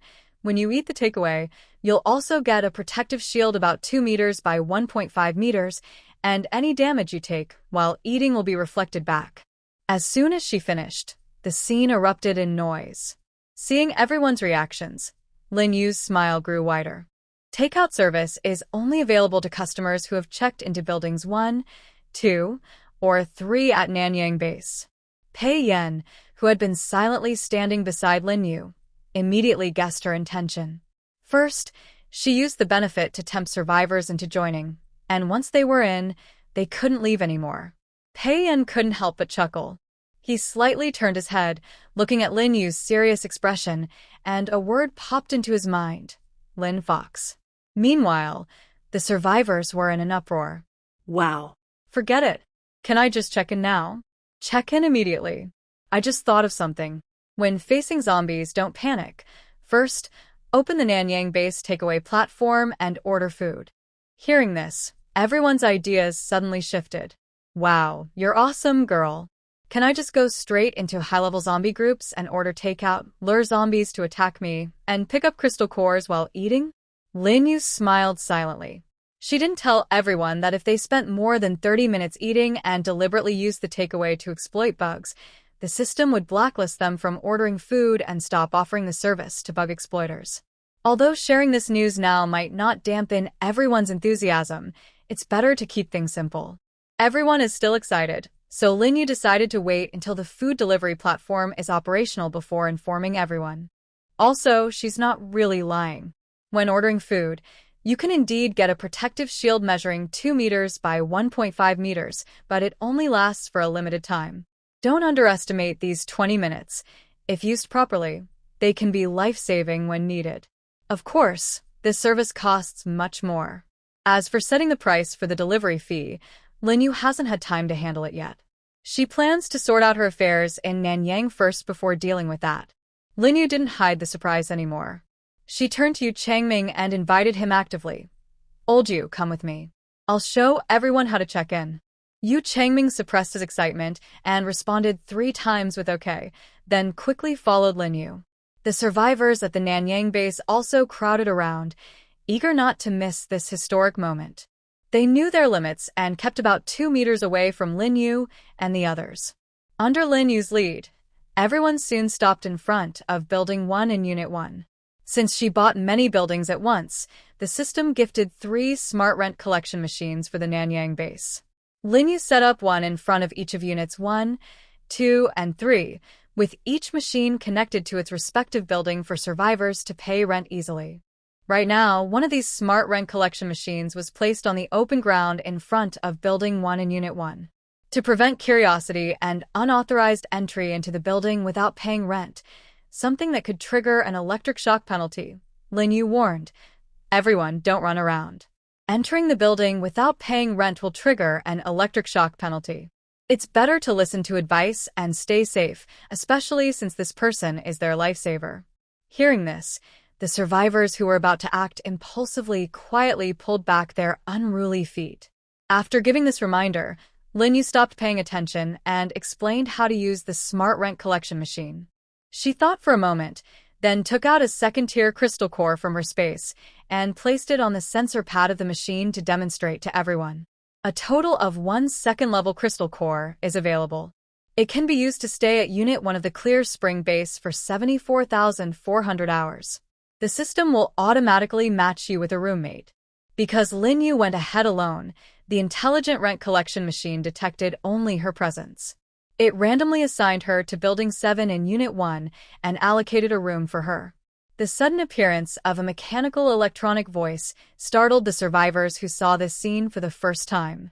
When they regained their senses, they realized it was the sleek, futuristic black machine speaking, leaving everyone stunned. Wow, high-tech. Several sharp-eyed survivors also noticed that the crystal core on the sensing platform had disappeared. Yu Changming looked amazed. "Boss Lin, where's the crystal core?" Lin Yu rolled up her sleeve and showed everyone the string of black numbers on her arm. The crystal core was taken by the intelligent rent collection machine. When a string of black characters appears on the arm and the crystal core on the sensing platform disappears, it means the check-in process is complete. She pointed to the numbers on her arm. "This one shows the floor, this one shows the specific stay duration, and this one." Lu Ning's eyes widened. He pointed at the machine and asked hesitantly, "Is it successful?" Lin Yu nodded. Yes. Next, everyone can handle their check-in procedures on their own. If any survivors have enough crystal cores and want a better living experience, they can choose to check in at the intelligent rent collection machines in Units 2 and 3. Units 2 and 3 offer furniture like TVs, refrigerators, toilets, and kitchens. As long as you pay the water, electricity, and gas bills on time, you can live comfortably.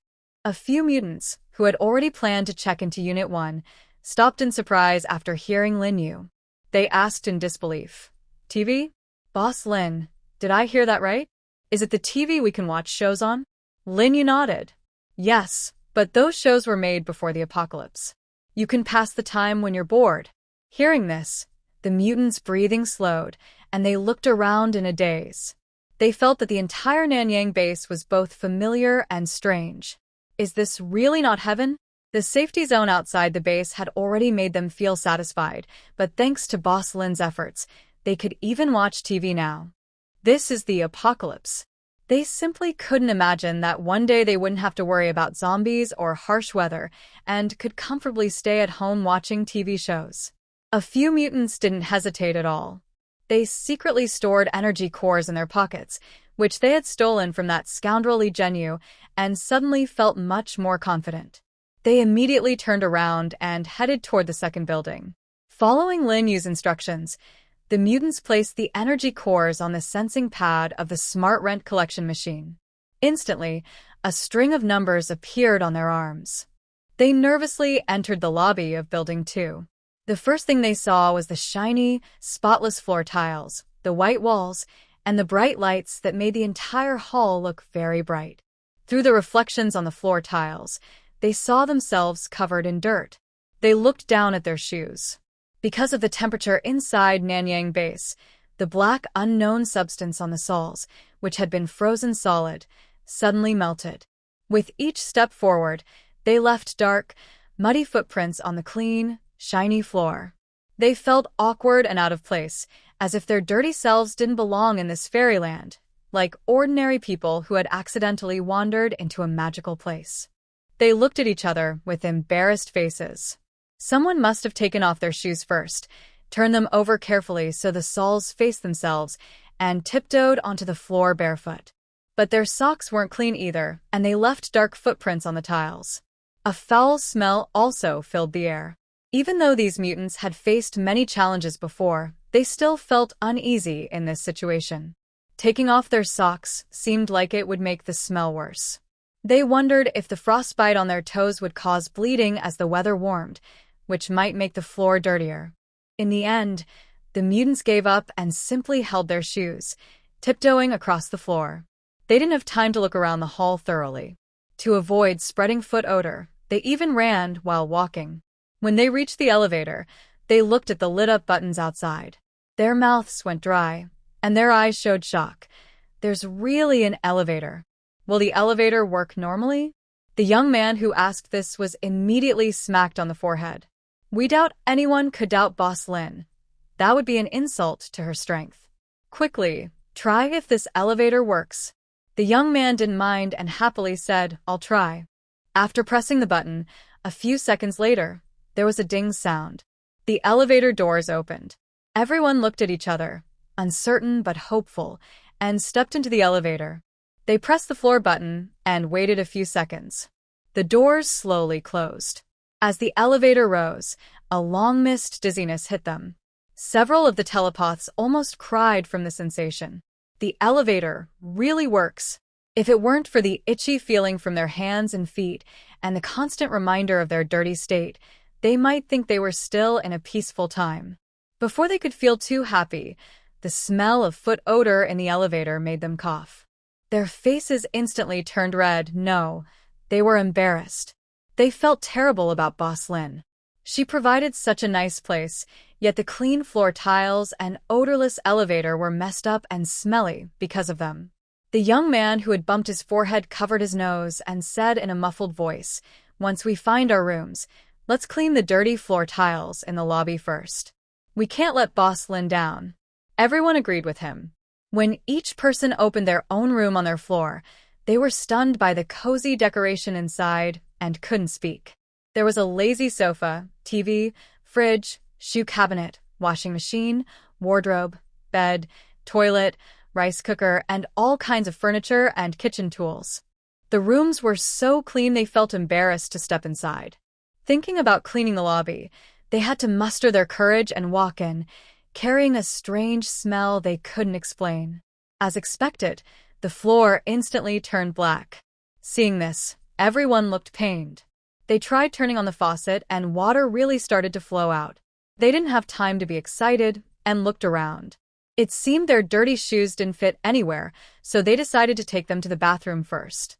They washed the outside of the shoes with water to avoid leaving black marks on the clean floor tiles after cleaning the lobby. Soon, they found mops and buckets in the bathroom. They gathered in the lobby, cleaned their footprints, and made the floor shiny and clean again. Only then did they feel ready to look around and enjoy their surroundings. They found a machine in the lobby on the first floor. When they approached, they saw the words self-service meal box machine written on it. Self-service meal box machine? They remembered the delicious meals they had before the end of the world, like braised pork ribs, eel rice, curry chicken with potatoes, braised meat, and rice with toppings. Everyone was drooling just thinking about it. But when they looked inside the display glass of the machine, it was completely empty. Nothing inside. They couldn't help but sigh. They wanted to ask Lin Yu what was going on, but since they were all dirty and smelly, they decided to go back and take a shower first, wash their clothes, and then ask. The scene involving several superpowered individuals was basically repeating itself among all the survivors at Nanyang Base. Qingchuan Farm. Zhou Ran looked at the warehouse, packed full of grains and almost bursting. He couldn't help but sigh. He turned his gaze toward the gate of Qingchuan Base and silently prayed, Boss Lin, please come back soon. If you don't, the warehouse will be overwhelmed with food. Coincidentally, Lin Yu had just opened her system panel, planning to use the recently activated remote control feature to put the grain stored in Qingchuan Farm's warehouse onto the supermarket shelves in Nanyang. What happened next was quite dramatic. Just as Zhou Ran finished praying in his mind, he saw the grains in the nearly overflowing warehouse decreasing at a visible speed. He shivered suddenly, looked around quickly, and shouted loudly, "Who's there? Whoever is stealing the grains had better put them back quietly, or Lin Boss will have a tough time when she returns." What responded to him was a long silence. While he warned the secretly stealing superpowered individual, the person hiding in the dark not only didn't stop, but the grains piled up to the top of the warehouse were decreasing at an insane speed. Zhou Ran's heart sank suddenly. Meanwhile, Lin Yu at Nanyang base also saw the scene at Qingchuan Farm through her system panel. She felt a sense of relief. Seems Zhou Ran was still responsible for his work even when she was away from the base. She wanted to tell Zhou Ran it was her, but she couldn't communicate with him through remote control. Her mind drifted away from the system panel. Looking around, she found that most of the survivors in Nanyang had learned to operate the rent collection machines on their own. Immediately, she turned her gaze to the three people and a goose beside her, and she gave them a mysterious smile. "Come with me, I have a surprise to tell everyone. Come with me, I have a surprise to tell everyone." Pei Yan looked thoughtful. She wondered what kind of surprise she would bring this time. Thinking of this, Pei Yan subtly glanced at the few people around her, hoping the surprise was only for her. Pei Linlang, Cheng Xiangbei, and the big white dog didn't notice Pei Yan's dislike and happily followed Lin Yu. Cheng Xiangbei excitedly rubbed his hands. "Lin Mei, stop teasing us. What's the surprise? Can you tell us? Could it be that she's conquered another base?" Pei Linlang also echoed, "Yeah, Lin Yu, why not tell us a little?" Lin Yu smiled gently. "Don't worry, just follow me and you'll see. It will definitely surprise you." Hearing this, Pei Yan became even more curious. What kind of surprise could be so unexpected? It couldn't be That they could go home now? Thinking of this, Pei Yan's expression suddenly froze. It didn't seem impossible. Anything happening to Lin Yu wouldn't be surprising. Pei Yan had a guess and quickly caught up with Lin Yu, walking side by side. Lin Yu glanced slightly to the side and raised an eyebrow. "Do you want to guess what the surprise is?" Pei Yan's lips curled slightly. sure. He paused, his gaze falling on her moving lips, and his eyes darkened. "If I guess right, is there a reward?" Lin Yu was about to ask what he wanted for a reward, but she turned to meet his intense gaze. Her heart suddenly skipped a beat, and she changed her words. "No." It seemed she could still hear the man's soft laughter. Lin Yu cleared her throat to hide her inner unease. If she wasn't mistaken, Pei Yan's eyes just now seemed to have fallen on her lips. Lin Yu secretly looked at Pei Yan, only to be caught staring right at her. She had been a little guilty before, but after seeing his gaze, she suddenly felt confident. Yes, now Pei Yan was hers, and even touching his abs was legal and reasonable. Besides, she only looked briefly. There was nothing to feel guilty about. Lin Yu reacted instinctively just now, realizing her response might have been a bit too much. She cleared her throat and changed her words. "Let's hear it. Maybe I will consider it." "So cute. It makes people." Pei Yan couldn't help but chuckle softly. "I guess the surprise is going home," he guessed. Lin Yu was a bit surprised, but recalling Pei Yan's earlier guess about the disaster, her expression quickly returned to normal. "You guessed right." She was about to say more, but her eyes casually caught the two people and a goose behind her, who were busy eating candy. In that moment, she changed her mind and leaned close to Pei Yan's ear to say something. Her soft breath brushed his ear, and she even said. Pei Yan's breath instantly became irregular. Big Bai, with sharp hearing, could hear her clearly even though she was whispering close to Pei Yan's ear. "Gaga?" Big Bai tilted his head, looking confused at Lin Yu, then lowered his neck to look at himself. No matter how much he thought about it, he couldn't figure out which part of his body the abdominal muscles belonged to. Are abdominal muscles tasty? Why is she touching them? In the world of four-legged creatures, some things are really hard to understand. Big Bai wagged his tail and chased after her.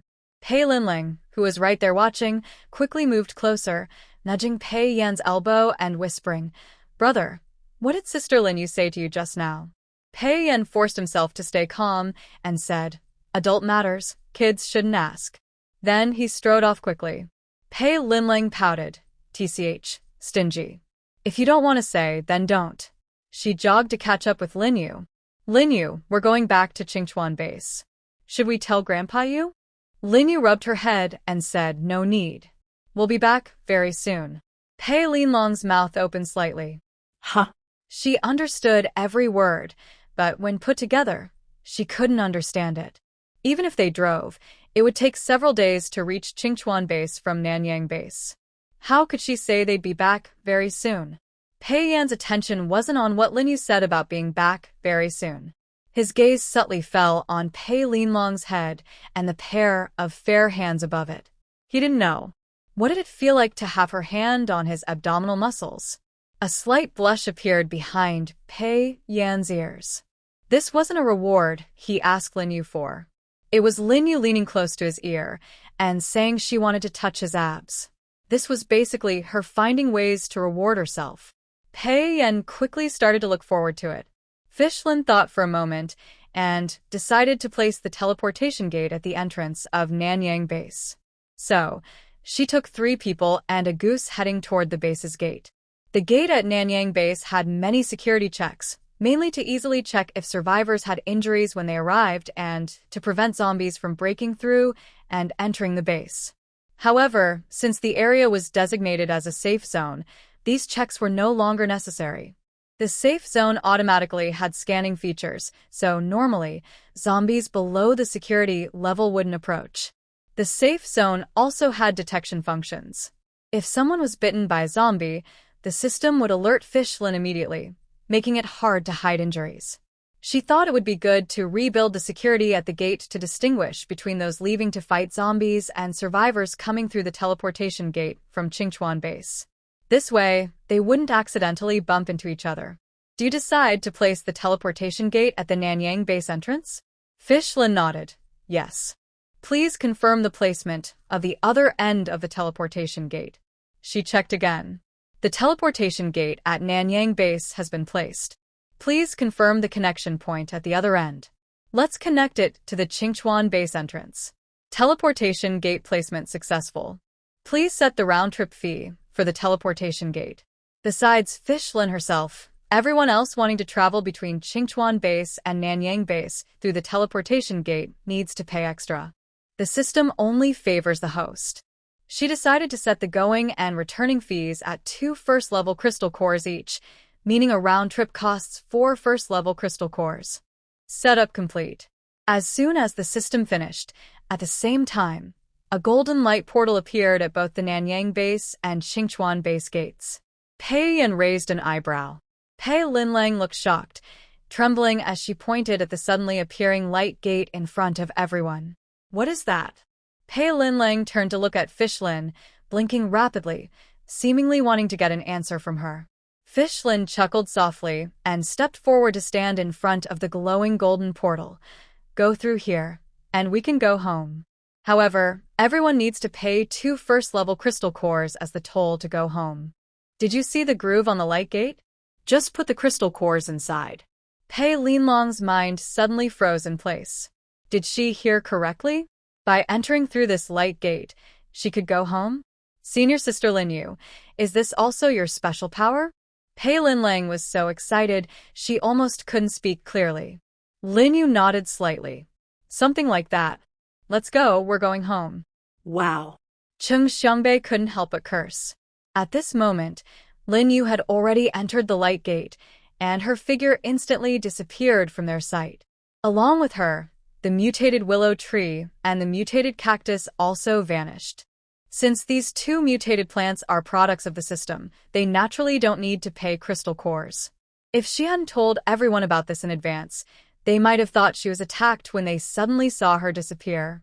Pei Yan pondered thoughtfully. This ability appeared only after Lin Yu took over the Nanyang base. His mind gradually became clearer. If he guessed correctly, when the number of survivors reached a certain point, Lin Yu should develop several more incredible abilities.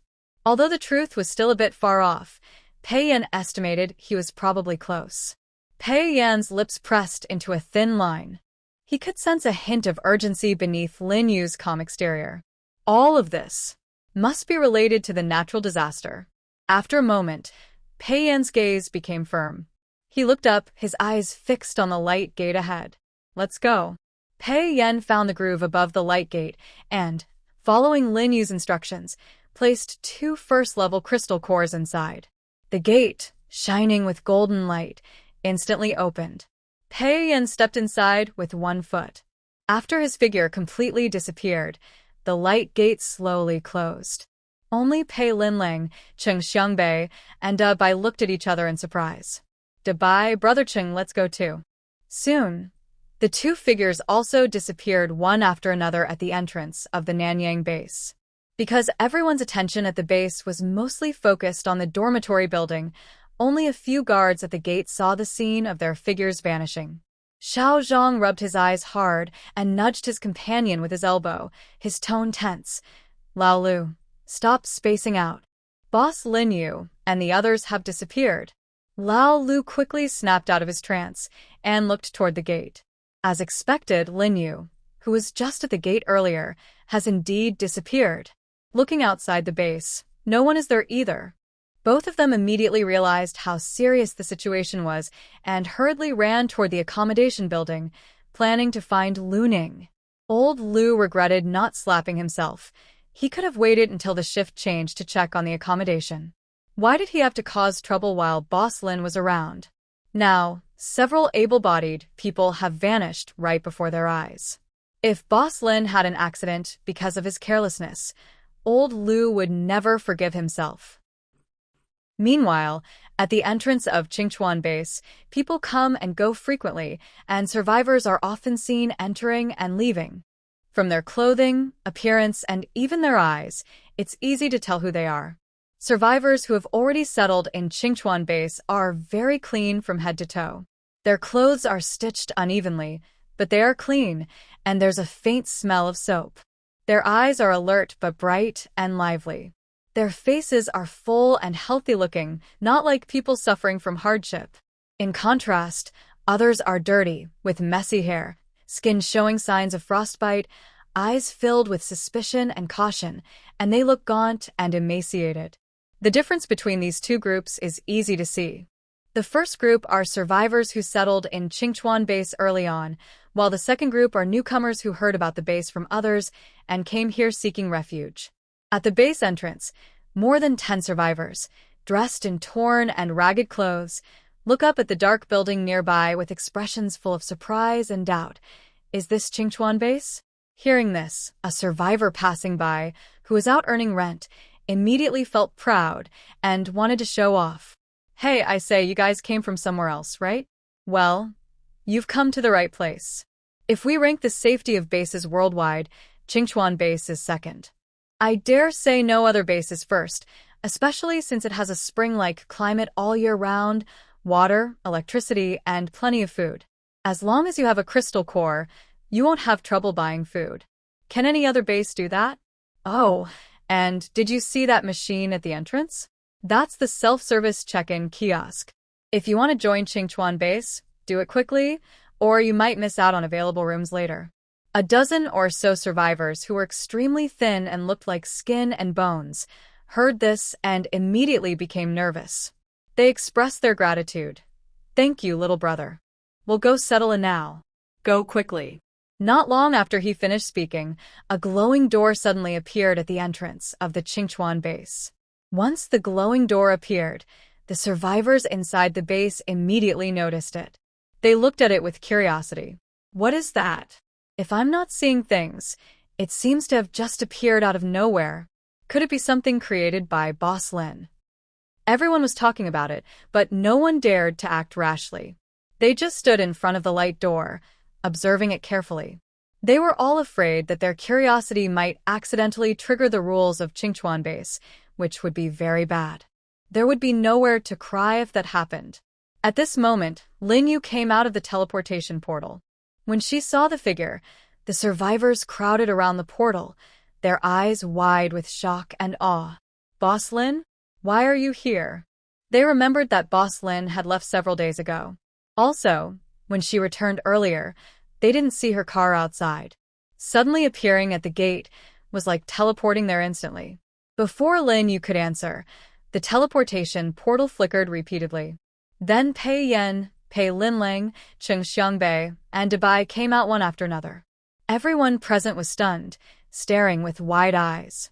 You can see the difference just by looking at where they live. They are protected by Boss Lin. Not to mention Pei Yan is Boss Lin's boyfriend. Honestly, no one present envies Pei Yan, Pei Linlang, or Cheng Xiangbei. Even a big white goose favors Lin Yuqing and clings to her. It's not just about comparisons. In the end, even a goose surpasses others. Pei Yan ignored everyone's different thoughts. After coming out of the teleportation portal, he thought for a moment and headed toward the dormitory. The white goose had been out for a while, and he really missed the staff he manages. After exiting the portal, he ran wildly toward the farm. Pei Linlang headed toward the villa. Everyone has their own tasks, and she can't be idle. Whenever she recalls Lin Yu and Pei Yan working together, she feels excited. Pei Linlang jogged back to her room, slammed the door shut, and started using her special abilities. Cheng Xiangbei reacted similarly. Outside the base, survivors preparing to pay for crystal cores, check in, and join the Clear Spring base saw Lin Yu and others suddenly appear and couldn't help but ask around about Lin Yu's identity. When they learned Lin Yu was the founder of the Clear Spring base, several survivors eager to join were shocked. Come and go silently. Is this the true strength of the leader of the Clear Spring base? They didn't dare to think about anything else and quietly paid for their crystal cores, checked in, and memorized the base rules. Meanwhile, Lin Yu found Zhou Ran. When Zhou Ran learned that the food in the warehouse wasn't stolen by others but taken by Lin Yu herself, he relaxed and scratched his head awkwardly. Sorry about that. I thought there was a thief. Lin Yu smiled gently. Having such a capable employee like you is my blessing. This made Zhou Ran feel even more embarrassed. Remembering something, he quickly said, "By the way, Boss Lin, during your absence, I recorded all the crops harvested from the farm, the grain seeds used, and the food stocked in the Clear Spring supermarket. I'll bring them to you now." Lin Yu raised an eyebrow, feeling grateful for her decision to hire Zhou Ran for the farm. With Zhou Ran around, she felt much more at ease. Good, I'll wait here for you. Soon, Zhou Ran brought the record sheet over. However, Lin Yu was too busy at the moment to check. She stored the table into the space and planned to review it later after finishing her current tasks. There's nothing else, so I'll go ahead and get busy. Lin Yu smiled slightly. Go ahead. After Zhou Ran's figure disappeared from her sight, Lin Yu opened the system panel. Please name the fish pond. Without hesitation, Lin Yu blurted out, Qingchuan Fish Pond. Yes/no to place the fish pond? Place it. Please choose the location for the fish pond. Lin Yu didn't hesitate and chose to place the pond next to the pasture. Considering the future expansion of the pasture, she deliberately left a large space between the pasture and the pond when placing it. Later, Qingchuan Fish Pond has been successfully placed. As soon as the system's voice finished, a fish-shaped icon appeared on the system panel. Lin Yu clicked to check and found that the Qingchuan Fish Pond was divided into two areas, one for freshwater farming and one for seawater farming. Between the freshwater and seawater farms, there was a thin golden light wall separating them, as thin as a cicada's wing. The material of the golden light wall was the same as the safe zone. Each farm covered an area of 200 square meters. The depth of both ponds was about 3 meters. Following the system's prompt, Lin Yu spent 2 second-level crystal cores to include the fish pond within the safe zone's protection. When upgrading the farm, the system issued a series of alert sounds, and the information about the rewarded fish fry was overwritten. Lin Yu slid her finger across the system panel to find the historical records. Reward: 20 carp, 20 grass carp, 20 bass, 20 chien fish, 20 black fish, 20 bullfrogs, 20 crucian carp, 20 oysters, 20 sea urchins, 20 sea cucumbers, 20 squids, 20 octopuses, 20 mantis shrimp, 20 conchs, 20 lobsters, 20 abalones, 20 king, 20 leopard coral groupers, 20 cod, 20 bluefin tunas. Each species included 10 males and 10 females. Even the bluefin tuna was included. Just reading the names of these seafood products made Lin Yu's mouth water uncontrollably. She never expected that in the apocalypse, she could one day enjoy free seafood. She checked the maturity time for each type of seafood. She found that the fish fry in the freshwater farm only needed 48 hours to mature once. Adult fish can reproduce and lay eggs. After they leave behind offspring, they can be prepared for eating. Seafood from seawater farms matures one day later than fish from freshwater farms, which is about 72 hours to reach maturity. Even 72 hours for fish to mature is quite shocking. Luckily, we are now in a post-apocalyptic world, or else there might be a risk of being taken for scientific examination. Fortunately, the fish pond is 3 meters high. Otherwise, with only 200 square meters, it would be hard to raise so many fish. Lin Yu moved her fingertips and divided the fish pond into 20 sections based on the types of fish fry.